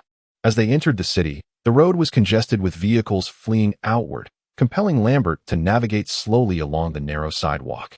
Shao Ming vigilantly scanned the nearby buildings, apprehensive of any mutants that might spring forth. Passing by a clothing store, Feng Yuxing urged Lambert to halt the vehicle. Lambert wiggled his damp toes within his shoes and remarked, "It would be prudent to find another pair." "Indeed," Feng Yuxing replied, tilting his chin toward a nearby sneaker shop. "Let us procure some." Feng Yuxing and Shao Ming alighted from the convertible and slipped into the adjacent clothing store. "Very well, I shall select shoes on my own," Lambert said, extracting the keys and retreating under the awning of a nearby shop as he made his way to the shoe store. Shao Ming illuminated the clothing shop with his flashlight. Though modest in size, it offered a diverse selection. Moreover, during the outbreak of the disaster, few would have looted a clothing store, leaving its inventory relatively intact. Feng Yuxing gathered several garments from the shelves, cradling them in his arms. Shao Ming casually selected a few items. One could hardly say that these were post-apocalyptic choices, for even in the past, he would wear whatever he could find. He observed that Feng Yuxing also displayed little discernment in her selections, primarily opting for outerwear such as jackets and windbreakers. Suddenly, Feng Yuxing spotted a particular garment and set aside the clothing she had been holding to drape it over herself. Striking a pose, she turned to Shao Ming and inquired, "Is it flattering?" Fortunately, the mutated beings had been drawn away. Otherwise, they would have hesitated to venture into such a large city to deliberate over clothing. In the exchange area, the group chose various items suitable for changing. "All right, ladies and gentlemen," Lambert declared, reigniting the engine, "let us proceed to our primary objective." Chapter 63, Control Room. Throughout their journey, no mutated creatures obstructed the trio's path. However, the abandoned vehicles littering the streets posed significant hindrances. Following the map's guidance, the convertible came to a steady halt at the entrance of Paddington Station. "Do you remember where the control room is?" Shao Ming asked. "Of course, it's on the second floor of a standalone building," Lambert replied. "This is London's secondary emergency dispatch center, capable of managing all junctions within the city and a 25-kilometer radius should the main station lose functionality." "What about the backup generator?" Shao Ming inquired further. It should be nearby the small building," Lambert responded. Shao Ming shook his head and exited the vehicle while gripping his shotgun. Following Lambert's directions, the trio did not enter the train station, but instead headed towards the railway tracks. Shao Ming gazed towards the platform, feeling an impulsive urge to leap off each time he stood there waiting for the train. The trio traversed several railway tracks before finally arriving at the control room. Shao Ming approached and turned the doorknob, but it would not yield. The door was a stainless steel security barrier, impervious to direct assault with a firearm. Thus, Shao Ming resorted to shattering a nearby window with the butt of his gun. I wish we had an army to draw the zombies away before we enter each city, Lambert remarked wistfully. Shao Ming reached through the broken window to unlock it, while the three could have crawled through directly. There remained a significant amount of shattered glass yet to be cleared. Once the window was opened, they took turns entering the room, while Gordon leapt in with a flourish. The first floor appeared to be a staff dormitory, furnished with beds and essential amenities. The last to enter, Feng Yuxing, pocketed 2 towels for his bag. Lambert navigated the staircase to the second floor, and indeed, a room featuring an enormous screen came into view. This was the control center. Lambert illuminated the space with his flashlight, revealing a haze of dust floating in the air. All right, I'll check to see where the generator is, Shao Ming declared. Given Lambert's assertion, locating it should not prove difficult. In fact, it was almost immediately visible. As soon as he descended to the first floor, he caught sight of a sign through the corridor window indicating the adjacent building, emergency power supply room. Shao Ming found a keyring within the small building and, after several attempts, finally unlocked the door to the power supply room. Inside lay a seemingly vast and intricate generator apparatus, which upon closer inspection, revealed itself to be rather straightforward. The identity of the backup generator necessitates its ability to swiftly commence operation, substituting for the primary power supply. Consequently, the room houses a substantial fuel tank and generating equipment. He approached and turned the valve, the fuel within the tank producing a sound of flowing liquid. Immediately thereafter, Shao Ming pulled a nearly invisible red lever, and the generator erupted into a thunderous roar. In an instant, the lights within the room illuminated. Shao Ming exhaled in relief. Astonished that the generator was operational, he pondered to himself that if only they could transport this contraption via train, it would yield an immense amount of energy. Alas, they were left with only the locomotive. Upon returning to the control room, the lights shone brightly, yet the screens remained shrouded in darkness. Shao Ming inquired. Wait. Lambert gestured for Shao Ming to remain silent, explaining that such devices operate this way. After a brief moment, the large screen finally powered on. Aha, success! Lambert exclaimed, his face alight with excitement as he beheld the illuminated screen. I thought I would only ever control tracks and operate trains within a game. Who would have thought? Lambert joyfully activated the central control system, causing the signal lights along the railway to flicker to life. Not far away, the alarm at the intersection of a road and railway suddenly blared, and the barrier slowly ascended. In the desolate, lifeless city, this scene appeared particularly eerie. All right, let us see, Lambert said as he took the tablet from Feng Yuxing, beginning to compare the routes. While Lambert adjusted the trajectory, Feng Yuxing took out a towel and began to wipe Shao Ming's forehead. Shao Ming instinctively dodged, and Feng Yuxing promptly remarked, I just washed it with rainwater. Look at you, drenched like a wet chicken.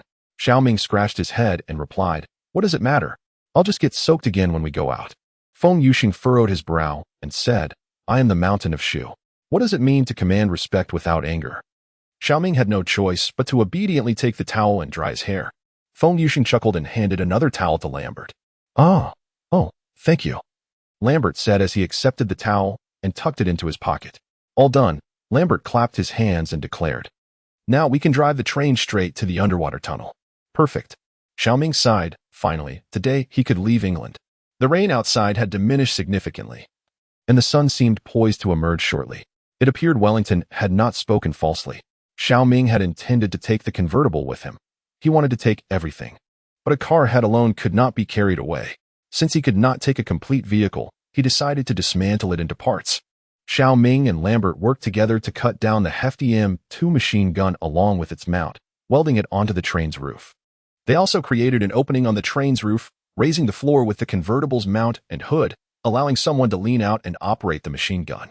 With an opening on the roof, to prevent rain leakage, they disassembled several support beams and the canopy of the convertible to construct a new awning on the train's top.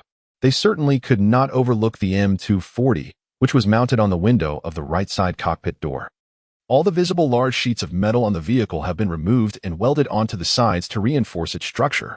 It can be said that what remains of the originally open-top version of the Land Rover Defender is merely 4 tires and an engine. Surprisingly, even the tires were not spared. They have been secured at the front of the vehicle to serve as impact buffers. After completing this endeavor, the cutting machine was overwhelmed and required a blade replacement, while the welding gun had run out of fuel. Chapter 64. Safe travels. As the afternoon drew to a close, the trio began to organize and prepare for departure. The available food supply was still relatively ample. Although the potatoes were increasingly sprouting, the canned goods and packaged food, along with sufficient water, would sustain the 3 individuals and 1 dog for at least a week. Although Wellington had fled, he had left behind a considerable amount of military rations and a portable alcohol stove, as well as cups and a small pot, thus providing them with cooking utensils. In terms of ranged firepower, each person possessed approximately 200 rounds for their machine guns, along with 4 hunting rifles, 2 shotguns, 1 assault rifle, and 3 handguns of varying calibers, totaling nearly 600 rounds of ammunition. Additionally, they were equipped with 2 hand grenades. For close combat, there were iron rods, knives, and a fire axe. However, Shao Ming regretted that Li Long's baseball bat had been abandoned at the fire station. Overall, their firepower was formidable, enabling them to contend even against a horde of approximately 1,000 undead. Other essential items, including toiletries and change of clothes, were also accounted for, filling the rear cabin of the vehicle to capacity. After 2 rounds of fortification, the locomotive's protective capabilities had been enhanced. While it may not carve a path through the hordes in a big city, it would no longer suffer from damaged wheels. The weather gradually cleared, and the 3 donned fresh attire. "Let us depart," Lambert declared as he boarded the train. The train slowly accelerated, leaving behind the remnants of a once proud Land Rover. Compared to the congested roads, the railway was a veritable haven of unobstructed passage.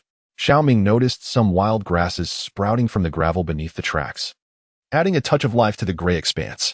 Having meticulously prepared the route, Lambert boldly increased the train's speed. No longer was the train lumbering along at a mere 40 or 50 kilometers per hour. The speed displayed on the control panel steadily approached 100. "Shouldn't you slow down a bit?" Shao Ming cautioned. With a gaping hole in the ceiling, the rush of wind accompanying the train's acceleration was nothing short of deafening. A broad smile spread across Lambert's face. With no detours, no mutated beings, and no obstacles on this journey, he was eager to relish the experience.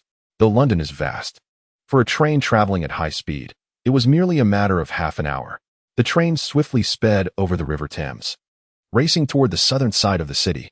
It was not that Lambert had intentionally planned to avoid the mutated-infested eastern districts, but rather that most roads in the east had indeed been obliterated by military action.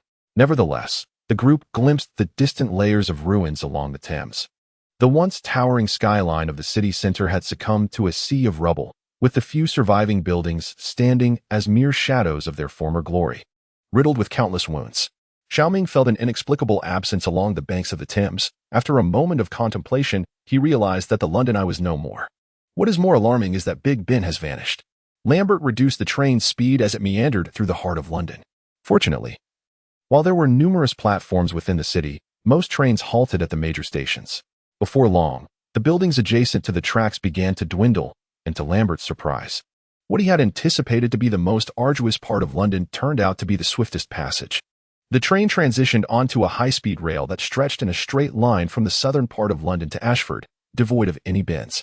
This delighted Lambert, who entirely forgot that the window had been shattered by a machine gun fire. However, his joy was short-lived, interrupted by the shivering of the other 2 passengers. At last, the journey began to resemble a proper railway travel experience. The train sped past Ashford, with the entrance to the underwater tunnel looming ahead. Lambert skillfully maneuvered the train to decelerate, while Shao Ming surveyed the scenery alongside the tracks, which was nothing but trees. "Where's the sea?" Shao Ming inquired. "The entrance to the underwater tunnel is not located in the sea," Lambert explained, noting that there was still a considerable distance from the shoreline, rendering the ocean invisible. Shao Ming nodded with a hint of disappointment. He had been eager to glimpse the English Channel. Having studied abroad for 2 years, he had ventured out occasionally. Yet the pandemic had confined him to his home country for over a year. The train gradually curved along the tracks, entering a tunnel, and a vast train parking lot came into view before the group. Rows of diverse trains were stationed there, some hauling cargo containers, while others were dedicated to transporting vehicles.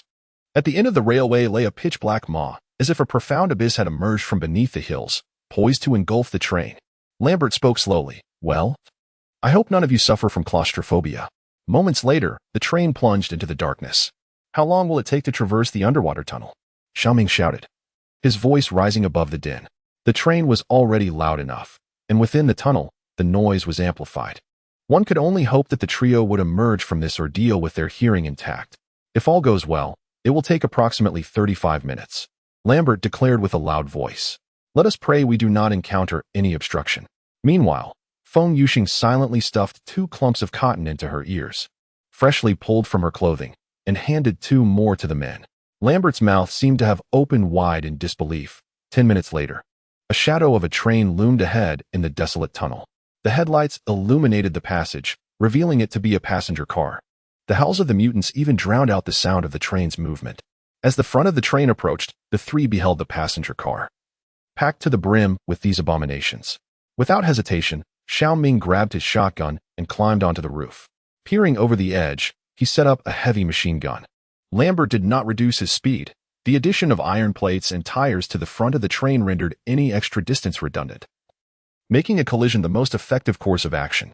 The train's front collided forcefully with the rear of the passenger car, causing Shao Ming to jolt forward and bang his head against the machine gun. Dazed and disoriented, he recalled how just days prior he had contemplated getting Lambert a walkie-talkie. In hindsight, that seemed utterly essential. Although the collision propelled the train ahead, it also shattered several panes of glass in the front carriage. The obstruction caused by the preceding train significantly diminished the acceleration of the locomotive, providing the mutated creatures an opportunity to strike. The aberrations began to assault the windows, attempting to climb in from within. As the 2 trains were not speeding, the mutants seized the chance to scale the front of Shao Ming's vehicle. Shao Ming rubbed his head, suppressing the pain as he raised his shotgun. Chapter 65. The undersea tunnel. Shao Ming pulled the trigger, sending one of the creatures tumbling off the front. The obstruction of the preceding train limited the headlights' illumination to a mere fraction of the surroundings, plunging the majority into darkness once more. As the train delved deeper into the tunnel, the air grew increasingly foul and murky. Shao Ming dispatched another creature that had climbed aboard, and as it fell, it took 2 of its companions into the abyss with it. Fortunately, with the train's acceleration, the mutants could no longer scale the roof from the sides. The threat remained, however, with the 2 trains connected. The creatures began to crawl towards Shao Ming through the windshield. Inside the cabin, Lambert and Feng Yuxing glimpsed the distorted faces of the mutants pressed against the glass, contorted by the force of the wind. Fearing the shattering of the windshield, Shao Ming refrained from using the shotgun and instead drew his pistol, shooting through the heads of the foremost 2 mutants. Shao Ming was unaware of the train's current speed, but he felt the stinging pain from the wind against his eyes. However, that sensation soon dissipated. As the train delved deeper into the underwater tunnel, the ventilation system, which had been neglected for a month and had ceased functioning due to a power outage, rendered the air within increasingly sparse. The 2 occupants of the train began to feel drowsy, prompting Lambert to accelerate the train further. Outside, Shao Ming experienced a sense of tightness in his chest and fatigue, struggling to breathe as his grip on the firearm faltered. His body was desperately attempting to hasten its respiration, yet the surrounding atmosphere had become devoid of oxygen. Coupled with a recent blow to his head, his ears remained unacclimated to the cacophony, leaving Shao Ming in a state of profound discomfort. Nevertheless, he persevered, firing at the mutated entities attempting to ascend the train. In his mind, he counted the seconds. 10 minutes. He merely needed to endure for 10 more minutes for fresh air to return. The train had traversed 10 minutes within the tunnel before encountering the mutants, and after a prolonged skirmish, oxygen depletion began to set in, indicating they had reached the deepest part of the tunnel. Shao Ming observed that the movements of the mutants had begun to slow, suggesting that despite their monstrous transformation, they remained bound by the limitations of the human form. However, the mutants possessed a viral paralysis, leaving Shao Ming to rely solely on his willpower to contend with them. Should he succumb to unconsciousness at this moment, he, along with the 2 passengers and a dog within the train, would surely meet their demise. The threat of asphyxiation was far more lethal than the mutants themselves. At this juncture, Shao Ming could no longer ponder how the mutants survived in such a low-oxygen environment. Perhaps it was due to a hibernation mechanism or the effects of the virus. All he could perceive was the imminent faintness closing in on him. Even the noxious, murky odor he had just detected dissipated in his nostrils, not because the air had improved, but because his mind had begun to dull. Fortunately, the tunnel was not entirely devoid of oxygen. However, various pollutants were overwhelming, and the hundreds of mutated beings in the train ahead were vying for the precious air, leaving the oxygen levels in the lungs of the few remaining individuals critically low. The 2 occupants of the carriage had succumbed to unconsciousness, their bodies motionless. In Shao Ming's mind, vivid images began to flicker like a revolving lantern. He saw his family 1,000 miles away. The lifeless form of Li Long sprawled on a bed, and the blood-red eyes of the mutants. Subsequently, joyful images resurfaced, his family's smiles, and the camaraderie shared with his two companions on their perilous journey for survival. His heartbeat gradually slowed, and he found his fingers too weak to pull the trigger, his gaze fixated solely on the sight of the mutants slowly crawling atop the train. Was this the end? Suddenly, Shao Ming perceived a breath of fresh air. Although the atmosphere remained tainted, the oxygen levels had evidently risen. Without a moment's hesitation, he raised his pistol and aimed it at the head of the mutant that had approached him. The underwater tunnel, which spanned 35 minutes, was nearing its exit after just 20 minutes of travel. While Lambert had been unconscious, his hand had inadvertently remained on the speed control lever, causing the train to accelerate to full speed as he slumped forward. Shao Ming once again caught a whiff of the foul air, feeling the rush of wind against his face. It was a sensation he never imagined he would find somewhat pleasant. He positioned the machine gun, aligning it with the carriage ahead, and squeezed the trigger. The bullets pierced through the metal roof, entering the carriage within. At that moment, a slight curve appeared in the track ahead. The train, traveling at full speed, directly propelled the preceding car off the tracks, crashing into the tunnel wall. As the rear locomotive had yet to decelerate, the front car was forced along the tunnel wall, eventually overturning. Despite this chaos, Lambert remained unconscious, and their locomotive continued to exert all its power, pushing the carriages forward. The overturned front carriage contorted into a Z shape, its roof and front scraping against the tunnel wall, creating sparks. Fortunately, due to the extended length of the locomotive by Shao Ming and Lambert, the coupling had not connected with the front carriage. Otherwise, their train would have faced a similar fate. The dark tunnel was illuminated by the sparks, and Shao Ming observed that the front carriage was nearly lodged sideways. Being propelled forward, Shao Ming crouched down from the elevated platform, losing his footing and tumbling down. He clutched his aching and dizzy head, struggling to rise, and reached out in an attempt to rouse the unconscious Lambert. The tunnel began to curve again, and the front carriage's nose was nearly lifted off the ground, scraping against the ceiling and shattering the emergency lights above. Desperately, Shao Ming shook Lambert, probing his nostrils to find that Lambert's breathing was gradually returning. A glimmer of light appeared at the end of the tunnel. The exit was not far off. After several attempts to awaken Lambert proved futile, Shao Ming resorted to pulling Lambert's hand aside and yanking the throttle down. Yet this deceleration was still insufficient, as the curve persisted, and without the front carriage's obstruction, they risked careening off the tracks at high speed. Shao Ming spotted the red button beside the control panel and struck it forcefully. The emergency brakes engaged, and the train's wheels emitted a piercing screech against the tracks as the braking system finally began to slow their momentum. The front of the vehicle had already emerged from the tunnel, crashing heavily onto the tracks.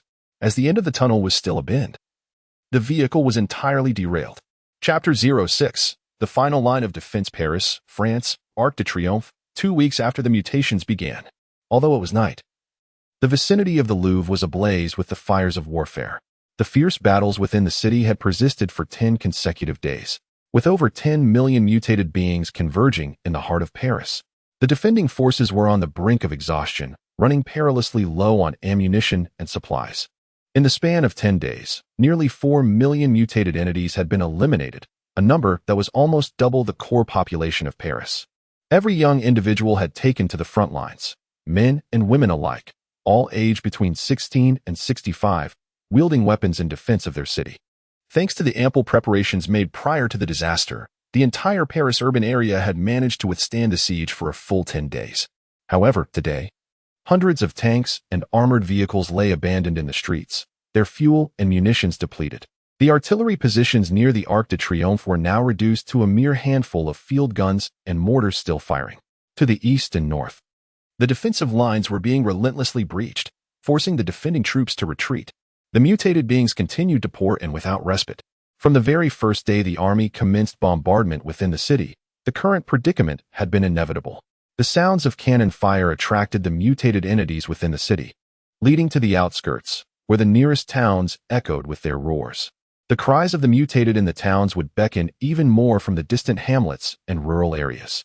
Coupled with the effects of deurbanization, the surrounding towns and villages were equally inundated with a significant number of mutated beings. It was as if a relentless tide of mutations surged toward the city center from within 100 kilometers radius. Unlike the British forces, the French military must steadfastly hold their ground within the city until every last individual has evacuated safely. They must endure relentless waves of mutated beings, which surge into the city reminiscent of their ancestors from centuries past. Yet, while those forebears sought wealth and glory, these aberrations yearn solely for a feast of flesh and blood. Fortunately, over 20,000 civilians have evacuated via helicopters, boats, and convoys, leaving behind only a contingent of 3,000 soldiers and young volunteers to cover the retreat. Albert hurriedly entered the underground catacombs.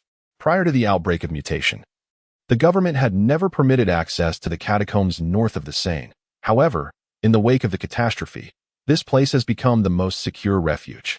Above, over 20 meters of earth, shells detonated, sending clouds of dust swirling. He turned down a corridor, where the skulls lining the walls appeared almost amiable. In one chamber, a dozen uniformed French soldiers were anxiously attempting to communicate with the outside world via radio. The soldier who seemed to be their commander turned to Albert upon his entrance and said, "Major, the evacuation helicopters will arrive in 15 minutes, and the boats will reach us in half an hour. What about the tanks?" The commander inquired. "Order the tanks to advance." "The tanks are immobilized," the commander replied. "Only 5 remain defending the Arc de Triomphe, yet they are out of fuel, possessing only ammunition. The helicopters will deliver some supplies." The commander exhaled a puff of smoke. "There is no ammunition left in the nearby base. We must source supplies from a more distant location." Another shell exploded, sending dust cascading onto the commander's helmet. "We are confronted by an adversary over 2,000 times our number," Albert declared, "and without adequate ammunition and supplies, we simply cannot endure." He then inquired, "How shall we retreat?" The commander responded, "The last 1,500 will follow the convoy. Helicopters and boats can evacuate 500 more, but as for the final 500, there are no viable vehicles left. I stated this from the outset." Albert bellowed in frustration. "We should have gathered all armored forces and charged out of the city from the beginning, instead of remaining here to await our demise." The commander retrieved a cigarette, placing it between his lips, and remarked, "Without our vehicles, the civilian ones are utterly incapable of breaching the urban confines. You have witnessed the sheer number of those creatures. When they congregate, they can even overturn an armored vehicle." He patted Albert on the shoulder and said, "This is precisely why we are soldiers." On the ground, the mutants surged through the streets, pressing forward. Some even trampled over their fallen comrades to ascend rooftops. Within a 10-kilometer radius from the outskirts of Paris to the Arc de Triomphe, only rubble remained, save for the area near the Arc, which had evaded artillery fire. The remnants of these structures now afforded the mutants a more three-dimensional approach to their assault, as searchlights were mounted atop containers and sandbag walls, illuminating the vicinity around the Arc de Triomphe. Some mutants leapt from rooftops, landing atop the barricades. The cacophony of gunfire, howls, and explosions reverberated in unison. While humanity's firepower is undeniably formidable, after 10 consecutive days of relentless combat, the mutated beings seem to have gained the upper hand through sheer numbers. The supply of helicopters is evidently insufficient to sustain the rapid consumption of artillery. Perhaps when the quantity of mutants within the city surpassed that of humans, the military should have retreated with the civilians. However, the High Command, influenced by various considerations, ultimately decided to establish a quarantine zone within the city. On one hand, the military had erected barriers to control the initially mutated populace, yet they underestimated the swift and severe progression of the situation. They presumed this was merely a localized public health crisis, oblivious to the widespread mutation affecting the vast majority of humanity. On the other hand, the military lacked an understanding of the mutants' communicative capabilities. The roar of a small horde could resonate nearly a kilometer away, thereby attracting even more mutated beings. By the time the survivors within the city began their evacuation, the number of mutants converging on Paris had multiplied several times over. While the decision to hold the city may have saved many within, it has now plunged those unable to escape into a state of despair. At this juncture, no one can evaluate whether the decision to defend Paris was right or wrong. Such judgments must be left to posterity. Chapter 07. The final line of defense to Paris. France, Arc de Triomphe, 2 weeks after the mutation began. Bang, bang, bang. 3-2 are 2M 120mm mortars fired in succession, their shells tracing a perfect arc through the air, accurately landing amidst the forefront of the horde. The trajectory of the horde is not particularly difficult to calculate. They have nearly lost their sensitivity to pain and do not experience fatigue. Thus, they perpetually charge forward with full force. Additionally, the various structures and debris between the cities obstruct their path, rendering the route toward the Arc de Triomphe quite predictable. For the French forces entrenched at the Arc de Triomphe, the most pressing issue is a shortage of artillery shells. Moreover, a recent wave of the horde has breached the defenses, inflicting casualties upon the defenders. Several soldiers dragged an unconscious comrade from the front lines. His leg bore the marks of a mutant's bite, with bone visible through the remnants of flesh. This round of the horde has concluded. Since the mutants were drawn from different locations outside the city, their arrival at the Arc de Triomphe was staggered. The remaining defenders have gained a momentary respite as they gather leftover supplies and tend to the wounded. A lieutenant rushed towards Albert, his face smeared with dirt and blood. An unmistakable expression of exhaustion etched upon it. "Commander," the lieutenant reported to Albert, "we must account for our numbers and prepare for evacuation." A flicker of relief crossed the lieutenant's face, but he quickly reverted to a vigilant demeanor. The battle was far from over. The helicopter would arrive shortly. Albert gazed toward the horizon, where flames ignited by incendiary devices continued to spread outside the city, painting the inky night sky a fiery red. They would bring some supplies. Every operational helicopter would assist in the evacuation. The lieutenant and Albert walked toward the edge of the defense line. "How many can we take?" The Super Stallion, the Cougar, and the Serval constitute a fleet capable of transporting approximately 500 individuals. "Just 2 stallions can accommodate 100 people. The lieutenant inquired about the fate of the remaining individuals, expressing a preference to perish in this place rather than allow his comrades to enter and meet their demise. The gravest concern was the necessity to allocate ammunition to protect the convoy. Without the support of those few 155mm artillery pieces, it would be arduous for the convoy to penetrate the city. Albert cast a glance at the dozen or so silent 155mm cannons. Originally, there were a full 40 155mm artillery pieces stationed at the Arc de Triomphe, yet even with a rotating firing schedule, the relentless intensity of battle had rendered most of them inoperative. The sound of helicopters echoed from the distant sky, and several individuals turned to see a fleet illuminated by flames, approaching with supplies. "Clear the landing zone," the lieutenant commanded. "Hurry. Evacuate the severely wounded first." Albert glanced at the time. It was already the latter part of the night, and the chilling roars of a new wave of corpses could be heard approaching from afar. The helicopters and the horde surged toward the Arc de Triomphe from 2 diverging directions, one bearing hope and the other heralding death. The battle was far from over. Several hours later, the sun rose in the east, casting light upon streets strewn with corpses and remnants of flesh. The mutated beings surged over the vestiges of human resistance, frantically charging toward the last few fallen warriors. They clawed and battered one another for the corpses of these soldiers until one managed to ascend and take a bite. The entirety of Paris was devoid of any living soul. Chapter 66. Arrival at Calais. The train ahead careened across the expansive parking lot until it finally came to a halt after colliding with 2 other trains. Shao Ming and his companion's train also managed to stop, preventing any further advance. Shao Ming exhaled in relief as he opened the cabin door, allowing the air to circulate. They could not linger here for too long, aside from the uncertainty of whether any mutated beings had survived the crash. The noise of the derailment was scarcely distinguishable from the sound of cannon fire. Unbeknownst to Shao Ming, the exit of the underwater tunnel in France led directly to a vast train station. Not only were trains stationed here, but numerous cars awaited transportation to England. Moreover, the area was teeming with people. Barely had the door opened when the 2 unconscious individuals began to rouse, just as a horde of mutated beings appeared at the front of the train. Without a moment's hesitation, Shao Ming delivered a sharp slap to Lambert's face. The pain proved effective, as Lambert blinked awake. "Drive." As Lambert opened his eyes, he was met with the sight of Shao Ming striking his own face. Groggily, he raised a hand to shield his face and inquired, "What happened?" "Get up and drive. We have arrived in France." Shao Ming climbed atop the machine gun mounted on the roof and began to spray bullets at the approaching mutated creatures. With a gasp, Lambert covered his head and scrambled to his feet, only to be confronted by a nightmarish scene: overturned trains and mutated beings rushing towards them. Shell casings rained down from the roof, landing on Lambert's head and delivering a searing sting. At that moment, he was utterly awake. Lambert gently shook Feng Yuxing, who had just opened his eyes, as the latter clutched his head and rose from the floor. Fortunately, the train had raced through the center of the tunnel at great speed moments ago, leaving the group only briefly deprived of oxygen and with minimal exposure to the toxic gas.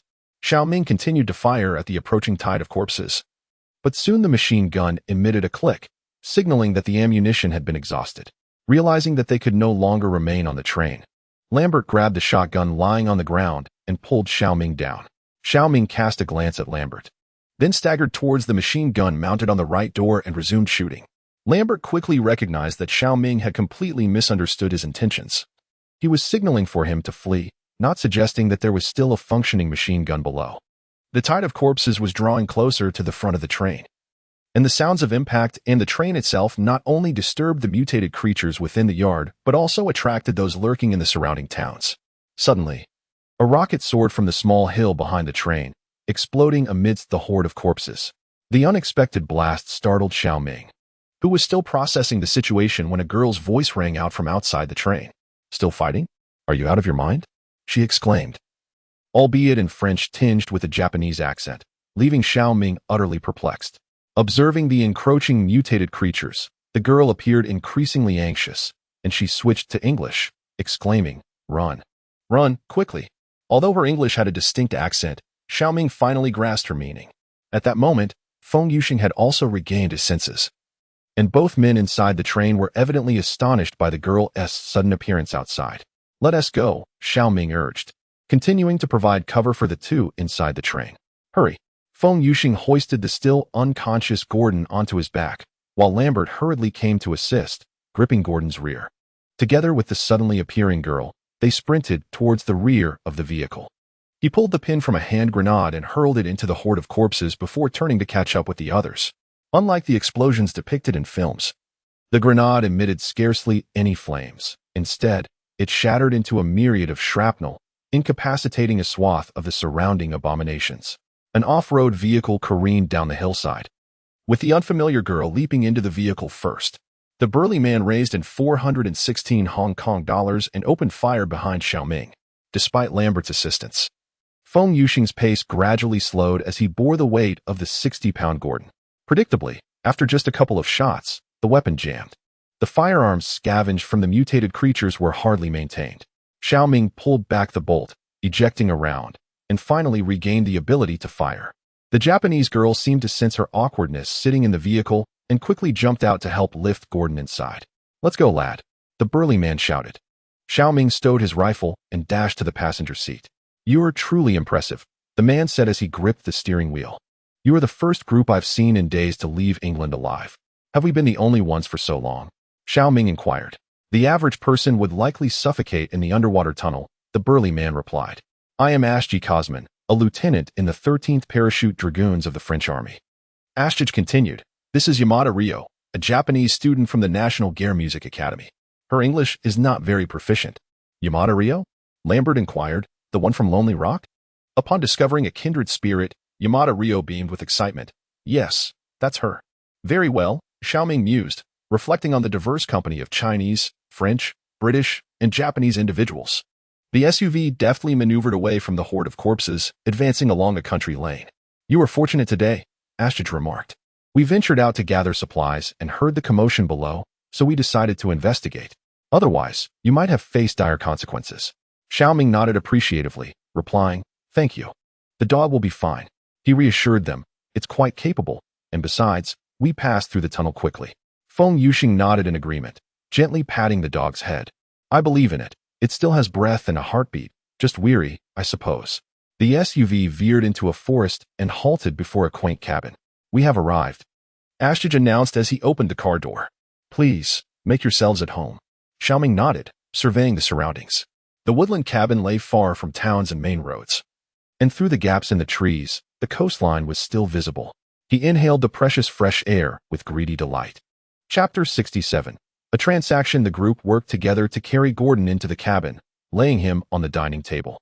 Gordon's abdomen still rose and fell, but he remained in a state of unconsciousness. Feng Yuxing stayed by Gordon's side, monitoring his condition.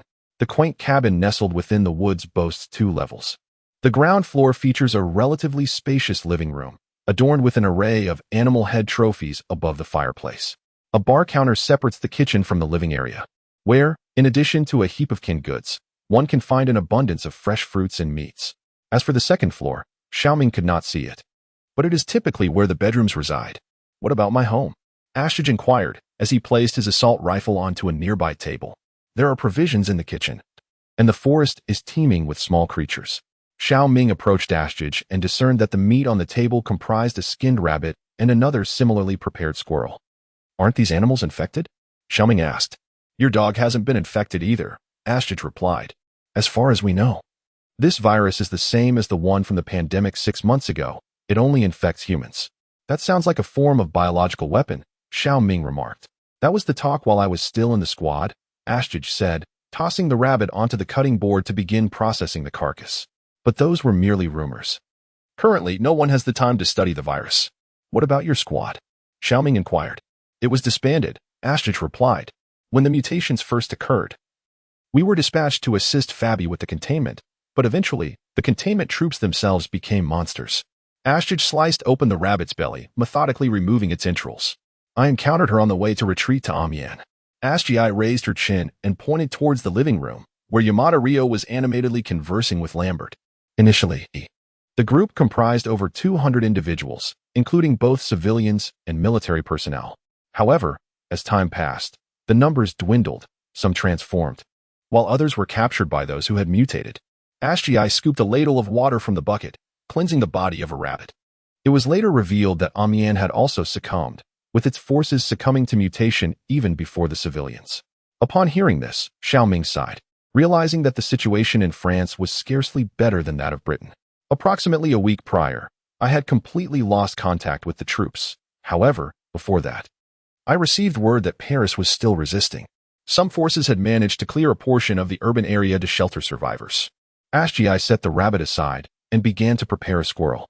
The meat of a squirrel is rather unpalatable, she remarked, casting a glance at Yamada Rio in the living room. At times, she reminds me of my daughter. What about your daughter? Shao Ming inquired. After my divorce from her mother, she has been living in Paris. We used to reside in Calais, which is why I own a small house here. Ashtij's movement slowed as she spoke of her daughter. I wonder how she is faring in Paris. Shao Ming, puzzled, asked, why don't you go find her? Ashtij replied, the outskirts of Paris are teeming with zombies. Though it is not far from here, there are countless villages and towns. Even if I could navigate through these layers of blockades, entering Paris would remain impossible. As he spoke, Ashtij ceased his actions and turned to Shao Ming, inquiring, your train appears to be quite sturdy. Might it carry me to Paris? Of course, certainly, Lambert interjected, responding eagerly before Shao Ming could utter a word. Ashtij glanced at the attire of the group and remarked, if I am not mistaken, all your belongings must be aboard the train. Shao Ming, straightforwardly, posed the question, so, your leverage is our train? He then walked into the living room, summoning Feng Yuxing and Lambert. Lambert observed, he seems quite formidable. Feng Yuxing added, have you forgotten a couple of days ago? Another soldier, who appeared equally resilient. In truth, Shao Ming was contemplating that if he did not recruit another capable individual soon, he would be utterly exhausted, especially with Ryota Yamada set to join the team. How do you intend to approach him? Feng Yuxing queried, will he accompany us? Shao Ming pondered for a moment before responding, if he can provide cover for us to secure the train, we would hold the upper hand. We could either flee or take them along. He paused briefly before continuing, Paris lacks fortifications.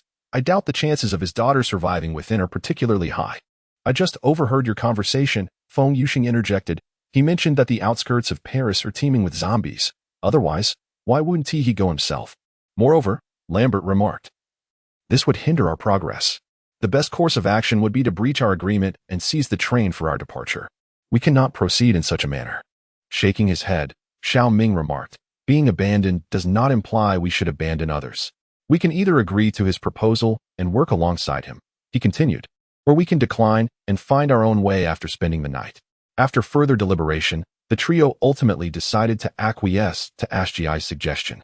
Ashtij nodded, affirming, no problem. Secondly, once we enter Paris, regardless of whether you find your daughter or not, you must accompany us upon leaving the city. After a moment of silence, Ashtij inquired, if I locate my daughter, may I bring her along? You may add her at the cargo yard we just visited, Shao Ming replied. Ashtij stated, I can negotiate for at least 2 hours for you. Extending his hand, Shao Ming declared, let us collaborate harmoniously. Chapter 68, Recuperation. Let us dine first, Ashtij suggested. You all need to rest. After dinner, we shall depart tomorrow. Although Shao Ming could sense Ashtij's eagerness to set off immediately, He resolved to refrain from venturing out into the inky darkness of the night. Shao Ming was aware that even with troops stationed within Paris, each additional day posed greater peril. Contemplating this, he found a degree of admiration for Ashgi, who was certainly more reliable than Wellington, who had vanished without a trace. Where did the rough-haired fellow go? Yamada Rio inquired. Why did he take himself outside? Lambert asked, perplexed. The sweet fuel has been exhausted. Yamada Rio continued in her heavily accented English. He only wished to ignite a fire for his own amusement. Shao Ming shook his head, genuinely striving to comprehend every word spoken by Yamada Rio. Gordon had finally regained consciousness, and a collective sigh of relief escaped the group, with Feng Yushin particularly elated. However, the dog, having suffered from oxygen deprivation for an extended period, seemed to have experienced a decline in its faculties. It was furiously shaking an old pillow, and no amount of coaxing could quell its fervor. Once a dignified German shepherd, it was on the verge of transforming into a mischievous husky. After considerable effort, Feng Yushin managed to extricate the pillow from its jaws, only for it to sink its teeth into the nearby sofa. Once he had finally calmed Gordon, Feng Yushin approached Shao Ming, who was meticulously inspecting a tactical rifle. Are you all right? He inquired. In his mind, Shao Ming reflected on the harrowing experience of nearly suffocating in the underwater tunnel, being seized by a zombie, and suffering a blow to the head from a machine gun. With his hand still not fully healed, he replied, what could possibly be wrong with me?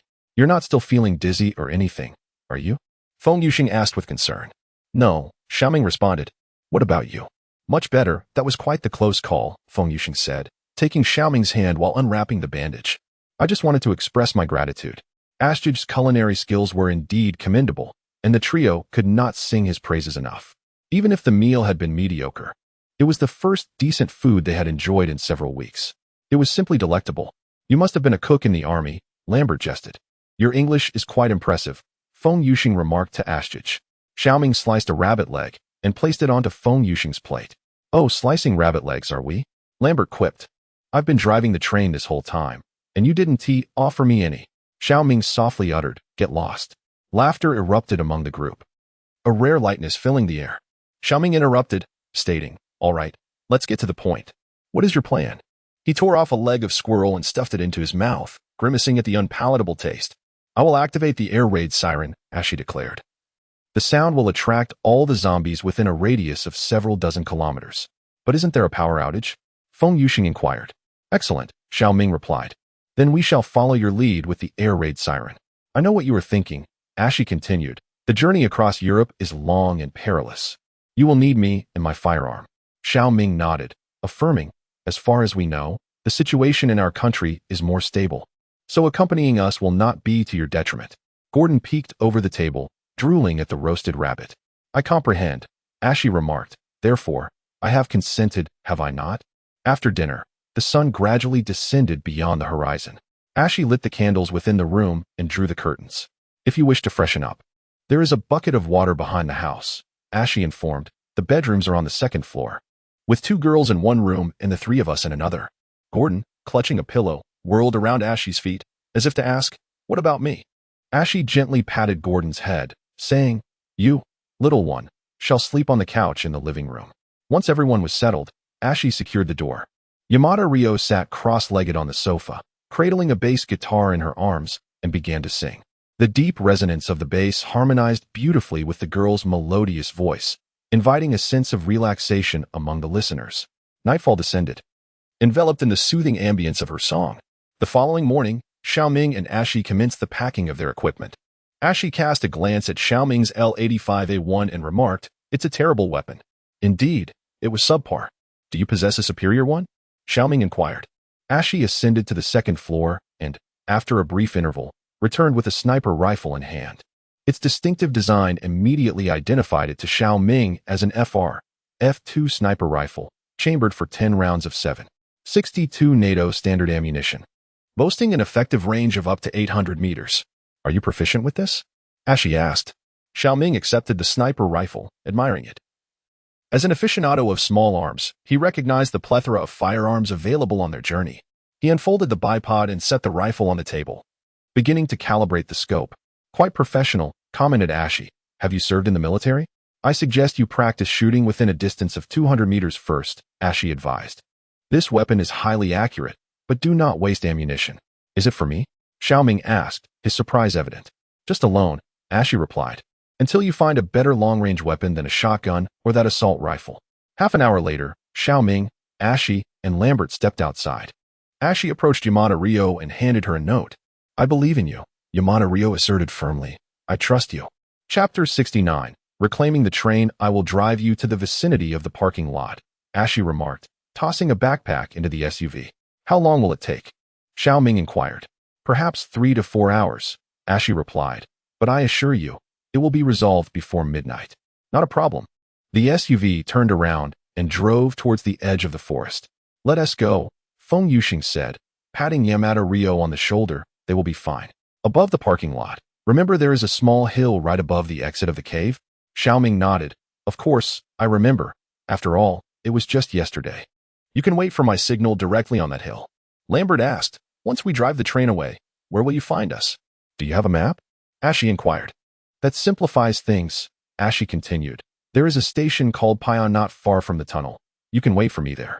It's a small station, and there shouldn't be many zombies. If you prefer not to drive in, you can wait outside. I will come to find you. Shao Ming looked at the burly man beside him and asked, Gal is not a small city. Can you handle it alone? That is my home. I know every street in the city like the back of my hand, Ashi replied. Moreover, during my deployment in Afghanistan, the bullets from the Taliban flew much faster than any zombie. The SUV soon arrived at the hill near the parking lot, and Shao Ming exited the vehicle, clutching his sniper rifle. Take care of my gun, kid.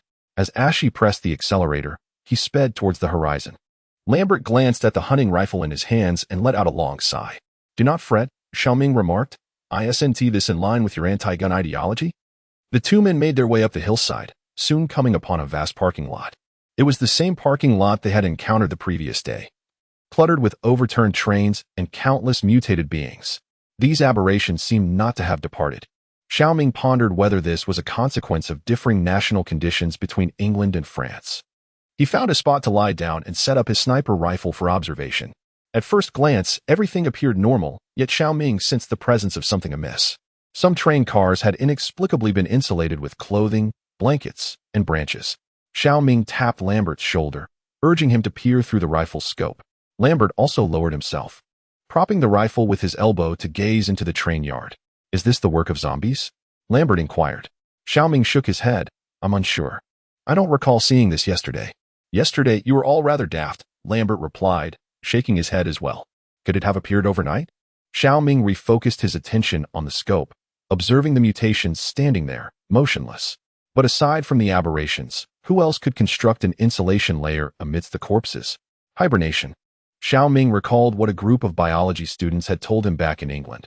It seemed this form of dormancy differed from that of animals in winter slumber. Lambert turned the gun, aligning the scope with the front of their vehicle. The front door stood ajar, amidst a throng of mutated beings, leaving uncertainty about the presence of any within the driver's cabin. When we descend, Lambert said, I'll reverse the train. Once we clear the first junction, you can operate the lever to switch the tracks. Shao Ming nodded, catching sight of the junction through the scope. He appeared to grasp the plan and inquired, Are you connecting to the train car behind? Unlike the fully enclosed freight cars typically used for transporting automobiles domestically, the cars for the Eurotunnel were semi-enclosed, supported only by steel frames on either side, rendering them unsuitable for conversion into passenger compartments. Lambert nodded in affirmation. This way, we can accommodate one or even several vehicles. Shao Ming then asked, But where will the people sit? Lambert shook his head. All the passenger cars in this parking lot already have their front ends. It would be difficult to disembark. Shao Ming continued to scan the area through the scope, eventually pointing to a train at the end of the track, saying, There. That one has its front facing inward and lacks a front on the rear. We can reverse into it and connect. You're a genius, Lambert replied. Thus, the two lay atop the mountain for 2 hours, with Lambert nearly succumbing to slumber. Shao Ming remained vigilant, observing the mass of corpses. Seemingly devoid of any mutants that ventured away to gather materials for insulation, they either sat on the ground or leaned against vehicles, heads bowed in silence. I hope Ashji is all right, Shao Ming murmured softly. Although their acquaintance lasted less than a day, the muscular Special Forces man left a remarkable impression on him. He possessed a commendable physique, exceptional combat skills, culinary talents, and a pleasant disposition. Missing the opportunity today. It would be uncertain whether he could find someone so impeccable again on this journey. I believe he will be fine. Lambert turned over and sat up, stating, having been on the battlefield, especially in familiar territory, he will be all right. Why? Are you not worried he might flee today? Shao Ming inquired. Suddenly, a piercing air raid siren blared from the north, startling a flock of birds from the dense forest. Naturally, the mutated beings in the train yard were also disturbed. The mutants began to awaken and scurry towards the north. He succeeded, Lambert exclaimed. Wonderful, let us hurry down. Wait a moment. Shao Ming set a countdown of 1.5 hours on his watch and pressed start. Once they confirmed that the mutants had all vanished, they made their way down the slope to the parking lot. Lambert was the first to board the train, which appeared unchanged since their departure the previous day. Shao Ming kicked out all the shell casings from the carriage, while Lambert retrieved the keys from his pocket and started the train. This young man was becoming increasingly reliable, Shao Ming thought, recalling how he had forgotten to turn off the engine and remove the keys in yesterday's predicament. Following Lambert's guidance, they swiftly attached the passenger carriages. Shao Ming glanced at the time. Half an hour had already elapsed. Next, they needed to adjust the track direction to allow the train to exit the parking area. Lambert opened his tablet, saying, all right, let me see the route. Chapter 70. Setting off again. The track is electrically controlled. Lambert hurriedly ran from outside the train yard towards Shao Ming and inquired, is there no lever or anything of the sort? Shao Ming questioned. Aren't there any within the yard? Lambert shook his head. Shao Ming surveyed the surroundings within the vast expanse of the train yard. A solitary warehouse stood at the vehicle entrance, which certainly did not resemble a track dispatch center. Very well, Shao Ming asked, if there is no electricity, how are we to switch the train tracks? At that moment, the timer on Shao Ming's watch chimed, indicating that 1.5 hours had elapsed. We must hasten our pace. Lambert led Shao Ming along the track until they reached a junction. He pointed to a small box on the ground beside the rails and said to Shao Ming, this little box contains the system that controls the tracks. If I am not mistaken, it also contains 2 hydraulically driven rods to manage the rails, much like the railways in England. So, if we can manually move the rods. Shao Ming speculated. In theory, yes, Lambert nodded, but without the hydraulic system in place. I fear that manual force may not suffice to push the locking mechanism to its limit. If the train passes by, the tracks could become unstable. Let's unlock this first, Shao Ming suggested, and if all else fails, we can wedge a stone to hold it in place. Lambert hesitated, concerned that the stone's hardness might not withstand the vibrations caused by the passing train. However, at this point, we can only make do and give it a try. Although Lambert had changed into a different set of clothes, his tool belt still hung at his waist. He extracted a crowbar and began to forcefully pry open the box containing the hydraulic apparatus. With a click, the box lid sprang open, revealing a mechanism that was not overly complex before them. Shao Ming crouched down and attempted to pull the hydraulic lever, but it remained immobile. We must first disable the hydraulic system, Lambert explained, as it is currently holding the tracks in place. After saying this, Lambert gestured for Shao Ming to step aside and raise the crowbar, bringing it down with force. After several strikes, Shao Ming observed the hydraulic lever shift slightly. He crouched down once more and tried to pull the hydraulic lever. This time, the track indeed moved. Lambert quickly set the crowbar aside, and together with Shao Ming, they began to push the hydraulic pipe. The air raid siren continued to wail, indicating that the two still had a bit of time. This operation requires 4 such actions in total, Lambert remarked while studying the map. We need to proceed along the railway until we reach a small station. And then we need not worry anymore. Is the rest of the route clear? Shao Ming inquired. Lambert confirmed by examining the map once more, nodding as he replied, indeed. The path leads straight to the city of Le Tuquet Paris Plage. Shao Ming shook his hands and said, then let us hasten and get to work. Lambert glanced at the map again, exclaiming, this is far simpler than the railway system in Britain. He then started the train, directing it towards the first junction.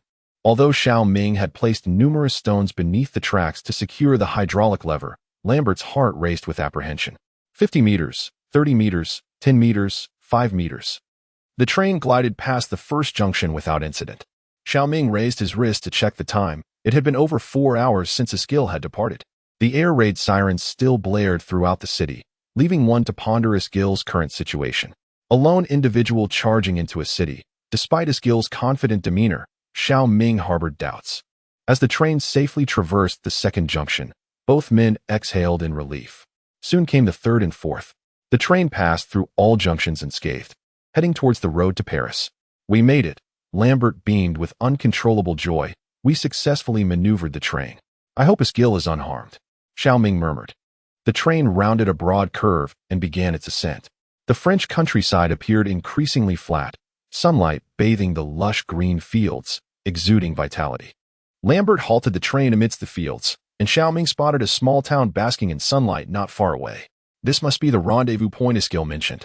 It seems quite suitable for retirement, Lambert remarked.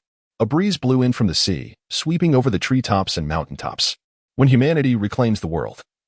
You can reside wherever you please, Shao Ming replied, for by that time, there would hardly be anyone left. Shao Ming climbed atop the train, steadying himself with the machine gun as he gazed towards the rear. It was in the north where the air raid sirens continued to echo from that direction. In his heart, Shao Ming prayed for Ashi, hoping that this amiable soldier would remain unharmed. Perhaps his prayers were answered, for shortly thereafter, a blood-stained off-road vehicle burst forth from the woods. He has arrived.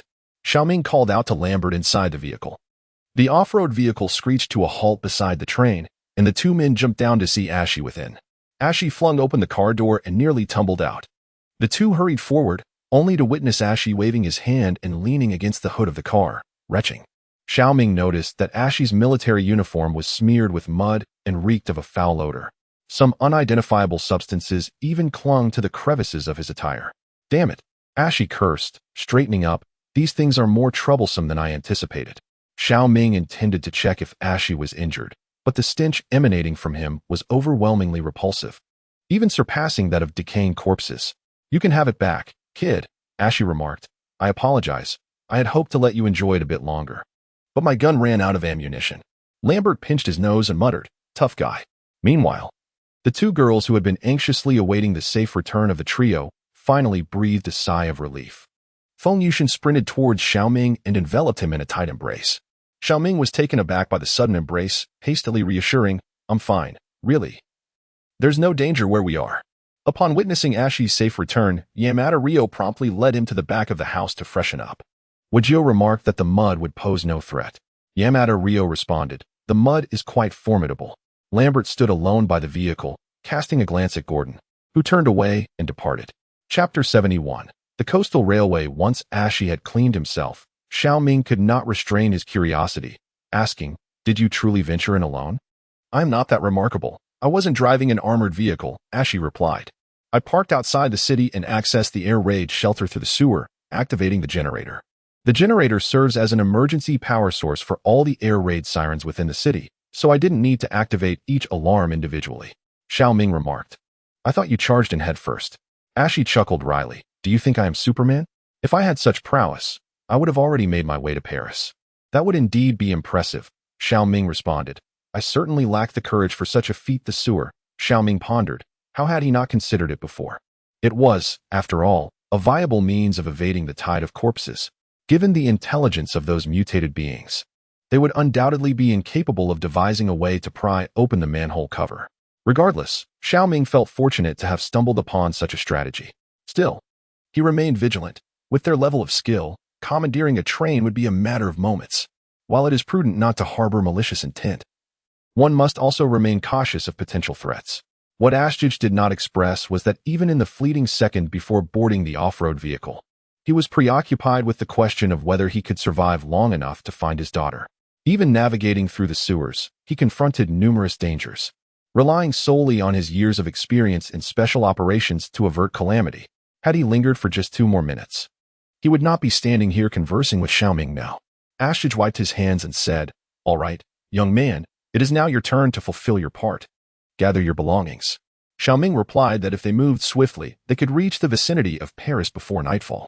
The group hastily loaded all the useful items from Ashtij's room into the off-road vehicle and set off toward the train. It must be said that the supplies from Ashtij's home had significantly replenished the food reserves and necessities aboard the train. For instance, they could now comfortably sleep under blankets on the train. On board, Lambert could not help but inquire, What do you think are the chances of you finding your daughter in Paris? Ashtij fell silent for a moment before replying, The hope is slim. Yet I still wish to see for myself. The atmosphere inside the vehicle grew quiet, with only the sound of tires grinding against gravel breaking the stillness. I will not burden you, Ashtij declared. If the zombies prove too numerous, I shall depart with you. Shao Ming glanced at Ashich, unsure of what thoughts occupied the man's mind at that moment. Perhaps if the mutated beings in Paris were overwhelming, refraining from entering might preserve a glimmer of hope within him. Perhaps his daughter and other survivors were still alive somewhere. The group boarded the train, heading toward Paris. Clearly, Lambert expressed great satisfaction with the French railway, and Shao Ming felt that he had noticeably increased the speed of travel. Ryo Yamada sat beside Ashi, offering him comfort, while Feng Yuxing and Shao Ming continued to pack their belongings. In truth, I have little to say, Ashi remarked. I merely wish to see if there remains any glimmer of hope. The military is formidable, Ryo Yamada stated, having witnessed the combat prowess of a complete human army. And it was during that time that Ashi had saved her. I possess greater understanding than you do. Ashi let out a wry smile. Perhaps he had relinquished hope even before Shao Ming and the others arrived. Paris has no defenses left to safeguard, and with our military's firepower, we might have to contend with millions of zombies. But you have not abandoned hope, have you? Ryo Yamada inquired. Otherwise, we would likely be on our way to Germany by now. The train had not been in motion long, winding along the serpentine tracks toward the seaside. The waves of the English Channel battered the cliffs violently, which had witnessed countless wars, never collapsing. Now it was their turn to bear witness to humanity's final battle. Shao Ming gazed out the window, noting the fine weather that allowed a glimpse of the English mainland across the water. Isn't the sea beautiful? He mused. Feng Yuxing found a seat and looked outside, reminiscing, I always longed to see the ocean. We inland children are like that. Shao Ming took a seat across from Feng Yuxing. Ashi. Feng Yuxing lowered his voice. Do you trust him? Trust him in which regard? Shao Ming asked. I don't know. Will he join us, or might he betray us? So far, I find him trustworthy, Shao Ming remarked. He seems to have no reason to betray us. If he had wanted to, he could have struck while we slept in his home. Shao Ming continued, stating that he could easily trigger the air raid alarm in Calais by himself and then abscond with our train. I do not believe Lambert possesses such unwavering resolve to remain loyal to us under the gunpoint of Ashti. Gordon leapt onto his seat, squeezing him beside Feng Yuxing. Shao Ming glanced at the time, noting they would be able to have lunch during the next track change. The train had not traveled along the coast for long after passing through a small town. A larger city emerged ahead. Lambert reduced the speed as he observed the mutants surging from the city. The urban landscape of northern France is structured around major cities, interspersed with various villages and towns, all within a distance of merely a kilometer or two. This was the reason Astii had yet to depart for Paris. Each town was infested with mutants, collectively forming a tight blockade. Lambert slowed the train further, driving toward the mutants. The modifications to the train's front once again proved their worth, turning the obstructing mutants into mere puddles of mangled flesh. Astii rose, grasping the gun that lay on the table. Do not worry, Shao Ming waved his hand dismissively. At this speed, they cannot climb aboard. They can only be swept under the train. Shao Ming noted that the streets of France differed greatly from those in England, aside from the architectural styles. The French streets were littered with barriers of refuse and sandbags fortified with barbed wire set by the military. It appears that the French resistance has endured longer than that of the British. However, despite the well-placed obstacles, the individuals have merely transformed into abominations, rendering the defenses little more than mere decoration. The train glided past a platform, gradually penetrating deeper into the city. The abominations relentlessly pursued the train, but alas, even as Lambert reduced the speed, it was not feasible for two legs to keep pace. Upon crossing a grand bridge, the group distinctly sensed a decrease in the number of abominations surrounding them. It seemed they had reached the city's outskirts. This should be Bruay, Astia elucidated, the first city along the railway departing from Calais. Chapter 72, Planhour. The train exited Bruay and came to a halt beneath an elevated bridge after navigating a sharp bend. Lambert dashed from the front of the train and encountered Shao Ming, who had just disembarked. The intercom, Shao Ming thought, they truly needed this device. Ahead lay the route to L'Etudiant, Paris, Planhour. Lambert handed a tablet to Shao Ming, mentioning that it was out of battery and should be taken to the rear for charging. You are the local. You should take the lead, Shao Ming remarked to Ashji. Planhour, Ashji contemplated, is not a large city and has a sparse population, though it does boast an airport worth noting. By the way, the beach there possesses a unique beauty, Ashji added. Lambert pointed to the map and declared, I believe I will halt the train near the marshlands at the estuary, and then we shall disembark to inspect the junction. That sounds agreeable, Shao Ming nodded. Let us retrieve some equipment from the carriage. The train roared back to life, traversing two towns. This undoubtedly stirred a considerable number of mutants. Some would pursue for a while before giving up, while others relentlessly followed the train beyond the town's outskirts. These mutants appeared to exhibit a semblance of consciousness, as they did not pursue the swiftly moving train with fervor, almost as if each group of mutants had its own designated territory. The train lacked rearview mirrors, and the three individuals at the front remained oblivious to this situation. Lambert was opening the door, preparing to disembark, when he noticed several dozen mutants emerging from the town behind them. "Should we move forward?" Shao Ming inquired. The two towns were approximately 3,000 meters apart, with the train station between them. Astrid also opened the door to survey the scene, noting that the mutants were still at a distance. "It's challenging to resolve this without firearms," Astrid remarked, estimating there to be around 40 or 50 mutants. Shao Ming pushed the door open and stated, "Then let us resolve it with firearms. We've been stationary for a while now, and the noise of the train is considerable. If there were zombies nearby, they would have appeared by now." He dashed to the rear of the carriage and tapped on it, prompting three heads to emerge from the window. "Stay inside," Shao Ming instructed. "We have some pests to deal with." Astrid readied his sniper rifle and swiftly fired, taking down one mutant. Through the scope, Shao Ming estimated the distance to be over 200 meters. He raised his rifle and fired, finding it remarkably effortless, almost akin to target practice. "What a stroke of luck," Shao Ming mused. With Ashi, a marksman hailing from the special forces at their side, over 40 mutated creatures fell lifeless to the ground without even touching the train's rear. Exhaling, Shao Ming extracted the last spent shell from his shotgun and rose from the ground. "Your shooting skills are indeed commendable, young man," Ashi remarked, patting Shao Ming on the shoulder. "With more practice, you possess the potential to be an exceptional sniper." Hearing such high praise from Ashi caused Shao Ming's lips to involuntarily curl into a smile. "Now, let us attend to the matter at hand," Ashi stated. "We shall accompany you." Feng Yuxing, standing beside the train door, added, "The fork in the road lies within the city.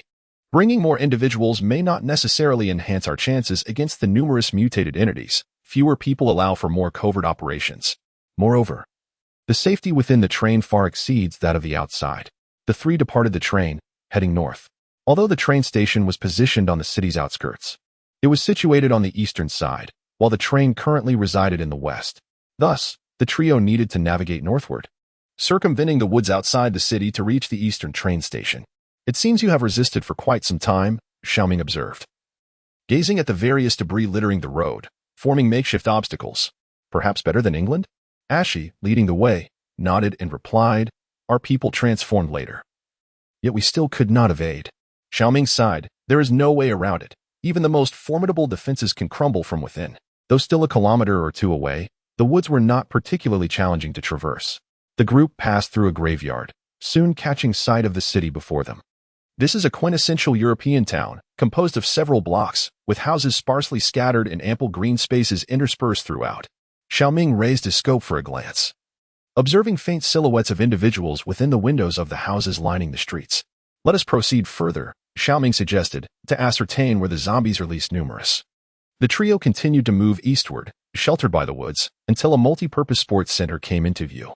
Through the gaps of the sports hall, they noticed a school under construction just behind the sports center, and beyond the school lay a train station with diverging tracks. "I need to confirm." Shao Ming inquired of his companion. Asked, "Your government has also implemented lockdown measures, correct?" "Indeed," Astrid affirmed with a nod. Shao Ming continued, "So, the sports hall and the school must have been closed." "Precisely," Astrid replied, "the situation a week or two ago. No one would attend school or engage in sports."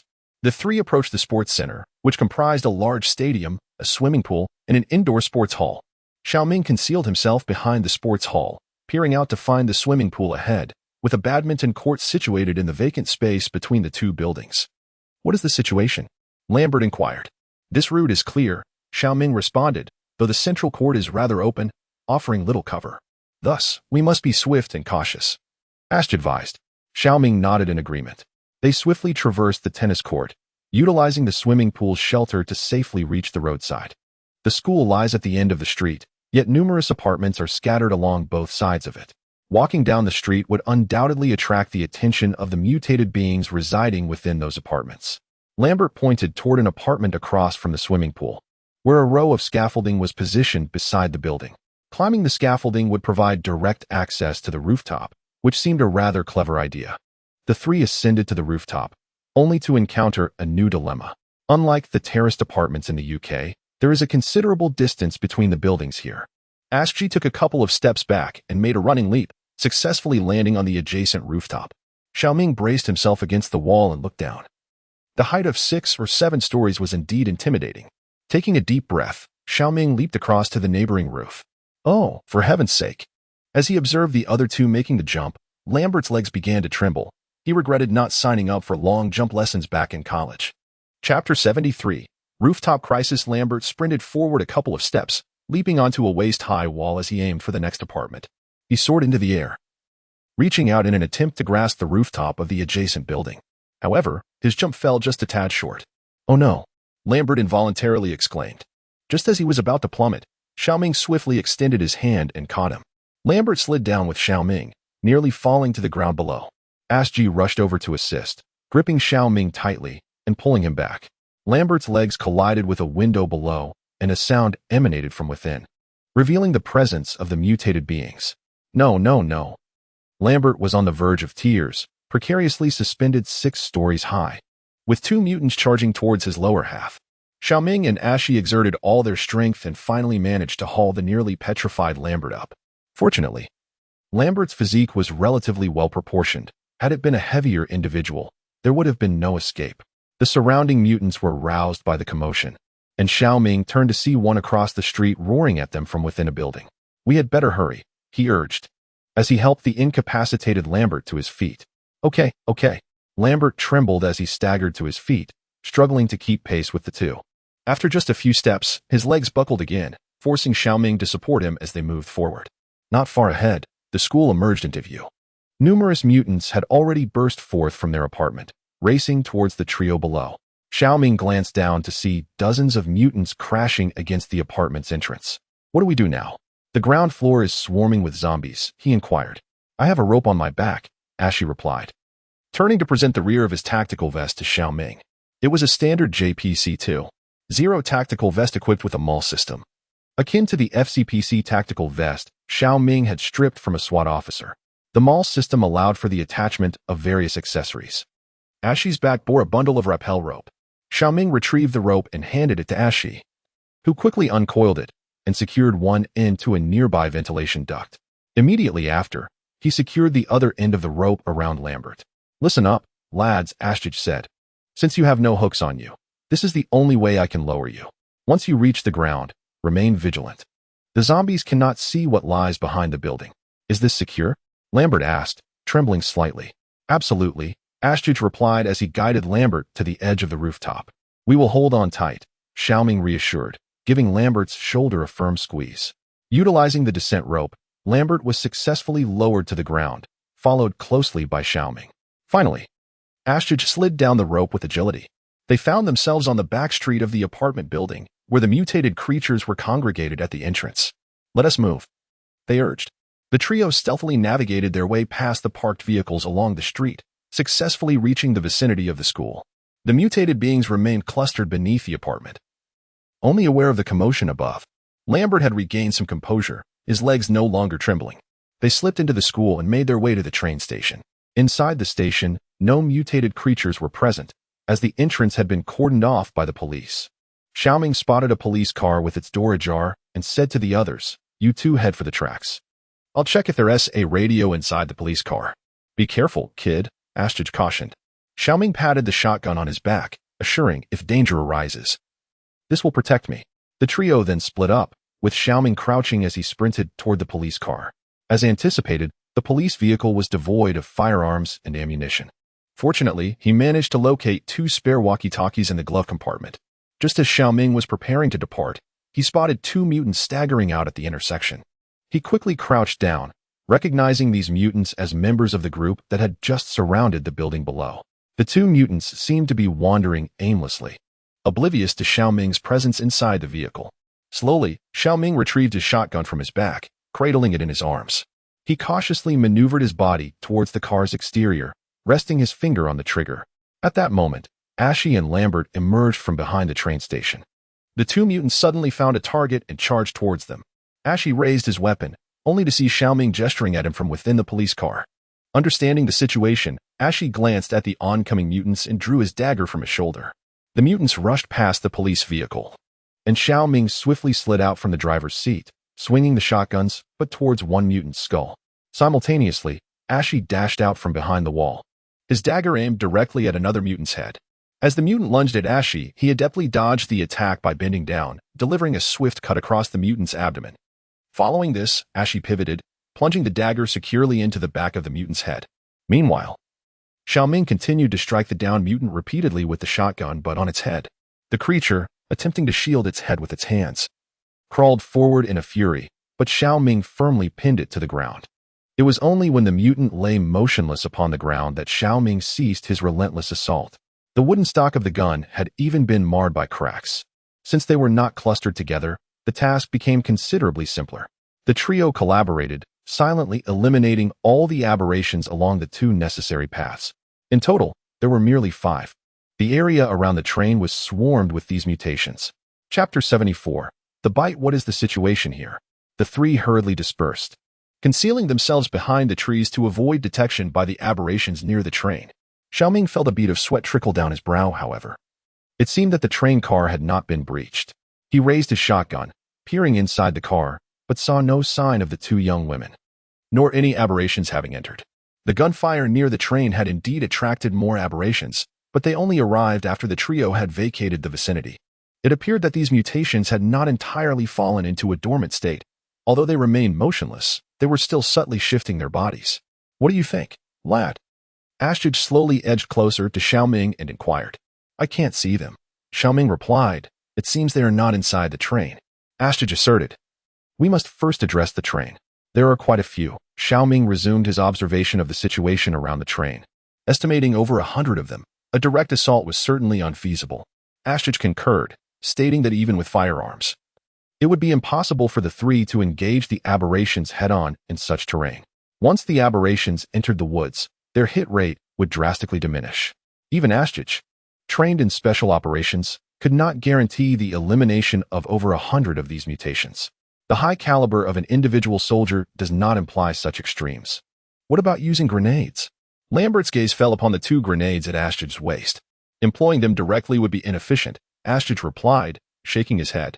Moreover, they are too close to the train. I am uncertain whether using grenades would endanger it with shrapnel. What are your thoughts? Shao Ming inquired. Are you going alone? Shao Ming asked incredulously, noting the absence of any sewer for you to escape through. It is easier to evade alone, Astrid stated. I maintain my position. No matter how fast one runs, a bullet is swifter. Once Astrid departed, Lambert moved closer to Shao Ming. He would not abandon them amidst the overwhelming horde of zombies. Shao Ming glanced at Lambert and remarked, You've developed PTSD from that pilot, haven't you? Do not fret. He still requires our assistance. Moreover, are you willing to divert the zombies? Lambert shook his head. With that, the 2 stealthily made their way to the other side. Before long, a gunshot echoed through the woods, and a mutated creature collapsed beside the train. The remaining mutants were immediately alerted and rushed towards the forest. Once the majority had vacated the area, Shao Ming and Lambert sprinted toward the train to prepare for its departure. Shao Ming tossed a walkie-talkie to Lambert, instructing him to press the largest button. I have already set the channel for you. Lambert nodded and climbed into the cockpit. Shao Ming hurried to the passenger car and opened the door, only to find it eerily vacant, with not even a trace of Gordon. As Shao Ming was about to depart from the train, 2 young girls emerged from the nearby marsh, bringing Gordon with them. Upon seeing Feng Yuxing safe and sound, Shao Ming finally breathed a sigh of relief. Feng Yuxing plunged into Shao Ming's embrace, her voice tinged with tears as she said, The moment you left, zombies rushed in from the city, and we had no choice but to hide in the marsh over there. Shao Ming gently patted her back, reassuringly murmuring, It's all right, it's all right. The trio, drenched, had evidently taken refuge within the marsh. You are indeed fortunate, Shao Ming remarked as he brushed off the dirt from Feng Yuxing's clothes. Why didn't you flee into the woods? What if you had become trapped in the marsh? No, Feng Yuxing quickly clarified. The marsh isn't continuous. We circled around the edge towards the seaside, and quite a few zombies ended up trapped there. Shao Ming surveyed the marsh, which resembled a series of small lakes, making it easy for humans to distinguish the true marshlands. However, if one stood at the opposite end of the marsh, The approaching mutants would be difficult to discern in terms of safety and danger. Very clever, Shao Ming said, holding Feng Yuxing close. It's good that you're safe. Yamada Ryo looked around, inquiring, where's Ashji? Why don't I see him? The group hurried to the window, spotting a figure amidst the trees. Ashji was limping towards the train, pursued by several mutants in the woods behind him. Provide cover for him, Shao Ming shouted, positioning the shotgun at the window. Shao Ming found himself unable to shoot, as the tree trunk obstructed his line of sight and the bullets alike. Ashji finally emerged from the thicket, prompting Shao Ming to seize the shotgun and leap from the train in pursuit of him. Liang Yamada and Feng Yuxing hastened to his side, supporting Ashji. Shao Ming aimed at the first mutated creature to break free from the forest and pulled the trigger, obliterating it into two halves. The trio shielded Ashji as he boarded the train, while Shao Ming swiftly contacted Lambert to commence the journey. The train gradually accelerated, distancing itself from the mutated beings. Upon reaching Ashji, Shao Ming noticed a gruesome wound on his leg, a bite mark. As Shao Ming approached, Feng Yuxing lifted his gaze, casting a look of complexity upon him. How could this be? Shao Ming inquired. I must confess something. Ashji replied, some of those creatures can indeed run quite fast. Shao Ming tightened his grip on the gun's handle, ready to place his finger on the trigger at any moment. I understand. Ashji observed his anxious demeanor and continued, Kid, if I mutate, put a bullet in my head. Nearby, Liang Yamada began to sob, and Shao Ming inhaled deeply before crouching down. Though the wound on Ashji's leg was not exceedingly deep, it had already torn the flesh apart. Ashji chuckled, appearing to accept the minor failure of their mission. Lambert, Shao Ming pressed the intercom button. Stop the train. I shall not abandon you, Shao Ming asserted. We cannot ascertain whether this virus will cause mutation upon being bitten, but for safety's sake, I must confine you. I understand, kid, Ashji nodded. Several individuals tended to Ashji's wounds and confined him within the vacant driver's cabin of the vehicle. Lambert shut the door firmly and remarked to Shao Ming, we should have accompanied him to divert the zombies. Shao Ming shook his head, asserting that had two people ventured forth, it was likely that both would have been trapped inside. Chapter 75. The Paris cemetery. The door to the cabin was slammed shut, and within, provisions sufficient for 7 days, food, water, and medication had been prepared for Ashji. Are we still heading to Paris? Lambert inquired. But in his current state, he leaned closer to Shao Ming, lowering his voice, regardless of whether he can endure until Paris. What are the odds of his daughter still being alive if we do make it? I understand. Lambert hastily clarified. What I meant is, although he appears fine now, if he were to transform, someone must always make a sacrifice. Shao Ming shouted, one day. Such occurrences will repeat. You may die. I may die. We are all susceptible to death. This is no longer the world it once was, he continued. Now that Ashji has been bitten, the next could very well be me. Should he truly transform, I would have no choice but to put a bullet in his head. Shao Ming paused for a moment before adding, this is not the first time I have faced such a dilemma. If it were to happen to me, I would equally hope that you would do the same. However, he continued, at this moment, he has not mutated. He remains a human. Lambert gazed at this university student, who was a few years his junior, feeling an indescribable emotion swelling within him. I will take the wheel, Lambert stated. The train resumed its journey towards Amiens. Regrettably, there were no dining or sleeping cars found in the parking lot that day, which would have spared the hassle of modifications. Everything seemed normal as the train sped past, with the mutants in relentless pursuit, only to be outpaced once again. However, gradually, the few passengers inside began to sense that something was amiss. The train traversed several towns, and the number of mutants chasing them diminished. This was not due to an increase in the mutants' intelligence, but rather a scarcity of them within the towns. The intercom crackled to life, and Lambert's voice emerged. Amiens is approaching. Do we need to switch tracks? Shao Ming picked up the intercom and inquired. Lambert hesitated. We do need to, but it seems we don't require cover. What do you mean? Shao Ming asked. There are absolutely no zombies here. The train slowed down as it entered the city of Amiens. Outside the window, a myriad of houses, makeshift barricades of debris, and abandoned vehicles came into view, a scene reminiscent of an apocalyptic world. Yet, there was not a single mutant in sight. Shao Ming took the intercom and commanded, stop the train. The train came to a halt, and Shao Ming leaped out. Gordon followed suit, frolicking on the desolate streets. Yamada Ryo and Feng Yuxing descended from the train, and the eerie silence of the streets was palpable. Aside from the birds perched on the utility poles, Shao Ming saw no other living beings. Yet, He couldn't shake off the peculiar feeling. Every household's doors and windows appeared intact. Could it be that the mutants had the ability to phase through walls? Or perhaps, in reality, people transformed only after leaving their homes? As Shao Ming passed by the front of the vehicle, he heard Ashy inside pounding on the door. "Where have we arrived?" Ashy inquired. Amiens. Ashy pondered, realizing they were quite close to Paris, merely over 100 kilometers away. The diminishing number of mutants outside the city of Paris suggested a troubling increase within its confines. Moreover, the vast expanse of Amiens was devoid of any mutants, which only hinted at the dire situation within Paris itself. There's no need to proceed further, Ashy suddenly declared. Shao Ming pressed the accelerator, and Ashy's expression in the cabin appeared relatively normal. Communicating through the door proved cumbersome, so Shao Ming opened it. "Aren't you coming?" Ashy, leaning against the wall, slowly sank to the floor of the cabin, gazing at his injured leg. "It's all right."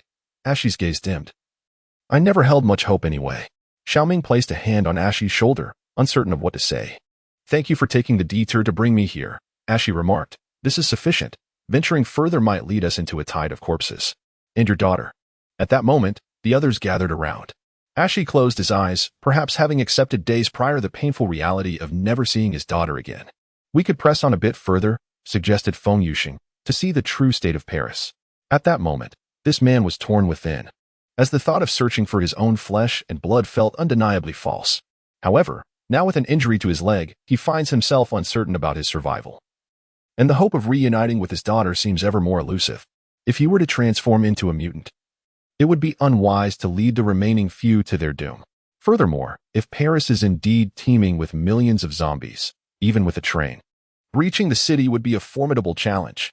He shook his head in resignation. The zombies from Amiens have already surged forth. Paris, I had initially believed the situation would be somewhat more favorable. Even if only the remaining military forces within Paris were left to contend with, it is simply overwhelming. As tears welled in the eyes of this stalwart man, he nodded in acknowledgement. Shao Ming jumped off the train, drawing the attention of the others. "Let us search for anything that might be of use," he urged. The group dispersed toward the shops lining the street, while only Ryo Yamada remained on the train. Approaching Ashy's side, "Are we truly leaving like this?" he inquired. Feng Yuxing and Shao Ming entered a convenience store together. "He has made his decision. We too must uphold our promise," Shao Ming replied with a shrug. "To put it bluntly, isn't it better for us if he doesn't go to Paris?" Feng Yuxing pressed on. "What about his injury?" After a moment of contemplation, he nodded in acquiescence. The convenience store had been thoroughly looted, with even the storeroom laid bare. Fortunately, the entirety of Amiens was still available for them to scavenge for supplies.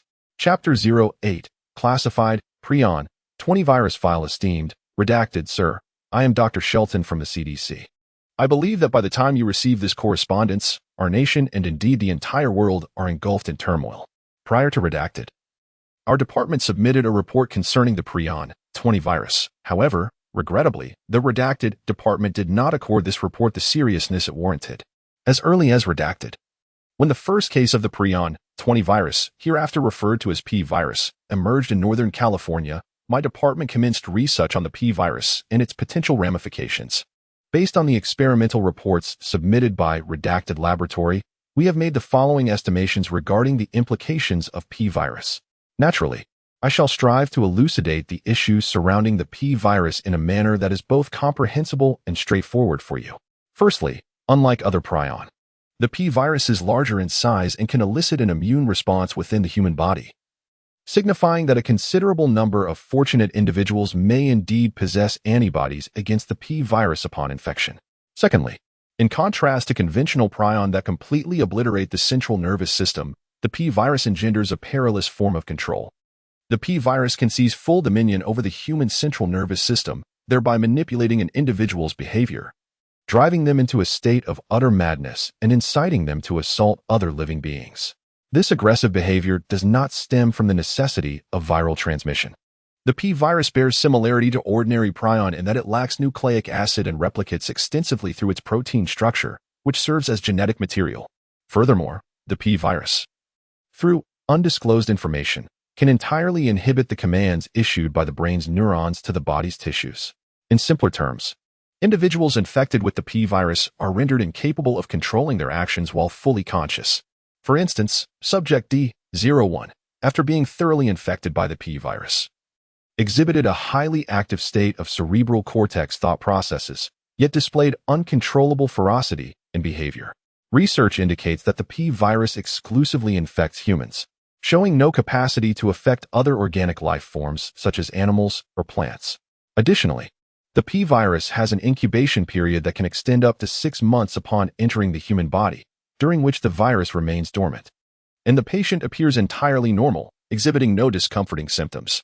Once the viral concentration reaches undisclosed information, the virus within the host awakens completely, taking over the central nervous system within a time frame ranging from 24 to 168 hours. Almost all subjects experienced a significant enhancement in their physical capabilities following P virus infection, which we collectively believe is attributable to the abrogation of the body's protective mechanisms. Of course, this also implies that the degree of enhancement is related to the physical condition of the subjects prior to infection. The silver lining is that, as previously mentioned, a considerable proportion of those infected have developed antibodies following exposure to the P virus. In the 2 controlled experiments we conducted at Classified, we discovered that Subject A, after generating antibodies and subsequently re-injected with the P virus, still had the virus eradicated by those antibodies. Moreover, the vaccine produced during the widespread outbreak of the P virus has been deemed ineffective by the Classified department located in Classified.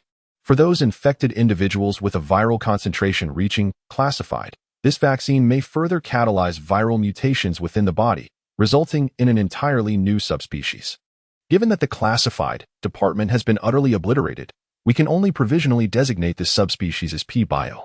Ultimately, we hope that your department can establish communication with the Classified department, as we suspect a correlation between the emergence and rampant proliferation of the P virus and the biological weapons research conducted by the Classified department. Chapter 76, Anti-Aircraft Artillery. After dinner, several individuals resolved to linger a while longer in the city of Amiens, postponing their departure until the morrow. Although the compartment seating was cramped, it provided a modicum of comfort surpassing that of lying on the floor. Furthermore, Ashji had brought along several blankets from home, allowing Shao Ming to enjoy a deeply restorative slumber. At dawn the next day, the 4 set forth in their vehicle towards the city center. Numerous barricades had been erected throughout the city, necessitating the off-road vehicle to squeeze through narrow alleys on several occasions to continue its passage. Fortunately, the mutants remained congregated in Paris, leaving the city as tranquil as it had been the previous day. As he spoke, he felt an almost uncontrollable urge to laugh. This was an unparalleled opportunity. An entire city lay desolate, awaiting their scavenging. The French forces engaged in combat within the city likely never anticipated that their tenacity would yield such an effect. The off-road vehicle came to a halt at a fork in the road, and several individuals disembarked, dispersing in different directions. Lambert sought a tool shop in the city, as the cutting blades brought from the fire station had become dulled and the welding gun was out of fuel. A diverse array of tools was essential for the continuation of their railway journey. Feng Yuxing and Yamada Rio teamed up to search for food and water, alongside books on agriculture and machinery from a bookstore. The knowledge possessed by the group was evidently insufficient to cope with the increasingly dire conditions. Maintaining and repairing trains and automobiles equally required the specialized knowledge found within those texts. On either side of the fork where the off-road vehicle was parked, numerous auto repair and appliance repair shops were present, and further back lay a substantial bookstore and gardening center. This was precisely why they had chosen to stop at this intersection. As for Shao Ming, he focused on searching for weapons. In France, citizens are permitted to possess shotguns. Thus, .22 caliber ammunition should be relatively easy to procure.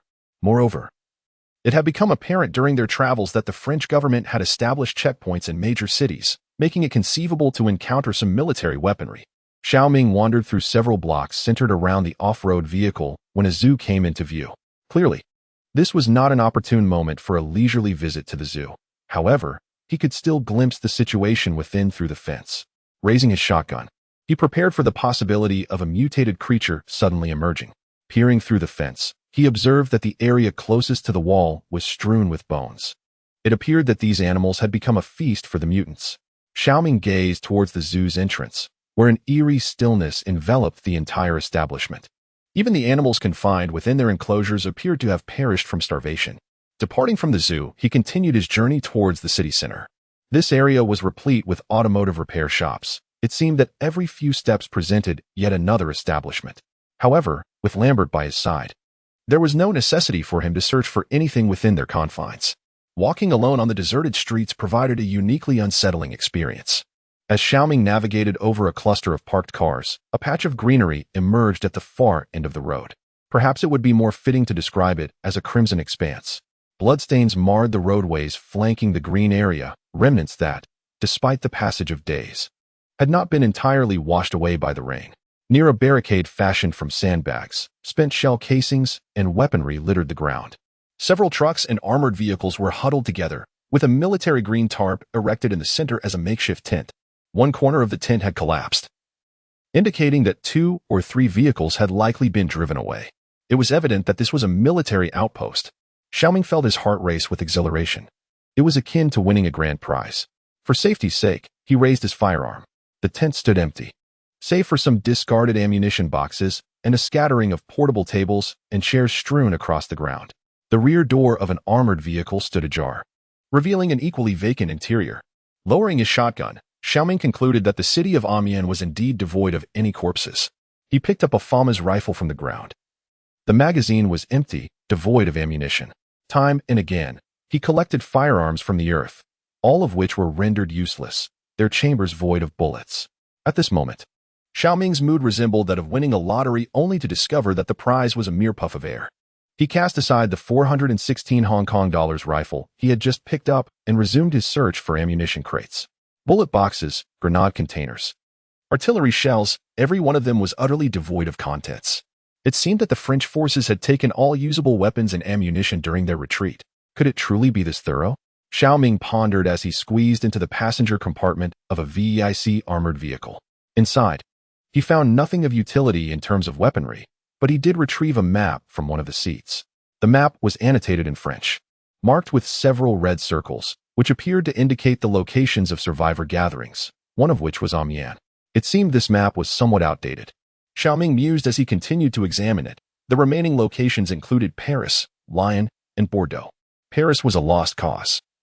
Yet perhaps there might still be survivors in the more southerly Lyon and Bordeaux. He set the map down, recognizing that France was not his final destination. However, Ashji's daughter was likely among these survivor enclaves, if fortune favored her. Shao Ming had no intention of sharing this information with Ashji. Perhaps, for the man, the greatest hope lay in the absence of hope itself. Moreover, he harbored selfish motives if Ashji were to learn that his daughter might still be alive. Would he be able to remain composed and join them in their trek across the Eurasian continent? The keys to the armored vehicle were not present, rendering it nothing more than a heap of scrap metal. Shao Ming emerged from the BC, circumventing the line of vehicles, and made his way to the heart of the green space. Here lies a surprise he never anticipated, due to the obstruction caused by vehicles. He did not immediately discern this unexpected marvel. It was an anti-aircraft gun, specifically, a Swedish-manufactured Bofors GDF 35mm autocannon. Evidently, this stationary weapon had not been removed by the French forces in time. Moreover, the 35mm shells, exclusively usable by this anti-aircraft gun, were all intact and neatly placed nearby. Shao Ming was nearly overwhelmed with excitement, as it was indeed a significant prize. At noon, Shao Ming awaited beside the off-road vehicle with 2 boxes of 35mm shells. Lambert approached, his backpack laden with supplies and 2 gas canisters in hand. "Look what I found," Lambert exclaimed, raising the gas canister. "It's for welding." Observing Shao Ming seated beside the vehicle with a beaming smile and empty hands, he inquired, "Didn't you find anything?" Shao Ming chuckled, "A major discovery. But you shall soon see." Chapter 77. Returned to Calais, the transport vehicle's cargo area was capped with a framework, preventing the anti-aircraft gun from being placed at the rear, as it would obstruct entry and exit from the off-road vehicle. Shao Ming glanced at the front of the vehicle. The flatbed was low enough to avoid any protruding metal blocking the connection point. "Let us search for something," he suggested, "while there are no zombies around." A city as large as Amiens must have a freight train. The two resumed their journey in the off-road vehicle, following the map's guidance toward the train station in Amiens. After passing through 2 stations, they finally located a train equipped with flatbed cars.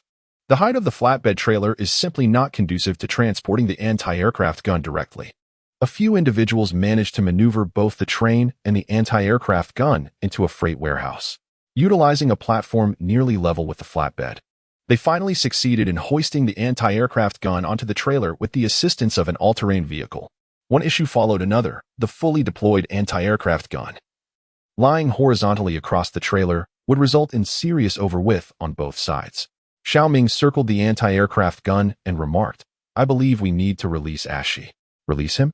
Lambert inquired. "In his current condition." Shao Ming gestured toward the anti-aircraft gun and replied, "Can you comprehend this machinery?" "Absolutely not," Yamada Ryo hastily interjected. "Ashi will be fine." Lambert glanced at the two, choosing to say nothing further. "What is the situation, kid?" Ashi emerged from the cabin, supported by Yamada Ryo and Shao Ming. Upon seeing the anti-aircraft gun on the flatbed, he exclaimed, "Wow, where on earth did you find this magnificent piece? It's quite cumbersome to transport, weighing around 6 or 7 tons. Ashi limped toward the anti-aircraft gun and noted, "The large boxes on either side can be removed." He pointed at the 2 boxes, explaining, "They contain the automatic ammunition feeder and fire control system. There's no need to transport them.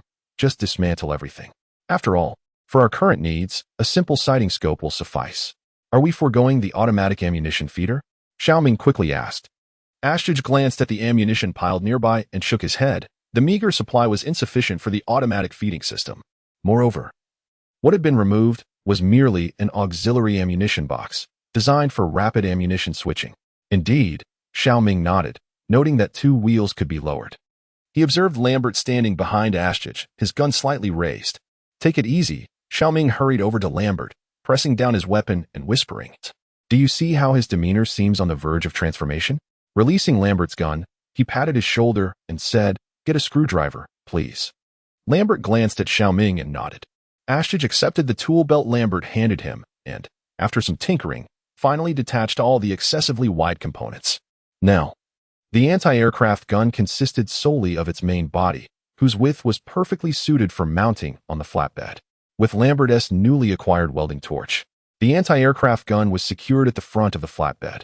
Shao Ming patted the 35mm caliber barrel, an involuntary smile of contentment spreading across his face. If only it could be modified for remote control, he mused. That would alleviate some complications. It would be best to secure the brackets further, Ashtij added. "I'm uncertain whether this train can withstand the vibrations produced during firing." The group then procured several iron plates and heavy objects from the construction site across the warehouse, welding them under Lambert's guidance to firmly secure the anti-aircraft gun. "I have a suggestion." Feng Yuxing suddenly spoke up, suggesting that since the flatbed truck still had some space left, he had noticed some surplus iron sheets at the construction site across the way, and proposed they create a nursery. Shao Ming immediately thought of the sprouting potatoes. Cultivating crops on a train seemed feasible after all. "Is it possible?" Shao Ming inquired. "Considering the train's environment." "I concur." Lambert raised his hand, affirming the idea. Without hesitation, they set to work, making a haphazard nursery with the iron sheets on the flatbed truck. After dinner, the modifications to the flatbed truck were finally completed. Now, in addition to the original engine, passenger car, and cargo compartment, they had added a flatbed equipped with an anti-aircraft gun and a small plot of land in front of the engine. A day and night had passed, and Ash's condition had improved significantly. His wounds showed no signs of infection, nor had he developed a fever or any delirium. Moreover, his appetite remained robust, prompting the others to provide him with more canned food. For safety's sake, however, he chose to isolate himself in the driver's cabin. Gordon appeared quite intrigued by the newly constructed nursery. He approached the seeds that Feng Yuxing and Yamamoto Ryo had just planted, lifting his leg. "Hey!" Feng Yuxing quickly admonished Gordon, "This is not your toilet." Laughter erupted among them, with Shao Ming joking, "What is the harm? Let us consider it organic fertilizer." After a night's rest, apart from Lambert and Ashji, Shao Ming took 2 young women into the city to gather supplies. At the Amiens terminal, Lambert skillfully turned the train around using the tracks, setting off back along the route they had come. The dense buildings outside gradually vanished, replaced by clusters of disconnected small housing areas. Chapter 78, A Return to the Yard.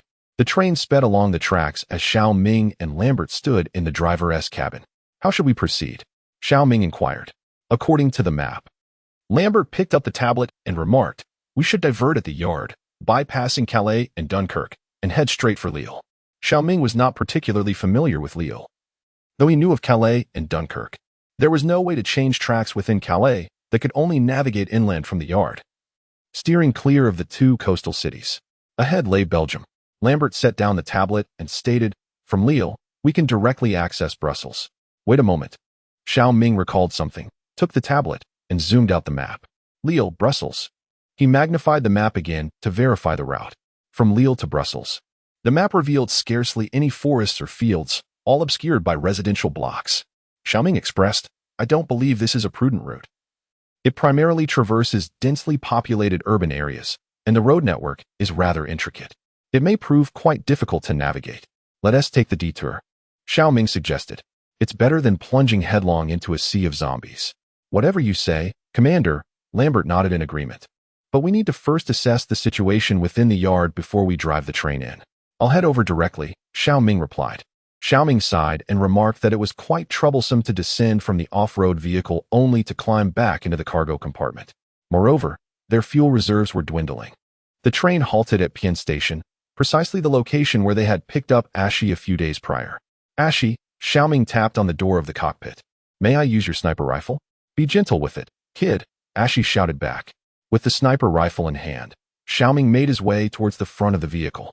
Lambert, leaning against the cockpit door, inquired, do you need me to accompany you?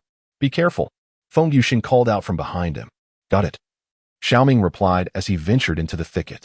Gordon, having finally been allowed to roam freely, obediently sat beside Feng Yuxin, both watching Shao Ming depart. The weather today was rather dreary. Despite it being 10 in the morning, the woods appeared shrouded in gloom. Shao Ming tightened his grip on the sniper rifle. The air within the forest seemed to be laced with a metallic scent, were it not for the distant chirping of birds. He might have felt transported to a desolate parallel world. Yet, this world was hardly distinguishable from desolation itself. Deeper into the thicket, the sniper rifle became less useful. Shao Ming slung the F2 across his back and drew a pistol from his waist. The P320 was nearly out of ammunition, most of it expended in the underwater tunnel. However, given that the other firearms they possessed were either hunting rifles or shotguns with disappointingly limited capacity, Shao Ming resolved to retain this illegal pistol borrowed from a neighbor. All told, he had a scant 1.5 magazines left. As Shao Ming strode forward, he was suddenly alerted by a rustling sound nearby. He hastily leaned against a tree, resting his arm against the trunk while aiming his pistol towards the source of the noise. It sounded as though something was darting through the woods, crunching the brittle twigs and fallen leaves beneath its feet. Taking a couple of deep breaths, Shao Ming anxiously scanned the forest. The stillness of the woods amplified even the faintest of sounds, and although the noise was subtle, it reached his ears clearly. Suddenly, a shadow flitted through the underbrush. It was a deer. Shao Ming exhaled in relief, grateful it was not one of those agile zombies that could leap about unpredictably. The deer seemed to sense his presence, raising its head to regard him warily. Although Shao Ming felt a strong impulse to take a shot at the creature, he restrained his finger from pulling the trigger. After all, this expedition was merely for reconnaissance. Hunting would be more suitable in a more appropriate setting. Perhaps with an off-road vehicle in a less urbanized area. A patch of woods nestled between cities was hardly the right environment for such pursuits. After observing Shao Ming for a moment, the deer, seeing him as a stationary figure, returned to grazing peacefully, just as Shao Ming prepared to continue his journey. The sound of rapid footsteps echoed from deeper within the woods. This time, he was certain it was not a small creature, for he discerned the guttural roars of a mutant. It seemed the commotion stirred by the deer had attracted the attention of this aberration, prompting it to give chase. Startled, the deer lifted its head and bolted away. Shao Ming watched in astonishment as a mutant swiftly pursued it, its speed remarkable as it weaved through the thicket. The notion that a human could match the pace of a deer within the forest was a chilling realization. On several occasions, the mutated creature had surged close behind the deer. Although obscured by the trees, Shao Ming was certain that the creature continued its pursuit, never lunging forward to overpower the deer. One could hardly assert that the creature was extending goodwill towards the deer. Could it be that he had encountered a new variant? The direction in which both were heading led toward the hillside behind the parking area, compelling Shao Ming to advance further down the mountain. He traversed the thicket, and soon a modest train station emerged before him. Shao Ming recognized this station as the first one outside the parking area. Taking advantage of the platform's concealment, he raised his sniper rifle to survey the parking area. Due to the obstruction of the warehouse, he could not discern the situation within, prompting him to proceed along the road to a position closer to the parking lot. However, scarcely had he taken a few steps when he arrived at a roundabout near the parking area and was met with an utterly horrifying scene. Approximately several hundred mutated creatures lay dormant in the parking area, among the tracks, within the carriages, and inside the buildings, their forms were scattered throughout. Fortunately, they had yet to notice Shao Ming, who hurriedly lowered his steps and began to retreat cautiously. Chapter 79. Formulating a plan, he rather preferred the tranquil demeanor of the woods. Upon seeing Shao Ming emerge from the thicket, the few individuals by the train sighed in relief. "What is the situation?" Feng Yuxing inquired. After a brief pause, he continued, "Moreover, I encountered a mutated creature in the woods. It was remarkably swift and appeared to possess considerable stamina. With a radio in hand." Lambert pointed to the device on Shao Ming's tactical vest and remarked, "Next time, do let us know sooner." Shao Ming slapped his forehead, exclaiming, My apologies. I was just contemplating the situation at the parking lot, and I failed to alert everyone about such a crucial matter concerning the mutated beings in the woods." "What shall we do then?" Feng Yuxing inquired. "Is it absolutely necessary to pass through the parking lot?" Lambert nodded in affirmation, casting a glance at Shao Ming. "We need to convene a brief meeting," Shao Ming declared as he opened the driver's side door. Shao Ming succinctly briefed Ashji on the situation, who displayed a look of anxiety. Shaking his head, Ashji responded, "With the ammunition we currently possess, it is insufficient to sustain the consumption of the anti-aircraft artillery for even 30 seconds. Furthermore, we have dismantled the fire control system and the auxiliary ammunition feed. Reloading the ammunition into the box will require manual effort." Lambert raised his hand and inquired, "Then why did we disassemble it in the first place?" "We couldn't load it onto the train otherwise," Shao Ming replied with a sidelong glance. Lambert pressed on, "Could we not reactivate the air raid alarm to divert them?" "Just as we did last time?" "That is not feasible." Ashji immediately dismissed Lambert's suggestion. "That generator was intended for emergency use. Consider how many times it could power the air raid alarm for the entire city." "What about using an off-road vehicle?" Feng Yuxing proposed. "It could attract a considerable number of zombies, couldn't it?" "It should be possible," Yamada Ryo remarked. "To the west of the parking area lies the ocean, while the east and north resemble urban zones, and to the south is our current location." Shao Ming realized that after 2 days of listening to Yamada Ryo's Japanese accented English, he could comprehend quite a bit. "So we are left with but one option?" Shao Ming inquired. The group descended into silence. This singular option naturally referred to a forceful breach. However, it was not without feasibility. "Lambert was the first to shatter the silence. Last time, Shao Ming and I successfully dismantled the hydraulic control system of the tracks, so this time, we should be able to switch the tracks swiftly." "That is too slow," Shao Ming retorted. "We must complete this before the sounds of vehicles and gunfire attract the zombies from the city." The group assisted Ashji out, who limped toward the anti-aircraft gun at the front of the vehicle. They helped him climb onto the flatbed, and he chuckled. "I never imagined I would be enjoying the privileges of an octogenarian at the age of 40. 40? Shao Ming glanced at Ashji's physique and visage. The common perception was that Westerners appeared older, yet he looked barely over 30. The dual-barreled anti-aircraft gun had a substantial amount of ammunition in the boxes flanking its barrels, which Ashji estimated to be around 100 rounds. He then noticed 2 ammunition boxes nearby, noting that for a 35mm caliber anti-aircraft gun, each box typically contained 50 shells. "Is there nothing else?" Ashji asked. "You could always make another trip, kid," he replied, "though this should suffice." He settled into the primary firing position of the anti-aircraft gun, leaning forward to peer into the ammunition box. "Mixed ammunition chain," Ashji remarked. "I am uncertain whether this contraption inflicts pain upon a human body. Most types of ammunition are not designed for flesh and blood. Isn't that preferable?" Shao Ming inquired. "Not quite," Ashji elucidated. "To my knowledge, the armor-piercing rounds from this anti-aircraft artillery could potentially perforate a body without detonating, and the proximity fuse might also fail to activate." He continued, "Moreover, these anti-aircraft rounds are typically equipped with specialized ammunition feeders, correct?" "I swear to the heavens," Shao Ming quickly interjected, "I certainly did not observe any such feeder." "You might simply not recognize it, young man," Ashji replied. "To be precise, I am not entirely certain. Expertise is indeed specialized, especially within the military." Wait, Lambert hastily interjected. "Are you capable of operating this artillery?" "I have received training," Ashji stated. "Well then, it seems we have resolved to press forward," Shao Ming declared to the group. "First, we shall maneuver the train to a location outside the depot, after which Ashji and Yuxing will operate the anti-aircraft gun to clear the surrounding tracks of zombies." "Me?" Feng Yuxing pointed to himself, questioning. Shao Ming continued. "Yamada Ryo will drive alongside Lambert, while Lambert disembarks to switch the tracks." "Sounds like a solid plan," Lambert swiftly agreed. but he soon retracted his smile to ask, "And what about you?" "I will take an off-road vehicle to eliminate the zombies directly ahead of the train," Shao Ming replied.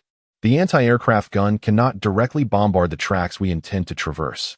Ashtij stroked his chin, contemplating the situation, which seemed somewhat plausible. "I need to return to the hillside," Lambert remarked, noting that the map did not reveal which tracks we actually required. "I will accompany you," Shao Ming responded, seizing the opportunity to further observe the terrain of the area. "Come along, miss," Ashtij said, placing his injured leg into his seat as he addressed Feng Yuxing. "Your husband has assigned us a task." Upon hearing this, Feng Yuxing's face flushed crimson, reaching down to her neck. "He is not my husband." "Indeed, indeed." Shao Ming quickly interjected, "Please do not misunderstand." "What about that nest?" Yamashita Ryo inquired. "Ah, you come with me," Lambert said, moving closer to Yamashita Ryo. "I will teach you how to operate the train, enabling us to keep it moving during the switch." "Gordon," Feng Yuxing suddenly exclaimed, "I told you not to urinate in my field." Gordon, ears drooping, shrank back and jumped down from the flatbed. "All right then, let us commence our preparations." Chapter 80. The eve of battle. Shao Ming was busy loading ammunition into all the firearms within the carriage, while Feng Yuxing climbed through the door. "What is the matter?" Shao Ming inquired. She settled into the seat opposite him and stated, "I wish to accompany you." "Accompany me where?" Shao Ming asked. "To drive the off-road vehicle and fight zombies?" "Absolutely not." Shao Ming immediately rejected her. "You should remain in the vehicle to assist Ashtij in operating the artillery and safeguarding the carriage."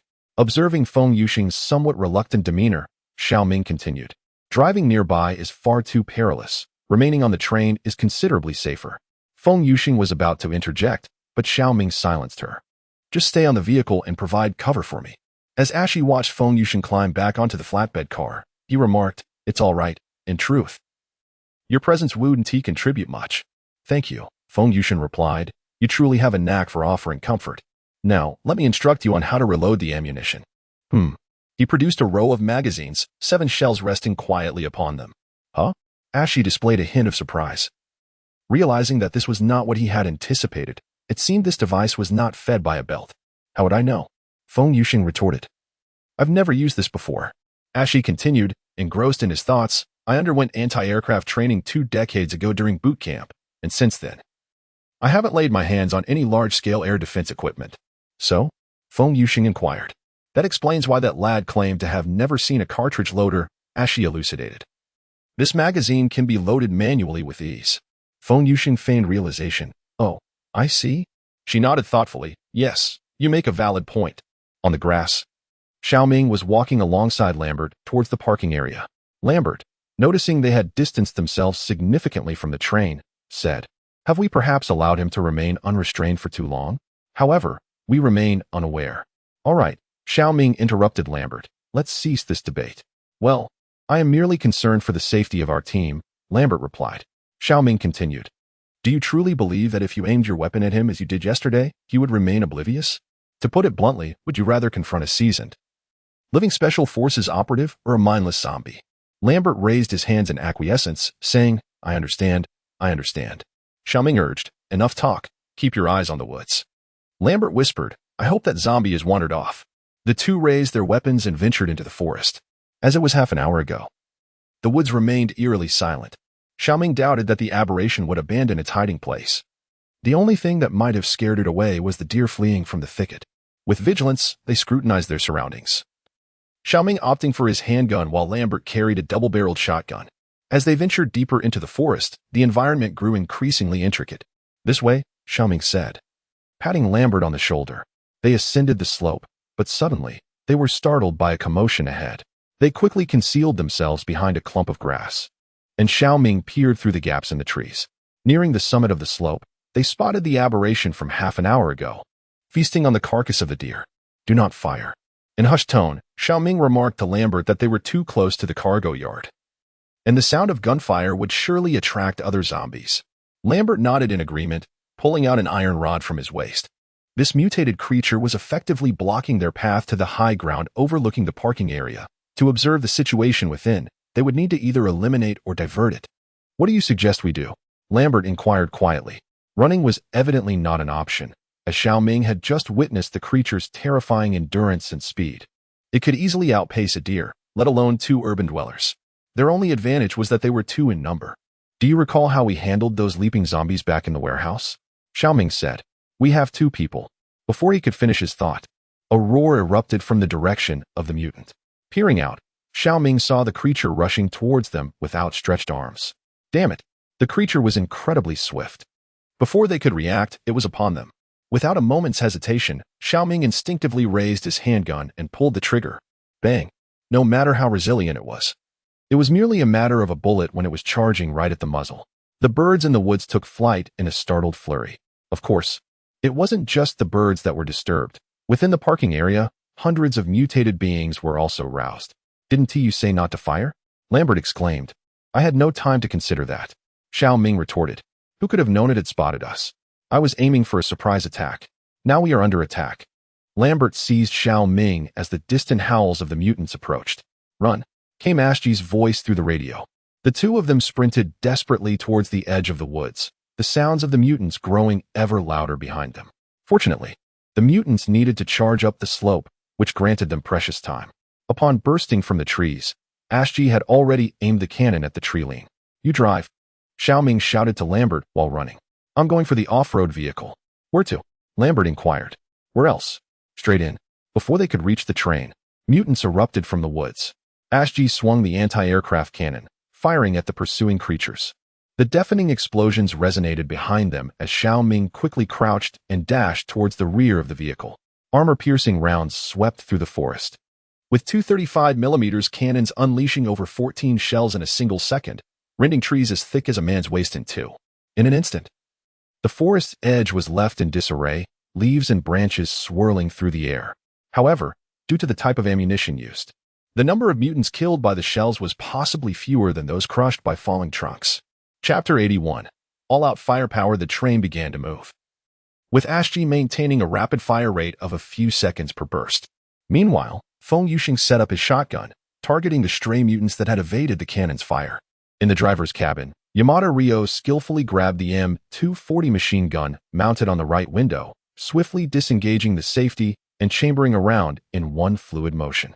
The operation left Lambert, who was preparing the train nearby, utterly astonished.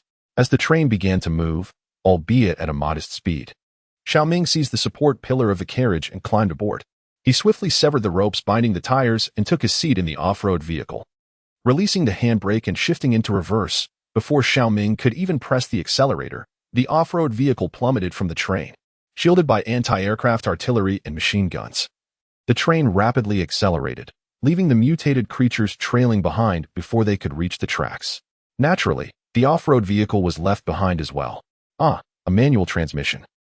Shao Ming furiously depressed the clutch, exclaiming in frustration, "Why do you all insist on manual gears?" A mutated creature lunged at the off-road vehicle, crashing against the glass of the door. "Goodbye," Shao Ming muttered, flooring the accelerator and catching up to the train. The off-road vehicle surged past the train, merging onto the tracks ahead of it. The cacophony of cannon fire and gunshots had ceased. The train was now a sufficient distance from the horde of corpses, rendering further expenditure of precious ammunition unnecessary. Shao Ming steered the off-road vehicle into the parking lot along the tracks, toppling 2 mutated creatures that obstructed his path. The massive silhouette of the train loomed behind him as he navigated a bend. In a twist of fate, many of the mutated entities within the parking lot had been lured away by the gunfire, leaving the area relatively clear. Lowering the window, he extended a shotgun outside. Shooting from within the moving vehicle with one hand, he lacked precision, but he was confident in hitting targets within a meter's range. He adjusted his stance, firmly bracing the stock against his shoulder, while his left hand on the steering wheel provided additional support. A mutated creature charged towards the off-road vehicle, prompting Shao Ming to sharply turn the steering wheel to the right, aiming his gun directly at the oncoming aberration. Several rounds erupted from the firearm, sending the leaping monstrosity hurtling away. The recoil jolted Shao Ming's shoulder painfully. It was a stroke of fortune that his shoulder remained intact despite the awkward grip on his weapon. Ashjuj rotated the anti-aircraft gun, targeting the mutated beings gathered at the station's platform. The weapon roared to life, unleashing a torrent of fire as armor-piercing shells blasted forth, transforming the train parked beside the platform into a sieve. A relentless barrage of projectiles ensued, even severing one of the platform's supporting pillars. A horde of mutated creatures surged from the residential area on the east side of the station, rushing towards the right side of the train. While Ash's anti-aircraft gun remained focused on the left, Shao Ming deftly maneuvered the off-road vehicle across the tracks, heading straight for the swarm of creatures emerging from the residential sector. Compared to the distant train, the mutated beings exhibited a far greater interest in the suddenly approaching vehicle. With a resounding bang, a creature's arm was violently torn away as a bullet struck true. Shao Ming discarded the now empty shotgun, having exhausted its 2 shells, and retrieved his pistol from his waist. Although shooting while driving diminished his accuracy, the moving vehicle was effective in diverting a significant number of aberrations. Now, the mutated creatures were divided into 2 groups, those charging from the left side of the station and those erupting from the right. The left side aberrations suffered grievous losses under the relentless fire of the anti-aircraft gun, with some being cleaved in twain, while others were crushed into a pulp by debris and the fallen pillars on the platform. Lambert climbed atop the vehicle, straining to discern the tracks amid the horde of corpses. Seeing that the area around the train was relatively secure, he halted the train and dashed towards the switch. Fortunately, most of the mutated creatures had been cleared away, allowing Lambert to swiftly maneuver the train onto the turnaround track. The next task was to extricate this behemoth. Upon returning to the vehicle, Shao Ming assisted Lambert in opening the door and inquired, "What is the situation?" "The last one is outside." Lambert replied hurriedly as he jumped into the off-road vehicle, and together with Shao Ming, they sped towards the next junction. Just as Shao Ming brought the vehicle to a halt at the final junction, his expression twisted into one of horror. Oh no! What lay before him was a vast expanse filled with mutated creatures. The parking lot was less than a kilometer from the urban area of Calais, and the thunderous roar of anti-aircraft artillery had stirred these dormant monstrosities. Had it not been for the obstruction of buildings and hills, this swarm would have reached the parking lot 10 minutes prior. Shao Ming glanced towards the train and saw Ashi and Feng Yuxing loading ammunition. Truly, misfortune seldom comes alone. A more formidable wave of the undead was approaching, yet their most powerful weapon was out of ammunition. In a rush, Shao Ming exited the vehicle and set up his sniper rifle atop it, firing at the mutated creatures on the hillside. It could not be said to be a remedy, merely a fleeting distraction. 2 mutated creatures descended from the slope, seizing the rear of the off-road vehicle. The 2 occupants inside were oblivious to the peril, while Shao Ming pressed the accelerator with fervor, focused solely on how fast he could escape. The 2 mutated creatures were almost lifted off the ground. One was thrown off the tracks by the jostling, while the other clung desperately to the rear of the train.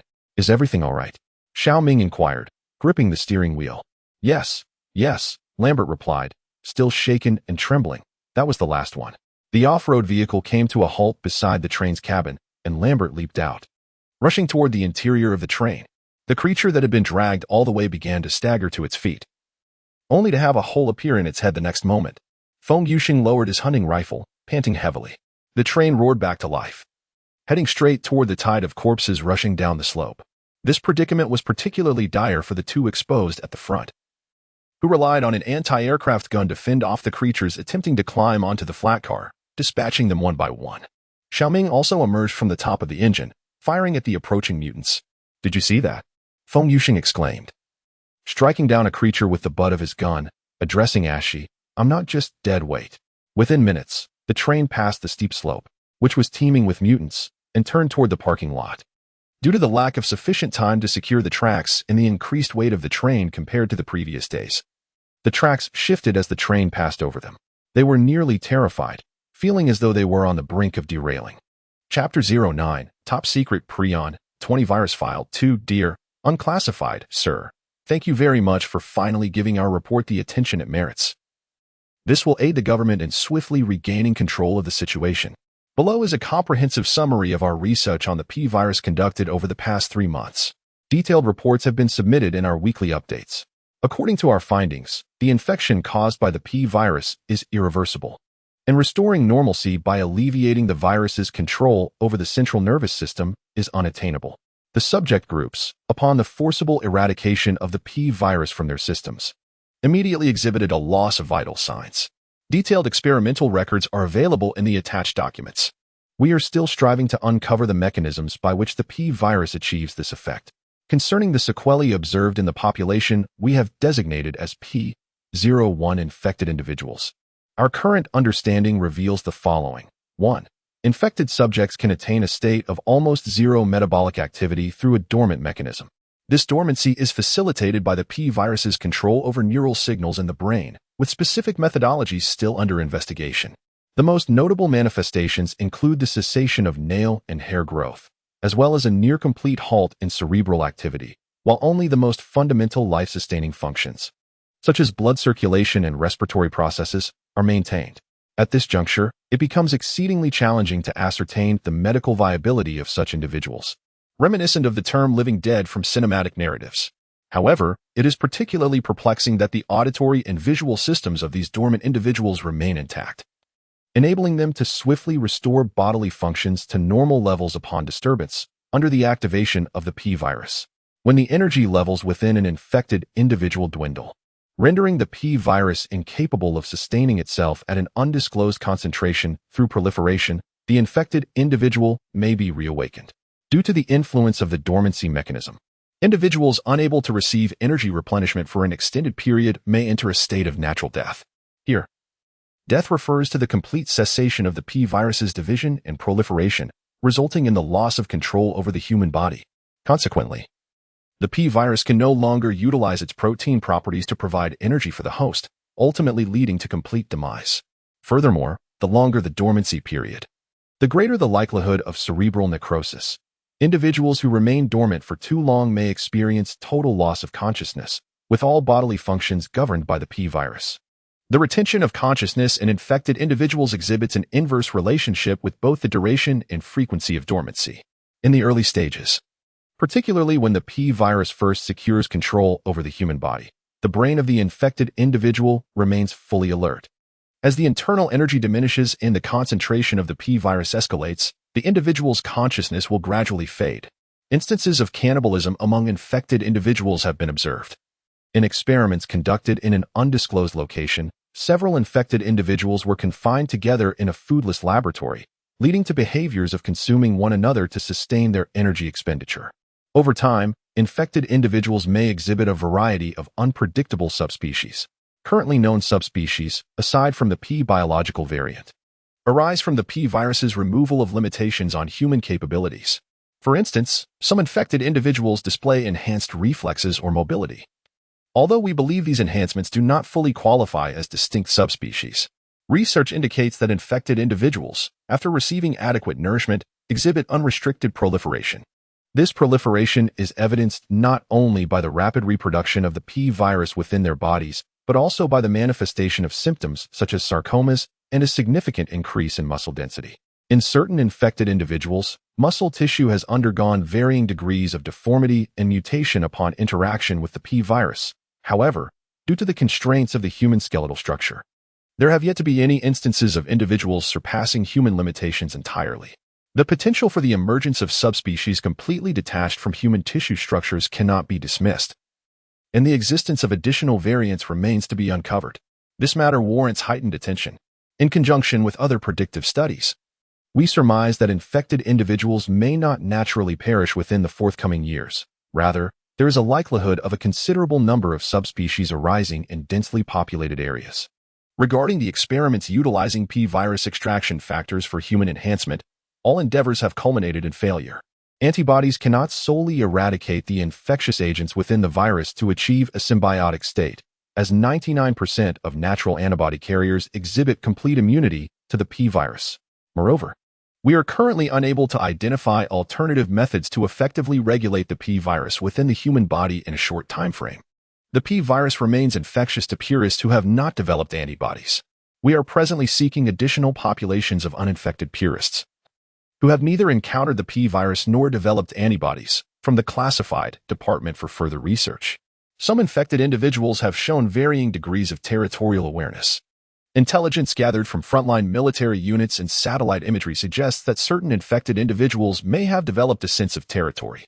Some maps indicate the potential construction of structures resembling nests. Currently, it remains unclear whether this is a vestige of the habitual behaviors of the infected prior to their demise, or if a fragment of consciousness has been rekindled. Should this characteristic be substantiated, our comprehension of the P virus will once again be shrouded in mystery. An individual wholly under the virus's dominion ought to exhibit only instinctual behaviors essential for sustaining bodily functions, such as hunting and feeding, rather than a sense of territoriality. The P virus bears a striking resemblance to a synthetic pathogen. We possess ample grounds to suspect that it is the byproduct of biological weapon experimentation. Firstly, its exclusive targeting of human hosts is noteworthy, as it fails to infect other species, including orangutans, pigs, and laboratory mice, which share genetic similarities with humans. Secondly, its irrational propensity for proliferation and its precise control over the human nervous system transcend the boundaries of natural evolution. We urge your esteemed department to endeavor to establish contact with the classified department, should the classified department have succumbed. We kindly request the deployment of a team to gather intelligence, which would significantly enhance our research on the P virus. Furthermore, I trust that our base does not possess a self-destruct mechanism unbeknownst even to our leadership. I have no desire to meet the same fate as those misled individuals from the classified base. Attachment 1 Classified, Attachment 2 Classified, Chapter 82. Heading south, the train surged forth from the parking lot, making its way toward the Franco-German border. Approximately 5 kilometers after departing the parking area, the train came to a halt beside a copse. Shao Ming maneuvered his off-road vehicle alongside the front of the train, while Ashi, with the assistance of Feng Yuxing, descended from the front of the vehicle. "Well done, lad." Ashij turned to Shao Ming and remarked. Lambert has just leaped down from the driver's cabin, murmuring about food. Shao Ming glanced at the time. Indeed, it was time to eat. After spending the entire morning in a highly tense environment, a respite was warranted. The train had come to a halt beside a forest, with an expanse of open fields on the opposite side, and a small town situated a couple of kilometers away. It felt relatively safe to pause here for a moment. "Finally, it's time to eat," Ashij said as he limped toward his vehicle's front. "Hey," Lambert suddenly called out, "why not stay and join us?" Ashij shook his head and replied, "No, I still have plenty of canned food." The others watched Ashij's limping figure retreat, and Lambert glanced at Shao Ming, as if to say, "This is none of my concern." The makeshift stove in the passenger car reignited with vigor, a small pot simmering with beef and luncheon meat. "We still have several densely populated areas to traverse," Lambert noted while studying the tablet, plotting the route. Lichi, Charleroi, Cologne, all major cities. Feng Yuxing stirred the contents of the pot and inquired, "Is there no alternative route that avoids this area?" "There is," Lambert replied, displaying the tablet screen to the group. "After passing Charleroi, we can head southeast into Luxembourg, then proceed north to the eastern side of Cologne, thus maximizing our avoidance of densely populated zones. But, however, this route is rather convoluted. Luxembourg's mountainous terrain features numerous winding paths, which would significantly impede the train's progress. Given our current firepower, it would be wiser to take a detour." Shao Ming remarked that we had exhausted a considerable amount of ammunition merely dealing with a few hundred zombies, and entering the city might make it exceedingly difficult to find an opportunity to switch tracks. "Let us take stock after our meal," Feng Yuxing suggested, "to see what we might be lacking." An off-road vehicle suddenly interjected Yamada Ryo, who was petting a dog's head, "But we cannot take the off-road vehicle with us." Shao Ming gazed out the window, lamenting the fact that there was no way to drive the off-road vehicle onto the train. He nodded regretfully and addressed Lambert. "Is there no way to carry something akin to a truck with a loading ramp on the trailer?" "This is a train," Lambert replied, "and to load vehicles, specific steel ramps are required. Otherwise, they can only be driven onto the platform." Yamada Ryo inquired, "So we can only discard one vehicle for another?" No, Lambert hastily clarified. "If we had sufficient tools and time, we could certainly fabricate our own ramp." Feng Yuxing ladled a bowl of meat soup from the pot and handed it to Yamada Ryo. "Thank you," Yamada Ryo said as she took the bowl and stood to walk towards the carriage exit. "Where is she going?" Lambert asked. "Don't be jealous," Feng Yuxing chuckled. "She has saved her life. You have a long way to go." "Loli paired with an uncle?" Shao Ming questioned. "I don't think there's a chance for them." Feng Yuxing shook his head and replied, "I don't have that feeling." Lambert, with a sorrowful expression, said, "I hope what you said is true." "Oh dear," Shao Ming interjected, offering a bowl of meat soup to Lambert. "Eating is the most important thing." After lunch, Lambert and Shao Ming began to tally the supplies on the vehicle. Although their journey to Paris had not been entirely fruitless, as they had to turn back midway, they had still managed to acquire a considerable amount of provisions in Amiens. Among these were rations and water sufficient for several individuals for a week, along with a set of small gardening tools. Since Yamashita Ryo and Feng Yuxing believed that standard-sized tools were unnecessary in the train. Additionally, there were some fertilizers and seeds. The remaining items were essentially the remnants of their earlier journey. It appeared that the food was indeed not very appetizing, thanks to the train's constant movement. Shao Ming and his companions did not need to worry about the supplies in any particular location being completely depleted. Even if canned goods or other necessities were exhausted in a future town, they merely had to proceed to the next one. After all, most bottled water and canned food have a shelf life of around 2 years or even longer. Shao Ming was not convinced that this train would still be on its way home 2 years hence. The ammunition for the anti-aircraft cannon had dwindled to just over 100 rounds. This equipment had a high demand for munitions due to its firing rate, and carelessness could result in the entire ammunition box being depleted in mere seconds. Shao Ming remarked, "By the next time we gather food and water, we should be in Germany, right? If we continue at this pace." Indeed, Lambert nodded in agreement, saying, 4 to 5 days should be enough for us to reach Germany. In front of the vehicle, Feng Yuxing and Yamada Ryo were crouched together, examining the seeds in the nursery. "Do we need to loosen the soil?" Yamada Ryo inquired while flipping through a book on planting. "I don't think so."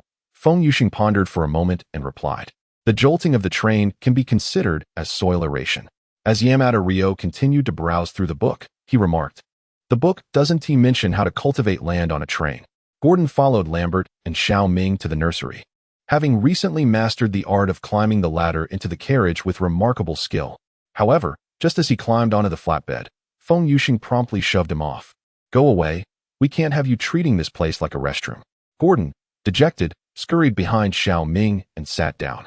Shao Ming looked up at Feng Yuxing and asked, "How are the radishes and potatoes you planted?" "The potatoes are doing quite well," Feng Yuxing replied. "Those had already sprouted, while the radishes were only planted 2 days ago. Ideally, we should be home in 2 to 3 months, free from this kind of life." Suddenly, a rumbling sound resonated from the sky, prompting the group to look up in unison. It was an aircraft. Chapter 83, The Emergency Landing. To be precise, it was an A400M transport plane. The aircraft was flying at a low altitude, and from its markings and direction, it was identifiable as belonging to the French Air Force. Rather than flying at a low altitude, it was descending rapidly. The 2 engines on the left wing of the aircraft billowed thick smoke, and as Shao Ming observed, he realized that they were utterly incapacitated. Straining his gaze towards the plane, he discerned that one of the engine's blades had become lodged in the other. "Am I imagining things?" Lambert inquired, tilting his head upwards. The aircraft soared over the crowd before disappearing behind the trees. Without a moment's hesitation, Shao Ming leapt from the flatbed and sprinted towards the off-road vehicle. Lambert hurriedly disembarked and grasped Shao Ming's arm, asking, "What are you doing?" "Of course, I am pursuing the plane," Shao Ming replied. "Didn't you see it plummeting? Are you out of your mind?" Lambert exclaimed, "I am well aware it's descending. But why should we chase after it? What if there are survivors?" Feng Yuxing called from the train. Shao Ming continued, "Moreover, it is a military transport aircraft. It may carry valuable cargo." After a moment of hesitation, Lambert decided to follow Shao Ming into the off-road vehicle. The allure of potential treasures was indeed compelling. Given the aircraft's alarming rate of descent, it seemed unlikely that anyone aboard would emerge unscathed. With their current medical capabilities, they could manage a wounded ASGI. But treating a severely injured individual would only hinder their progress. After all, they were in a survival situation, not a charity endeavor. Fortunately, the off-road vehicle had not yet been abandoned. Shao Ming quickly started the engine and directed it towards the crash site. Since the plane had flown over the treetops, they could not traverse the woods directly and would have to navigate a wide detour around them. Shao Ming pressed the accelerator firmly, determined to reach their destination. The forest was far more extensive than Shao Ming had anticipated. Fortunately, a gap soon appeared ahead, allowing the off-road vehicle to traverse the woodland swiftly. Thanks to the relatively flat terrain, the 2 individuals emerged from the trees and quickly located the transport aircraft soaring in the sky. At this moment, the A400M transport plane was perilously close to the ground, wobbling as it descended, clearly indicating that the pilot was straining to maintain control. However, the aircraft was beyond salvaging. Typically, even a 4-engine passenger plane could barely sustain flight after losing 2 engines. Yet this military transport aircraft was plummeting towards the earth, which perplexed Shao Ming. He couldn't help but recall scenes from films where military transport planes carried experimental subjects that managed to breach containment mid-flight. A tremendous roar resonated in the distance, surpassing the sound of the quad-rotor transport aircraft overhead. Shao Ming observed a cloud of dust and mechanical debris rising not far away. After crossing a small hillock, the wreckage of the aircraft came into view. The plane had neither exploded nor caught fire, aside from the completely destroyed wings and engines on either side. The main structure remained relatively intact. Its rear cargo door was wide open, leaving one to wonder if the pilot had deliberately opened it or if it had been forced open during the emergency landing. A long, deep trench marked the grass behind the aircraft, with landing gear and scattered debris littering the vicinity. Shao Ming halted the vehicle on the slope, raised his sniper rifle, and gazed in the direction of the transport plane. It appeared that fuel was leaking from the left wing, while the two engines on the right wing had been utterly obliterated. Through the wide-open hatch, Shao Ming gazed into the cabin, which was utterly devoid of vehicles, supplies, or survivors. It was a desolate void. "Shall we take a closer look?" Lambert inquired, leaning against the vehicle door, wondering if there might be any survivors. Shao Ming glanced toward the distant horizon. Through the scope of his sniper rifle, he could discern mutated beings racing toward them from a town a couple of kilometers away. They had a mere 10 minutes to spare. "Let us take a look," he decided, stowing away his sniper rifle and settling into the vehicle. The off-road vehicle traversed the path where the aircraft had crash-landed, swiftly arriving beside the transport plane. The two men alighted, retrieving a shotgun from the rear of the vehicle. A faint scent of aviation fuel permeated the air around the aircraft, confirming Shao Ming's suspicions that the left wing was indeed leaking. As they entered the vast, empty cabin, they found the seats on either side folded away. Who would fly an empty plane at a time like this? Coming from the direction of Paris? Lambert pondered aloud. Perhaps they were fleeing for their lives, Shao Ming replied. Regardless, the circumstances of the plane's crash were highly illogical. Without anti-aircraft missiles, how could the mutated beings have brought down an aircraft? The rotor height was sufficiently elevated, negating the possibility of any being sucked into the engine, leading to an explosion, unless someone had shot it down, or the aircraft had encountered a malfunction, prompting the pilot to take off under duress. "You go check the cockpit," Shao Ming instructed Lambert as he sprinted toward the cabin's exit. "What are you doing?" Lambert called after him. Shao Ming ventured outside the cabin in search of the remnants of the engine, and indeed, he soon discovered a substantial fragment not far away. Judging by its size, it appeared to be the engine of the aircraft. How peculiar it was. Observing the debris before him, Shao Ming couldn't help but reflect on the recent frequency of aircraft falling from the sky. "What is going on?" Lambert inquired. "I have no idea what happened to this plane," Shao Ming replied. "What about you? Any discoveries?" Lambert shook his head, stating, "All 3 crew members are deceased. But there is one familiar face aboard, a high-ranking official, I believe. I've seen him on the news. Is he still alive?" Shao Ming followed Lambert into the cockpit, asking. "He is also dead," Lambert responded. "But he truly looks familiar.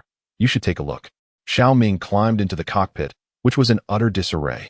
The immense impact had completely deformed even the resilient nose of the aircraft, and the 2 pilots lay mangled beyond recognition. Turning his gaze, Shao Ming's eyes fell upon a man in a suit, his head bowed. As he focused intently, he was taken aback. Before him stood the president of France. No wonder Lambert had found him familiar. How could one not recognize such a figure? It now seemed evident that this aircraft was not shot down by human hands. The distant roar of the mutated entities echoed in the air. It was time to depart.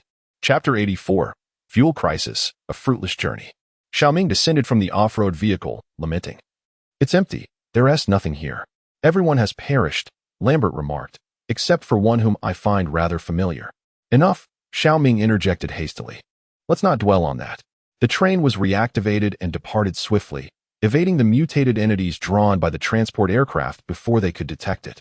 Lambert had recharted the train's route to form a rapid corridor, circumventing most towns along the way, allowing direct passage from Calais to Lille. Barely had the train begun its journey when the intercom on the table buzzed to life. "Shao Ming, Shao Ming." Lambert's voice resonated through the device. Shao Ming, engaged in conversation with Feng Yuxing, picked up the intercom and inquired, "What is it?" After a brief pause, Lambert replied, "The train may be running low on fuel." "How can that be?" Shao Ming questioned. "We have only recently switched to this locomotive." "It has been a while," Lambert stated, "but that is not the primary concern." "What should we do then?" Shao Ming pressed. "You understand trains. Devise a solution. Our only option is to reach Lille, where there exists a large railway station for refueling." Feng Yuxing, who had been listening attentively, spoke up. "The diesel used in diesel locomotives is the same as that for large trucks, correct?" "Indeed." "Then why must we go to the station? Can't we simply extract fuel from a gas station?" "Theoretically, that could work." Lambert paused before continuing. "But there is a significant issue. The fuel nozzle for automobiles is vastly different from that of a train. Perhaps the interface of the tanker could accommodate the refueling hose used by trains, yet the refueling gun would not suffice. It appears that we must procure a refueling gun, Shao Ming remarked. Lille is an essential stop, is it not? We must change tracks there. No problem. Feng Yuxing nodded in agreement. I have a question, Lambert interjected. Given that we currently have only 4 operational members, would dividing into 2 teams hinder our ability to manage the zombies within the city of Lille? For firearms would be insufficient, Shao Ming responded. Examine the map and ascertain whether there are any rivers within Lille, he suggested. What purpose would a river serve? Lambert inquired. There are several small waterways, Lambert replied, but there is a complication. I need to park the train. Lambert seemed to measure the distance mentally before continuing, stating that it must be at least 10 kilometers away from the urban area, as the railway lines on the outskirts are lined with buildings. That is excessively distant. Yamada Rio remarked. There is no alternative. We shall abandon the vehicle, Lambert stated. I plan to park near 2 small towns, where we might search for either a tanker or a gas station. There should be a gas station, Shao Ming asserted. It seems there are indeed plenty of tankers, Lambert noted. However, Shao Ming corrected him, stating that not all tankers necessarily contain fuel, nor do they all hold diesel. How shall we divide ourselves into teams? Feng Yuxing queried. Silence enveloped the group. Ah, damn it, Lambert exclaimed, realization dawning upon him. Only I can locate a refueling gun. And only I know how to detach it. I shall venture into the sewer.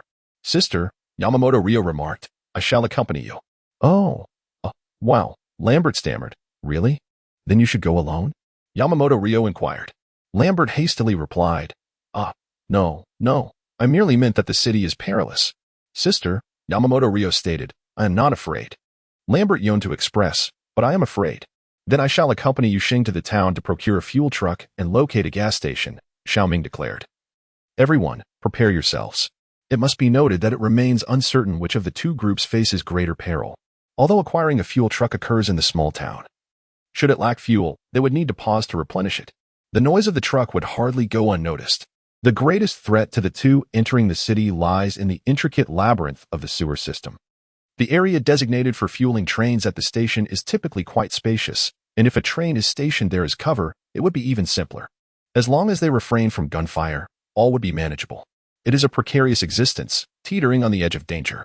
As per custom, Shao Ming slung ASCII's sniper rifle across his back and secured the sole 5-round magazine shotgun at his waist. Feng Yuxing, however, merely took her hunting rifle, gripping a steel rod in her hand. The train gradually came to a halt before a small town. This was the most tranquil parking area Lambert could find in the vicinity. Yamamoto Rio apprised ASCII of the situation, who then removed his handgun from his chest and handed it to her.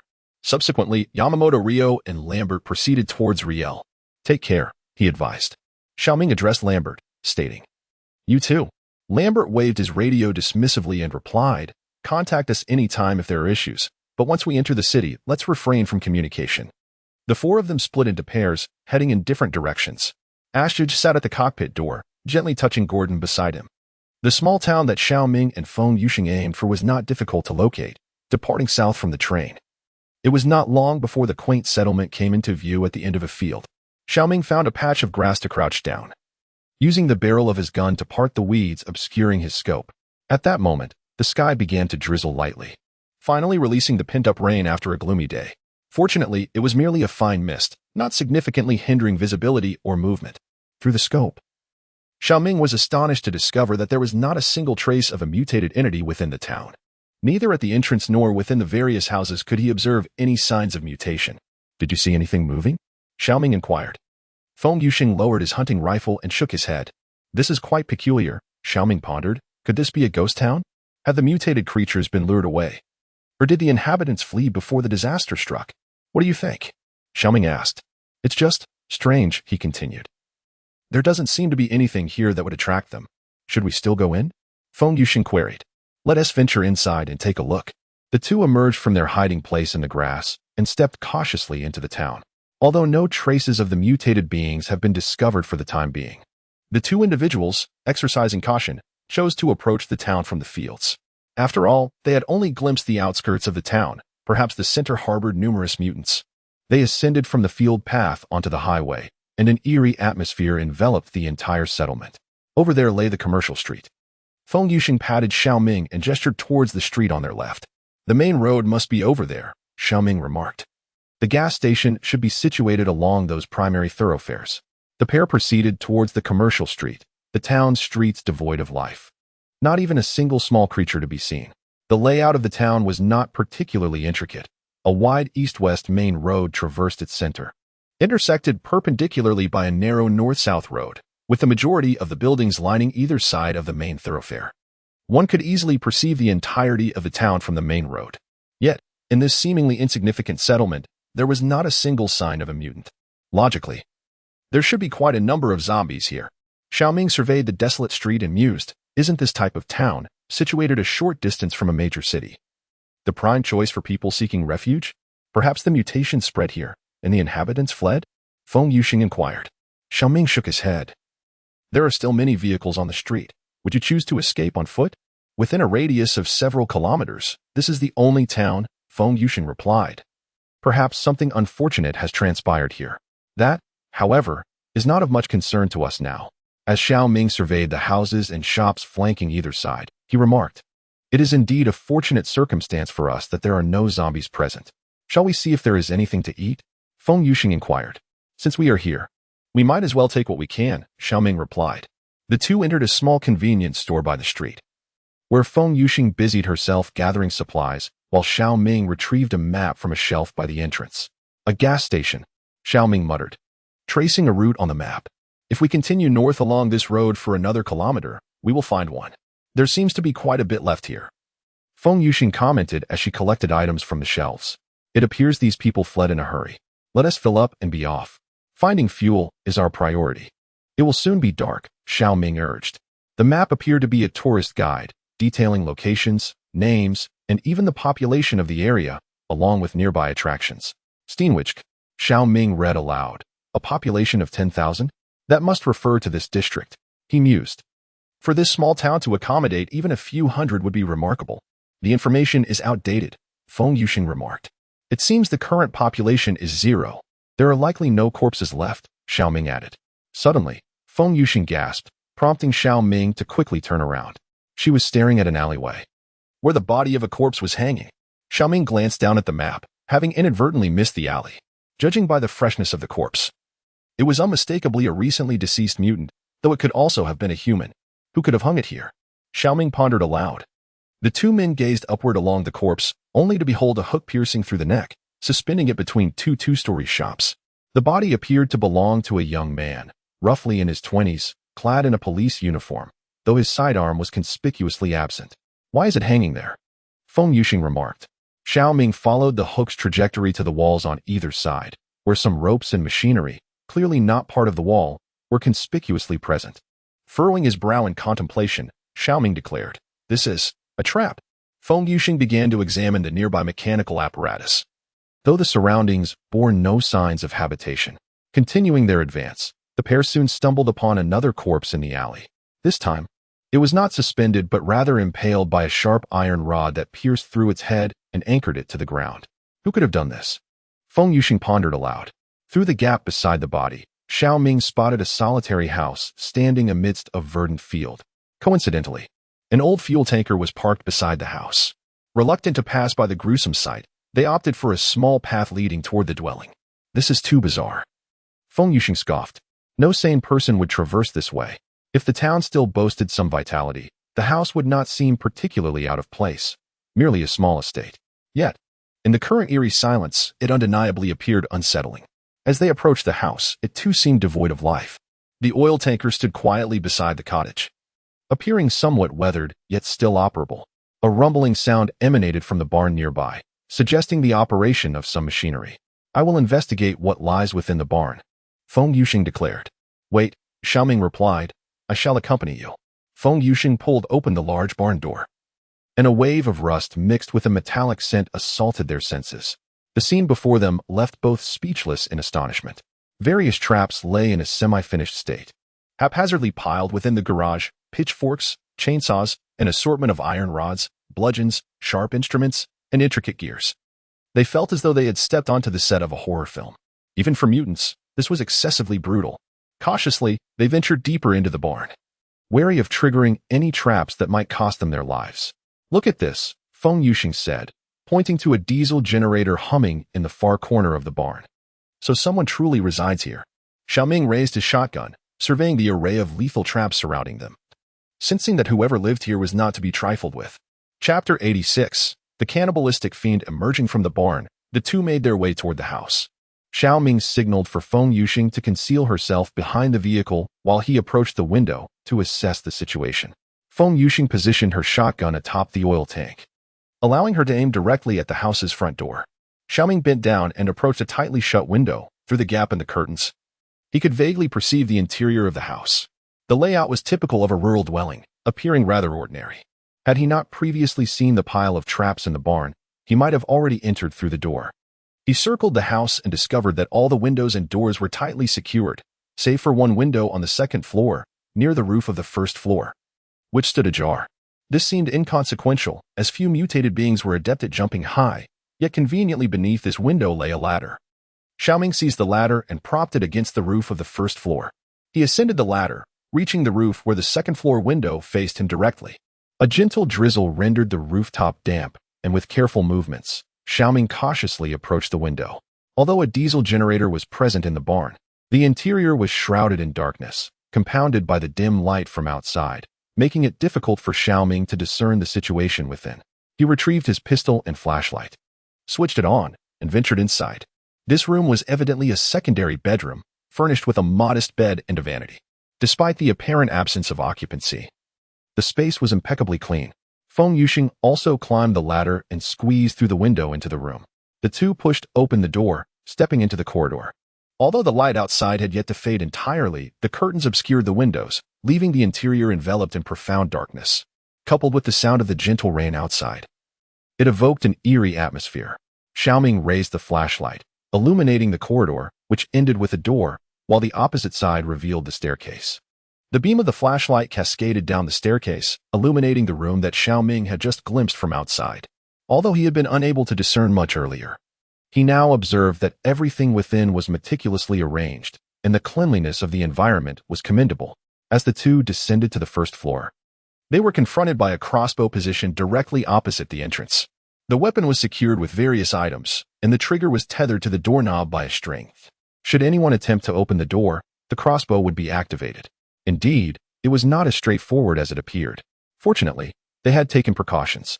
Had they pushed the door open without caution, an arrow would have already lodged itself in Shao Ming's throat. The thought sent shivers down his spine. "Look," Feng Yuxing remarked. Shao Ming swept the flashlight around the room, noting that every windowsill was adorned with animal traps. Upon reaching the first floor, the furnishings emanated an uncanny aura, reminiscent of a show home. Every item was neatly arranged in its designated spot, with not a speck of dust to be found on the surfaces or the floor. This level of tidiness suggested habitation, yet, even for a meticulous person, it was excessively pristine. Thankfully, many items appeared somewhat aged, imbuing the space with a hint of lived experience. On one of the shelves, several certificates and trophies were displayed, though neither of them understood French and could not decipher the inscriptions. "This place is truly eerie," Feng Yuxing commented. Shao Ming concurred. "Let's find the key and leave." Feng Yuxing attempted to switch on the lights, only to discover that none of them illuminated. "What a peculiar situation," Feng Yuxing remarked. "I can see the generator connected inside."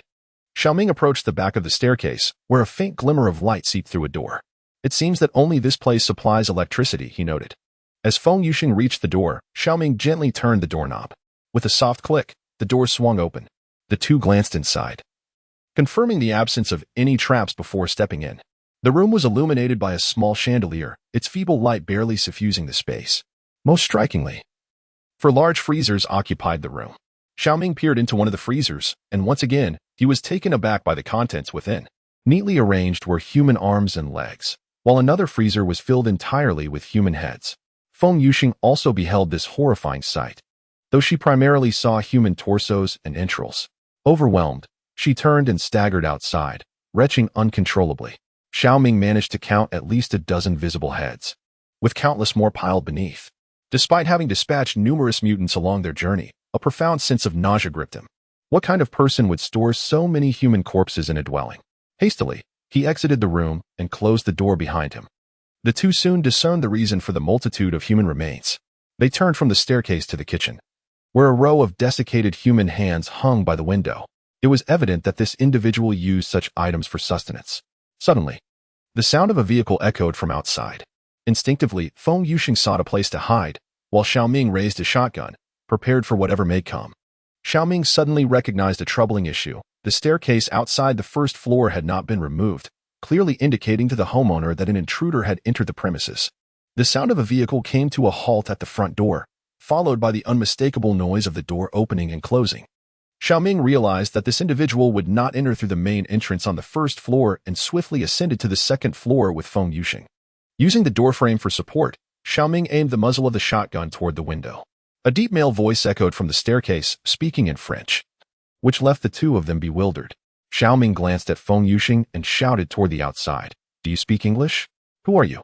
The man outside responded in broken English, inquiring, "Who are you?" After a moment of contemplation, Shao Ming replied, "We are just passing by." The man's voice grew noticeably agitated as he retorted, "How dare you intrude into my home?" "We apologize. We were merely seeking shelter from the rain," Shao Ming explained. "You? Who else is with you?" The man pressed. A sense of dread washed over Shao Ming as he realized he had inadvertently revealed too much information. To his surprise, Feng Yuxing interjected, "I." Upon hearing the woman's voice, the man's tone softened considerably as he asked, "When did you arrive?" To Shao Ming's astonishment, the man actually climbed up. Appearing as an ordinary European, clad in rustic attire and sporting a scruffy beard, he seemed unremarkable, yet Shao Ming noticed he wielded a composite bow in his hand. Compared to the weapon in his own grasp, the threat appeared minimal. "We just arrived," Shao Ming stated. Chapter 87. The trap house. The man's expression gradually softened as he spoke. "If you wish to enter my home, you must tread carefully." "Indeed, I have noticed," Shao Ming replied, still positioned at the threshold, his firearm aimed steadily at the man. "I harbor no ill intentions," the man said, slowly unstrapping his compound bow from his person. Shao Ming had already poised his finger on the trigger, convinced that no matter how swiftly the man drew his bowstring, he could pull the trigger faster. Fortunately, the man placed the compound bow atop the roof, seemingly wishing to convey his lack of hostility. "The traps. They are meant for the monsters," he explained, his voice possessing an innate charm that instilled a sense of reassurance amidst the chaos of the world. "Given that you have survived until now, I trust you can comprehend my perspective." Feng Yuxing leaned closer to Shao Ming, whispering in Mandarin. "The convenience store in town is stocked with food. How could there possibly be none? He consumes humans. There indeed exist creatures in this world more terrifying than the mutated beings." Shao Ming inquired, "Do you not possess alternative means to procure sustenance? With such ample land, is there truly no other source of meat?" The man, evidently irked by the inquiry, retracted his previously courteous demeanor, bellowing into the interior of the house. "I have no idea what your intentions are, but you are in my abode. Leave this instant." With that, he swiftly produced a revolver from behind him and unleashed a barrage of gunfire towards the window. "This is my home. The world has crumbled, and I shall consume whatever I desire." Shao Ming instinctively pulled the trigger while simultaneously evading the incoming bullet, though he successfully concealed himself entirely behind the door frame. Thus avoiding being struck, the upward tilt of the shotgun caused the fired projectile to veer off course. In a hurried motion, Shao Ming grasped the still-shaken Feng Yuxing and took a couple of steps into the room. The gunfire outside ceased, indicating that the man had presumably departed from the staircase. Cautiously, Shao Ming peeked out, and indeed, the rooftop beyond the window appeared desolate, with even the compound bow having vanished without a trace. Following those few shots, the world seemed to return to tranquility, allowing Shao Ming to once again hear the sound of rain outside. Reflecting on the man's figure, the orderly arrangement of the room, and a cabinet filled with accolades, a picture formed in Shao Ming's mind of a seemingly humble yet profoundly sinister cannibalistic psychopath. If circumstances permitted, he resolved to investigate the news for any reports of recent disappearances in the vicinity. In the past, he would have undoubtedly fled at the first sign of danger. But now the situation was different. With the shotgun raised, he felt a sense of security. He gestured for Feng Yuxing to remain still in the hallway while he ventured outside to assess the situation. One advantage of having a companion was the ability to secure communication, establishing a team voice channel, thus alleviating concerns that any ill-intentioned locals might eavesdrop. "I want to provide cover for you," Feng Yuxing offered. "If you wish, find an opportunity on the first floor," Shao Ming replied. "It is safer for you to stay indoors while I check outside. Moreover, After a moment's contemplation, Shao Ming suggested searching for the keys to the fuel truck. Feng Yuxing hesitated briefly but eventually nodded in agreement. Shao Ming raised his shotgun and approached the window on the second floor. The staircase, which facilitated movement between the floors, had been kicked down by the man, leaving the two individuals inside with no choice but to exit through the front door, as the back door had been sealed off, leaving them trapped. Suddenly, an arrow whizzed in from below, narrowly missing Shao Ming as he wisely refrained from leaning too far out. Bang! He fired a shot, chipping away 2 bricks from the exterior wall of the house. The man swiftly vanished from sight, prompting Shao Ming to hastily pursue him across the rooftop. The rain had rendered the surface perilously slippery, causing him to nearly lose his footing on several occasions. This was not a video game, nor was it a scene from a superhero film. Shao Ming could not afford to recklessly leap from a height of 1 story without any professional training.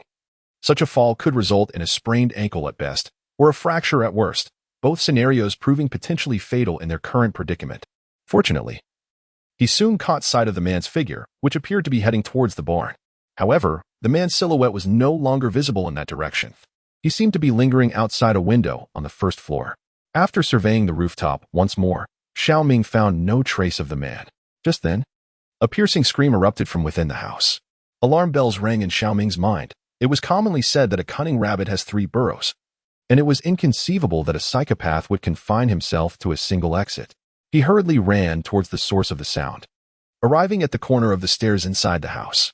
There, he beheld a man furiously pinning Feng Yuxing to the ground on the first floor. Wielding a dagger of several inches in length, poised to stab her, Feng Yuxing desperately defended herself with a shotgun against the man's lethal blade. Fresh meat. Your delicate skin will surely be more delectable than those monsters. Before he could ponder further, Shao Ming swiftly drew his pistol and fired at the man. In the urgency of the moment, the shot lacked precision, striking the man's left arm instead. The man, clutching his arm, realized the peril and promptly fled towards the living room. Shao Ming fired twice more, but both shots were thwarted and failed to find their mark. Without hesitation, he chased down the stairs, seizing the final opportunity to shoot 3 more times.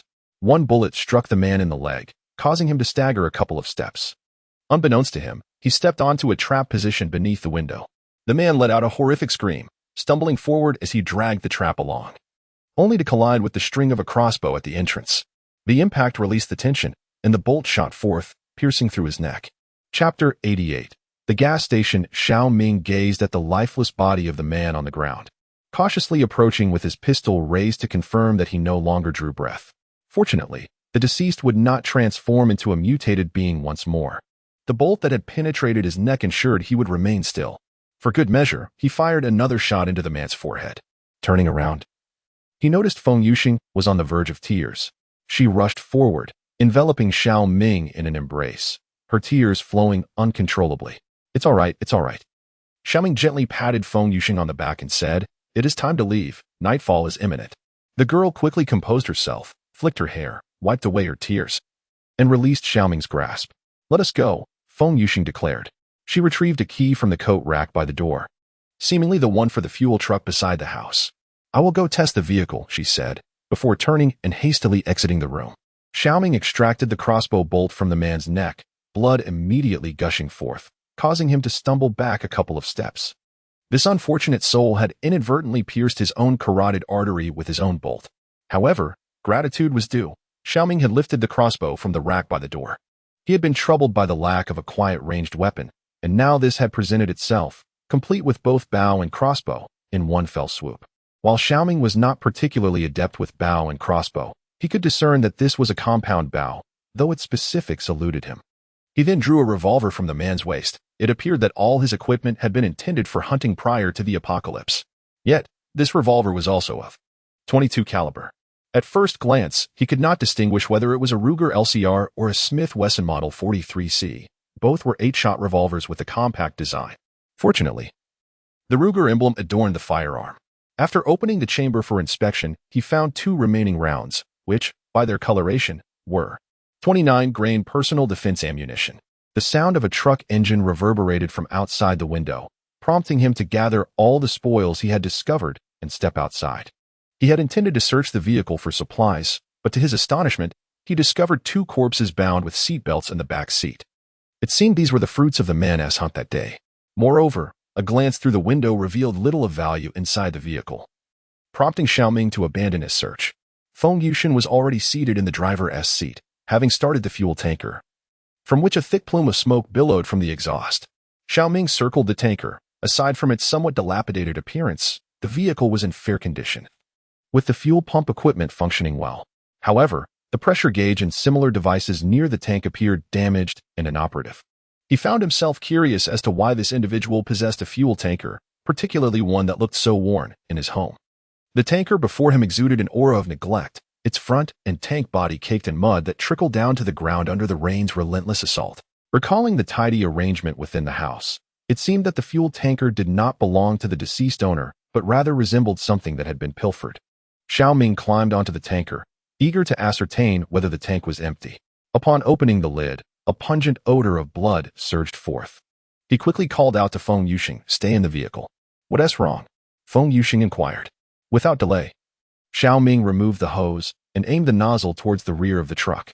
As he opened the valve of the fuel pump, a torrent of blood gushed forth from the nozzle. The thought that the tank likely contained human blood sent a chill down his spine. He couldn't help but glance at the water tower nearby, struggling to fathom whether it held water or blood. Fortunately, the inventory in the tanker was not substantial, and it soon flowed out entirely. "What is that behind?" Feng Yushin inquired. "I do not know," Shao Ming replied, shaking his head. "It is perhaps best that we remain unaware." The tanker roared to life and made its way toward the town. Feng Yushin consulted the map, guiding Shao Ming, and they swiftly arrived at the gas station. The tanker struck a hapless mutant standing at the entrance, proceeding deep into the station. 4 or 5 other mutants charged at the tanker. Shao Ming leaped from the vehicle, brandishing the newly acquired revolver. The gas station lay between 2 urban districts, and the roads were devoid of mutants, making it an ideal place to practice with his newfound revolver. "What are you doing?" Feng Yushin urgently halted him. The gas station. It was a close call. Having mutated, he had long since cast aside the safety protocols of human civilization. He hefted the iron rod in his hand and swung it, striking the first mutant that charged at him. Shao Ming felt as though it had been ages since he had engaged in close combat, having relied on firearms. He had been recklessly expending ammunition. This was not sustainable. The mutant, its face contorted from the blow, still lunged toward him. Fortunately, the wound on his palm had nearly healed. He swung again, landing a strike on the creature's jaw. At that moment, Feng Yushin also exited the vehicle, wielding a crossbow.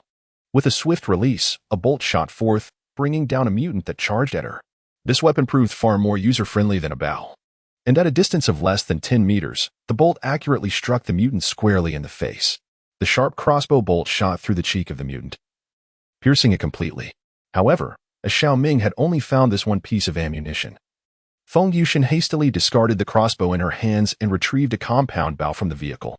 The mutant's hand had already reached Shao Ming, but his small knife had also plunged into the mutant's neck. Ignoring the blood gushing forth, Shao Ming turned and raised an iron rod to strike the fallen mutant. Feng Yushin drew her bow and shot an arrow, but it inexplicably went astray. As the last mutant rushed towards Shao Ming, she swiftly grabbed an arrow and lunged at it, embedding the arrow directly into the creature's head. The two of them panted heavily, surveying the field of corpses. "Thank you," Shao Ming said. "No need for thanks," Feng Yushin replied, picking up the compound bow from the ground. "This was my debt to you. In principle, the tank of the oil truck should be cleaned, especially in the case of this vehicle. Firstly, the conditions were not conducive. They could not even manage the most basic high-pressure water jet, let alone other methods such as high-temperature steam or dry cleaning. Secondly, Shao Ming was truly reluctant to confront this oil tank any longer. If it were not for the train's current need for the oil truck to refuel, he would have longed to blow this oil tank along with that twisted house sky high. Chapter 89. Impure diesel ashage was seated beside the open door of the driver's cabin, cleaning his 416 Hong Kong dollars rifle. Upon seeing the oil truck approach, he set his rifle aside. Gordon, who had initially excitedly dashed towards Feng Yushin, now hung his head. Ashage glanced at the sky, which was rapidly descending into darkness. He shook his head and said, "Not yet. They are likely facing difficulties over there." After dinner, Shao Ming climbed up to the opening at the front of the train. "You should get some rest," Feng Yushin said from below. "They will be fine." "It's all right," Shao Ming replied. "You go ahead and sleep. I'll keep watch here." Nonetheless, Feng Yushin ascended to the top of the train, and Shao Ming shifted slightly to make room for her. "Thank you for today," Feng Yushin said as she settled beside him. "I wonder what he thinks," Shao Ming remarked. Perhaps he underestimated your fighting spirit. Feng Yuxing chuckled softly. Then will you take me out again next time? I do not wish to remain on the train all the time. I am quite capable. All right, Shao Ming agreed. If you promise to sleep now, I shall take you out. Pinky swear. You must not deceive me, Feng Yuxing said, extending her pinky towards Shao Ming. After she departed from the train's roof, Shao Ming remained, gazing at the starry sky. The stars twinkled brightly. Such a sight might not have been visible before. He couldn't help but think of home, of his parents far across the continent, wondering if they were well. He touched his bulletproof vest, where Li Long's farewell letter still lay. Shao Ming's eyelids began to droop when two figures finally emerged, illuminated by the beam of a flashlight, approaching the front of the train. One of the taller figures bore something on his shoulder. It was undoubtedly Lambert and Yamada Ryo. Shao Ming switched on his flashlight to illuminate their path. Yamada Ryo enthusiastically waved at Shao Ming, while Lambert, beside him, was already feeling exhausted. Shao Ming hastily descended from the train and ran towards the two. The duo from the sewer exuded a peculiar aura. However, in light of their audacious ventures through the city, it hardly seemed significant. The nozzle, Lambert remarked, urging to see if it could be fitted. Shao Ming took the item from Lambert's shoulder, pinched his nose, and suggested, you both should take a rest. We shall examine it again tomorrow morning. Early the next day, Lambert arose to study the fuel truck. Shao Ming, munching on a biscuit, leapt off the train as Lambert was connecting the nozzle to the fuel tank's hose. Yamada Ryo observed nearby, while Feng Yuxing was feeding breakfast to Gordon. Quite commendable. Lambert commented, this nozzle fits snugly with the hose. However, I can't shake off this unsettling scent of blood from the truck. Is that normal? Shao Ming called out to Lambert, stating, this fuel truck has previously contained, possibly human blood. Wait, Ashji, seated at the cockpit door, interjected. What did you say this truck previously carried? Blood? Lambert's jaw dropped involuntarily, his face registering astonishment. He inquired, excuse me, did I mishear? Or, indeed. It was blood, Shao Ming replied, casting a glance at the fuel truck, the gruesome images of severed human limbs resurfacing in his mind. Lambert exclaimed, how could anyone possibly transport blood in a fuel truck? Shao Ming shook his head and said, I too wish to inquire about this matter. In this day and age, all manner of demons and monsters can emerge. Ashji remarked, it is not entirely surprising. Lambert gazed at Shao Ming and, after a moment of silence, stated, however, the presence of impurities in the diesel fuel may adversely affect the engine's performance. What shall we do now? Shao Ming inquired. I do not know, Lambert replied. I have never experimented with this, and even if the blood concentration is low, it could still impact the engine. Feng Yuxing asked. But we currently have no means to clean the fuel tank, do we? What shall we do with this barrel of oil? Shao Ming questioned. Let's give it a try. Lambert suggested, I have not studied the effects of blood mixed with diesel. Shao Ming then turned to Ashji, who also shook his head and said, I too am at a loss. We certainly have not been educated in this matter. Under normal circumstances, such a situation is virtually impossible. Then let us attempt it. It is better than doing nothing, Shao Ming remarked. Cannot we find another tanker? Feng Yuxing asked. I am rather reluctant to use this oil. The key is to locate another tanker, Lambert responded. Even if we find a tanker, if it contains gasoline or some other liquid, the outcome remains the same. Regardless, it may not be immobile, Yamada Ryo interjected, adding this oil may not guarantee movement. But without fuel, it certainly will not run. Very well, then let us proceed. Shao Ming concluded. Lambert connected the hose of the fuel tanker to the oil inlet of the train and activated the fuel pump. Every individual present remained silent, merely gazing at the fuel hose. No one could foresee the outcome of introducing this contaminated fuel into the locomotive. Shao Ming had already prepared to fetch 2 additional vehicles. Moreover, the thought of human blood mingled with the diesel sent a chill even through veterans like Ashji, who had weathered many battles. The fuel was soon filled to capacity, and Lambert ascended into the driver's cabin, while the others, with the exception of Ashji, took a few steps back. The train's engine roared to life, emitting a groan. A peculiar noise emanated from the engine, which gradually stabilized. Lambert leaned out from the cabin, gesturing to the others, and remarked, it seems there are no issues. Just then, the engine began to sputter violently. Everyone was startled, but fortunately, the engine regained its composure. Chapter 010, The Good Man Lance prior to the Great Mutation. Lance was a figure lauded by all. He resided in a quaint town with merely a few hundred inhabitants, embodying the quintessential hero of rural narratives, cheerful, kind-hearted, and always ready to lend a hand. He truly cherished his hometown, relishing gatherings, assisting others, and sharing the fruits and vegetables harvested from his fields with the townsfolk. He had a passion for hunting, frequently venturing into the surrounding woods to catch rabbits or hunt field mice. Occasionally, if he managed to bring down a deer or another larger creature, he would generously distribute the meat among his neighbors. Additionally, he was fascinated by machinery, utilizing his skills to aid the townspeople in repairing their agricultural implements and household appliances. Moreover, Lance possesses a robust voice that naturally instills a sense of reassurance in others, prompting them to trust and rely upon him. He is adorned with a multitude of honors, many of which have been bestowed upon him for acts of valor. Additionally, there are accolades recognizing his assistance to the vulnerable, as well as trophies from the town's agricultural elite. If one were to identify a flaw in him, it might be his rather poor temper towards those who provoke him, if such a trait can indeed be deemed a flaw. Overall, the townspeople hold a deep fondness for this man, who relocated here 3 decades ago, believing him to exude a unique charisma from within. It is indeed true that Lance was not originally from this town, at least not 30 years ago. The origins of Lance remain an enigma, as does the whereabouts of his family. Not even his beloved wife is privy to this knowledge.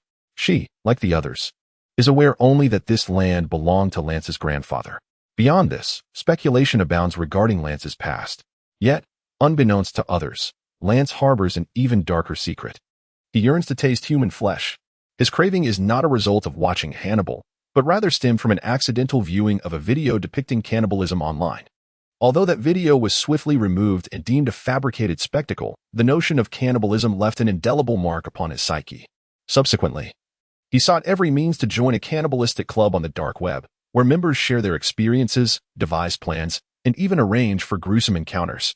Lance felt an insatiable itch within his heart, often indulging in the clandestine viewing of live broadcasts and videos on forums when no one was around. As he watched, he fantasized about the exquisite taste of flesh, yet in this civilized society, he lacked the courage to act upon his sinister thoughts, which remained suppressed deep within. Before others, he maintained the facade of the amiable Lance, the kindest neighbor in town, until the day of reckoning arrived. Following the Great Mutation, Lance became the first in the small town to comprehend the dire situation.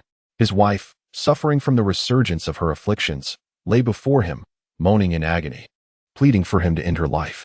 Lance acquiesced. Not just the town, but the entire world had crumbled.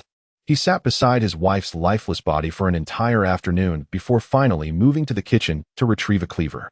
How laborious was the dismemberment of a human body!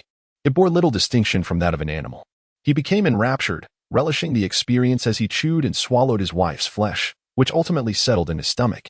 Lance fell in love with this sensation. A profound sense of fulfillment enveloped him. The taste of human flesh was not particularly palatable. God instilled within humanity a natural aversion to cannibalism. Yet, as he envisioned his wife's fingers in his mouth and gazed at the prepared remnants on the table, a torrent of intense emotion surged within him. He believed it was love. Moreover, it transcended mere affection. He also experienced a primal urge. In a sudden revelation, he realized his profound love for this small town and all its inhabitants. Indeed, he had previously exhibited great affection for the town, and its residents had likewise cherished him for his kindness and benevolence. This love was not the same as before. Perhaps this was merely an excuse, a deceitful rationale employed to persuade his conscience to accept the vile and inhumane notions that had taken root within him. Yet, he embraced this excuse wholeheartedly, convinced that he was a fated fortunate soul, destined to survive amidst the cataclysmic mutations, while others had succumbed to becoming thoughtless monstrosities. He felt compelled to render them all as one with his beloved wife, merging their essences. Thus, he commenced the construction of traps, hunting down the aberrations that plagued the town. As an avid hunter, he treated these mutants as he would large game, employing decades of hunting prowess to his advantage, while also indulging in inventive strategies to devise various traps. Typically, he would consume the thighs and arms of the corpses, occasionally preparing the entrails for a meal. The remaining parts would serve as bait for luring other prey. However, after yet another successful hunt, where he dispatched 2 mutants, he recognized them as the brothers who had previously sold him seeds. Lance found the flesh less palatable than before. He attributed this change to the brothers. But upon sampling more mutants, he discovered that regardless of age or gender, none could satisfy his palate. Lance speculated that perhaps the meat was simply not fresh enough. Consequently, he ensnared another mutant using a pit in the field, severing an arm from its body while it still breathed. It was Mrs. Maria, the town's sole physician. Lance recognized each of them, Yet the taste remained unsatisfactory. Although the flesh of the mutants was, in essence, human, he could not fathom why it increasingly failed to evoke any sensation, becoming progressively unpalatable. He racked his brain, striving to comprehend the reason behind his diminishing culinary delight. Lance discerned the reason. He yearned to consume the flesh of the living. Yet, in such a world, where could one find even a semblance of a living soul? He was reluctant to relinquish his land, having meticulously set numerous traps and amassed hundreds of mutated beings sufficient to sustain him until death. On that fateful day, Lance, as was his custom, went to inspect the traps. He realized that the opportunity he had long awaited had finally arrived. Chapter 90. Traversing the corpse tide. This does not bode well, Shao Ming remarked, his hands on his hips. Ashy nodded in agreement, adding, if not, why don't you let me down? Lambert, standing beside the driver's cabin, shrugged and said, there's no other option, but for now, it appears to be fine. At least it has stabilized. We won't know for sure until we start moving, Ashy responded. I believe we can begin preparing to switch to a new vehicle. The train's engine settled into a steady rhythm, seemingly unchanged from before. It might be that there was little blood remaining in the tank, rendering its concentration negligible compared to a full load of diesel. Alternatively, the higher density of the blood compared to diesel could have resulted in a greater proportion of blood in the diesel that had already entered the train's fuel tank. In any case, the engine had calmed. Let us board, Shao Ming declared, and set off to assess the situation. Take the fuel nozzle with us, Lambert suggested. It can still be cleaned, in case we need to refuel outside the station in the future. Shao Ming gazed towards the distant horizon, which lay in the direction of Lille. He murmured, I fear we may have little chance of refueling within the station. The train once again began its journey, the distance from home diminishing with each passing moment. Although the engine operated relatively smoothly, Lambert distinctly sensed a reduction in the train's power. He could only silently pray that no mishap would occur while traversing the horde of corpses. Despite Lambert and Yamada Ryo having meandered through the sewers of Lille yesterday, they ultimately emerged onto the surface via the subway tunnels. Although they stealthily slipped into the train station under the cover of the stationary subway cars and trains, the sheer number of mutants outside the station exceeded his expectations. He did not wish for the train to encounter issues of insufficient power or even engine failure when faced with the impending horde. With this thought, Lambert instinctively increased the train's speed, hoping that inertia would carry them a considerable distance. Inside the carriage, Yamada Ryo animatedly recounted their experiences from yesterday's rush into Lille to Fengyusheng. Shao Ming sat nearby, inspecting all the firearms and ammunition.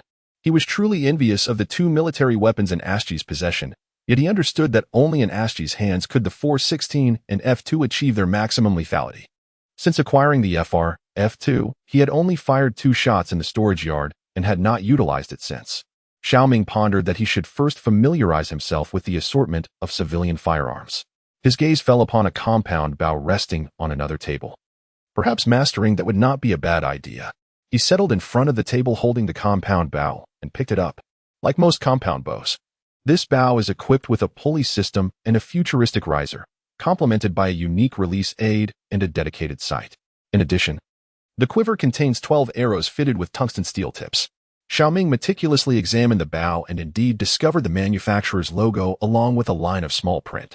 The brand was in French, a language he did not comprehend, yet he recognized the notation of 65 pounds. Shao Ming knocked an arrow and attempted to draw the string. The force required to draw this 65-pound compound bow exceeded his expectations, demanding considerable effort to pull back the string. It was no wonder that Fengyusheng's shot at the gas station was both feeble and directionless. The strength needed to draw the bowstring was substantial. It was quite impressive that she managed to draw the bow and release the arrow at all in that setting. Shao Ming felt his arms tremble, yet he still struggled to draw the string taut. Before he could stabilize his grip, he inadvertently released his hold, causing the arrow to shoot forth like a runaway stallion. With a resounding crash, the arrow struck the wall and fell to the ground. The sudden noise startled the 2 young women, who turned to look at Shao Ming in unison. What are you doing? Fengyusheng inquired. Nothing much. Shao Ming replied awkwardly as he approached the wall to retrieve the fallen arrow. Just then, the voice of Lambert, the train conductor, emanated from the intercom, alleviating Shao Ming's embarrassment. Attention, ladies and gentlemen, this is your conductor Lambert speaking. We are approaching our next stop, Lille Station. Please do not disembark as the train will not be stopping here. Outside the train window, numerous houses have emerged, indicating that the train has reached the city's outskirts. This will be the last significant urban area before arriving in Luxembourg. Lambert shouted through the intercom, "Ladies and gentlemen, the road ahead is in poor condition. So please secure yourselves." The three individuals in the compartment grasped their weapons and swiftly took their seats. The train surged into the heart of Lille, revealing a plethora of buildings adorned with a distinctly European flair. However, alongside this, numerous mutants burst forth from the houses and streets. Lambert, seated in the cockpit, tapped the control panel and remarked, "Let us see how you fare against a bit of bad oil." Directly in front of the train, a small car was precariously positioned, half its body obstructing the tracks. It appeared that the unfortunate owner had collided with a utility pole beside the railway, bringing the vehicle to a halt on the tracks. Lambert did not reduce speed. Instead, he steered the train defiantly into the car. Fortunately, the front of the train was equipped with a 6-ton anti-aircraft gun, which firmly held the flatbed down, preventing it from being overturned by the small vehicle. With a shower of flying metal shavings, the car was unceremoniously ejected from the tracks, spinning several times before coming to rest upside down on the adjacent road. As the train navigated a bend, the Lille train station came into view. Indeed, there was another train halted ahead on the tracks. Lambert, observing the mutants rushing toward the platform, reassured himself, saying, "You can do this. You've accomplished it before." The train gradually slowed, gently pressing against the rear of the stationary train. Once again, they were tasked with clearing the obstructing vehicle from their path. The train's speed had evidently diminished, prompting Lambert to once again engage the lever to accelerate. The locomotive propelled the preceding cars onward, exiting the station. Due to the train's sluggish pace, a horde of mutants began to ascend the flatbed cars, rushing towards the cabin. "Here they come again," Lambert muttered, increasing the train's power once more. Although he was uncertain about the engine's current state, the train exerted itself fiercely to forge ahead. The inertia caused the mutants to lose their balance, leading several perched precariously at the edges of the flatbed cars to plummet. Fortunately, the engine had not yet displayed any significant issues, maintaining its robust power, at least for the moment. Its strength remained undiminished. Mutants surged from all directions toward the train. Yet no matter how many appeared, they were merely the souls lost beneath the train's wheels. The blue passenger cars were nearly stained crimson, the stench of blood permeating the air. Chapter 91. Valentina. The locomotive propelled the preceding train forward, yet Lambert keenly sensed the difficulty in accelerating. It was not that the engine was malfunctioning. According to the information displayed on the control panel, its operational power appeared satisfactory. Although the train was still advancing at a speed of over 20 kilometers per hour, it became increasingly challenging to move forward after the initial burst of acceleration. Lambert quickly discerned that the train was hindered by iron shoes. These so-called iron shoes were devices wedged onto the tracks before the wheels, designed to prevent the train from rolling backward when halted. Given that these trains were likely ordered to cease operations at the onset of the Great Mutation, it was plausible that the railway workers had tightened the iron shoes. The sudden acceleration may have loosened the iron shoes, yet they remained steadfastly on the tracks, pressing against the wheels. This compelled the train to exert greater force to propel the preceding carriage, simultaneously providing the aberrant creatures an opportunity to leap aboard. Lambert had never perceived the platform to be so interminable. The conditions within the carriage were equally dire. The original height of the compartments was significantly greater than that of an average person, yet the platform had risen to match it. The mutated beings surged forward, colliding with the train's windows. Dozens of them pressed against the exterior, their faces contorted by the locomotive's passage.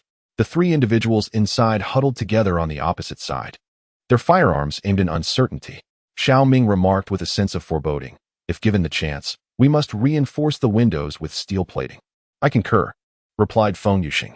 "I too agree," added Ryo Yamada, "and we could affix some iron spikes on the outside as well." Although the train's speed was moderate, its substantial weight rendered it equally lethal. Fortunately, the railway they traversed did not necessitate prolonged navigation through the city. The contiguous train station lay merely a few hundred meters away. The entirety of Lille, or rather a significant portion of Europe, was not constituted of densely packed cities, but rather comprised a metropolitan area of suburbs, small towns, and central cities. Thus, even as the train departed from downtown Lille, the houses outside showed no signs of diminishing. An unbroken line of buildings had been constructed alongside the railway, continuing even beyond the urban confines. The charming, European-style buildings, standing 4 to 5 stories high, gradually yielded to modern factories and commercial structures, resulting in a slight decrease in the number of aberrant entities. Shao Ming was nearly driven to distraction by the cacophony of the mutated creatures outside. A pressing concern arose. Lambert spoke through the intercom, informing him that they had essentially adjusted the tracks within the city of Lille last night, but the train was swiftly approaching the next town. Where? Shao Ming inquired. Valenciennes, came the reply.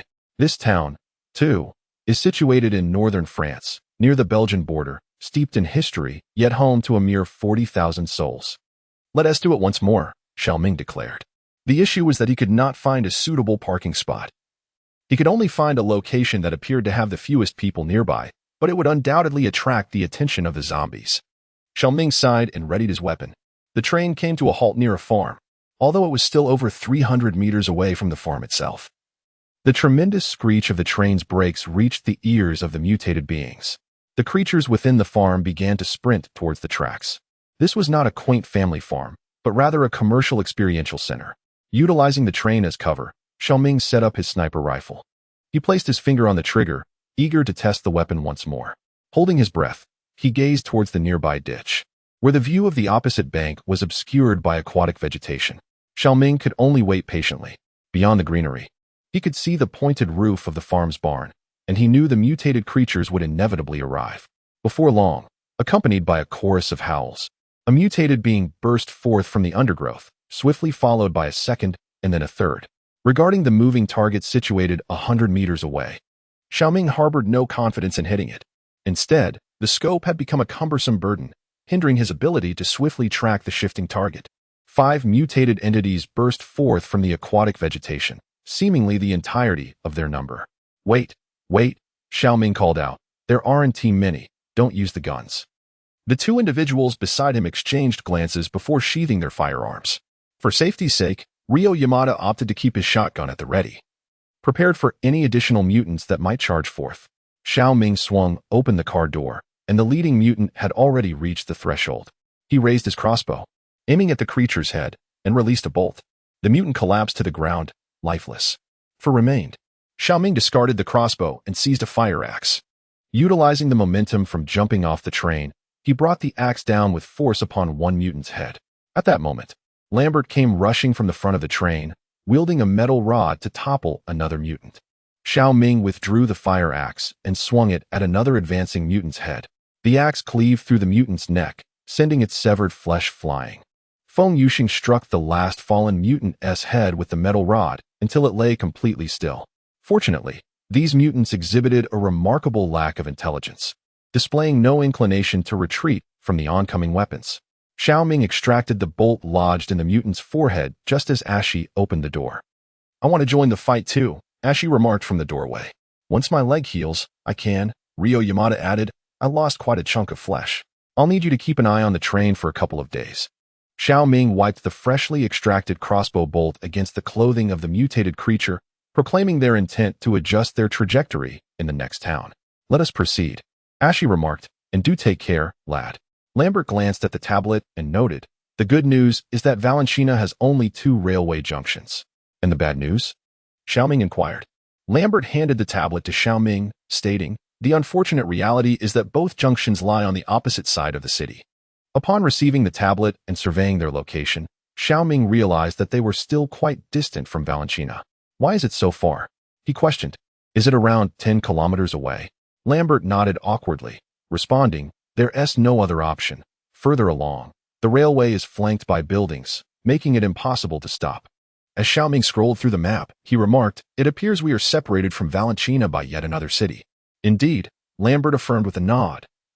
Though I am uncertain whether this district falls under Valenciennes' jurisdiction. Chapter 92. The shopping mall. Shao Ming mounted the sniper rifle on his shoulder, donned his hiking pack, and grasped the fire axe in hand. It would be prudent to refine his archery skills before venturing out with the bow. The other 3 companions also readied their gear, ensuring they packed provisions for both lunch and dinner. Though they had traversed a considerable distance since morning, it was still not yet time for lunch. Bidding farewell to Ashi, the quartet set forth toward Valenciennes. We must first navigate through this small town before continuing onward. Lambert remarked that after traversing approximately 5 kilometers of woodland, they would arrive at Valenciennes. We must take a detour, Shao Ming stated. Although it was merely a rural path, it was by no means difficult to navigate. The area was predominantly flat, and even the small hills were easily surmountable. An hour later, the group ascended a gentle rise, revealing a vast expanse of fields dotted with windmills and barns. This place exudes a distinctly European charm, Feng Yushin commented. Shao Ming nodded in agreement, saying, "It aligns perfectly with my impressions of the French countryside. Such landscapes can also be found in England." Lambert, somewhat displeased, interjected, "Don't you ever explore these sites while living in England?" He surveyed the surroundings and, after comparing several landmarks, confidently affirmed their location. "We have successfully bypassed the obstructive urban area. If we continue forward for another 5 kilometers, we shall arrive." "Then let us proceed," Shao Ming replied. After a modest lunch amidst the trees, the group resumed their journey. Before long, a large shopping center came into view, situated behind an overpass. Flanked by urban development on both sides, save for the green space to the southwest, which was the direction Shao Ming and his companions were headed. Shao Ming found a stone and propped his sniper rifle upon it. The surrounding mutants appeared sparse, although numerous abandoned vehicles cluttered the area beneath the overpass. It seemed their owners had long departed. In the square before the shopping mall, a few mutated beings were seen resting, with a spirit of seizing the opportunity. The group unanimously decided to venture inside for a quick scavenging. Shao Ming recalled the iconic line from the classic map in Left 4 Dead 2. "It's not just the prices that are slashed." In a mere 3 minutes, the 4 individuals efficiently dispatched the 8 mutants. They swiftly approached the shopping mall's wide-open entrance. Like most stores, it bore evident signs of having been pillaged: doors ajar, shattered windows, scattered advertisements, toppled shelves, and a dwindling supply of merchandise. Before entering the mall, Feng Yushin remarked to Shao Ming, "It's a bit peculiar how few zombies there are here." Shao Ming raised his fire axe and replied, "There shouldn't be an excessive number of zombies in this place." Above them, a row of glass windows allowed natural light to flood the shopping center. At midday, sunlight streamed through these panes, illuminating the interior sufficiently for the group to navigate without artificial lighting. Below the windows lay flower beds of various sizes, intended for aesthetic appeal and as resting spots for patrons. However, all traces of this exquisite horticultural design had lost their significance, as the flowers had long withered away. Shao Ming switched on his flashlight, surveying the shops that remained shrouded in shadow. Dust particles floated in the air, glimmering under the interplay of light and sun. Suddenly, Lambert seemed to notice something. He stepped aside to pause beside one of the stores. "Look at this," he said. Lambert pulled open the roller shutter and ventured into a shop. Upon raising his gaze, Shao Ming noticed that the establishment bore the name DJI. It was not a particularly large store, nor was it solely dedicated to selling drones. Rather than resembling a specialized DJI drone shop, it seemed more akin to an electronic goods emporium. The sign at the entrance merely served as a faade. Lambert rummaged through the shelves for quite some time before emerging triumphantly with a charger. "Aha! This is it," he exclaimed, waving the charger joyfully in the air like a child who has just received a new toy. "Is this a drone charger?" Shao Ming inquired. Lambert corrected him, saying, "It is an original DJI drone charger." "Do you use DJI as well?" Shao Ming asked. He shook his head, disinterested. Lambert picked up another charger and remarked, "I thought every Chinese person owned a DJI."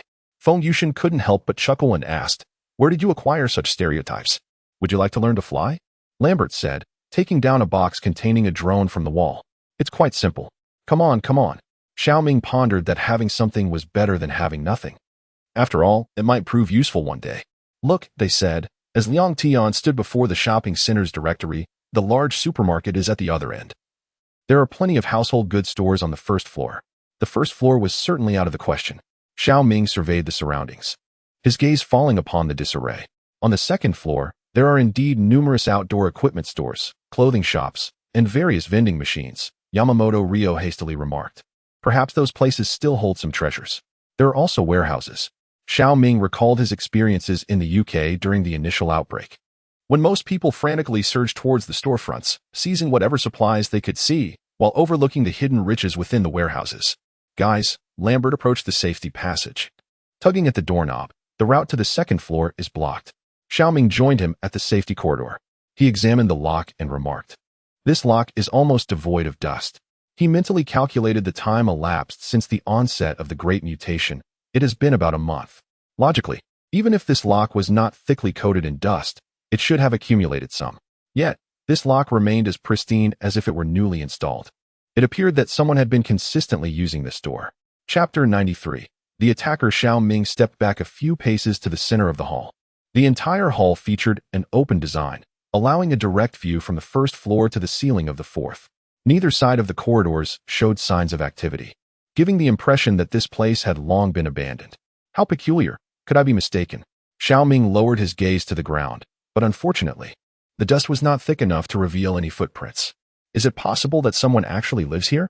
Feng Yuxing inquired. I doubt it, Yamamoto Ryo responded.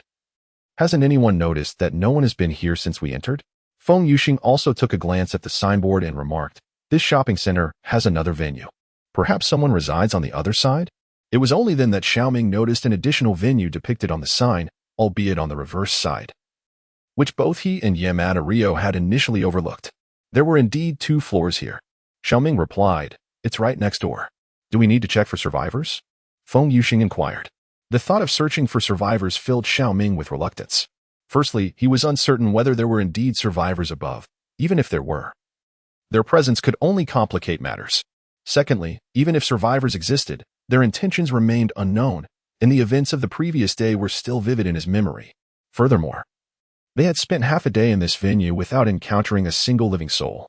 Even if someone resided in the adjacent venue, it was doubtful they would notice their entry. At this moment, the prospect of gathering 2 barrels of chips was far more delightful to Shao Ming than seeking out the living. We shall not go, he declared, gazing at the notice board. Let us ascend to the 2nd floor and collect some useful items before departing. He stepped away from the sign and circled the hall. Addressing the group, I know how to ascend. Approaching the elevator shaft, Shao Ming attempted to pry open the elevator doors while stating, the emergency exit can be secured with a chain, but this one cannot. Yamamoto Ryo inquired, how did you know we could climb up here? At that moment, he noticed Lambert still lingering in the drone shop and called out, Lambert, what are you doing? Come over and help pry the door. Hey. Lambert leaned halfway out of the shop, raising the drone in his hand. We now have a drone. Let us see if it can ascend and survey the surroundings. In his grasp was a modest quadcopter, while the remote control in his other hand flickered to life. For the 4 of them, the small screen on the remote was rather insufficient, prompting Feng Yuxing and Yamamoto Ryo to step outside the shop to observe the situation. Lambert positioned the drone outside, advising the 2 young women, I recommend you step inside. Should the propellers malfunction, they could cause injury. Propellers? Feng Yuxing inquired. Lambert refrained from elaborating, continuing. Although the risk is minimal, caution is warranted. It is merely a small safety reminder. Once the 2 had retreated inside, Lambert activated the rotors. The small drone soared upward, reaching the height of the 2nd floor. He adeptly maneuvered the camera to capture most of the shops on that level. Perhaps due to the nature of the merchandise, outdoor sports equipment, no one had considered such items when the calamity first began. Lambert pivoted the drone, aiming it towards a corridor.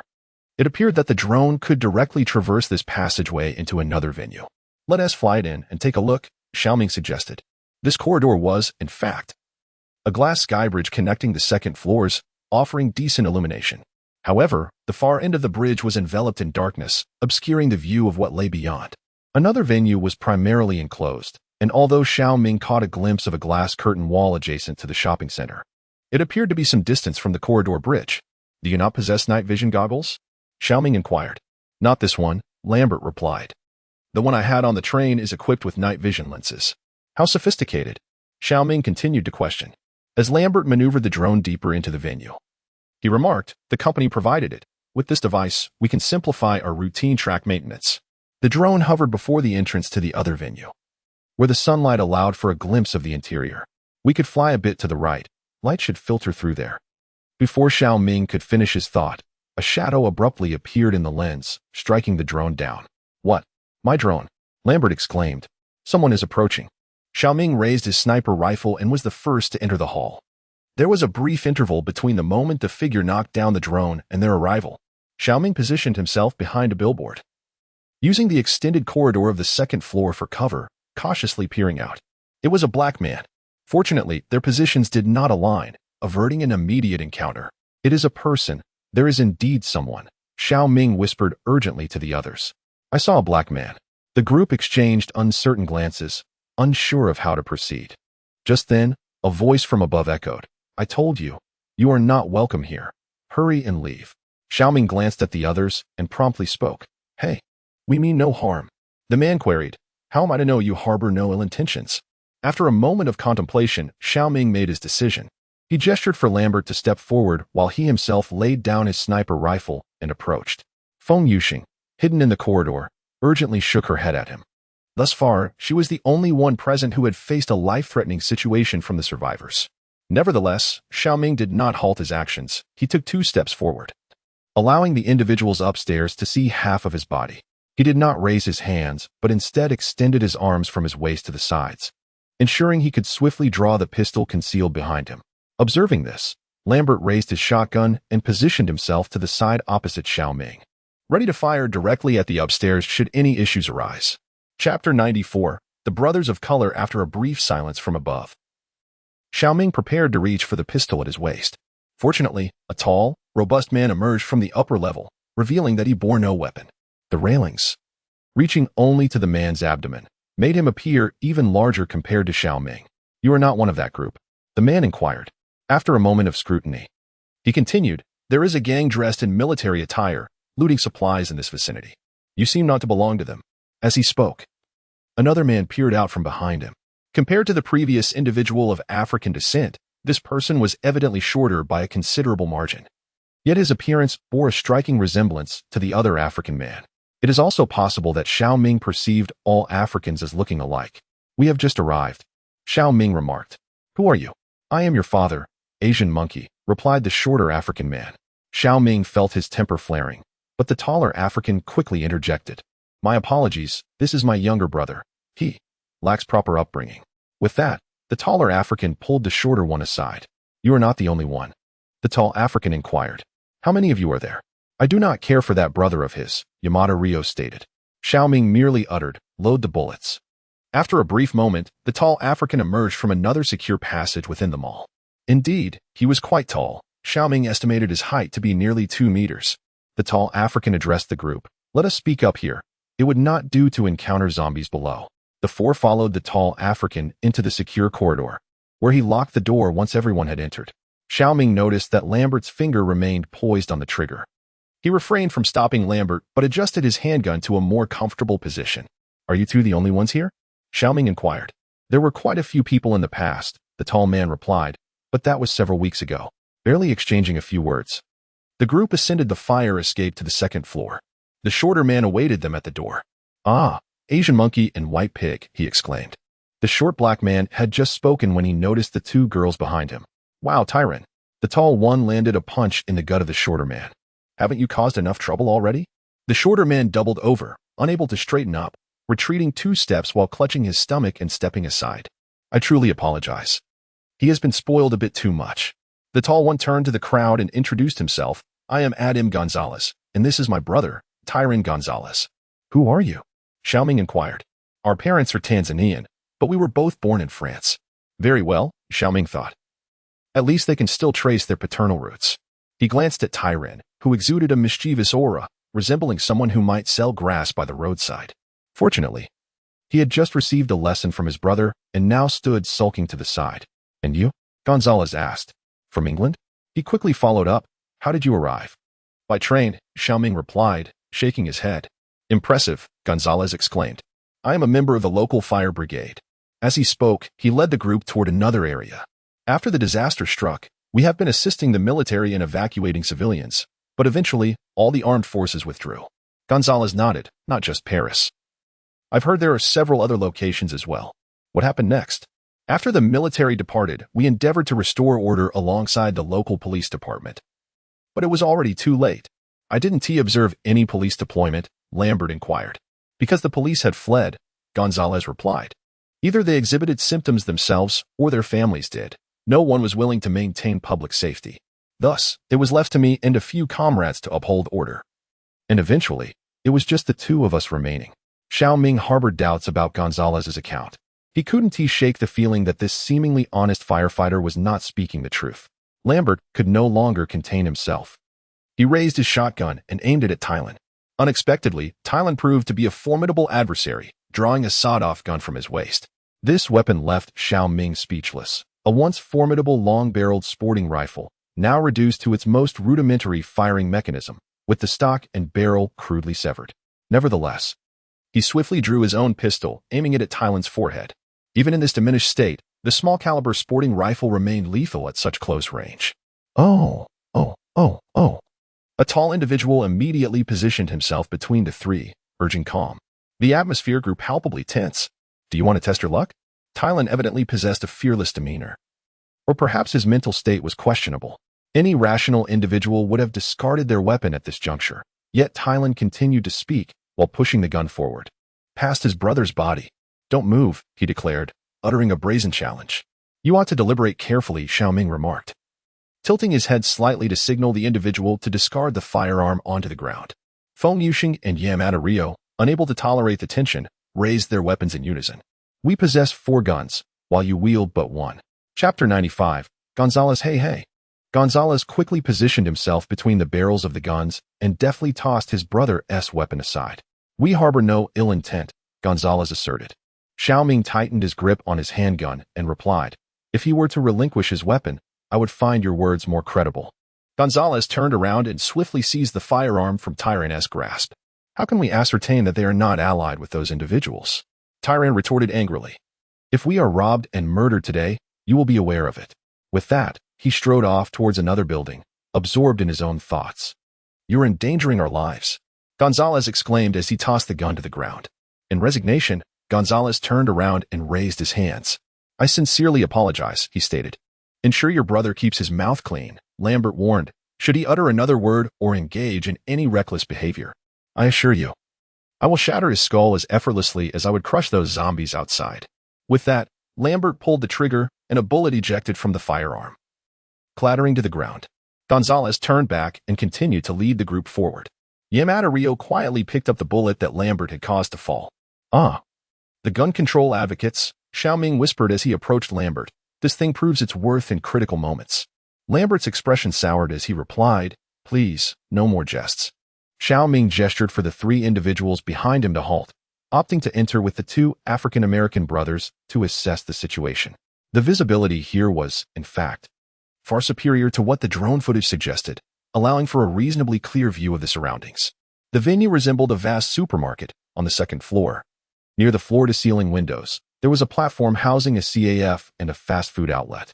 Both establishments were open-plan, and on a sunlit CAF table, a steaming beverage sat invitingly. Tylon was seated in the fast food restaurant, fiddling with something, and upon noticing Gonzalez leading Shao Ming inside, he merely cast a glance without uttering a word. We've been residing here for a month, Gonzalez remarked. It remains relatively safe, though we have lost power. Shao Ming raised his flashlight, surveying the area. Apart from the 2 of them, the entire venue appeared devoid of any other occupants or hiding spots. His gaze shifted to the supermarket on the 1st floor, where a considerable stock of goods remained on the shelves. Through the glass windows, he observed numerous corpses of mutated beings strewn outside, some of which had begun to decay. It seemed they had been entrenched here for quite some time. Uncertain of their origin, Gonzalez shook his head. They were clad in military garb, yet none bore firearms. A group attempted to breach the premises on motorcycles, but we managed to drive them away. Are they roaming in this vicinity? Shao Ming inquired. Gonzalez shook his head, uncertain. Having only passed through once, perhaps merely as a fleeting visitor. Despite his background in special forces, he now found himself in a state of physical limitation. When confronted with mutated beings, the presence of a train offered some semblance of protection. However, the encounter with humans remained unpredictable. Perceiving Shao Ming's apprehension, Gonzalez confirmed that he had completed his inspection of the venue and inquired, May I invite your friends in? Certainly, Shao Ming replied, turning toward the entrance and calling out, Come in, it's all right. The remaining 3 entered and gathered beside Shao Ming. Gonzalez addressed the group, saying, There are still plenty of packaged foods on the shelves below. Feel free to take some if you need. Hey, bro, Tyler exclaimed. Shut up, Gonzalez barked in response. Shao Ming interjected, Thank you, we won't take too much. That's perfectly fine, Gonzalez replied. The area over there is where we usually reside, within that clothing store. If the ladies require anything, maintaining cleanliness is crucial for survival. Please, go ahead. Shao Ming encouraged the 2 women. We haven't found enough clothing to change into. And summer is approaching. The 2 girls nodded, grasping their shotguns as they descended the stairs. I'll join you, Lambert declared, matching their pace. Shao Ming removed his backpack and handed it to Lambert before taking a seat opposite Gonzalez. It's worth a try, Shao Ming said. Regardless, never relinquish hope. When faced with challenges, seek solutions. Success will inevitably follow. You possess a commendable mindset, Gonzalez noted. Gonzalez marveled at the impressive journey that had brought them to this point. Noting their commendable drive, he removed the teapot from the small stove, pouring a cup of tea. The towering figure of nearly 2 meters, a muscular black man who stood a head taller than Shao Ming, seemed to delicately lift the teacup with just 2 fingers, creating a rather amusing spectacle. You should consider playing basketball, Shao Ming remarked casually. Give it a try, Gonzalez offered, extending the teacup towards Shao Ming. Is it not similar to your tea? The packaging states it hails from Yunnan, China. Although not every Chinese person indulges in tea. Shao Ming raised the teacup, replying, Thank you for your hospitality. Gonzalez chuckled. Not every tall individual is destined for basketball. At that moment, Shao Ming noticed Feng Yuxing hastily ascending the stairs. Pardon me for a moment, he said, moving closer to Feng Yuxing. What is the matter? Feng Yuxing leaned in, whispering in Chinese, There's a prison uniform. The mention of a prison uniform tightened Shao Ming's chest. It could only belong to one of the 2 brothers. Surely, it couldn't be the type sold in stores. He glanced at Tai Lan, who was still preoccupied with something in the fast food establishment.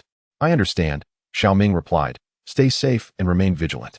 Feng Yuxing tilted his head slightly and remarked, I have never let my guard down. Chapter 96. Farewell to the 2. Shao Ming resumed his seat across from Gonzalez.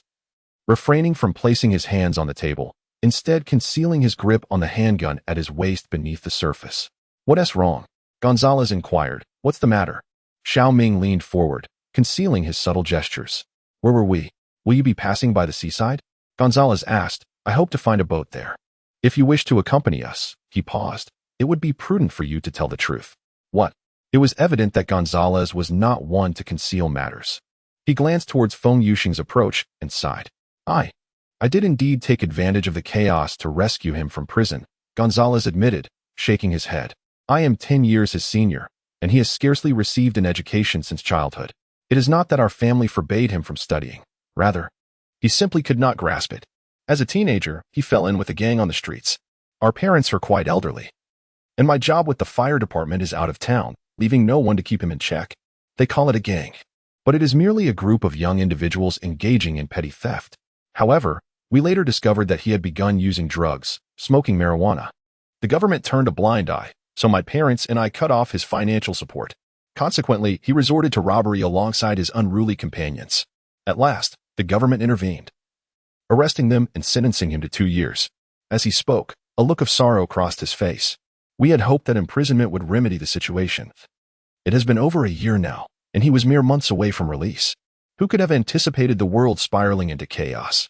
After the disaster began, it is likely that the prison guards fled or were reassigned, leaving them to await their fate within the prison walls. Shao Ming inquired. So you went to the prison and rescued him? Gonzalez nodded, indicating that the subsequent events were akin to what he had just recounted. A silence enveloped the 2. And as Shao Ming gazed at the courteous African-American gentleman before him, he could not help but lament the misfortunes that had befallen their family. So, what about you? Gonzalez left his sentence unfinished, fixing his gaze upon Shao Ming. Thank you very much, Gonzalez continued. May I ask where you're headed? We need to enter the city to adjust the tracks, thus avoiding densely populated areas as much as possible. It is exceedingly perilous in the city now, Gonzalez remarked. There are thousands of zombies lurking within. You intend to adjust the track position in the city center, approximately 4 to 5 kilometers from here? Shao Ming queried. Our plan is to navigate through the sewers, Shao Ming replied. We will enter from beneath their feet. The sewers, quite astute, Gonzalez said. Heavens, I should have thought of that sooner. After a moment of contemplation, he added, however, the city's sewer network is rather intricate and what? Shao Ming pressed. And if memory serves me correctly, there is a lake directly across from the train junction, which is quite desolate. This city, does it have a subway? Shao Ming asked. Gonzalez shook his head. No, there is no subway. Without a subway, traversing underground becomes exponentially more challenging. The last time Lambert and Yamada managed to infiltrate the city of Lille, it was purely by chance that they stumbled upon the subway tunnel, which ultimately led them to the train station's location. Without GPS, discerning direction several meters underground becomes exceedingly challenging, let alone successfully emerging near the train station. Perhaps sensing Shao Ming's apprehensions, Gonzalez remarked, in certain areas, manhole covers are marked. He added, you might first consider visiting the municipal office or the water plant to examine the layout maps. Shao Ming replied, "Thank you. I will take that into account." "Do you have a map?" Gonzalez inquired. Nodding, he extended his hand to Shao Ming and wished, "Good luck to you all." The others downstairs had gathered their belongings as well. Shao Ming rose to bid farewell to Gonzalez.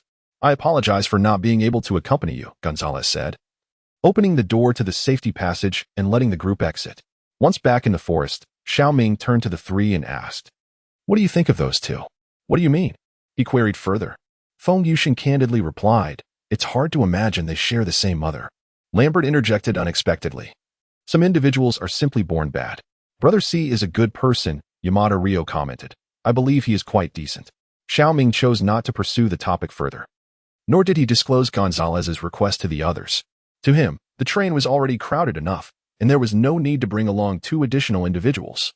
Moreover, he did not believe it feasible to separate the two brothers. The positive contributions of the tall black man to the team were far outweighed by the troublesome nature of his brother. Furthermore, his sibling had a history of drug use and robbery, embodying the very essence of a troublemaker. These factors were simply too significant.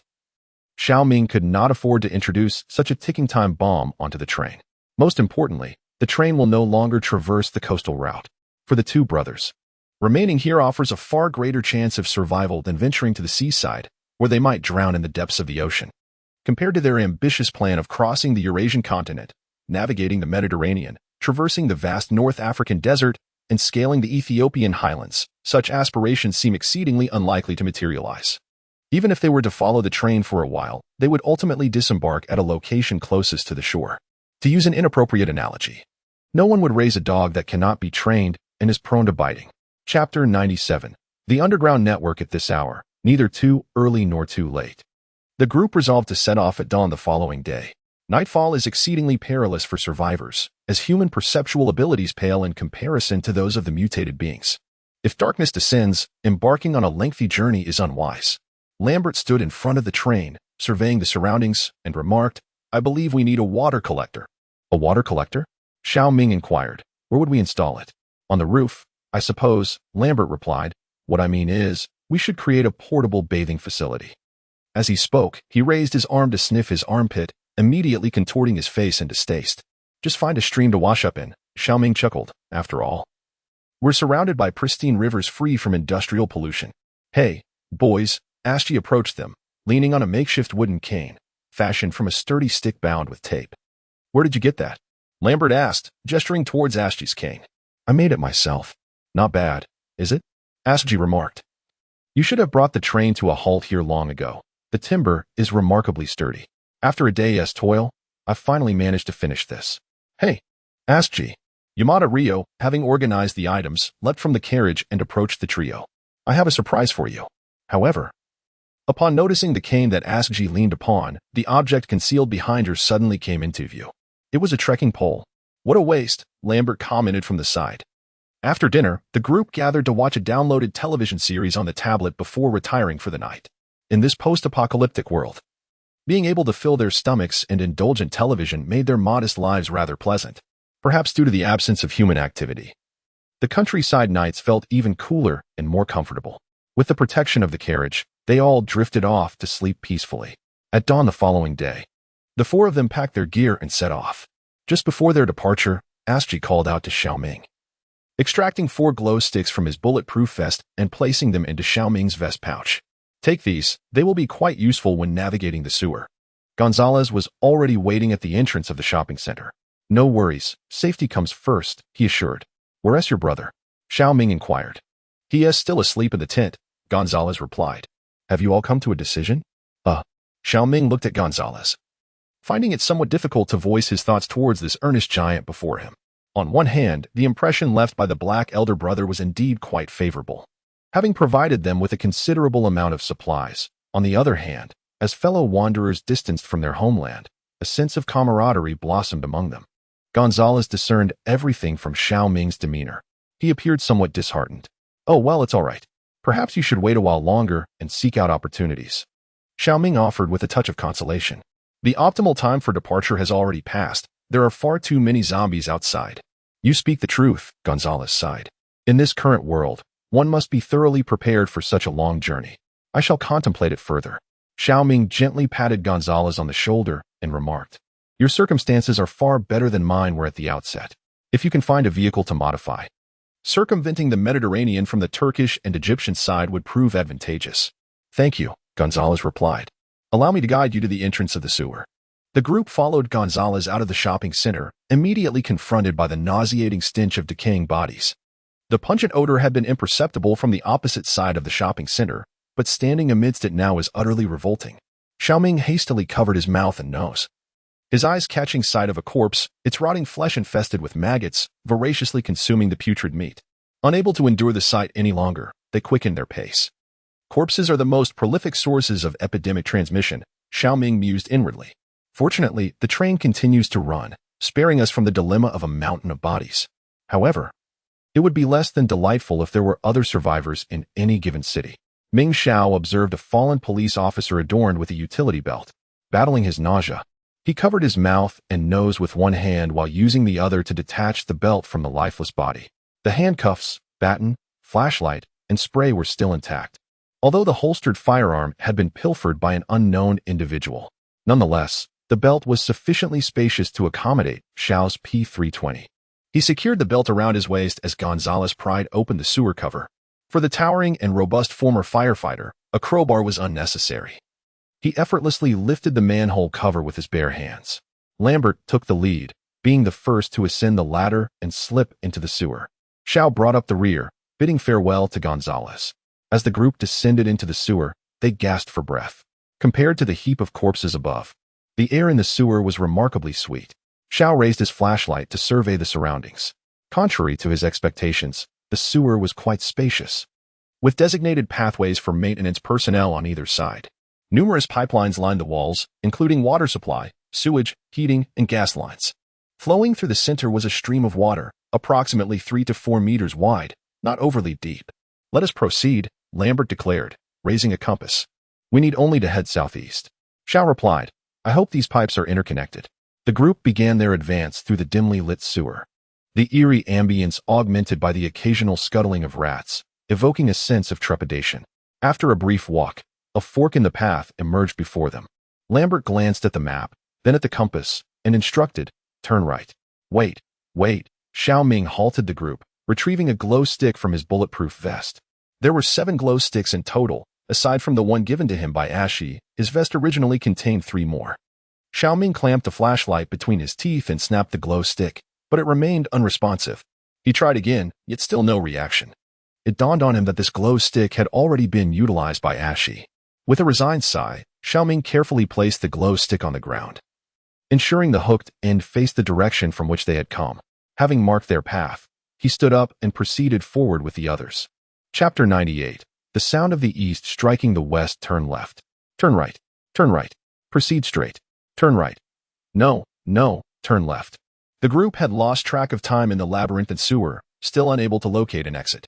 Despite Shao Ming extending the intervals between the discarded glow sticks to 2 or even 3 intersections, only one remained for marking their route. By turning left and then right ahead, we should be able to exit.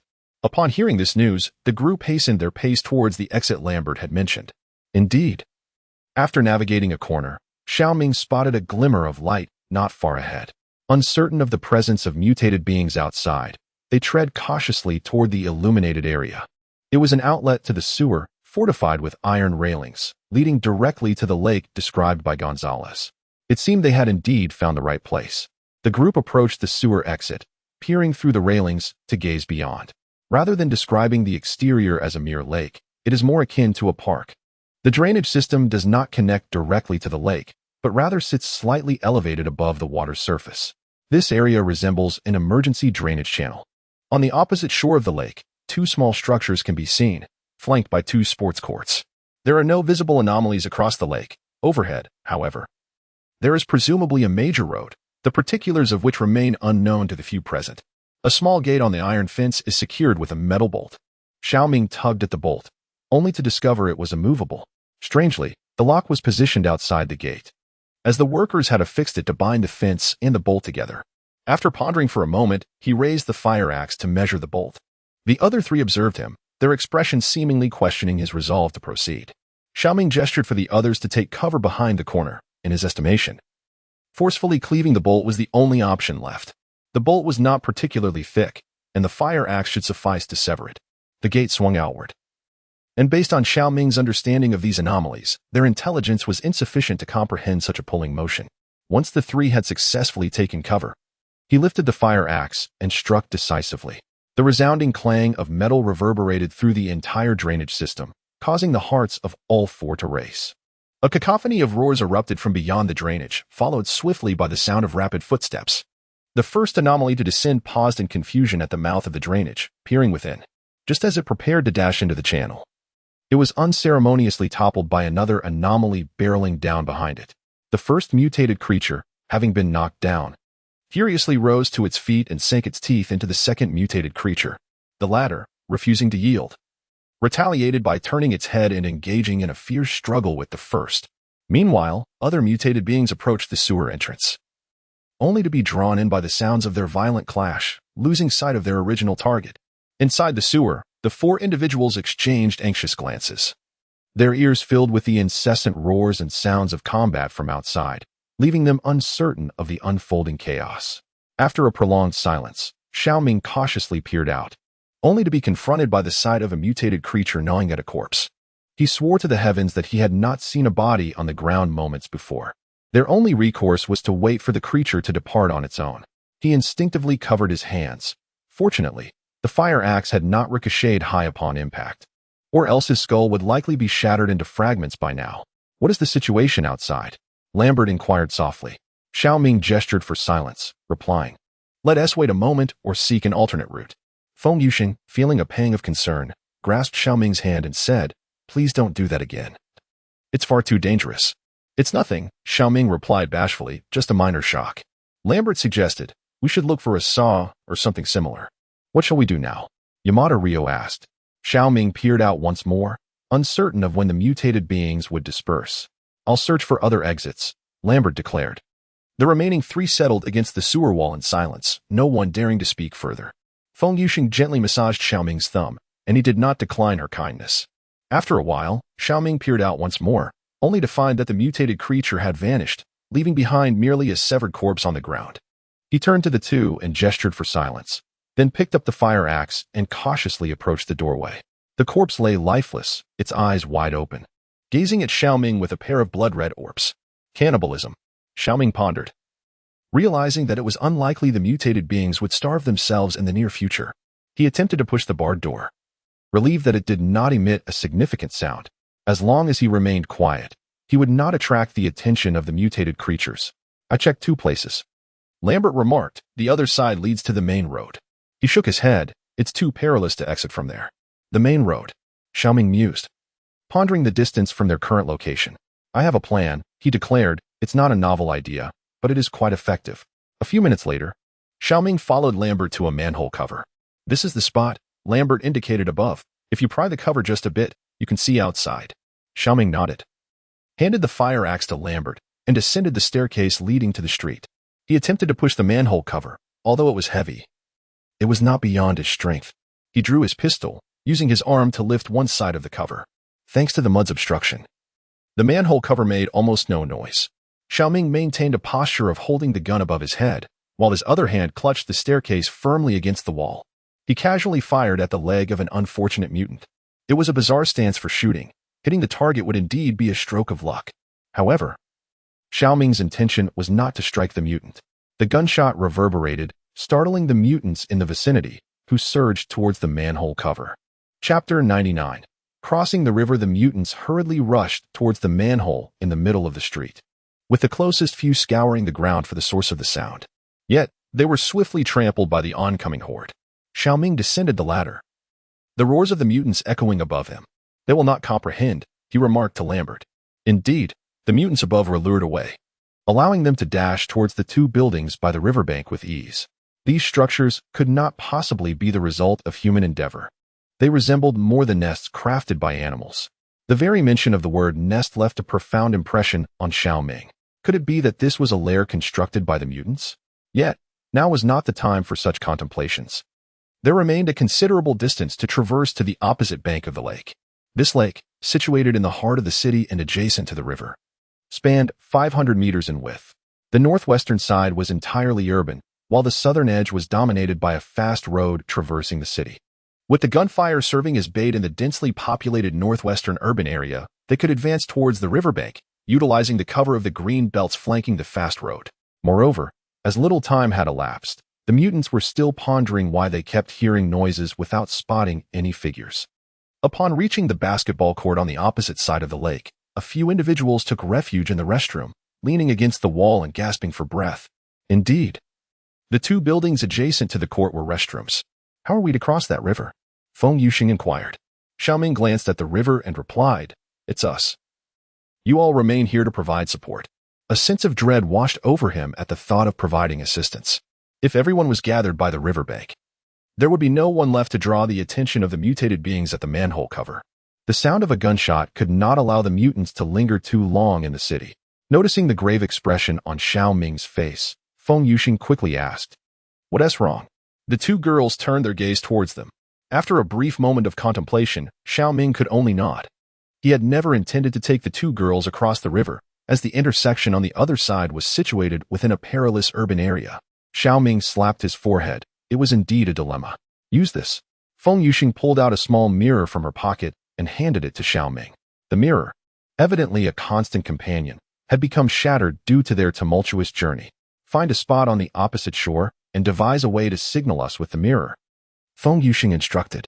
"I'll carry the hunting rifle. The sniper scope will quickly catch the reflection." The two watched as Feng Yuxing and Yamamoto Ryo departed, ensuring their safety before Shao Ming began to remove his bulletproof vest. Though the river was not wide, he wished to lighten his load as much as possible. Having traversed a considerable distance today, stamina would be even more precious in the urban area across the river. Even with a highway bridge nearby, they dared not cross it. Firstly, they were unaware of the presence of mutated beings at the bridge's end, and secondly, traversing the bridge would undoubtedly expose their movements. The most prudent choice was to swim slowly beneath the bridge. The two prepared themselves and descended into the water along the riverbank. Although it was early April, the river's water remained exceptionally frigid, and they dared not swim vigorously for fear that the mutants on the opposite bank might hear the splashing and discover their presence. The icy water sent shivers through Shao Ming's nerves, compelling him to meticulously control his movements to avoid making excessive noise. The dampness clung to him, each drop falling to the ground with a soft patter.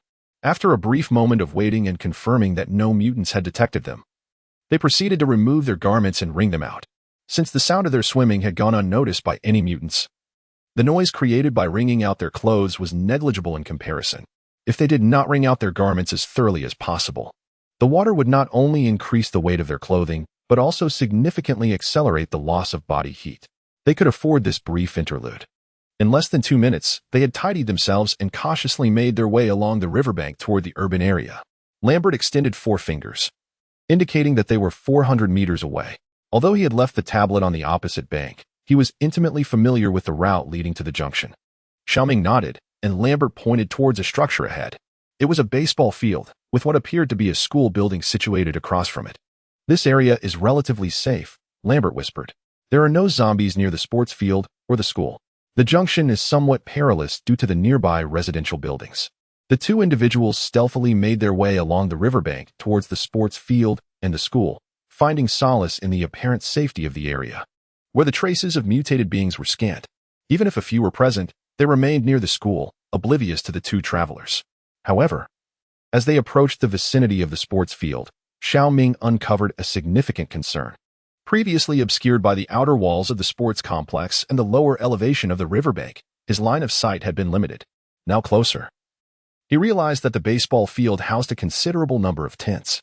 It was highly probable that the military or government had established a temporary base within the confines of the baseball field. The question of how many mutated beings lurked within remained uncertain.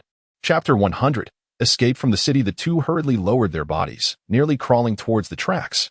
The baseball field was enclosed by a combination of impervious concrete walls and the typical chain-link fencing associated with sports venues, the design of which was rather peculiar. Perhaps the architect, eager to showcase his prowess, had nearly sealed half of the perimeter with concrete, placing the chain-link fence atop it, while the other side was entirely encircled by a high chain-link wall. Remaining on the slope outside the sports field, they could not discern the situation within, nor could anyone inside spot the two creeping figures outside. Visibility was only possible near the edge of the baseball field. Unfortunately, the slope offered no trees for cover. Fortunately, the absence of foliage meant that the ground was largely free of any sound-producing twigs or leaves. The soft meadow served as an excellent sound-dampening facility, and with both individuals striving to control their movements, they approached the tracks in almost complete silence. In the shadow of the towering structure at the entrance of the baseball field, Shao Ming concealed Lambert, who stealthily advanced towards the train tracks. Seizing this moment, Shao Ming swiftly surveyed his surroundings. On either side of the tracks lay the baseball field in a residential area, with numerous sandbags, riot barriers, and barbed wire forming obstacles at the entrance of the stadium. Additionally, there was a police car and an armored military vehicle. Faintly, two armored mutants in military attire could be seen resting at the stadium's entrance, a mere 40 meters away from the pair. The small building providing cover was merely a two-story office, while on the opposite side of the entrance loomed a large grandstand, which appeared to be the primary venue for the competition. This is dire, Lambert murmured. The fork in the road is further ahead. I must have misjudged the distance, and we need to proceed a bit more. Shao Ming peered out cautiously and remarked, so, we must traverse right in front of them? Lambert nodded in affirmation. Shao Ming weighed the fire axe in his hand. It hardly seemed suited to confront a horde of the undead. Moreover, it had already dulled in certain areas. He recalled the tools he had seen at the fire station. Perhaps he could have taken a breaching tool then, which would have alleviated the need to rely solely on brute strength now. The two exchanged contemplative glances, weighing their options, and ultimately resolved to circumvent the baseball field by the riverbank, though there exists but a narrow path along the riverbank. The proximity of the playing field to the water's edge is fortified by a towering fence of barbed wire, rendering it somewhat arduous for the mutants to breach. Furthermore, the walkway along the riverbank is significantly lower than the field, effectively obstructing their line of sight. In the event of any calamity, the option to plunge into the river remains. The two individuals strolled along the path towards the opposite side of the field. A chilling breeze swept through, the damp fabric of their clothing clinging uncomfortably to their skin, a sensation compounded by the foreboding thought of soon immersing themselves in the frigid waters. The pathway was brief, leading to a grove of trees on the far side of the field. With relative ease, they found themselves beside a railway junction. This time, Shao Ming concealed himself within the foliage, gaining a comprehensive view of the situation within the field. Approximately 10 large military and medical tents were pitched in the center, while 2 trucks were parked beside the grandstand. It was evident that this encampment harbored a considerable cache of weaponry and ammunition, likely left behind by the military. Within this modest encampment, mutants were densely packed, and the remnants of sandbags and the state of the entrance suggested that this locale resembled an infected control zone rather than a sanctuary.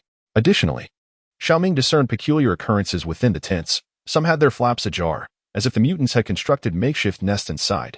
At this juncture, the direction of the tracks was accurate, requiring no further adjustments. This presented a paradox. The necessity for the train to adhere to the tracks mandated an inspection of their alignment, yet it was entirely plausible that the junctions, reached after a strenuous ordeal through a horde of corpses, was indeed in proper order. However, given that the trajectory was normal, there seemed to be no cause for concern. The two swiftly retreated along the same path they had come. Much like their arrival, they faced little obstruction aside from the frigid river waters. The lake, expansive as it was, lay a considerable distance from the entrance of the sewer. Nevertheless, apart from the verdant flora flanking the lake's edges, there were virtually no barriers to hinder their line of sight. The weather was pleasant, and visibility was commendable. Shao Ming found a patch of grass from which he could observe the sewer entrance, raising the small mirror he held aloft. After adjusting the angle, a beam of light was reflected, creating a diminutive signal amidst the foliage. Regrettably, the compact nature of the cosmetic mirror rendered it rather ineffective for navigation. Fortunately, Feng Yuxing wielded a rifle equipped with a scope, diligently surveying the underbrush. Shao Ming had not held the mirror for long when a faint gunshot echoed from a distance. Although the lake's surface was smooth and unobstructed, the firing position was over 800 meters from the shoreline.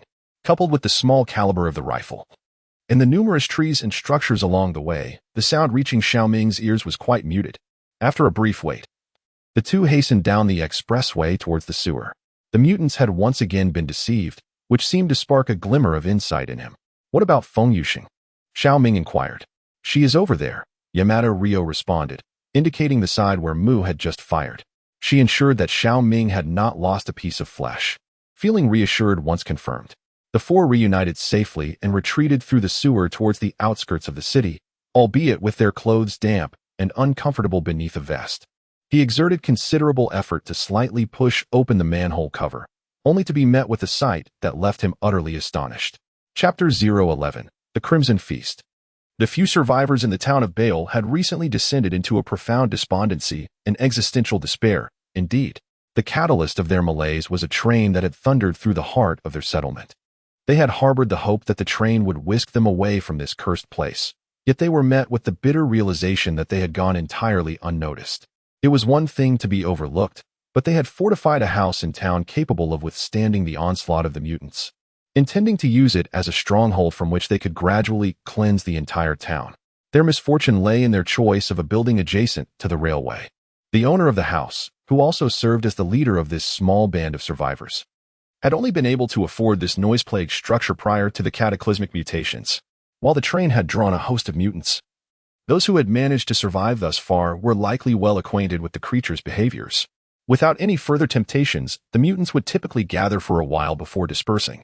However, a critical issue arose. The speeding train had left a gruesome aftermath, littering the tracks with a multitude of mangled mutant remains. Among the carnage were severed heads, bodies reduced to mere halves, and broken limbs, an unfathomable number of grotesque sights. The iron rails had been stained a deep crimson. Yet, in recent days, accompanied by a foul stench, this group of survivors could no longer endure their predicament. How could they possibly wash the bloodied tracks amidst a sea of mutants? Although occasionally famished mutants scavenged bits of flesh from the ground, these meager morsels were but a drop in the ocean compared to the entirety of the railway. It was evident to all that the corpses had begun to rot. The putrid stench of decay assailed the survivors' nostrils, and more critically, the decomposition of the corpses released a plethora of toxic gases and liquids, teeming with a multitude of lethal viruses. What transpires when one resides amidst a heap of rotting bodies?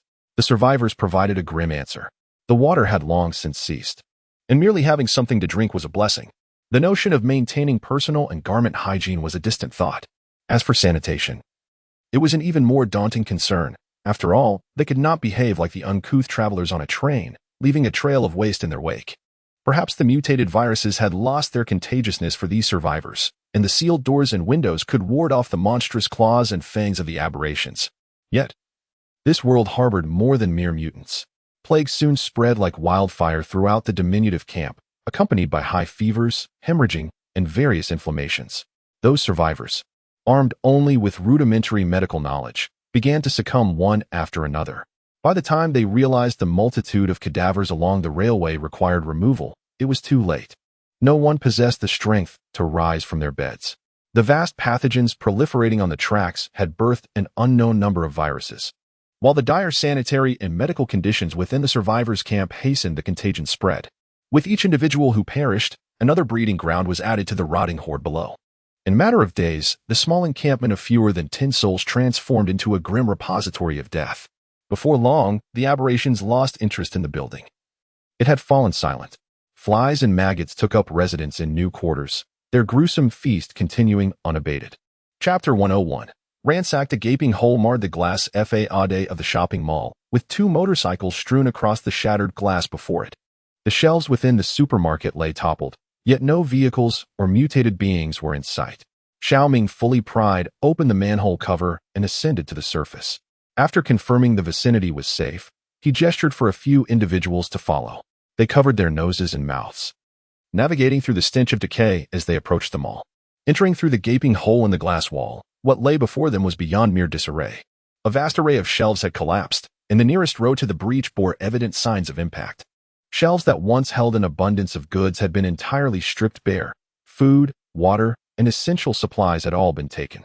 Without the glass barrier, the foul odor of corpses wafted directly into the mall. "What has happened here?" Feng Yuxing murmured. Shao Ming remained silent, wielding a fire axe as he swiftly ascended the staircase to the second floor. In the very spot where they had shared tea just the day before, the lifeless body of a burly black man lay quietly. It was Gonzalez. His head had been severed, and his hands and feet were bound to the chair. The others who followed him recoiled at the grisly sight. Just hours prior, this man had been guiding them into the sewers. Now, he lay slain, lifeless in his chair.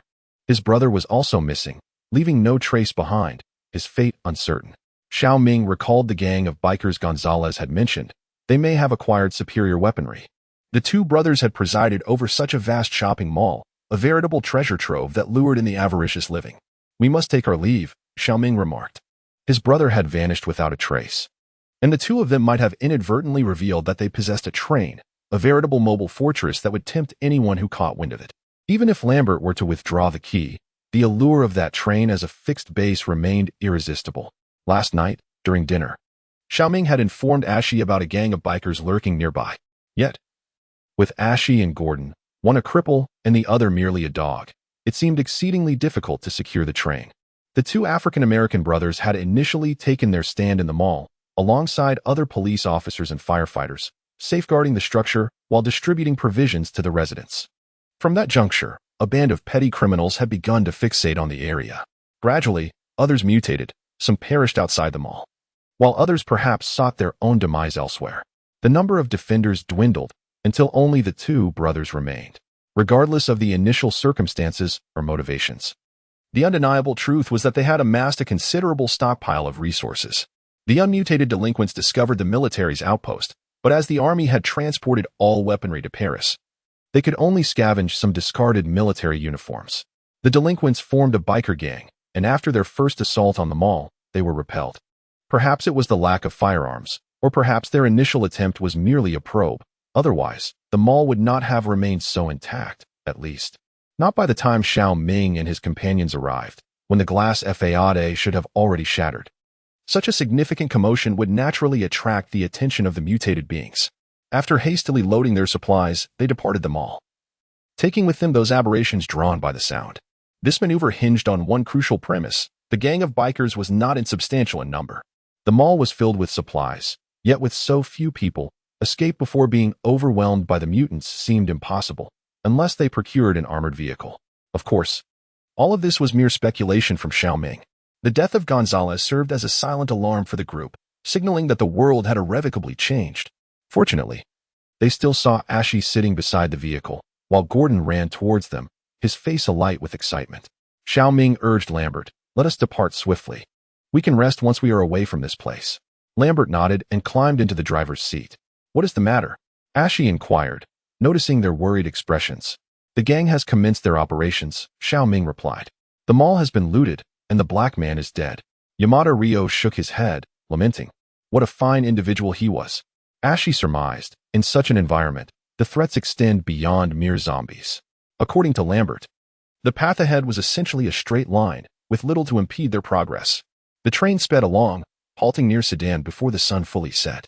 This area was predominantly forest and hills, with a considerably lower population density than before.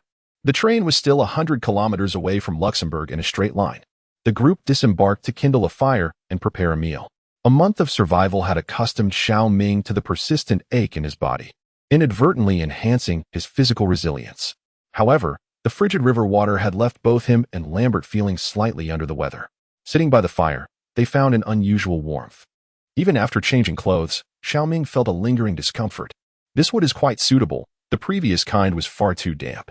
Ashtij leaned on his cane, speaking as he walked. Feng Yuxing set the firewood aside and sat down beside Shao Ming. Noticing the troubled expression on Shao Ming's face, she inquired with concern. "What's wrong? Is it because of the black brother?" Shao Ming shook his head. "Perhaps it's because I waded into the river today, carrying wet clothes all the way." "How foolish of me," Feng Yuxing exclaimed, hastily rising. "I should have thought of that sooner. Wait here. I'll go find some medicine." "No need." Shao Ming began to protest, but Ashtij interrupted. "Don't be stubborn, lad. I certainly don't want two more people vying for my sickbed." Lambert lamented, I also need medicine." Yamada Ryo glanced at him and followed Feng Yuxing into the compartment. Lambert's face transformed from surprise to excitement, ultimately settling into a look of bliss, prompting the other two to feel an urge to punch him. After taking the medicine, they gathered around the fire, chatting while waiting for the food to cook. "The heat wave is still 2 months away," Ashtij remarked. "Around June, it will be at its peak. I hope we have ample supplies to remain in the train and enjoy the air conditioning." The others nodded in agreement. Shao Ming gazed at the steaming soup, finding that the sight of severed limbs no longer diminished his appetite. Yet, the tragic image of Gonzalez lingered vividly in his mind. Chapter 102. the hunt perhaps due to the medicine, the warmth of the fire, and a good night's sleep. Shao Ming awoke the next morning feeling relatively well. As he opened his eyes, he spotted Astrid sitting in the seat across from him. "You're up, lad," he said. Shao Ming rubbed his eyes and inquired, "What time is it?" Astrid glanced at his watch and replied, "It's 10 o'clock sharp. If you continue to sleep until this hour every day, you would have long been devoured by zombies." Shao Ming sat up and examined himself, remarking, "I see I am neither missing an arm nor a leg. That's splendid." As he received a warm drink, the rich aroma of coffee wafted into his nostrils. "As long as that's the case," Astrid continued. "Do you wish to go hunting today?" "Hunting?" Shao Ming echoed. "To the south lies a vast expanse of forest and hills, ideal for hunting," Astrid explained. "Hunting?"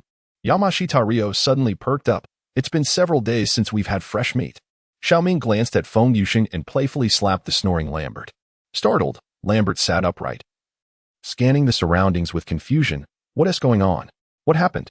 "It's 10 o'clock. Get up and see if a zombie has bitten off one of your legs."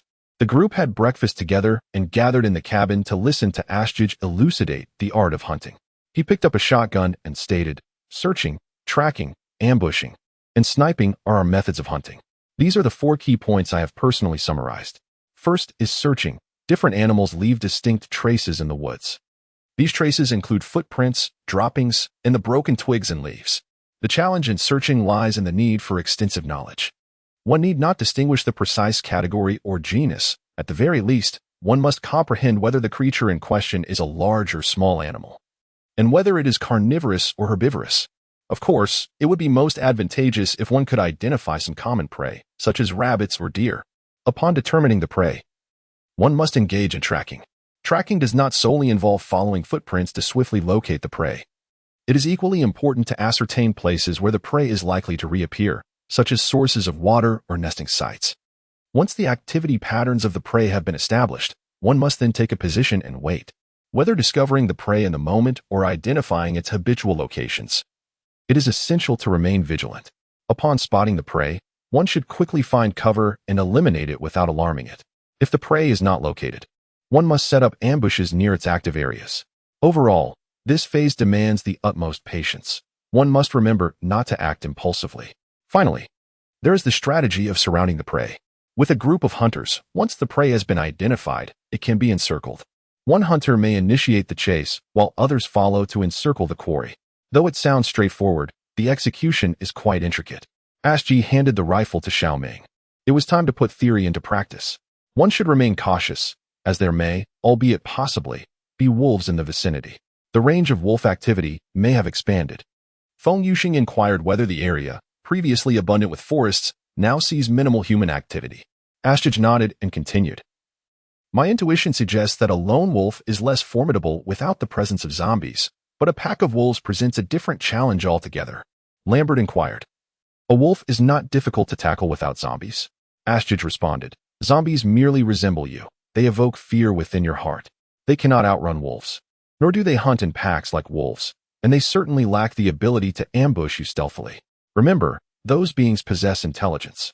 "Wow," Lambert remarked, feeling somewhat apprehensive about proceeding. "Do not rush," Astrid waved his hand dismissively. "I must first scout the area for any prey or imminent dangers. Naturally, I would not send a group of novices into the fray recklessly." "What about the mud on my legs?" Yamada Ryo asked. Astrid patted Shao Ming's shoulder, indicating that this young man would accompany him.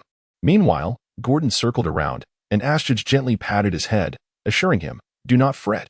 Your moment to shine will come." The two donned darker, more concealing garments, securing their cuffs tightly. They each slung a hunting rifle over their shoulders and, with Gordon in tow, ventured into the woods.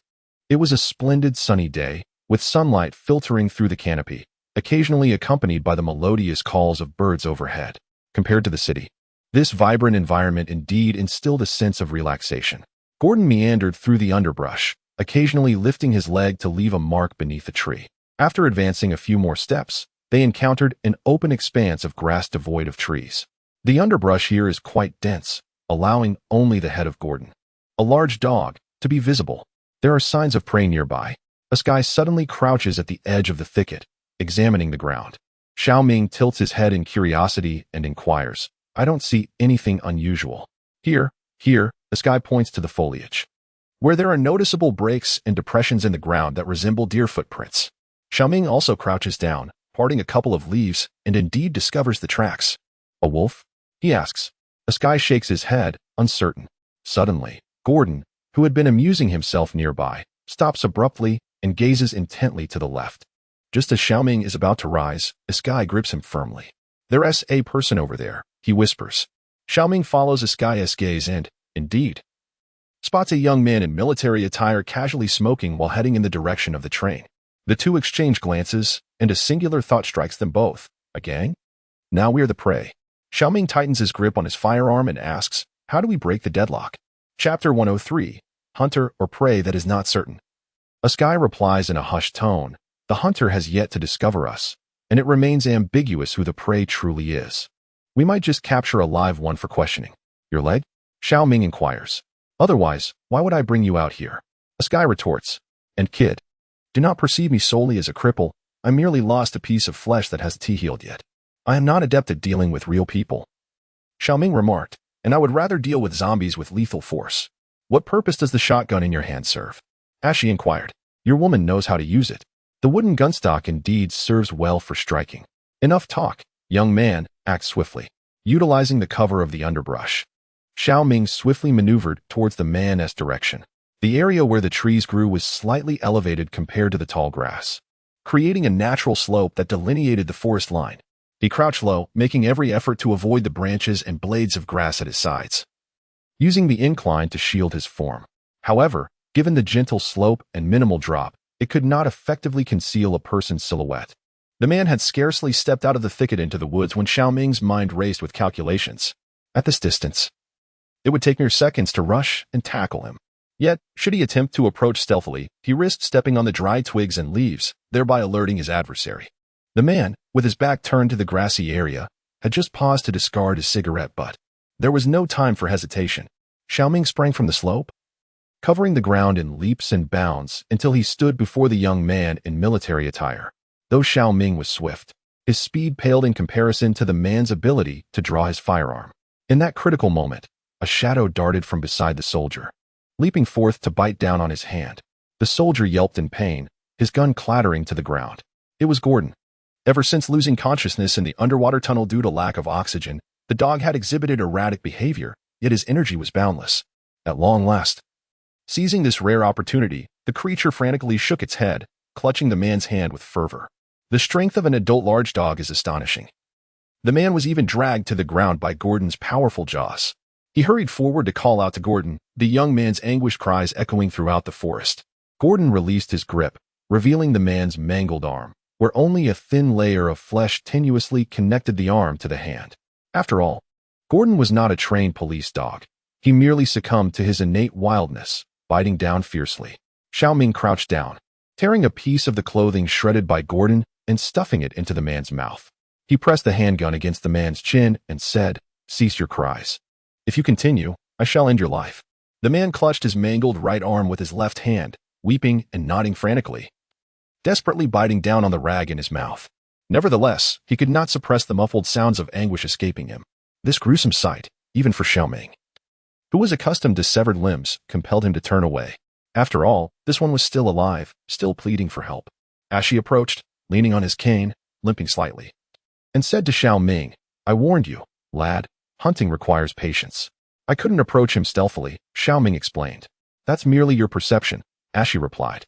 "There are numerous ways to avoid making noise on the ground, rather than charging in like a brute." "Perhaps you are right," Shao Ming conceded. Ashi glanced at him and, leaning on his cane, crouched down. He retrieved the gun that the man had discarded and tore the rag from the man's mouth. "Please, I beg you, don't kill me. Don't kill me. You are not soldiers." Ashtij pressed the barrel of the gun against the man's forehead, his tone laced with irritation. "Do you comprehend the significance of this uniform?" I am not. I am sorry. I am not." The man shook his head frantically, tears threatening to cascade down his face. "Tell me, where are your companions?" Ashtij inquired. "Perhaps we might still assist you with a bandage, allowing you to cling to life. Please, some are near your train, and many more are a few kilometers away. I will tell you anything you wish to know. I do not wish to die. I am still so young." Indeed, he bore the semblance of a teenager, his face pale and drenched in sweat. It was nothing short of miraculous that he had not fainted from pain. Without proper treatment, he might not endure much longer. Ashtij retrieved a tourniquet from his vest and swiftly applied it to the man's injury. "You are quite cooperative. This is your reward." Once the bandaging was complete, Ashtij pressed on with his inquiries. "Now, tell me the precise location of your friends." For corners, we were merely scouting, and there are over a dozen in the nearby town." "Which town?" Ashtij asked, shifting the handgun to the young man's wound. The lad hurriedly replied, "To the west." "To the west. Very well, very well." Ashtij extracted a syringe of morphine from his vest and injected it into the young man's arm. The young man writhed in agony on the ground, while Gordon lingered nearby, attempting to lick the blood from his wounds. "You have not performed well today," Ashtij remarked as he restrained Gordon and rose to address Shao Ming. Had Gordon delayed even a moment longer, it would have been you lying there. "I understand," Shao Ming replied. Ashtij's admonition was not without merit. He had just faced the barrel of a gun. "What shall be done with this individual?" he inquired. Ashtij extracted a nylon tie from Shao Ming's vest and bound the young man's left hand and foot together. This resulted in an exceedingly peculiar posture, leaving him with only his right leg capable of movement. Shao Ming was inclined to ask Ashtij how the bound man was expected to escape in such a condition. "Very well," Shao Ming said, "but what of the remaining three?" No. Wait, do not abandon me. Do not leave me. I beg you." Chapter 012, Hope for Reclamation. Interview with the Director of Research on the challenges of regaining our homeland as the camp continues to expand. The pressing issue of how to confront the infected populace has become an inescapable topic. Recently, our correspondent conducted an exclusive interview with Dr. Shao, the director of the camp's research center, regarding the situation of the infected in the occupied zones. Reporter: "There is now a general consensus that the mutations are directly linked to the pandemic of 6 months ago. May I inquire if we will be susceptible to reinfection by the virus?" Dr. Shao: "This is certainly not the case. The antibodies generated by the pandemic remain effective against the currently circulating prion 20 Z strain, which is essentially the same as the strain that emerged 6 months prior. It is important to note that a very small number of individuals did not acquire antibodies during the pandemic. This group, upon encountering the virus carried by the infected, may indeed experience mutations." Reporter: "There are rumors suggesting that if we simply remain in our camps for a year or two, the infected will naturally perish. Do you believe this notion is feasible?" Dr. Shao: "According to our current research and discussions with foreign survival research institutions, the situation may not be as straightforward as we presume. In the absence of food, the infected population will resort to hunting other animals to sustain their energy expenditure. Although their energy consumption is minimal during a dormant state, the sheer magnitude of the infected populace poses a significant challenge. Firstly, I must emphasize that this could potentially trigger widespread biological extinction, resulting in an ecological catastrophe far more terrifying than the loss of autonomy for over 6 billion individuals. Secondly, given that the animal population within urban areas and their vicinity is limited, it will soon be depleted by the infected, leading to an inevitable expansion of their activity range. I must particularly highlight that many survivors are still hiding in mountainous or suburban regions, and it would be prudent for us to initiate search and rescue operations for this group. Lastly, foreign research institutions have indicated that when food runs out, the infected may resort to cannibalism, resulting in a survival of the fittest scenario. It is highly probable that those who remain in the cities might possess some unique abilities." Reporter: "What do you believe is the best approach to deal with the infected population?" Dr. Shao: "The answer is quite simple. Most of the survivors we are currently receiving or those who have fled to the camps are likely aware of this. The most prevalent method involves targeting the head to utterly devastate the nervous system. However, there exists a misconception that only the head can be attacked. In truth, the vulnerabilities of the human body are equally weaknesses for the infected population. This includes the heart or inducing significant blood loss, both of which can lead to the complete demise of the infected individuals." Reporter: "Do you believe that firearms or bladed weapons are more suitable for combating the infected? Given that we have not yet resumed the production of firearms and ammunition." Dr. Shao: "For small-scale infected populations, bladed weapons are the most appropriate, particularly in small towns.